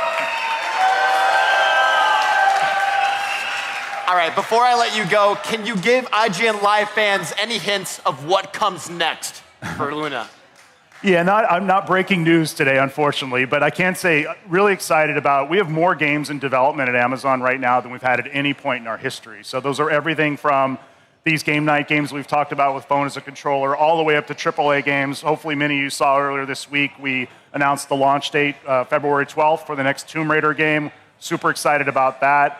And then beyond that, we're just trying to bring Luna, bring more awareness to Luna, let you all know that this exists, make it easier for you to get it. So you'll see us show up in more places across different Amazon products and services, which we're excited about. But most of all, you have these games today. If you're a Prime member, we hope you go play them. Jeff, thank you so much again for being here with us at IGN Live. Is there anything you want to tell new or returning players checking out Amazon Luna? It's incredible value. We've put a lot of games in there. We've spent a lot of money to put them in there. And so tell your friends, let people know that this exists, because I think it's a great deal. All right. Jeff, thank you so much. You can jump into all the games we mentioned today and more on Amazon Luna. And if you're a Prime member, you've already got access. Just head to luna.amazon.com today to get started.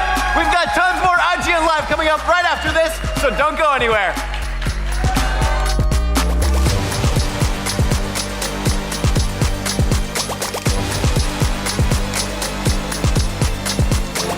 IGN Live is presented by Amazon Luna, here to play.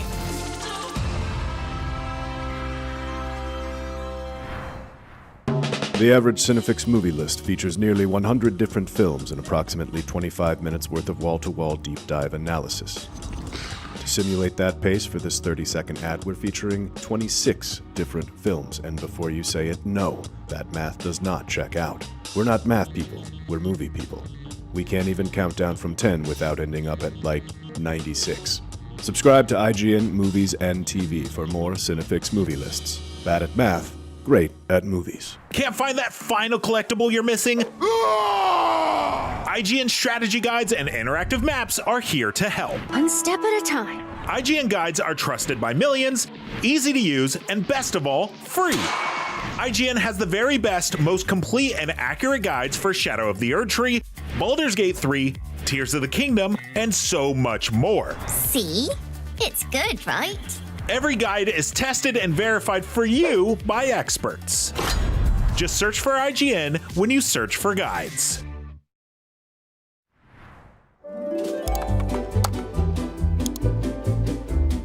IGN Plus is where your adventure begins. What are you selling? Plus is the place to get unlimited access to all the tools you need to beat your games. Here's what you need to know for bringing down Gloomspawn. Plus, awesome exclusive discounts on IGN Store. Maybe this would tease open your money pouch. Plus, ad-free browsing on IGN.com. Plus, unlimited game help tools like premium interactive maps with your own custom map markers, filters, marker notes, and more. This will come in handy. Plus, access to sweepstakes, giveaways, and free game keys. Wow! Exactly. Want more? Head to IGN.com/plus and start your adventure today.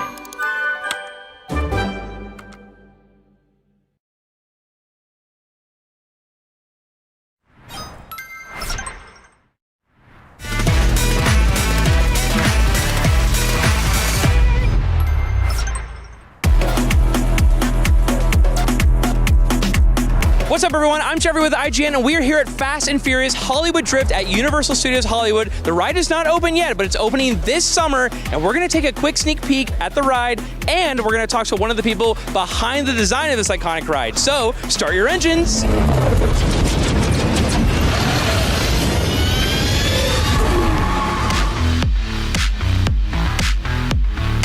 So I'm very excited for Fast and Furious Hollywood Drift. If someone, for some reason, has never heard of this, how would you explain this roller coaster to somebody? It's incredibly dynamic. I mean, it's off the hook, but I would also say if you're not familiar with the franchise at all, it's going to blow your mind. If you're familiar with the franchise, really what we're trying to do, though, is not put you in the movie. This is almost like taking it behind the scenes. Ooh. So, because as you walk through the queue lines here, what you're going to see is some great props, actual props, oftentimes created by the actual prop makers. Yeah. You can see the stunt coordinators actually figuring out how to do some of the incredible stunts from the film. Wow. I got to ask about the cars. We have a Dodge Charger, obviously the Mazda, the Nissan, the Toyota. How are these chosen, and how much thought is put into like the order of it and like the kind of the look?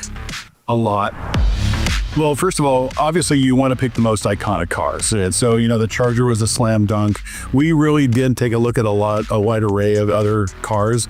But at the end of the day, you know, the two cars that were Brian's, the Mazda, and then the Charger, they were just naturally iconic cars. And then when you talk about how much, like, I can tell you that it was a particular interest of mine and the creative team, because we know that no other ride vehicles in the histories of roller coasters will be as examined as these.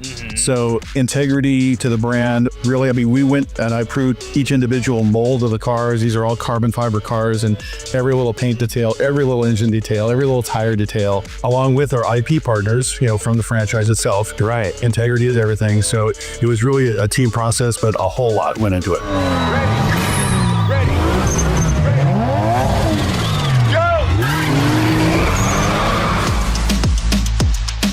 This is not the first time, you know, we've had a Fast and Furious experience at Universal Studios. Why is Fast and Furious such an integral part of Universal Studios parks? Well, it fits the brand. Really, when you think about it, I know that we've had some other ones, but when we were taking a look at this, and you take a look at just even the topography of, I mean, who builds a roller coaster on the side of a hill?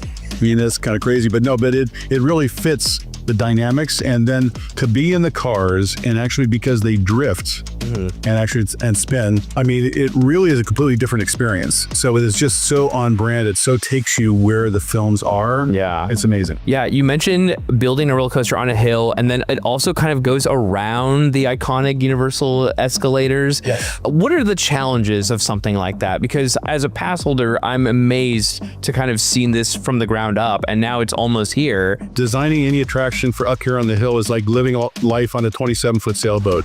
We're very space constrained, so we have to make the most of what we have.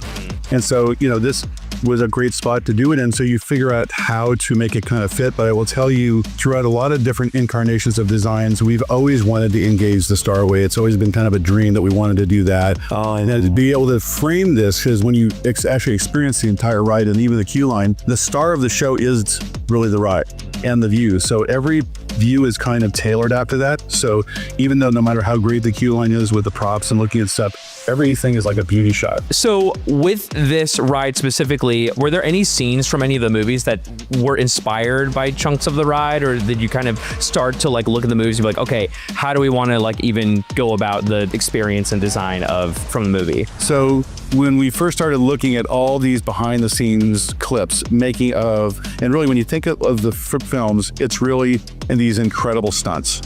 And unlike other films, a lot of them are live. So you're discovering, like, we have film footage of like stunt coordinators playing with Hot Wheels, like on the sidewalk in front of the whole crew saying, okay, we're going to do this. And then we're going to have the flip card. You're going to do this. And so there's all these great things that you kind of pick and choose from.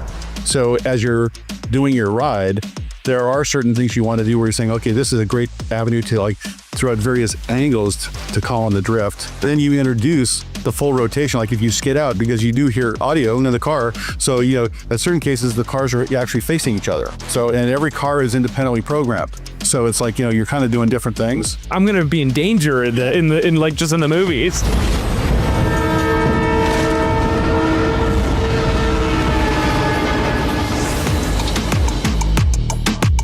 I want to talk about the queue really quick. The queue is incredible because you have graffiti art from Tristan Eaton, who's kind of like a local legend here in Los Angeles. And obviously with Fast and Furious being kind of like integrated in that franchise, I'm curious how that collaboration came about. Obviously, we all know Tristan did a great job on the lower lot. Our new film building, he did tremendous murals inside. This is all about authenticity because, like we said, this is not about putting you in the movie. This is not supposed to be a set. This could be kind of the garage where they develop these stunts. You'll see the storyboards behind you. It's kind of like where they figure this stuff out. Yeah. At the same time, it's LA. So who better than Tristan to bring in? And then we have this huge mural up actually in the launch bay up. Oh. So we have one down here and one up above. That's so cool. And can you tease anything about the music? I mean, you mentioned audio in the cars. Like, we'll be hearing tracks from the movies or needle drops or a score. Around here, the queue line, you're going to be hearing a lot of the music that you would kind of expect to hear, right?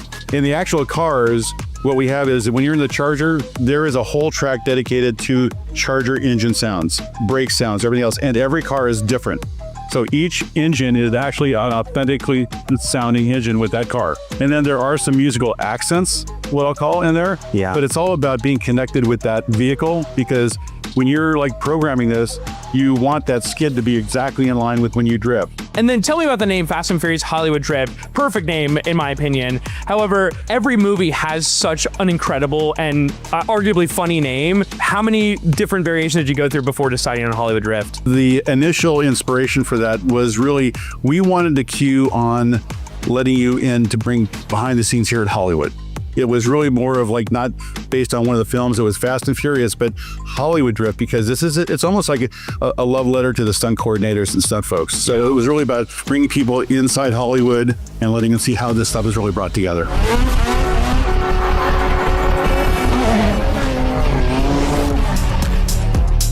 I'm curious how you approach the design of like, we need to make sure that it feels like you're really racing cars. And obviously you're going very fast and that is a big part of it. But what are the choices? You know, you mentioned drifting and spinning. Like, how do you make sure that people get that experience of racing cars in Los Angeles? You have to start with basic functionality. So we knew that we wanted to do drifting. And we knew that we wanted to do something that had never been done before. We knew we wanted to do it faster than it had ever been done, and inversions and everything else. So they simulate what you're trying to do in terms of the vehicular ethos, if you will. John, is this ride canon to the universe of Fast and Furious? Because they have gone to space, so I don't think it's that crazy that they would be on a roller coaster. Actually, the fun part about this is, and even think about it, it's a different experience at night. So if you're doing these great, aerobatics, if you will, in the cars over the valley at nighttime, but then cutting underneath the starway in the black of night. Yeah. I mean, it's different every time you ride it. Yeah. Quite frankly, it's different with every car. Right. Because it's doing different things. That's what I'm curious too. As a theme park aficionado, people love to argue the front is the best, the back is the best, the middle is the best. Do you have any advice or suggestions of where I should sit? Obviously, the front with the Charger you're in at the peak, and iconic. It's an iconic moment. But then also there are moments when you do fully rotate, you see all three cars behind you, which is awesome. With that, and then of course, if you're in the last car, you do get kind of the long train effect a little bit. But then you're seeing every car in front of you doing different things. Oh man! And you're doing something different than the Charger is. Right. This is incredible. My final question is, what are you most excited for guests to come and see? Is there like an Easter egg or something that's maybe hidden that people should look out for? Or what are you really excited for people to see as reaction? There are Easter eggs everywhere. There are some right around us right now, which I won't go into. There's some on the cars. But I mean, really, the other great part about my job with everything we get to open here is just to see the expressions. I mean, you see people, and in some cases, the Charger is somebody's favorite car. In some cases, it's a GTR. In some cases, they saw that movie with the bomb or whatever, and now they're going to get to see how it was done. Yeah. So it's just really seeing the guest reactions. That's really the kick. Well, there you have it. Fast and Furious Hollywood Drift opens this summer at Universal Studios Hollywood. There's so much more IGN Live, so don't go anywhere.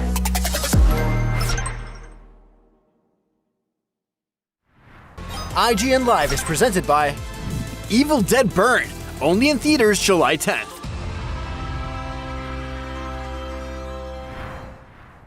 The average Cinefix movie list features nearly 100 different films and approximately 25 minutes worth of wall-to-wall deep dive analysis. To simulate that pace for this 30-second ad, we're featuring 26 different films, and before you say it, no, that math does not check out. We're not math people, we're movie people.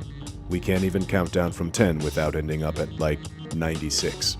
Subscribe to IGN Movies and TV for more Cinefix movie lists. Bad at math, great at movies. Can't find that final collectible you're missing?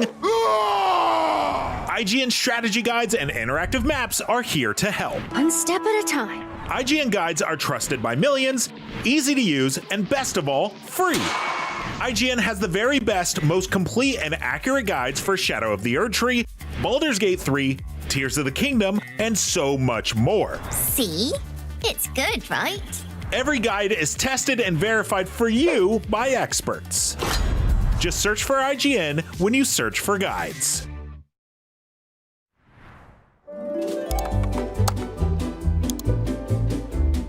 IGN Plus is where your adventure begins. What are you selling?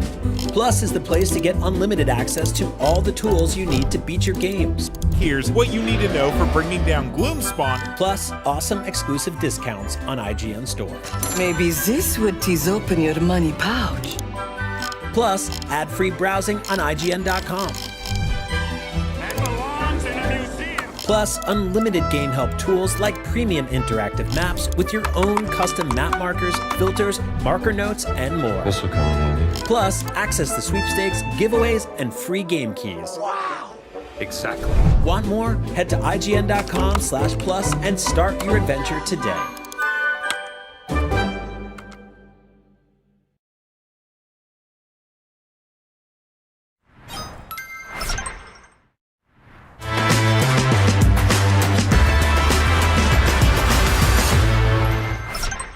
What's up, IGN Live?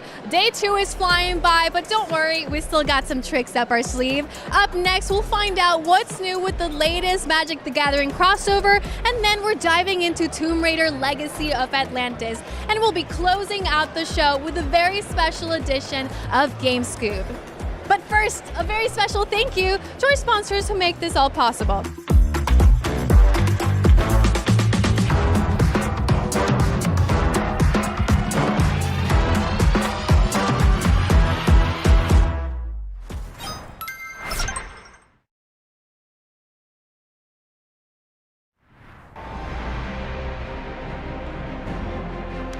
It has been a long time coming, but we now know that it's really real. Guild Wars 3 was just revealed, the next MMORPG from ArenaNet, and here to talk with us as much as we can about it is studio head Colin Johansson. How you doing, sir? I'm great, thank you. It has been an incredible last couple of days. Yeah, make some noise, Guild Wars 3! Thanks, everybody. So, to kick things off, just can you give us a top-level overview? What are some of the big new ideas driving Guild Wars 3? Yeah, you know, we've announced that we're going to go into beta at the end of next year, and so we've got a lot of time between now and then that we're going to reveal most of the big ideas behind the game and kind of work our way through that. The two things so far that we've set out as core pillars for the game that we've announced, one of them is joy of movement. I think one of the things that the Guild Wars franchise is known for, coming out of Guild Wars 2 in particular, is offering this really spectacular form of movement in an MMO experience. And we're really trying to push that even further with Guild Wars 3 and asking the question, can we take some of the elements that you would traditionally find in action games and bring those into multiplayer MMO experiences to create incredible new forms of joy of movement? And a lot of that is powered by momentum, which is a thing you don't see in MMOs. And so a lot of the movement in Guild Wars 3, your momentum transfers between all of the different things you do, which allows you to really express joy of movement in a unique way in an MMO.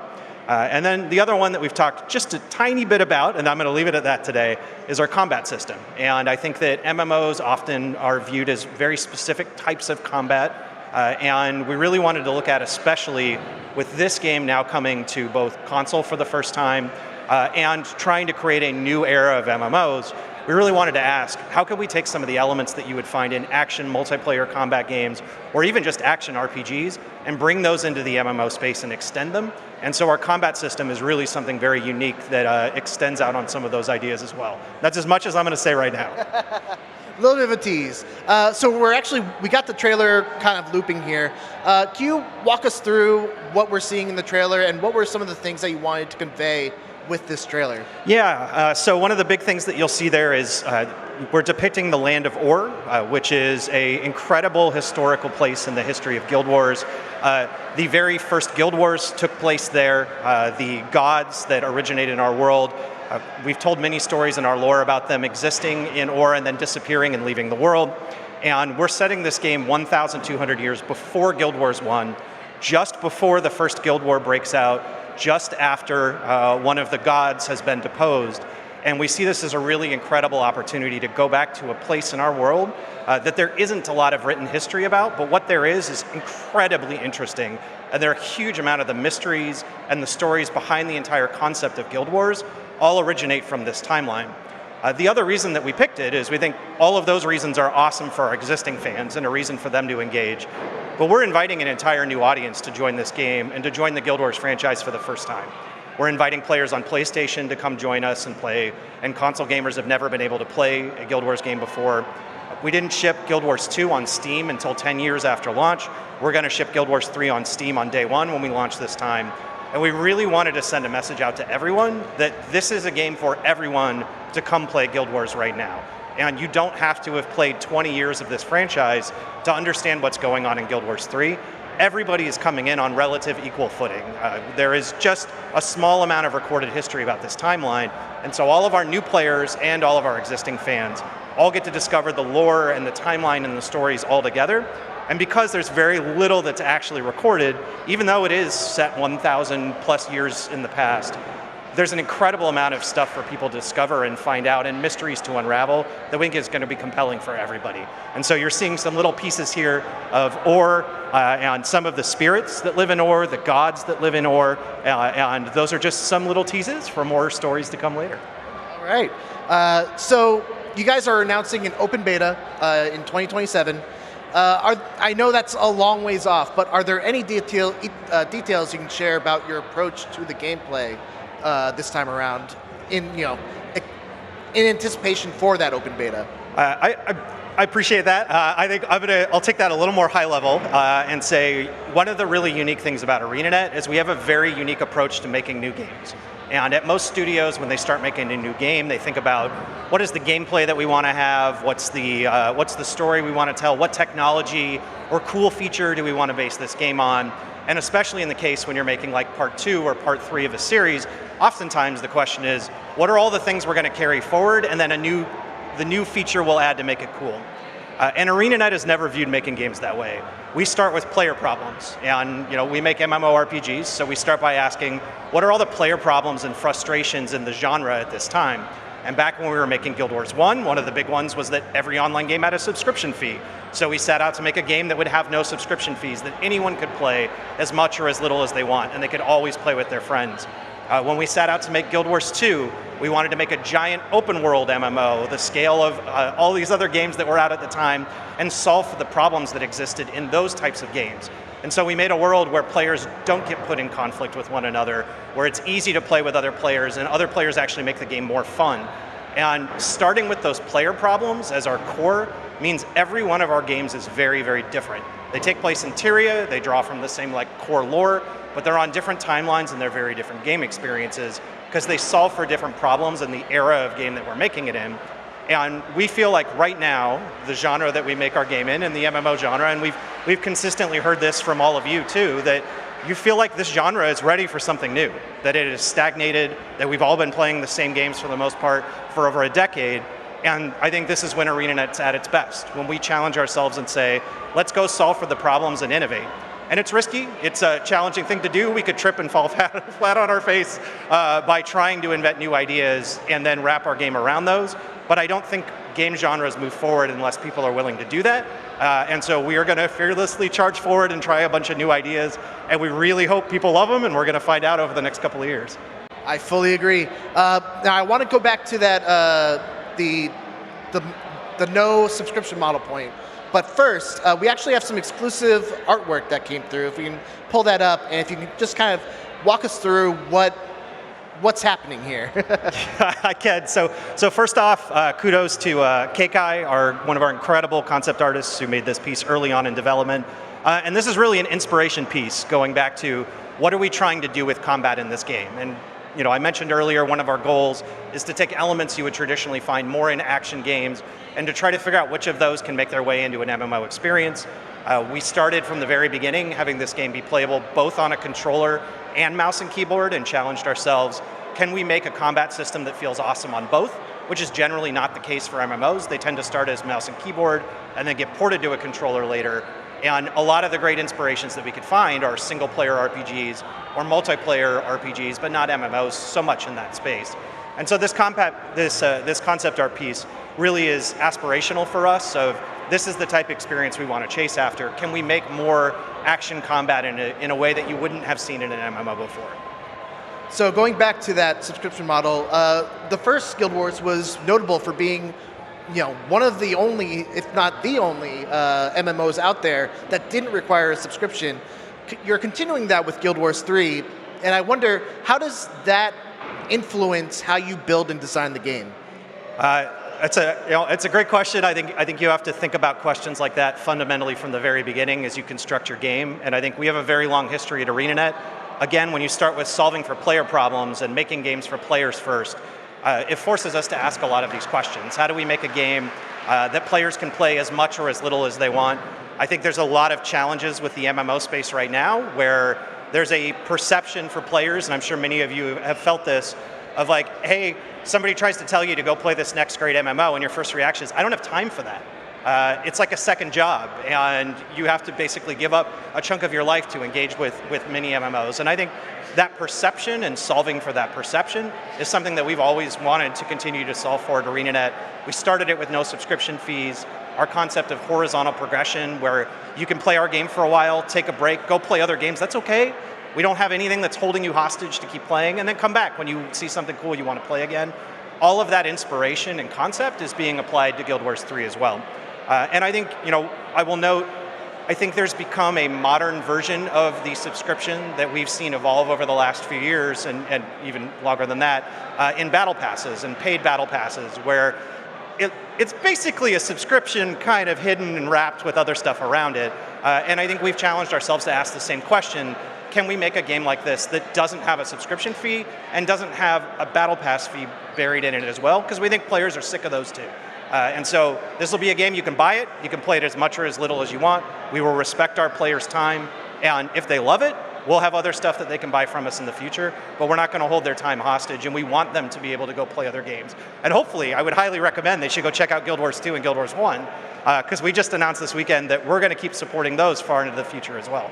Well, there you go. Love to hear that. I have so many questions, but unfortunately, that's all the time we have. So thank you so much to Colin for joining us here at IGN Live to talk all about Guild Wars 3. You can wish list it now for Steam, PlayStation 5, and register at guildwars3.com for a chance to start playing as soon as the beta begins in fall 2027. We have so much more happening here around the summer of gaming, including interviews with the director of Control resident. So stay tuned to IGN Live.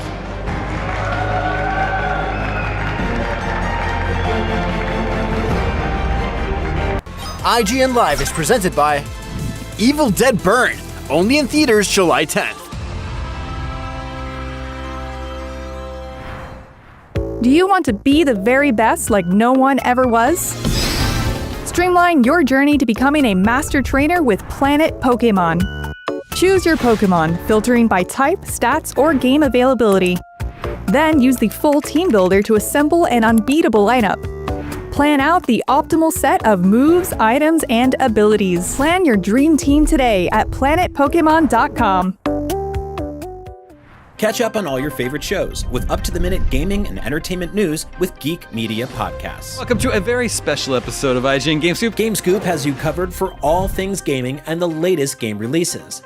Tune into Podcast Beyond for the biggest PlayStation news. Man, this is a cool looking trailer. Everything Xbox on Podcasts Unlocked. This is Steve Downs, the voice of Master Chief. Catch up with your Super Nintendos on Nintendo Voice Chat. Let the kids love what we love. And get all the latest console news and rumors with Next Gen Console Watch. Now Xbox and Phil Spencer are even saying that a mid-gen refresh isn't even necessary. The Cinefix Top 100 podcast picks a movie every week to celebrate and debate. It's kind of every movie's grandpa. Geek Media Podcasts, the best podcasts from around the world. IGN Playlist is the best way to track your game collection. Now you can even import your entire Steam library to Playlist, making it easier than ever to review games, show off your collection to the world, and finally chip away at that massive backlog you keep meaning to get to. IGN Playlist, check it out. Can't find that final collectible you're missing? IGN guides are trusted by millions, easy to use, and best of all, free. IGN has the very best, most complete and accurate guides for Shadow of the Erdtree, Baldur's Gate 3, Tears of the Kingdom, and so much more. It's good, right? Every guide is tested and verified for you by experts. Just search for IGN when you search for guides.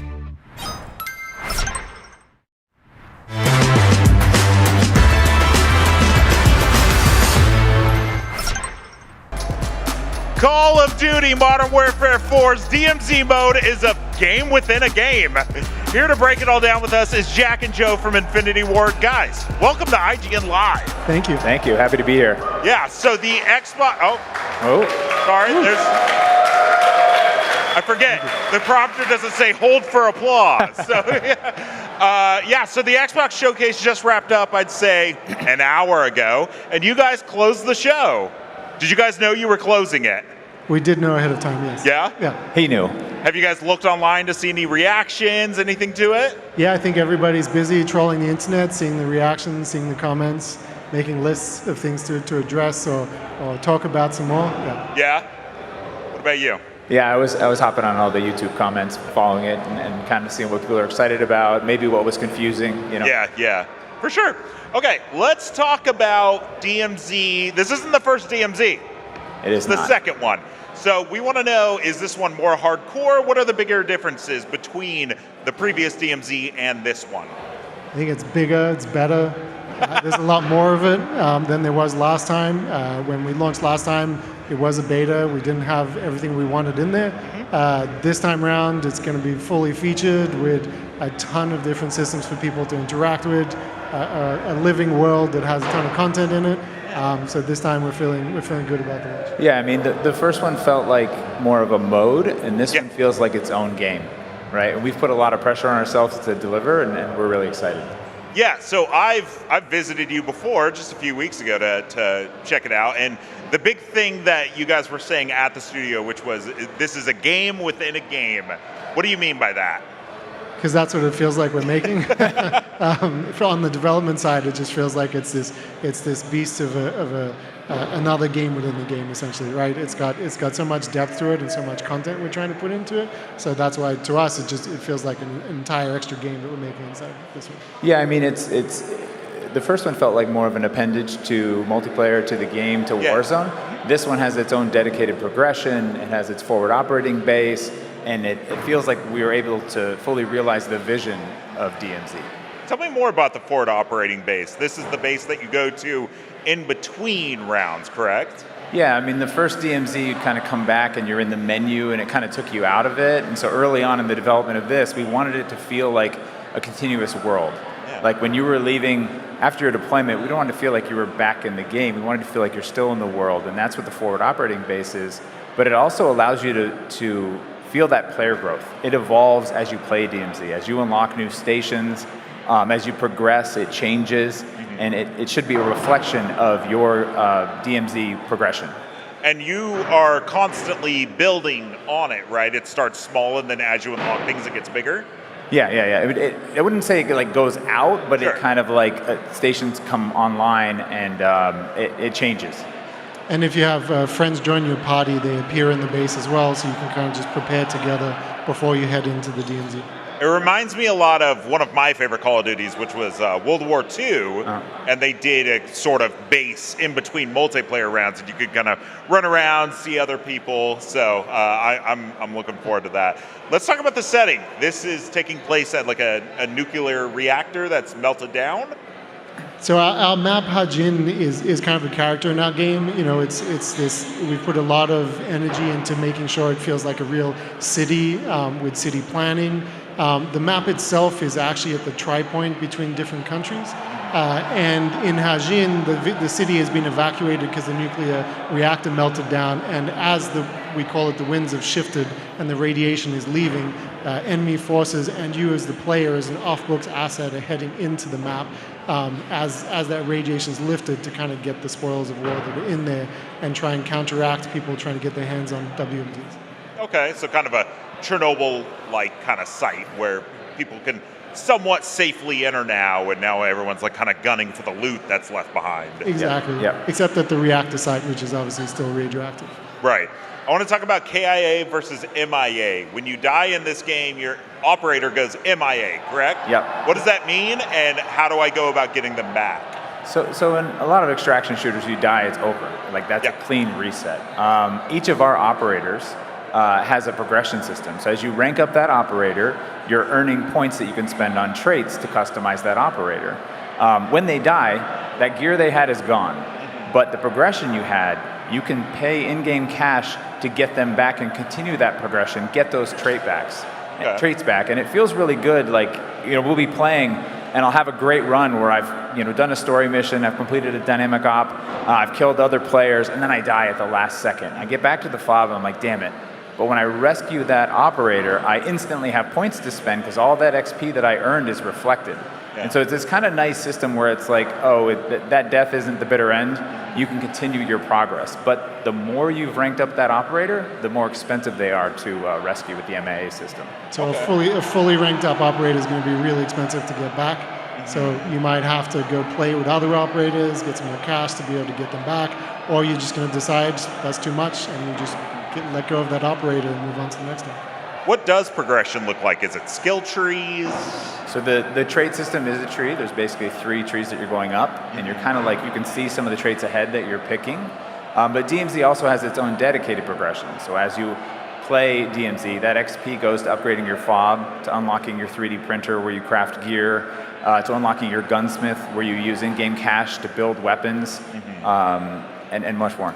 Speaking of that, most Call of Duty, like in recent memory, Call of Duty have been doing these unified progressions. Are we expecting to see that here as well? Not this time round. We wanted to actually have DMZ be its separate journey.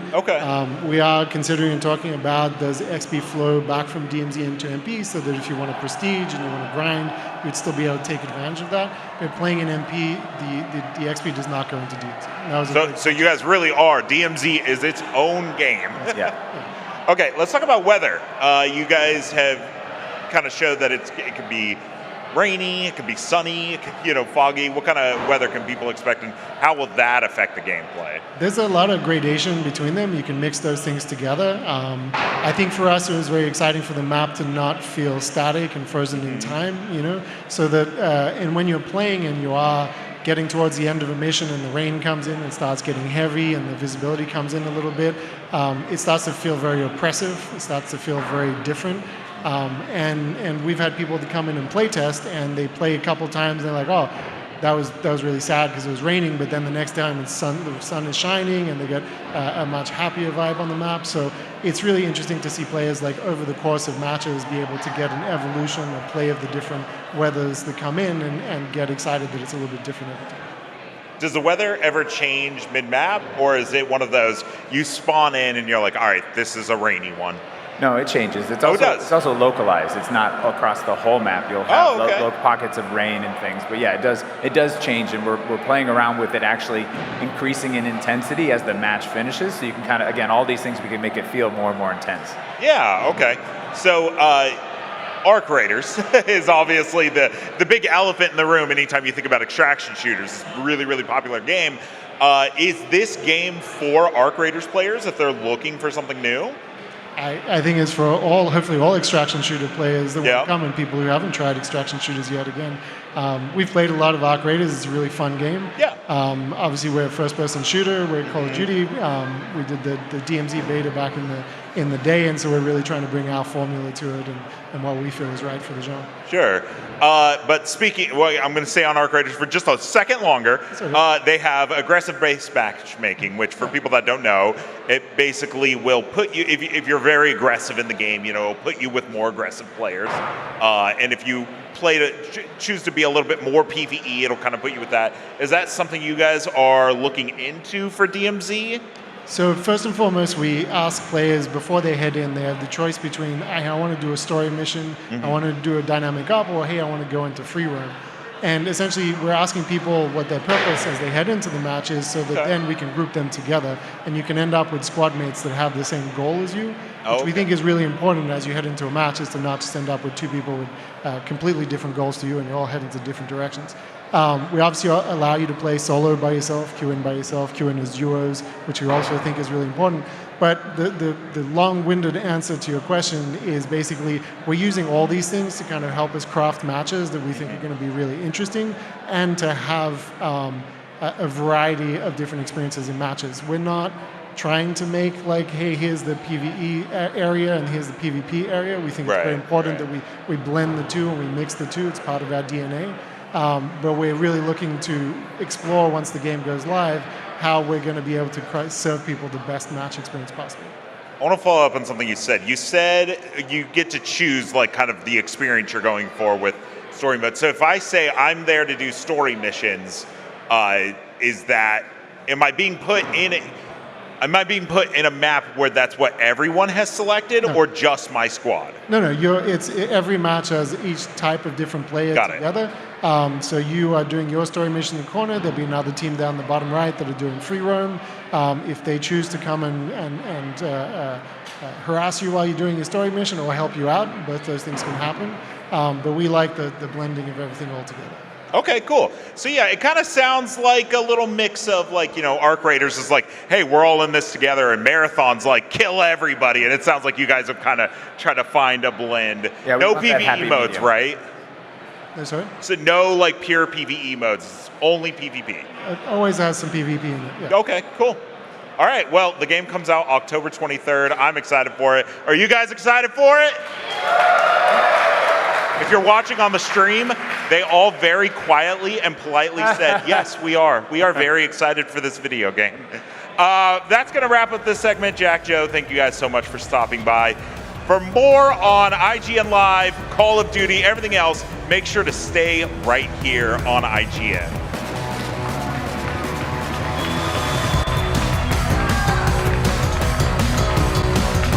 IGN Live is presented by our official retail partner, Best Buy.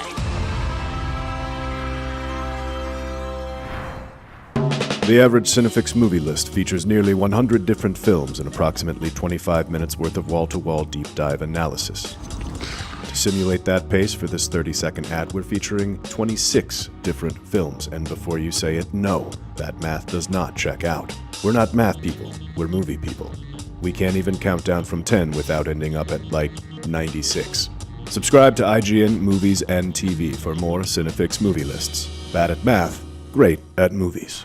IGN Playlist is the best way to track your game collection. Now you can even import your entire Steam library to Playlist, making it easier than ever to review games, show off your collection to the world, and finally chip away at that massive backlog you keep meaning to get to. IGN Playlist, check it out. IGN Store has everything you need to level up your life. Red 6 standing by. Refresh your wardrobe with official gear you won't find anywhere else. Treat yourself to the coolest collectibles like an adorable SKA plush, your very own Assassin's Creed Hidden Blade, and a fully functional Pip-Boy 3000. Head to store.ign.com and start shopping today. Do you want to be the very best like no one ever was? Streamline your journey to becoming a master trainer with Planet Pokemon.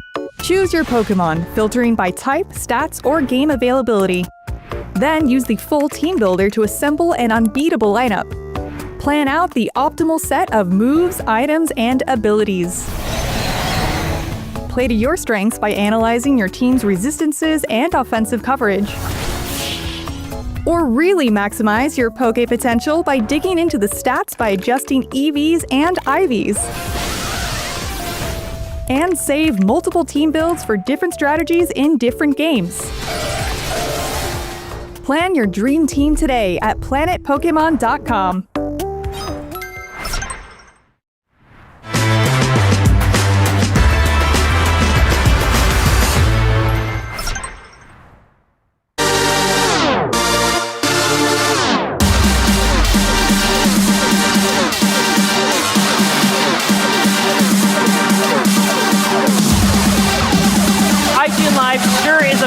Gathering. Hey, everybody.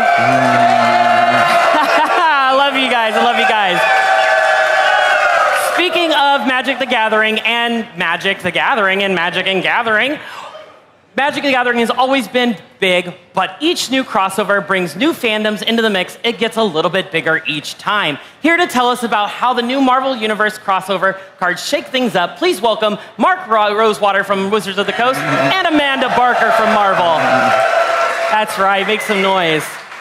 Thank you guys for joining us. Well, we're excited to be here. Yes, absolutely. This is such a cool set. I've been watching all the previews. Tell us about some of the new Marvel-specific mechanics we're getting in Magic the Gathering.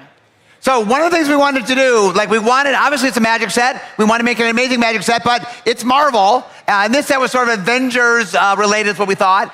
And so what are the Avengers all about? Well, they're about two things. They're about superpowers. And so we have a new mechanic called Power Up. For Magic fans, it's kind of a cross between Kicker and Monstrous. When you play the card, or you can play it later, and it just makes the card better. Amazing. And the other ability is Teamwork. What are the Avengers all about? Superheroes or supervillains teaming up. And so we have a brand new mechanic called Team Up. Can't have the Avengers with just one Avenger, right? Right, crowd? Yeah. All right, I've kept you guys waiting long. I know you guys are here for one thing. You want to see the new cards, right? All right, you guys brought some exclusive cards that I am so psyched that I get to reveal to you. Let's start off with white. We've got a Squadron-themed card and the mythic Hyperion Supreme Hero Legendary Creature. Okay. Pretty cool. Let's check out this card. So Hyperion is of the Squadron Supreme, which was sort of a superhero team from another dimension that came into the Marvel Universe. And he is kind of their #1 hero. All right. And he's super powerful and he flies. And he, in fact, joined the Avengers for a while. Amazing. And so this is from our Jumpstart. So we have a game in which the way Jumpstart works is you have a packet, you take a second packet, you mix them together, and you can play right away. And each packet has a theme. And this packet's theme is the Squadron Supreme. One of the things that I really love about this collaboration and this set in particular is that it is so expansive. It is the largest set I think Magic has ever released. And so because there's so many different products, so many different cards, we really get to get into characters that don't really get to see the spotlight very much. Hey, I love seeing an underdog. I'm hoping, I haven't seen it yet. I'm hoping to get a little Rocket Raccoon in this set. Next off, moving on to blue. The Kang Dynasty is one of the themes, and you guys brought Mythic Immortus, Master of Eternity. So Kang is a very powerful, one of the main enemies of the Avengers, and he's a time traveler. So it turns out there's many different forms of Kang. Immortus is an older version of Kang from the future. And so, in fact, when the comic started, you didn't even know that Immortus was Kang, but it got revealed. Also, Ramatut, also Kang. So anyway, Kang's been a lot of different characters. So, also, spoilers if you haven't read that right. if you hadn't read comics 20 or 40 years ago. But anyway, this is the first time showing Immortus on a Magic card. This is amazing. This is so cool. And this is all about card draw. We love our card draw in Magic. And he shows the power-up ability. So when you cast him, you can cast him for 2 blue, and then later spend 5 blue to upgrade him. Or when you cast him, you can just spend 5 blue and automatically upgrade him when you cast him for the first time. Amazing. We love that. We love getting creatures out for cheaper. All right, next up, we've got for black, we've got the 2 very powerful. We've got the Dr. Doom theme. We love Doom. We love Doom.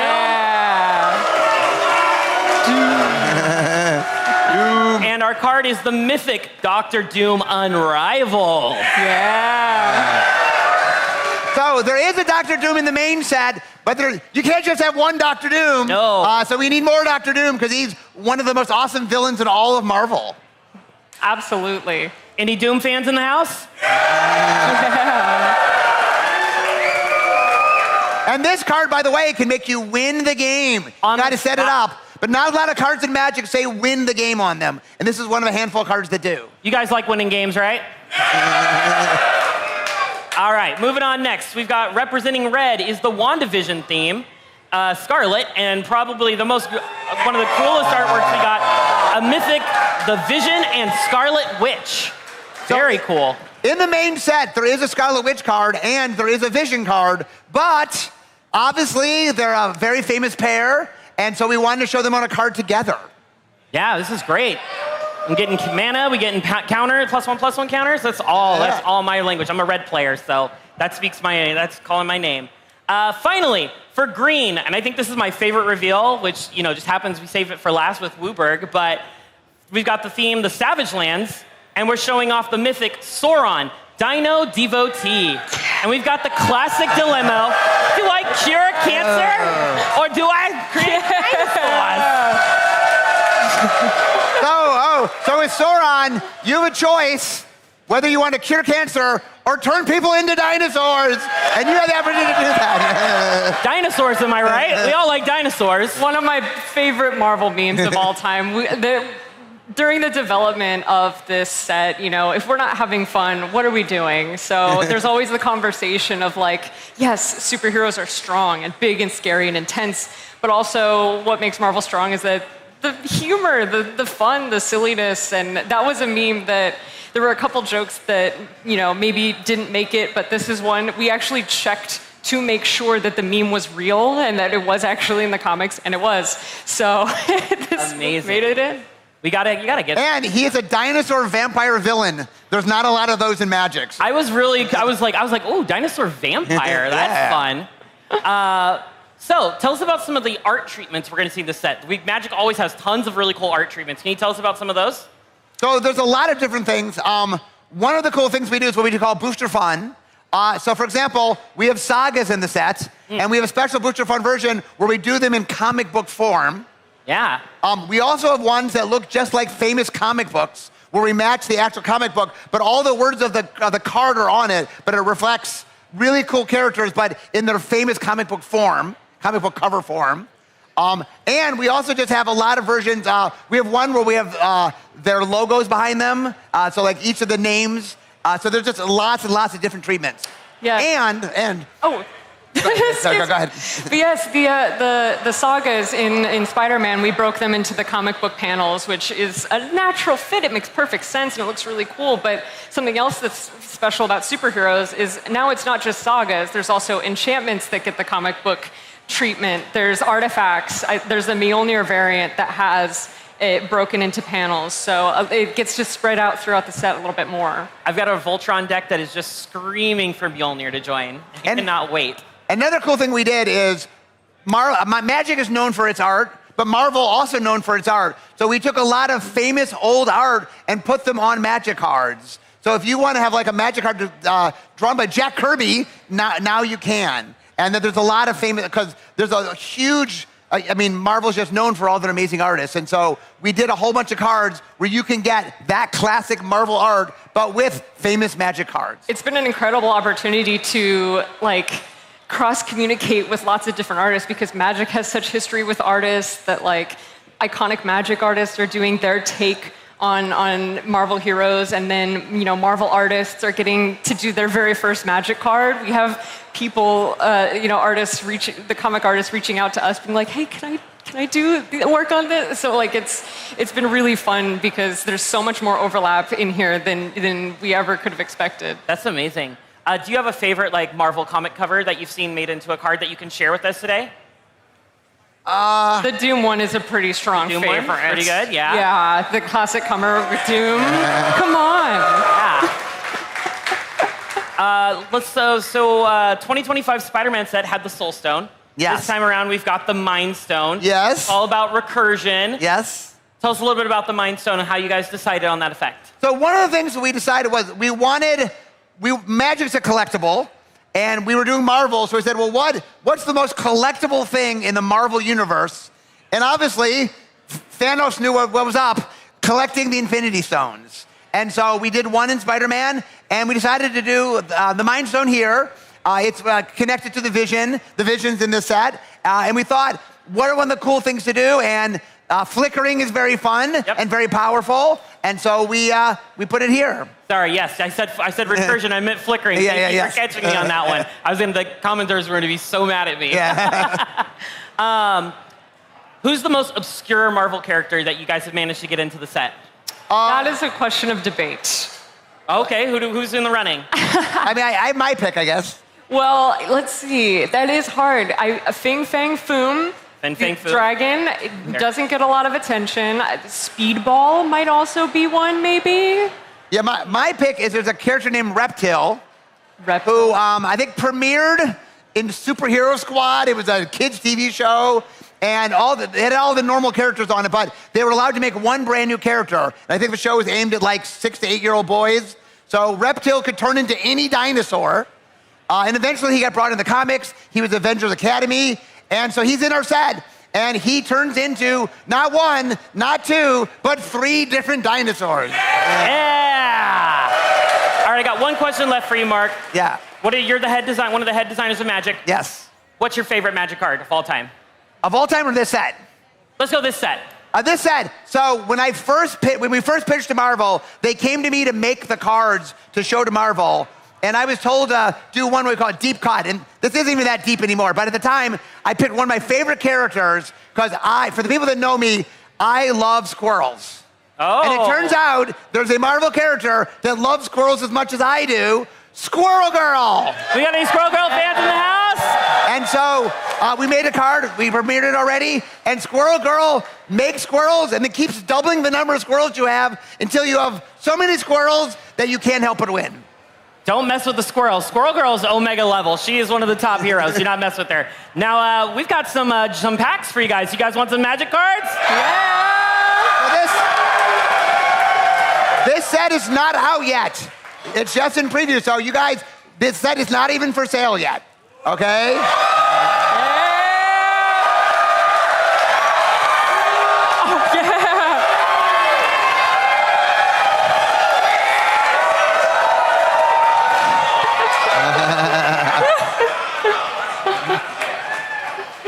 Thank you so much, Mark Rosewater and Amanda. Oh, thanks. You guys are amazing. Marvel Superheroes are coming to Magic the Gathering on June 26th, but you can pre-order today, right now. There's more IGN Live on the way, so stick around.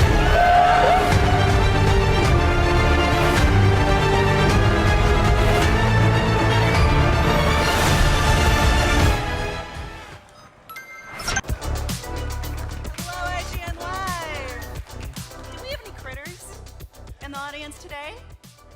I think a couple. Well, The Legend of Vox Machina is adventuring through its 4th season, and the action's getting as fantastical as ever. Today we're going to hear a little more about how the magic is made. Please join me in welcoming one of the Legend of Vox Machina's executive producers, Sung Jin-on, and art director, Arthur Loftus.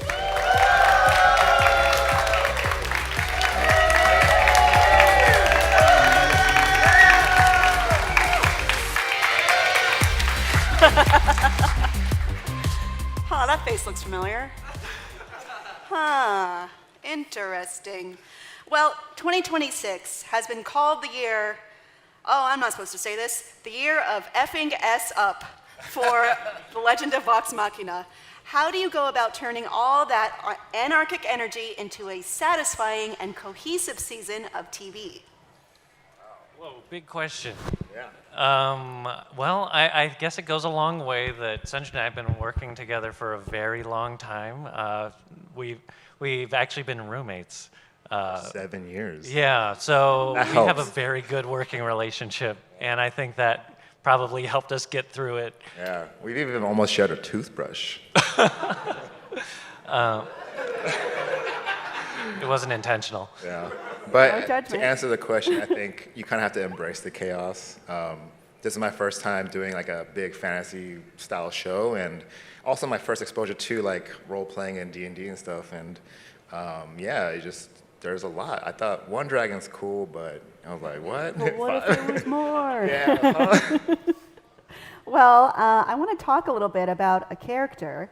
The Legend of Vox Machina's already got a huge cast, but you're adding another character, Tyrion Darrington. What can you tell us about him?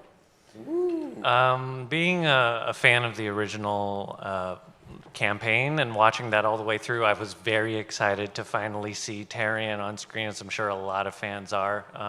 Our lead character designer, Phil Barassa, is amazing and really likes to grab all of these assignments that we give him and just go nuts with it. So he probably did a million variations trying to figure out just how pompous Tyrion needed to look to really sell him on screen, like 10% Geraldo and who knows whatever else he put in there. And also, we had to redesign the character a bit because there was going to be a new voice cast. It was originally played by Sam in the original campaign. And obviously, Wayne Brady took over the role from there. So we had to kind of take what already existed in the original designs that were made for the campaign and kind of turn it into something new for the TV series, which Phil absolutely knocked it out of the park. Yeah.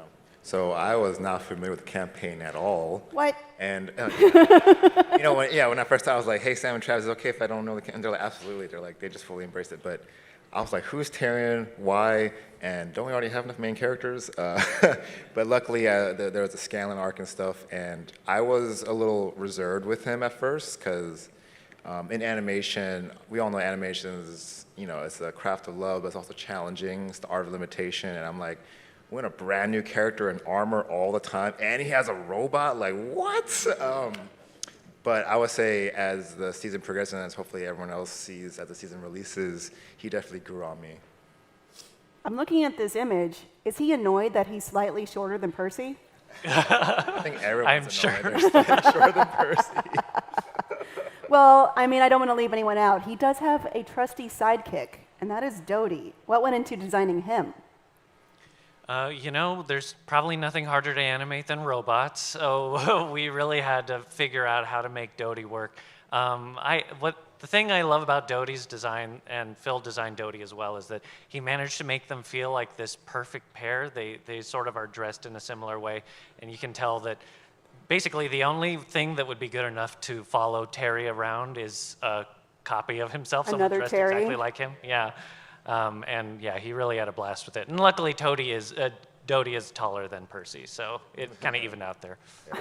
And bless Critical Role, because when we were ramping up to plan the season and introducing Dodie and Terry, they made sure to promise us that he only stands there, he only reads, and he won't ever do as much craziness. And I was like, sure, cool. Still skeptical, but yeah. Correct attitude.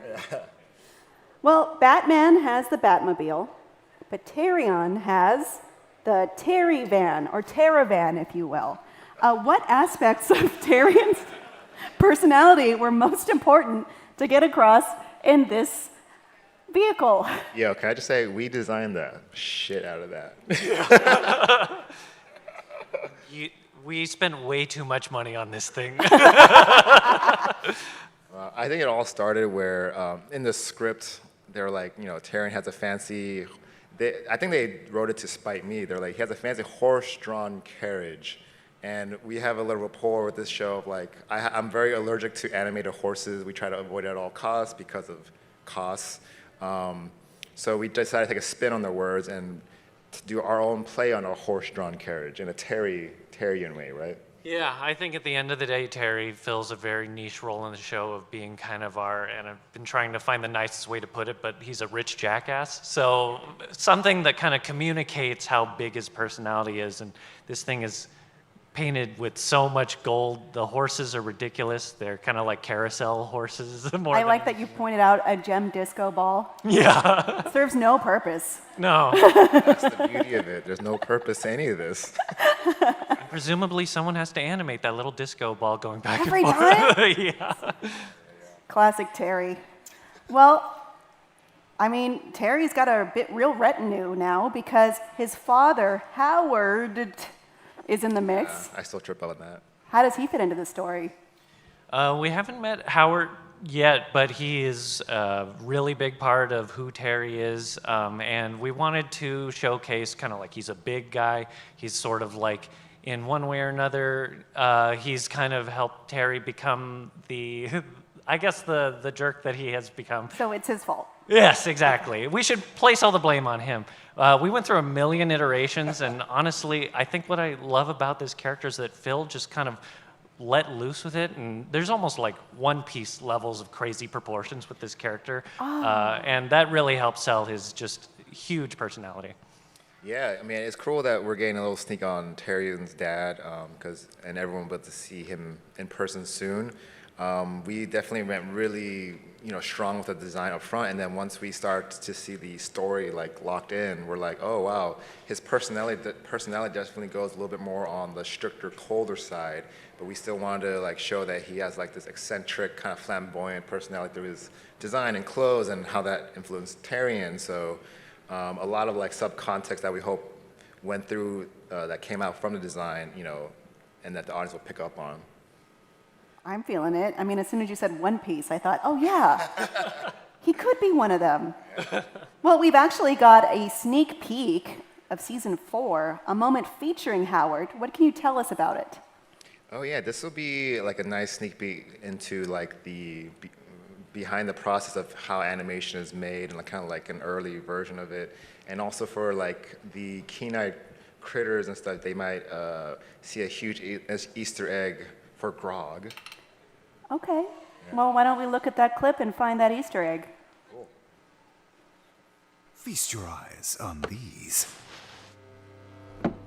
Cards? Yawn.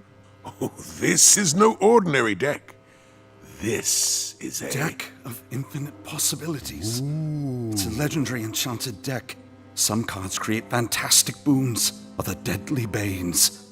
Drawing a card is the ultimate game of roulette. Dangerous enough to damn your soul or save it. I didn't know it was real. Oh, it's real, all right. A poker buddy of mine drew one card on a dare, and poof! Never seen or heard from again. First person to quit drawing loses.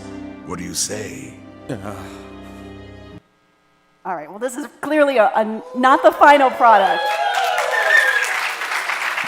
Well, let's talk about what's happening here a little bit. Yeah, I mean, first, it's cool for me and hopefully for everyone else is to see, like, this is the first step from like the words on the script. This will be the next step where we storyboard it and kind of blueprint and plan out how the episode will be told and kind of set the tone of the story. So it's great to see, like, shout out to Grace Me, this is her storyboard section. So it's great to see, like, that translation of word from script to a first semblance of visual picture. And yeah, the deck of infinite possibilities is a big like canon lore for GROG through the Critical Role campaign. So it was great to kind of tie that in the episode for this moment. Do you look for moments where you can put in a little extra something? Yeah, I mean, I think I'm not the only like kind of OG fan of the campaign on the crew, and all of us are really excited to look for these little moments of like inserting little nods. A lot of them are actually just hidden in the background. So for the people who've kind of like sat through everything and have experienced it, or even seen like Mighty Nine, our sister show, there are a lot of like little things that you can catch that actually make it kind of a deeper watching experience. Yeah, you're going for that rewatch, aren't you? Yeah, the repeat watch. You'll catch something new every time. And That's credit good to to know. Arthur and the design team because, again, I wasn't too familiar with the original campaign. I am now. But yeah, all the Easter eggs, they were really having fun with all that stuff. Excellent. Well, I want to talk about someone or someones else we're going to see this season. Let's talk about the cult villains. What can you tease about some of the villains Vox Machina is going to face this year? Yeah, we've got a new host of baddies. Phil, again, went nuts designing all these cool variations on kind of like, I guess you would call them like new lieutenants leading like these kind of hooded cultists around, and they're clearly after something that will slowly show itself to us more and more. I think episode 3, we kind of get our first really nice glimpse of the beginnings of the threads that will weave itself into the rest of the season. Yeah, this is actually a great example where it was really cool and exciting to work on this like new angle for the challenge for Vox Machina, but thinking about the long game, we had to actually pull back and make their design more kind of low-key and kind of, because we did have to make sure for the overall arc, it has a gradual reveal and gradual build-up. So, like, for example, in these lineups, really, really cool designs, but we ended up having to, like, really streamline it down and simplify. I mean, this guy, he's just cool out the gate, but... But as we were figuring out the language of the cult in general, we wanted to make sure that it had a nice balance of like, ooh, imposing and threatening, but also nothing that like felt like a final boss kind of level of threat. Yeah, they're like mini bosses. Each one has a totally different, unique flavor. This guy had all kinds of crazy abilities that I think got thrown out when we realized like, you want him to have sort of like a condor strapped to his back, but he also flies around on another thing. Like, isn't that just wearing a jetpack while you're flying a plane? In a fantasy way, yeah. Yeah. It's been a blast, kind of like seeing just Phil throw all these awesome ideas at us, and really it feels like you're just looking at a menu of awesome things to choose from, and that's ultimately what's so fun about working together. Honestly, for me though, I was like, thank God they're not dragons. I'm like, as long as they're not dragons, we're cool. Everyone. Come on. Well, what is a cult without some scary monsters, right? Tell me about the Gloomstalkers. Ooh, I guess we did have one new CG thing. It's not a dragon, but it's not...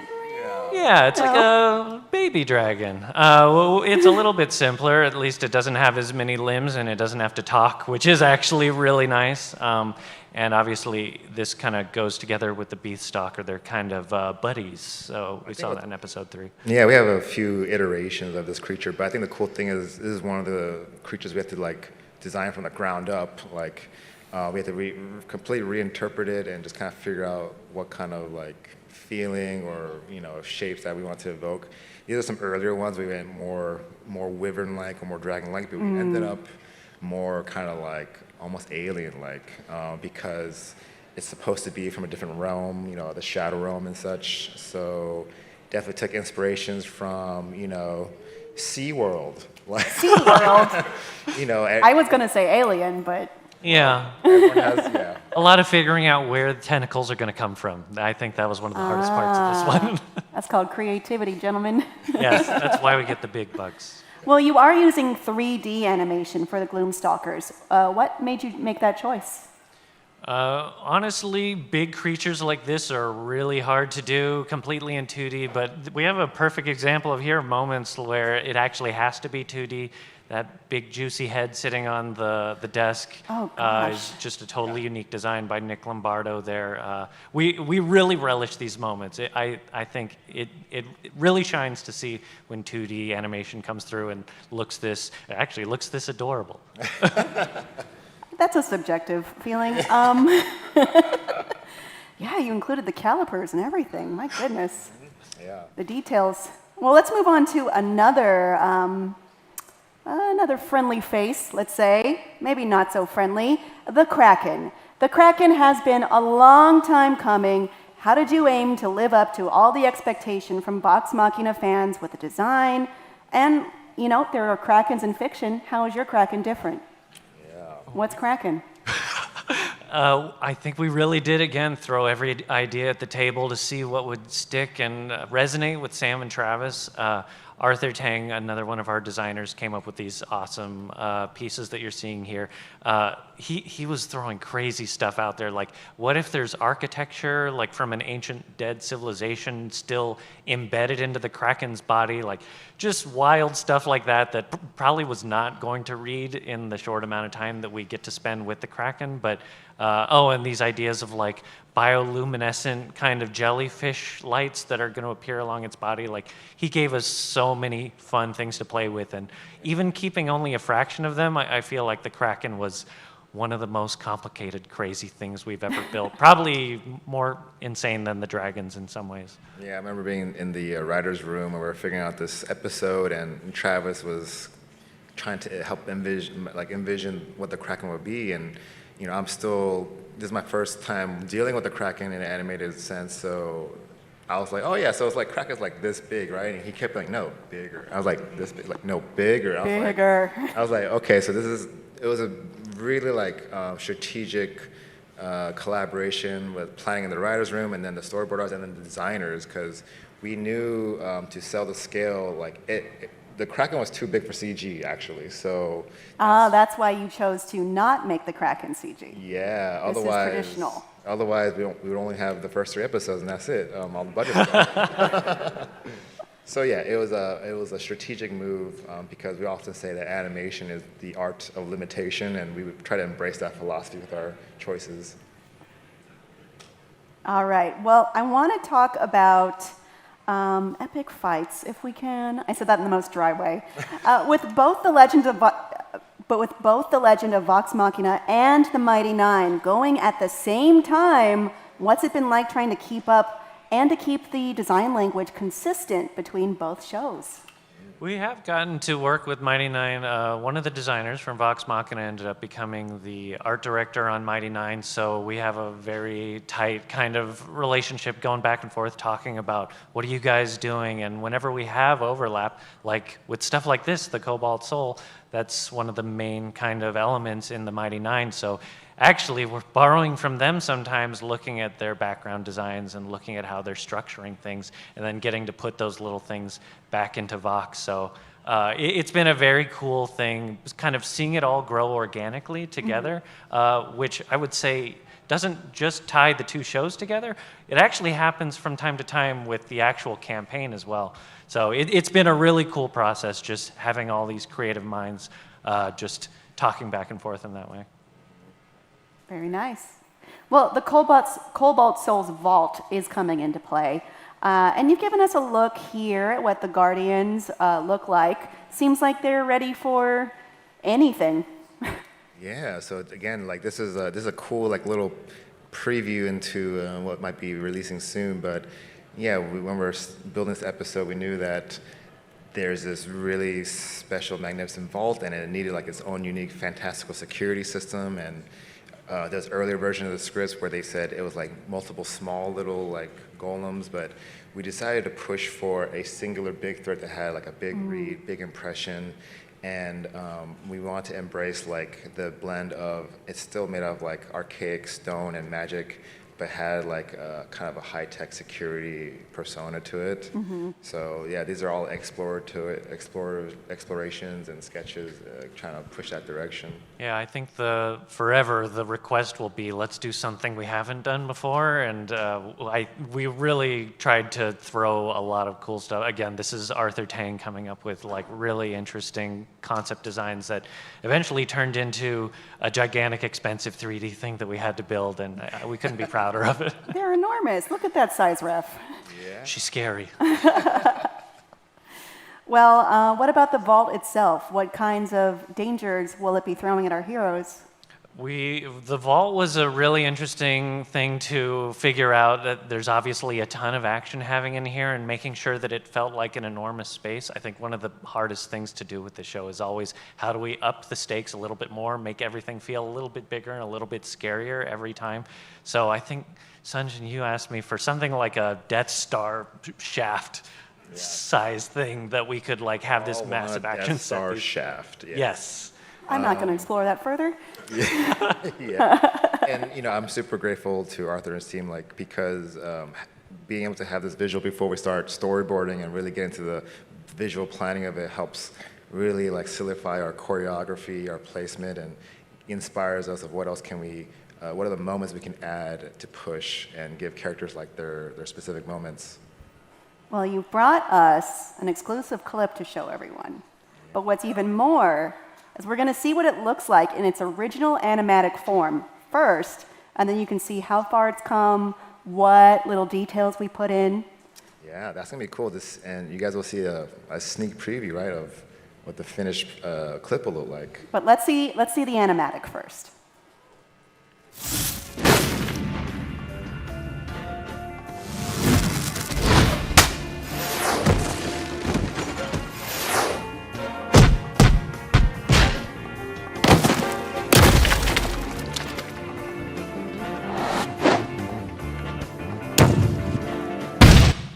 It's just Grog getting his ass kicked. He really is. I hope he's And all he right. looks so small. Well, shall we see the final version? Hell yeah, let's do it. Just like that. Let's go. It already looks good.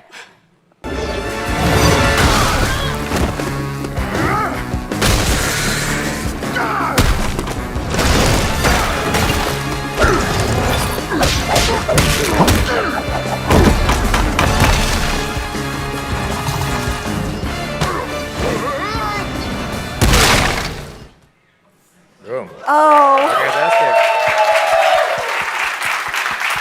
It hurts even more seeing it in its final form. Yeah. Great job. I mean, the difference between the animatic and the final, it's huge. I know, and like even though we were able to just snap our fingers and show the final, that's of course months and months of work from so many talented artists and collaboration, So we hope that you guys enjoy and catch it when it airs really soon. A lot of work and a lot of love have gone into this clearly.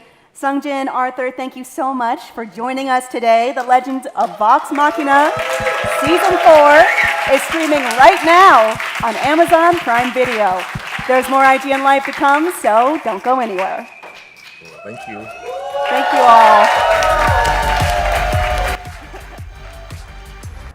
IGN Live is presented by Amazon Luna, here to play.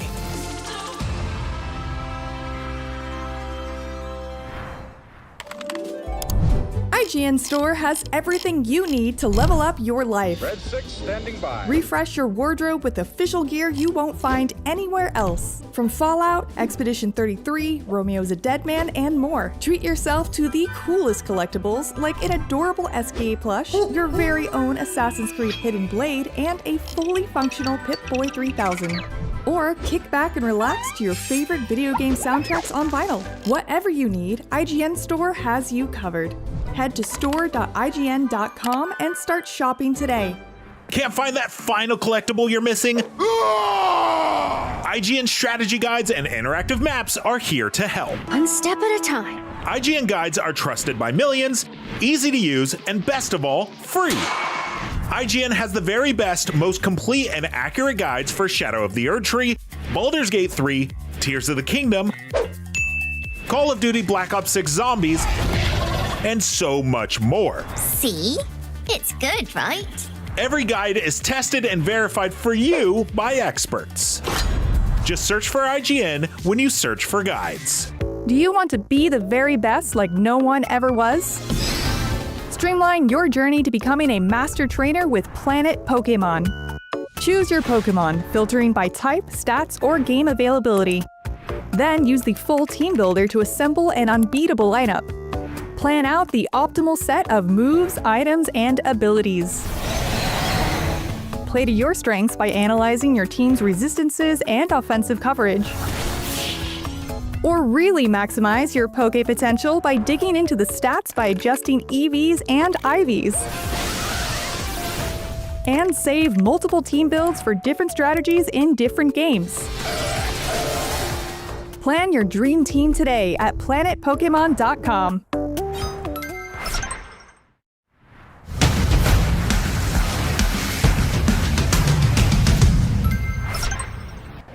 You're watching IGN Live 2026 and things are about to get crazy. Up next, we're talking to Lara Croft herself in Tomb Raider Legacy of Atlantis. After that, we're dragging you to hell with Diablo Immortal. And then we got a brand new episode of Game Scoop. Let me get some scoops in the chat. Thank you so much for watching IGN Live. And of course, thank you to all the sponsors who helped make this whole show possible.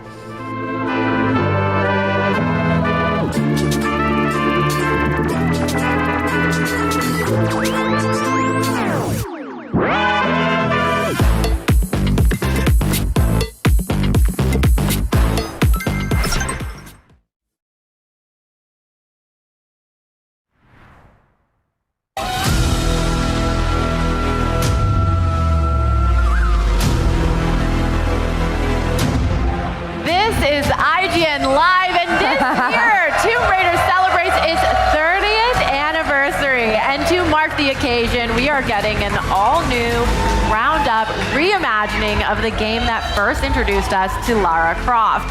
Here to tell us about what it is like to play the iconic adventurer, the star of Tomb Raider, The Legacy of Atlantis, Alex Wilton Regan. Hi guys, how are we feeling, IGN? We're feeling good. I love your energy. You're so loud. Keep it up, keep it up. I love it. I love it. More. They're amazing. Absolute They're amazing. All right, so to start, I already kind of said it, but I mean, congratulations. What an iconic role in an iconic franchise. How has it felt to take over the helm? I mean, it's amazing. Lara is a British cultural icon. She's a global icon. I'm getting nods from the front row. She's loved. We love our Lara, right? And I love her as much as everyone else, so I'm ecstatic to be here. Really, really thrilled. Well, so to start, you play Lara not just in Legacy of Atlantis, but you also play her in the upcoming Catalyst, which is, you know, we see a young Lara and we see a more mature Lara. Lara, sorry. It's okay. If you want a funny anecdote, we have a swear jar on set for Americans, and every time they say Lara Croft, they have to put $1 in the swear jar. Okay? It's Lara. And I say that with love. Lara. Because it's not a natural name for you guys. So Lara. It's like Lara. I was so into the question. Don't worry, babe. Listen, the producers do it. It's not just you. It's not just you. But so you played two parts of Lara's life. How does that come out in your performance? How do you differentiate between the two? You take your scripts and you break them down as much as possible, and you're like, okay, which timeline are we in here? Which timeline are we in here? And you ask your collaborators to help you to kind of keep track of that, because it is tricky. So there's just a lot of, we're trying to do something different with the voice in each game. Let's see if we do it right. I can't cross my fingers in these little driving gloves. It's like, they're a bit stuck. But they're fabulous, darling. They're fabulous. so fabulous. Well, I want to play a clip of the dev team along with yourself. We asked them to describe Lara in just one word, and then we'll get your reaction afterwards. Please. So let's check out that clip. Lara is unstoppable, unyielding, unshaken, unwavering, relentless, fierce, brave, heroine, flexible, athlete, explorer, adventurer, adventurer, legend, badass, icon, iconic, Unapologetic. That's the word. She's unapologetic.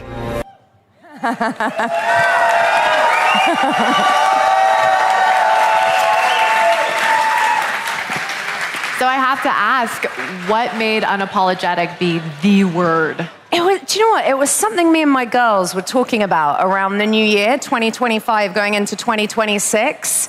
And a couple of people came up with unapologetic, and I couldn't find my word. And then I had this interview, and I got asked by the guys at Amazon, what is the word for Lara? What is the word for Lara? And on the spot, I just went, unapologetic, and it kind of works. She's so completely confident in herself, her abilities, you know, her brain, her body, her being. She just doesn't question herself. And I think, particularly as women, we spend a lot of time questioning ourselves, right? And she doesn't. And one of the best feedback that we've had about this game and the people who are playing the demo is the men are getting this confidence, this kind of Lara Croft charisma and sheen. It's not just one for the women, it's the girls, it's the guys, it's the gays, everyone's loving it. So we're just really happy that it's kind of resonating, you know? We're just really happy it's resonating. Yeah, I mean, she's iconic for a reason. Yes, she's iconic for a reason. Well, and the shoes of Lara Croft have already been established. Yes. You know, she's been around for 30 years. And with Legacy of Atlantis being a remake of the first Tomb Raider, are there any personal touches that you tried to bring to her performance? Oh, yeah. I mean, I think some of the trailers have dropped already, that we've lifted some of the most iconic lines from Tomb Raider, from the first Tomb Raider. They're going into Tomb Raider Legacy of Atlantis, and just getting to play those lines with that kind of 90s sass brought up to 2026, you know, having gone via someone as iconic and gorgeous and charismatic and diva-esque as Angelina Jolie. There's like a heavy dose of that goddess energy going into there. So there's a lot of lifting from other people's Laras as well. Yeah, well, we've had a wonderful string of Laras, and I don't doubt that we're going to continue that with you. Thank you. But you're no stranger to the world of video game voice acting, but the motion capture for this game in particular seems like it was on another level. It is. So can you talk about the experience of doing motion capture for Legacy Atlantis? Yes, so we've done huge, like 3-week shoots at a time for Legacy of Atlantis. We have brilliant cast attached that I'm really sorry I can't disclose more about the cast. Soon. Right now. Soon. But you know, you've all seen Larson's back. You've seen Natla's back. They're all sensational. We all put on the silly black suits to make magic. And you get a bit hot and sweaty and extremely intimate with your co-stars, is what I would say about doing 10 hours on set in a PCAP suit. And it's really fun. It's really fun. Yeah, it's really fun. How do you prepare for that? You eat 0 hamburgers in the days leading up to your shoot, is point one. I go to the gym a lot, and every morning before I go on set, does anyone know Baldwin Hills? Baldwin Hills? Yeah. Culver City, right. Every morning I run up Baldwin Hills, and I run to Baldwin Hills from my hotel, and then I run up those steps. You all know the steps that go up and you reach the top and you're like, I'm gonna die. But you're not gonna die because you're a Tomb Raider, okay? So we're gonna survive. And then we run down Baldwin Hills, run back to the hotel, jump in the shower, and you wanna arrive like fully prepped and kind of raring to go and just feeling very like in your body, very strong, very confident, some push-ups and sit-ups between takes, lots of screaming, lots of like anger release, spinning the guns between takes, you know, being like, yeah, I'm a badass. Ooh. I do also spend quite a lot of time looking at her little avatar on screen because she is so smoking hot. I think we can all agree on that. Well, so speaking of which, we'll get to look at her on screen in a second because we've actually prepared a couple of clips from previous Tomb Raider games. And we were hoping that we could get your gut reaction as we watch them. Absolutely. So feel free to kind of director's commentary it. So let's check out that first one. Now, what's a man got to do to get that sort of attention from you? So I remember doing this scene with the new Larson, who is very, very good, guys. Everyone is going to be thrilled with him. Lara Croft. He's outrageously talented. Natla of Natla Technologies. And our Natla is sensational as well. My research department has recently turned its focus to the study of ancient artifacts. But look at the evil fingernails. I was See the fingers with the fingernails coming out, like. For me. I'm afraid you've been misled. I only play for sports. How iconic! I only play for sports. This is a game you've played before with your father. That must have been incredible to. It was incredible. It was incredible to step back on the set and do that scene again. Like, it was wild, you know? All right, we have another one.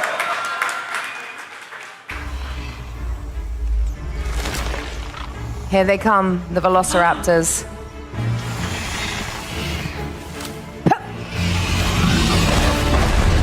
And here she is. Here's Mama. The dinos. So I remember this scene. So when we were doing this again for Atlantis, they need all these effort noises, right? So they're like, you gotta be running like, and then shooting, all these kind of sound effects. So normally you break it down into tiny sections and you do like this sound effect for this, and I was like, no. Let's just roll the tape, guys. Let's just roll. Let's get it in one, because then it feels organic. It all feels connected. It was a 15-minute take, my friends. It was a 15-minute take. And I think it was a 15-minute take, and it was wonderful because you get completely into like the moment. You know, you don't want to separate the moment where Lara sees the T-Rex to when she fires on it. Like, you want it all to be interconnected and feel organic. Mm-hmm. So that was a 15-minute take, and most of it has made it into the game. Okay. So, wonderful. Sounds like a great 15 minutes. Yeah. All right, so we have the final clip. Let's check this out. Keep the stories coming. Yes. Yeah, we did this. We've done a lot of this as well. I remember shooting this with the guy that's playing Larson, and I was like, oh my God, he plays dirty. Now, what was the motion capture like for that flip that we first saw? That was, so we've done a lot of this stuff. Our fight sequence is slightly different, but it does end with them in a compromising position. Oh. I think it's okay to say that much. A rather intimate, compromising position between Larson and Lara. To me, Pierre's probably already found him. Yes. Pierre Dupont. Man, she's just... Oh, and Pierre Dupont. You see how it's Pierre Dupont? So fun fact, you guys can actually have this as an IGN exclusive. No one has picked up on this yet. Oh. So I speak fluent French. Mm-hmm. So your new Lara also speaks fluent French. Ooh. So all of, you know, don't worry, like she's not up there doing whole sentences in French. She's still very much Lara Croft. But for example, when she says Pierre Dupont, she says Pierre Dupont as opposed to Pierre Dupont. Here, so if I was, well, I guess she's British, but I would say Pierre Dupont. You would say Pierre Dupont, and old Lara's would have been like Pierre Dupont, but now we're saying Pierre Dupont because Lara speaks 5 languages fluently. So I said to the team, I was like, use it. It's part of my skill set. You have an actress that speaks fluent French. Let's do it, guys. And they agreed. So all of your words. There you go. All of your French words will now be in French. And your Spanish words, when we're in Peru, will be in Spanish. Because I can order a beer in Spain, guys. I can order a beer in Spain, okay? Amazing. Well, thank you so much. And thank you for being so generous with all of these, like, thank you for having me. Stories. Congratulations again. Thank you. Cannot wait to see your performance. Everyone, Tomb Raider Legacy of Atlantis comes to consoles and PC on February 12th. But right now, there's still more IGN Live still to come, so stick around.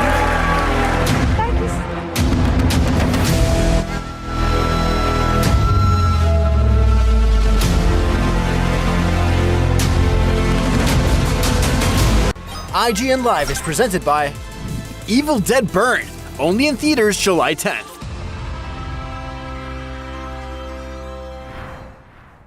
The average Cinefix movie list features nearly 100 different films and approximately 25 minutes worth of wall-to-wall deep dive analysis. To simulate that pace for this 30-second ad, we're featuring 26 different films, and before you say it, no, that math does not check out. We're not math people, we're movie people. We can't even count down from 10 without ending up at, like, 96. Subscribe to IGN Movies and TV for more Cinefix movie lists. Bad at math, great at movies. Can't find that final collectible you're missing? IGN strategy guides and interactive maps are here to help. One step at a time. IGN guides are trusted by millions, easy to use, and best of all, free. IGN has the very best, most complete and accurate guides for Shadow of the Erdtree, Baldur's Gate 3, Tears of the Kingdom, and so much more. See? It's good, right? Every guide is tested and verified for you by experts. Just search for IGN when you search for guides.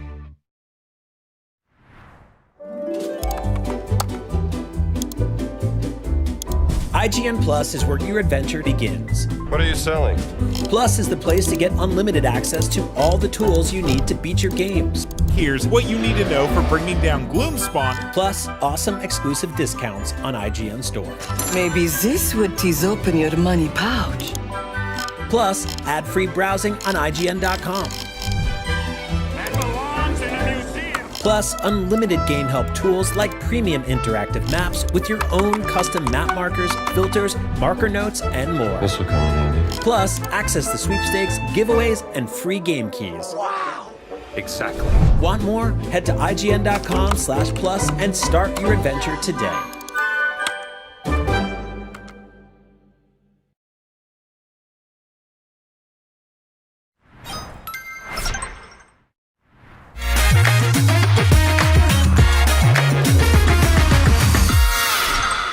Hello and welcome to another round of... We're giving away a bunch of home entertainment items today here at IGN Live, and it is up to these people on the stage to guess how much each item costs. The closest without going over wins it on the spot. Sydney. Thank you so much, Seth. It's all thanks to our friends over at Best Buy, the official retail partner of IGN Live 2026. From TVs to soundbars, gaming tech, and midnight releases, Best Buy is always there with tech upgrades, new games, events, and whatever you need to up your gaming experience. Sydney Goodman, tell us what our contestants will be bidding on. Well, Seth, it's the Sony Altfield 1 wireless speaker. The party never stops with up to 30 hours of battery life with quick charging. Now, I'm going to raise the stakes even higher. Because if you are the closest to guessing the MSRP without going over, then you will also have a chance to compete in the final round for an even bigger prize. But let's face it, the real question here is, are you ready to name that price? Contestant number one, how much do you think the Sony Altfield 1 wireless speaker costs? $86.99. $86.99. Contestant number two, what is your guess for this speaker? $129. $129.99. Contestant number three, what is your guess for that Sony Alt speaker? $99.99. $99.99. Now, it is time to find out what the actual price is, but we're going to need a drum roll. Drum roll, please. The actual manufacturer's suggested retail price is $139.99. Contestant number two, you are our winner. Go over there and claim your prize.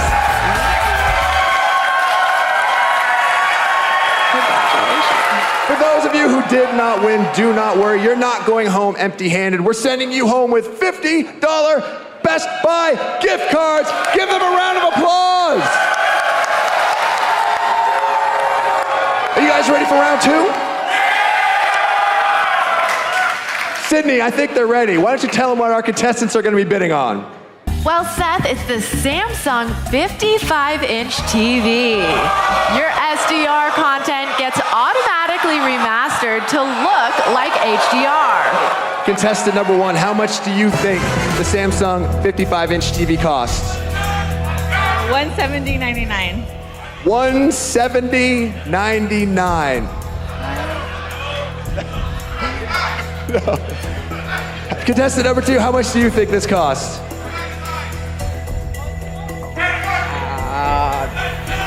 $499. $499. Contestant number three, what is your guess for the Samsung 55-inch mini LED television? $3.99. $3.99. All right, drum roll, please. The actual price of that 55-inch Samsung television is $599.99. Contestant number 2, again, go over there and grab your prize. Congratulations. Now, once we find our third winner for this round, we're gonna move on to the final round where the stakes are even higher. But first, Sydney Goodman, tell us what our players will be bidding on this round. Well, Seth, it's the JBL Party Box portable speaker, delivering up to 18 hours of playtime, strobe effects, mic and guitar inputs. This speaker transforms any space, inside or outdoors, into a dance floor. Thank you, Sid. All right. Contestant number 1, what do you think the price of the JBL Party Box portable speaker is? $399. $399. Contestant number 1, what do you think the price of that JBL Party Box is? $499. $499. Contestant number 3, what is your guess for the price of that speaker? $399.98. $399.98. You might have just done yourself in on that one, but that's okay. Can we get a drum roll? Yeah. The actual price of the Party Box speaker from JBL is $629.95. Contestant 2 takes it again. It is the lucky spot. Head over there, grab your prize.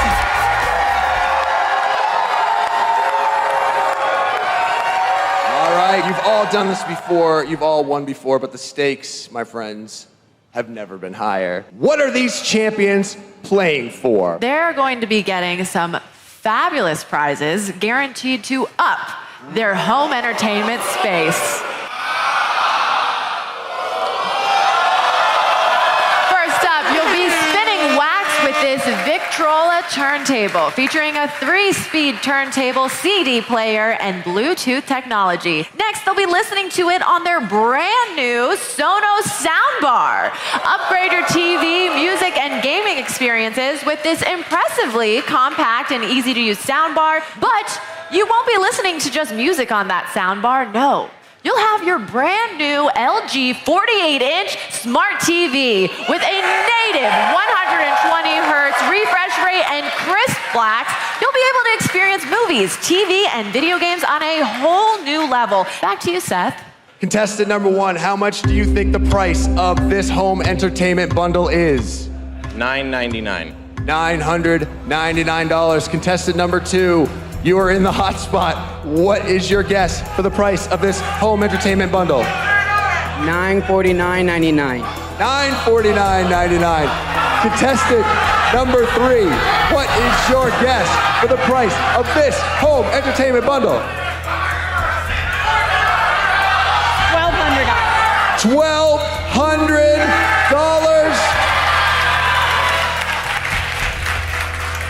I'm not even eligible to win, and my heart is racing right now. Let's get that drum roll, please. One of you is going home today with this unbelievable bundle. The actual manufacturer's suggested retail price is $1,048. Contestant number 1, you're our winner!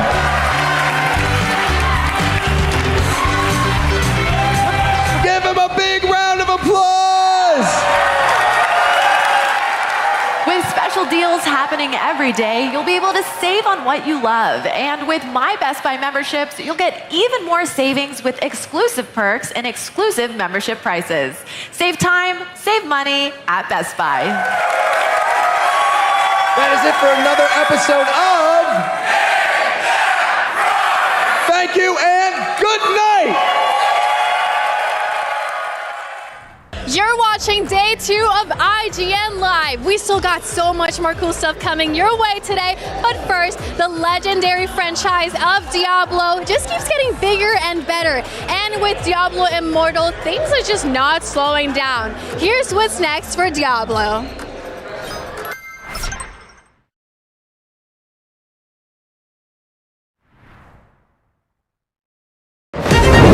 the righteous call it madness to reach into hell and take it by the hand. They fear its dark power. I choose to wield it. I am the unstoppable, roaring answer to the darkness. I do not bargain. I command. And hell itself obeys me. The flames hunger! Yes, struggle!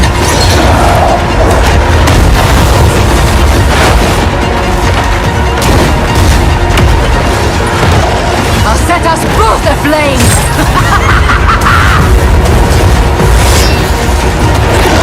Flayed or burned, take your pick.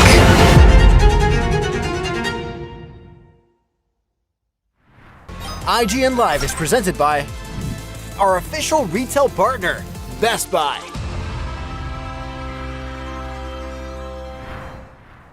The average Cinefix movie list features nearly 100 different films and approximately 25 minutes worth of wall-to-wall deep dive analysis. To simulate that pace for this 30-second ad, we're featuring 26 different films, and before you say it, no, that math does not check out. We're not math people, we're movie people. We can't even count down from 10 without ending up at, like, 96.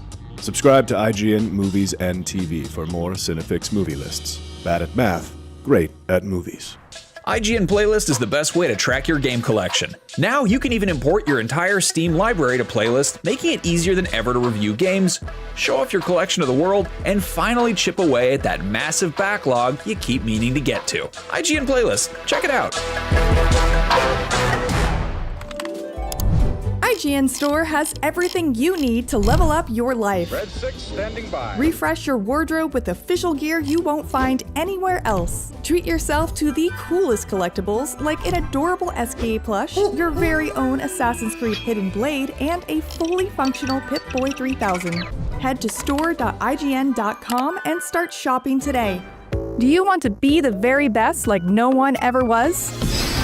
Streamline your journey to becoming a master trainer with Planet Pokemon. Choose your Pokemon, filtering by type, stats, or game availability. Then use the full team builder to assemble an unbeatable lineup. Plan out the optimal set of moves, items, and abilities. Play to your strengths by analyzing your team's resistances and offensive coverage.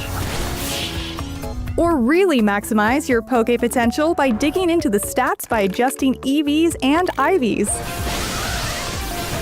And save multiple team builds for different strategies in different games. Plan your dream team today at planetpokemon.com. Happy 30th, IGN! You rock.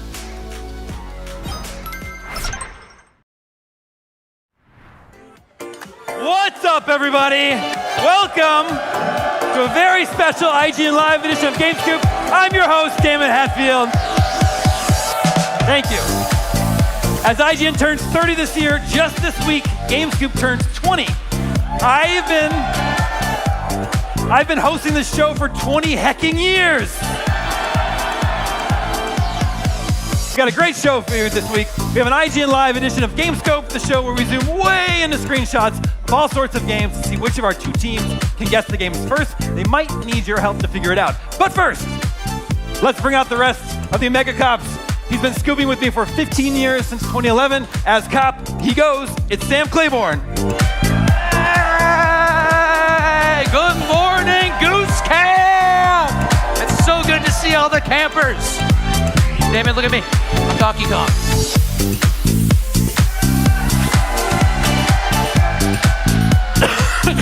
It didn't quite make it. Now, what other member of Goose Camp has been with us since 2011? There's no way to know. It's Justin Davis.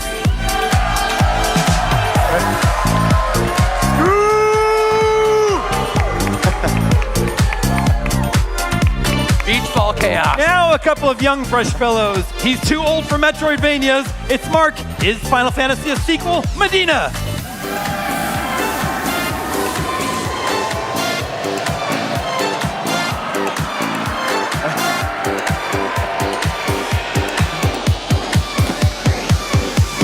last but not least, he's back, baby. It's Nick Lamone. Let's go, baby! Real quick, a selfie. Get one with me. Thank you. Yeah, Nick. All right, here we are, finally. Woo! We did it. We made it. Finally in the real scoop. Here at the end of all things. Everything was training for this. Everything has been leading up to this moment. 20 years of Game Scoops. I have the first episode that you all appeared on. Oh, no. Funnily enough, the first episode, I want to say was June 6th, 2006. I wasn't on that episode. Yeah. I don't know why. I wasn't, but I was on episode 2 going from there. Sam's first episode was February 18th, 2011. Wow. Back then. I remember it like it was yesterday. Yeah, I'm sure. February 18th is also my dad's birthday, and my dad is backstage. So shout out to my dad. Actually, my whole family's here. My wife Kim and our kids Kingo and Beatrix are backstage too. So love you guys. But February 18th, 2011, Sam was on. Our headline was Walking Dead Island because Dead Island would come out later that year, and of course, Walking Dead was, one of the biggest shows in the world at that time. Yeah. We were on with, it was a 3-person show, me, Sam, and Greg Miller. Wow. Always in our hearts. He's not dead. He's just not here. But he's always in our hearts. I think I was there as an expert commentator on one topic, which was Contra, but I can't remember. Well, there was that new Contra game, Hardcore Uprising, which is an anime prequel to the Sega Genesis game. Good game. Contra Hardcore. Good game. Very good game. I think I mainly just listened to Greg and Damon talk. Probably. The show had a different vibe back then, for sure. All right, Justin, your first episode was October 22nd, 2011. Wow. All right. It's you, me, Greg, and Jack DeVries. Sure. Yeah, I remember Jack. Greg had just reviewed Uncharted 3. Yeah? Wow. 10 out of 10? We were talking about Uncharted 3, Batman Arkham City. Yeah! And it says a Red Dead Redemption clone, although I don't know what that would have been. Gun. It was the game Gun, probably. Gun? Not in 2011, I don't think. Yeah, you're right. There's no way anybody could know. Mark, Yeah. the first episode was August 31st, 2018. Okay. Already 8 years. Already Yeah. 8 years. Wow. 8 heckin' years. 8 heckin' years. I'm here, Damon. Yeah! They love it. They do. It was you, me, Sam, and Tina. Oh, always in our Always hearts. in our hearts. Always in our hearts. Also not dead. Just not here. Over at Xbox. Yeah. Had a big show today. Everybody like that Xbox showcase? Woo! Persona 4 revival. I'm all about Persona 4 and Persona 6. Yeah. Crazy Taxi, Castlevania. Crazy Taxi. And Castlevania, yes. Castlevania looks so good. All the C games. Okay, our headline was Mega Man scares off Battlefield 5, which is just cheeky. I'm sure they were on the release date and then Battlefield 5 got a delay. Why would I be there for that? We're like, we need Mark on this Why not? Battlefield 5 episode. I think you covered Battlefield 5 back then, right? Well, by then we were playing 20 questions. The game was Super Mario Run, and it was a win. Oh. Hey! Ooh, that's a hard one. That game is a win. Is that exclusive to a Nintendo platform? Finally, Nick, your first episode was in May of 2021. 2021, our headline was The Games We Hope to See at E3.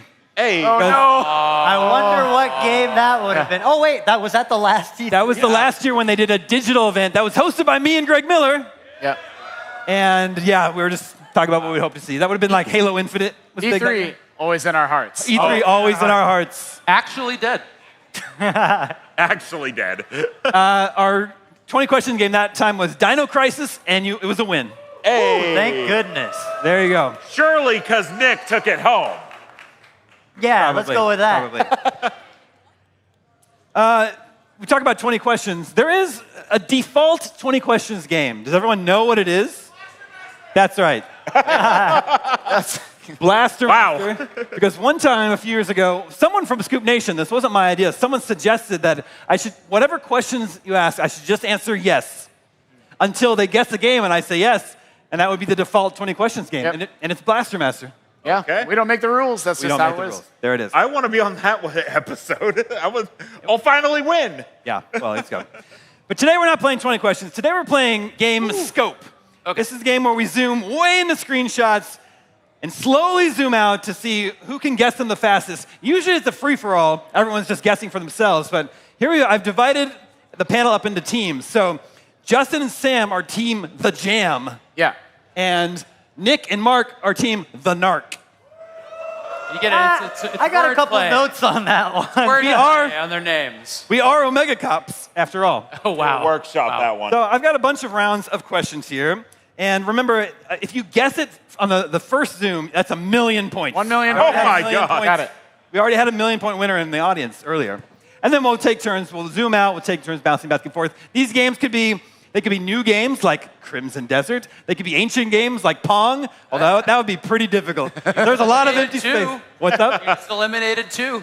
Or did I? Oh. Or did I? Go. So, without further ado, Tayo, working behind the scenes, let's go ahead and bring up round 1, and we'll start with Team Narc. Oh, no. Crimson Desert. Oh, no. We'll start with Team Narc. Wait, is that a graphical glitch or is that actually the That's trees? it. That's it. It's the All blue right. That's screen where we're of life. starting. That's just a no singles. Yeah. 1 million points. Blue. Million points. That is a Blue. very distinct shade of blue. I think it's I'ma go- Sonic the Hedgehog. Sonic? Sonic. I don't know. Okay. It's just Sonic blue to me. All right, let's go with What do you think? Sonic the Hedgehog. Sonic the Not Hedgehog. Sonic the Hedgehog. Is there a Team Jam have a guess? We've settled on 1942. Ooh, not that one. Okay, Tyler, let's start the Zoom. This was your Let's chance start to the steal. Zoom here as it comes to take shape. Okay, let's stop there.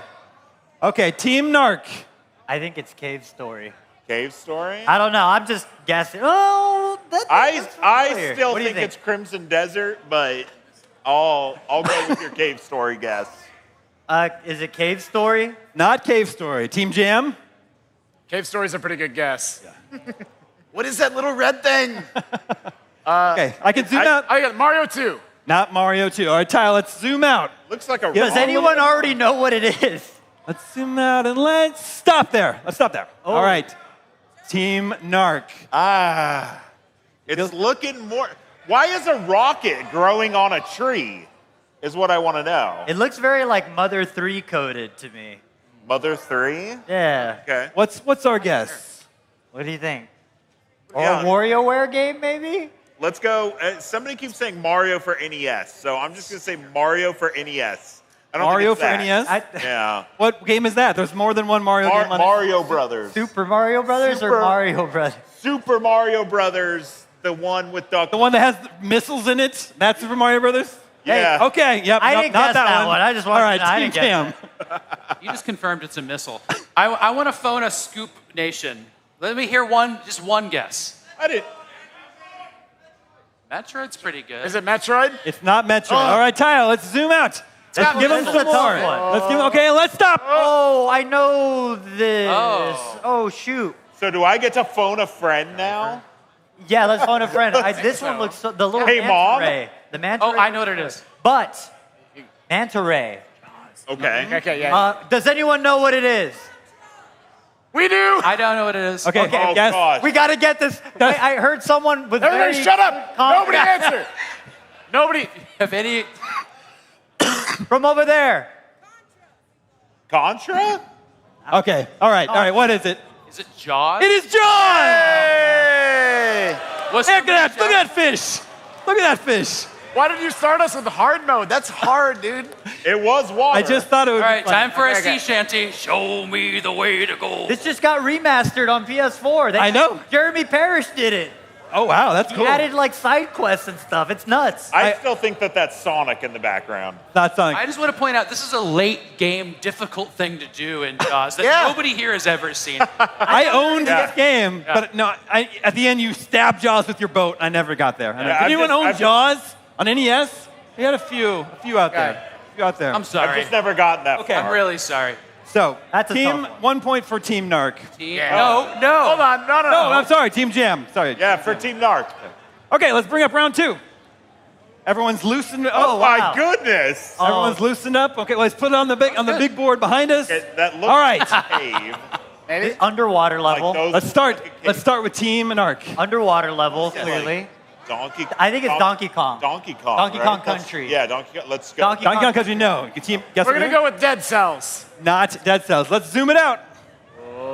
Let's zoom it out. Let's give them a little bit more. That's not helping at A all. little bit more of a hint. Let's stop it there. Ooh. Those look like knees. That's some I pretty don't toned know. legs. Castlevania. Oh, those are legs. I think those are legs. Those are looking pretty. Legs, if that was the case. Pretty. I thick. do like Ninja Gaiden. Ninja Gaiden? Yeah. No, wait, Ninja Gaiden? No, it'd be. Looks like there's some trouble Oh. with Team Narc. Okay. Yep. Is it We, out of this we literally world? have 7 minutes, so let's get some Is guesses. it out of this world? Not out of this world. not what Team I- Jam? Yeah, we're gonna say Super Castlevania 4. Incorrect. Let's zoom out, Tayo. What do we got here? Let's stop. Oh, I got it. It's Marvel versus Capcom. Marvel versus Capcom. There's Venom. Yeah, Marvel Venom. versus Capcom. Woo. That's right. We're on the You guys board. got our We're on the easy board. scene there. Got the full Venom spider. And I help. It's a tie game, 1-1. Okay, this next round is box art. Box art. This is Okay. box art. Got it. Let's go ahead and pick it up. Box art.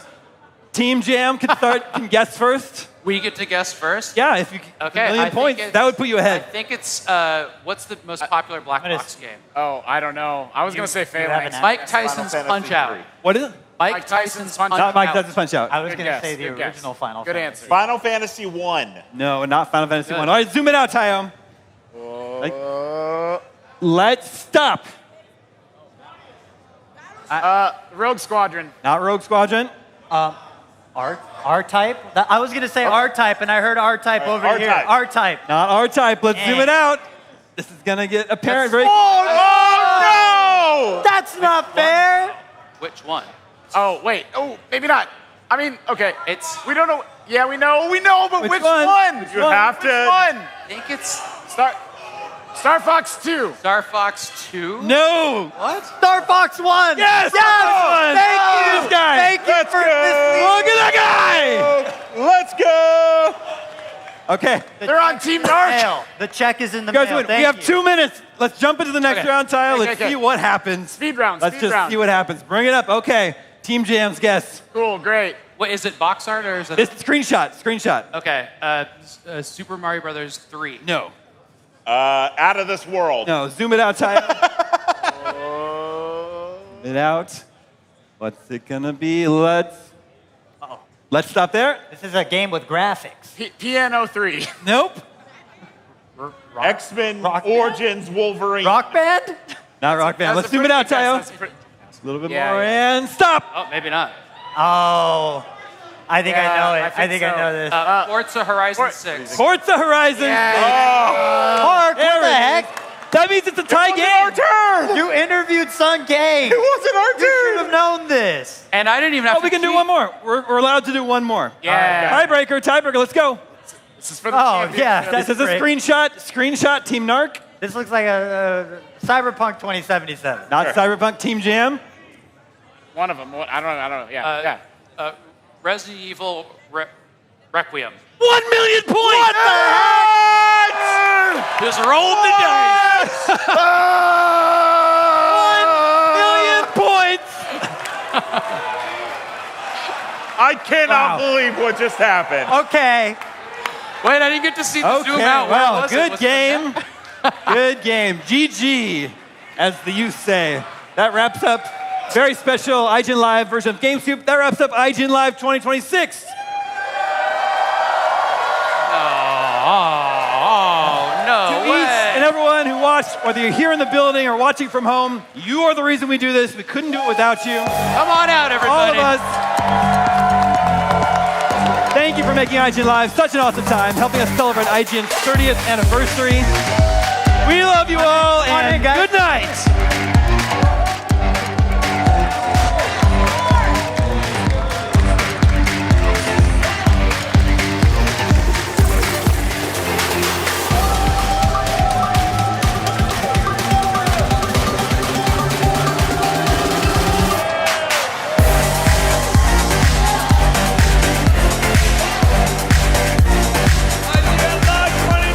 To be the very best like no one ever was? Streamline your journey to becoming a master trainer with Planet Pokemon. Choose your Pokemon, filtering by type, stats, or game availability. Then use the full team builder to assemble an unbeatable lineup. Plan out the optimal set of moves, items, and abilities. Plan your dream team today at planetpokemon.com. Catch up on all your favorite shows with up-to-the-minute gaming and entertainment news with Geek Media Podcasts. Welcome to a very special episode of IGN Game Scoop. Game Scoop has you covered for all things gaming and the latest game releases. Tune into Podcast Beyond for the biggest PlayStation news. Man, this is a cool looking trailer. Everything Xbox on Podcasts Unlocked. This is Steve Downs, the voice of Master Chief. Catch up with your Super Nintendos on Nintendo Voice Chat. Let the kids love what we love. And get all the latest console news and rumors with Next Gen Console Watch. Now Xbox and Phil Spencer are even saying that a mid-gen refresh isn't even necessary. The Cinefix Top 100 podcast picks a movie every week to celebrate and debate. It's kind of every movie's grandpa. Geek Media Podcasts, the best podcasts from around the world. IGN Playlist is the best way to track your game collection. Now you can even import your entire Steam library to Playlist, making it easier than ever to review games, show off your collection of the world, and finally chip away at that massive backlog you keep meaning to get to. IGN Playlist, check it out. Can't find that final collectible you're missing? IGN guides are trusted by millions, easy to use, and best of all, free. IGN has the very best, most complete and accurate guides for Shadow of the Erdtree, Baldur's Gate 3, Tears of the Kingdom, and so much more. It's good, right? Every guide is tested and verified for you by experts. Just search for IGN when you search for guides.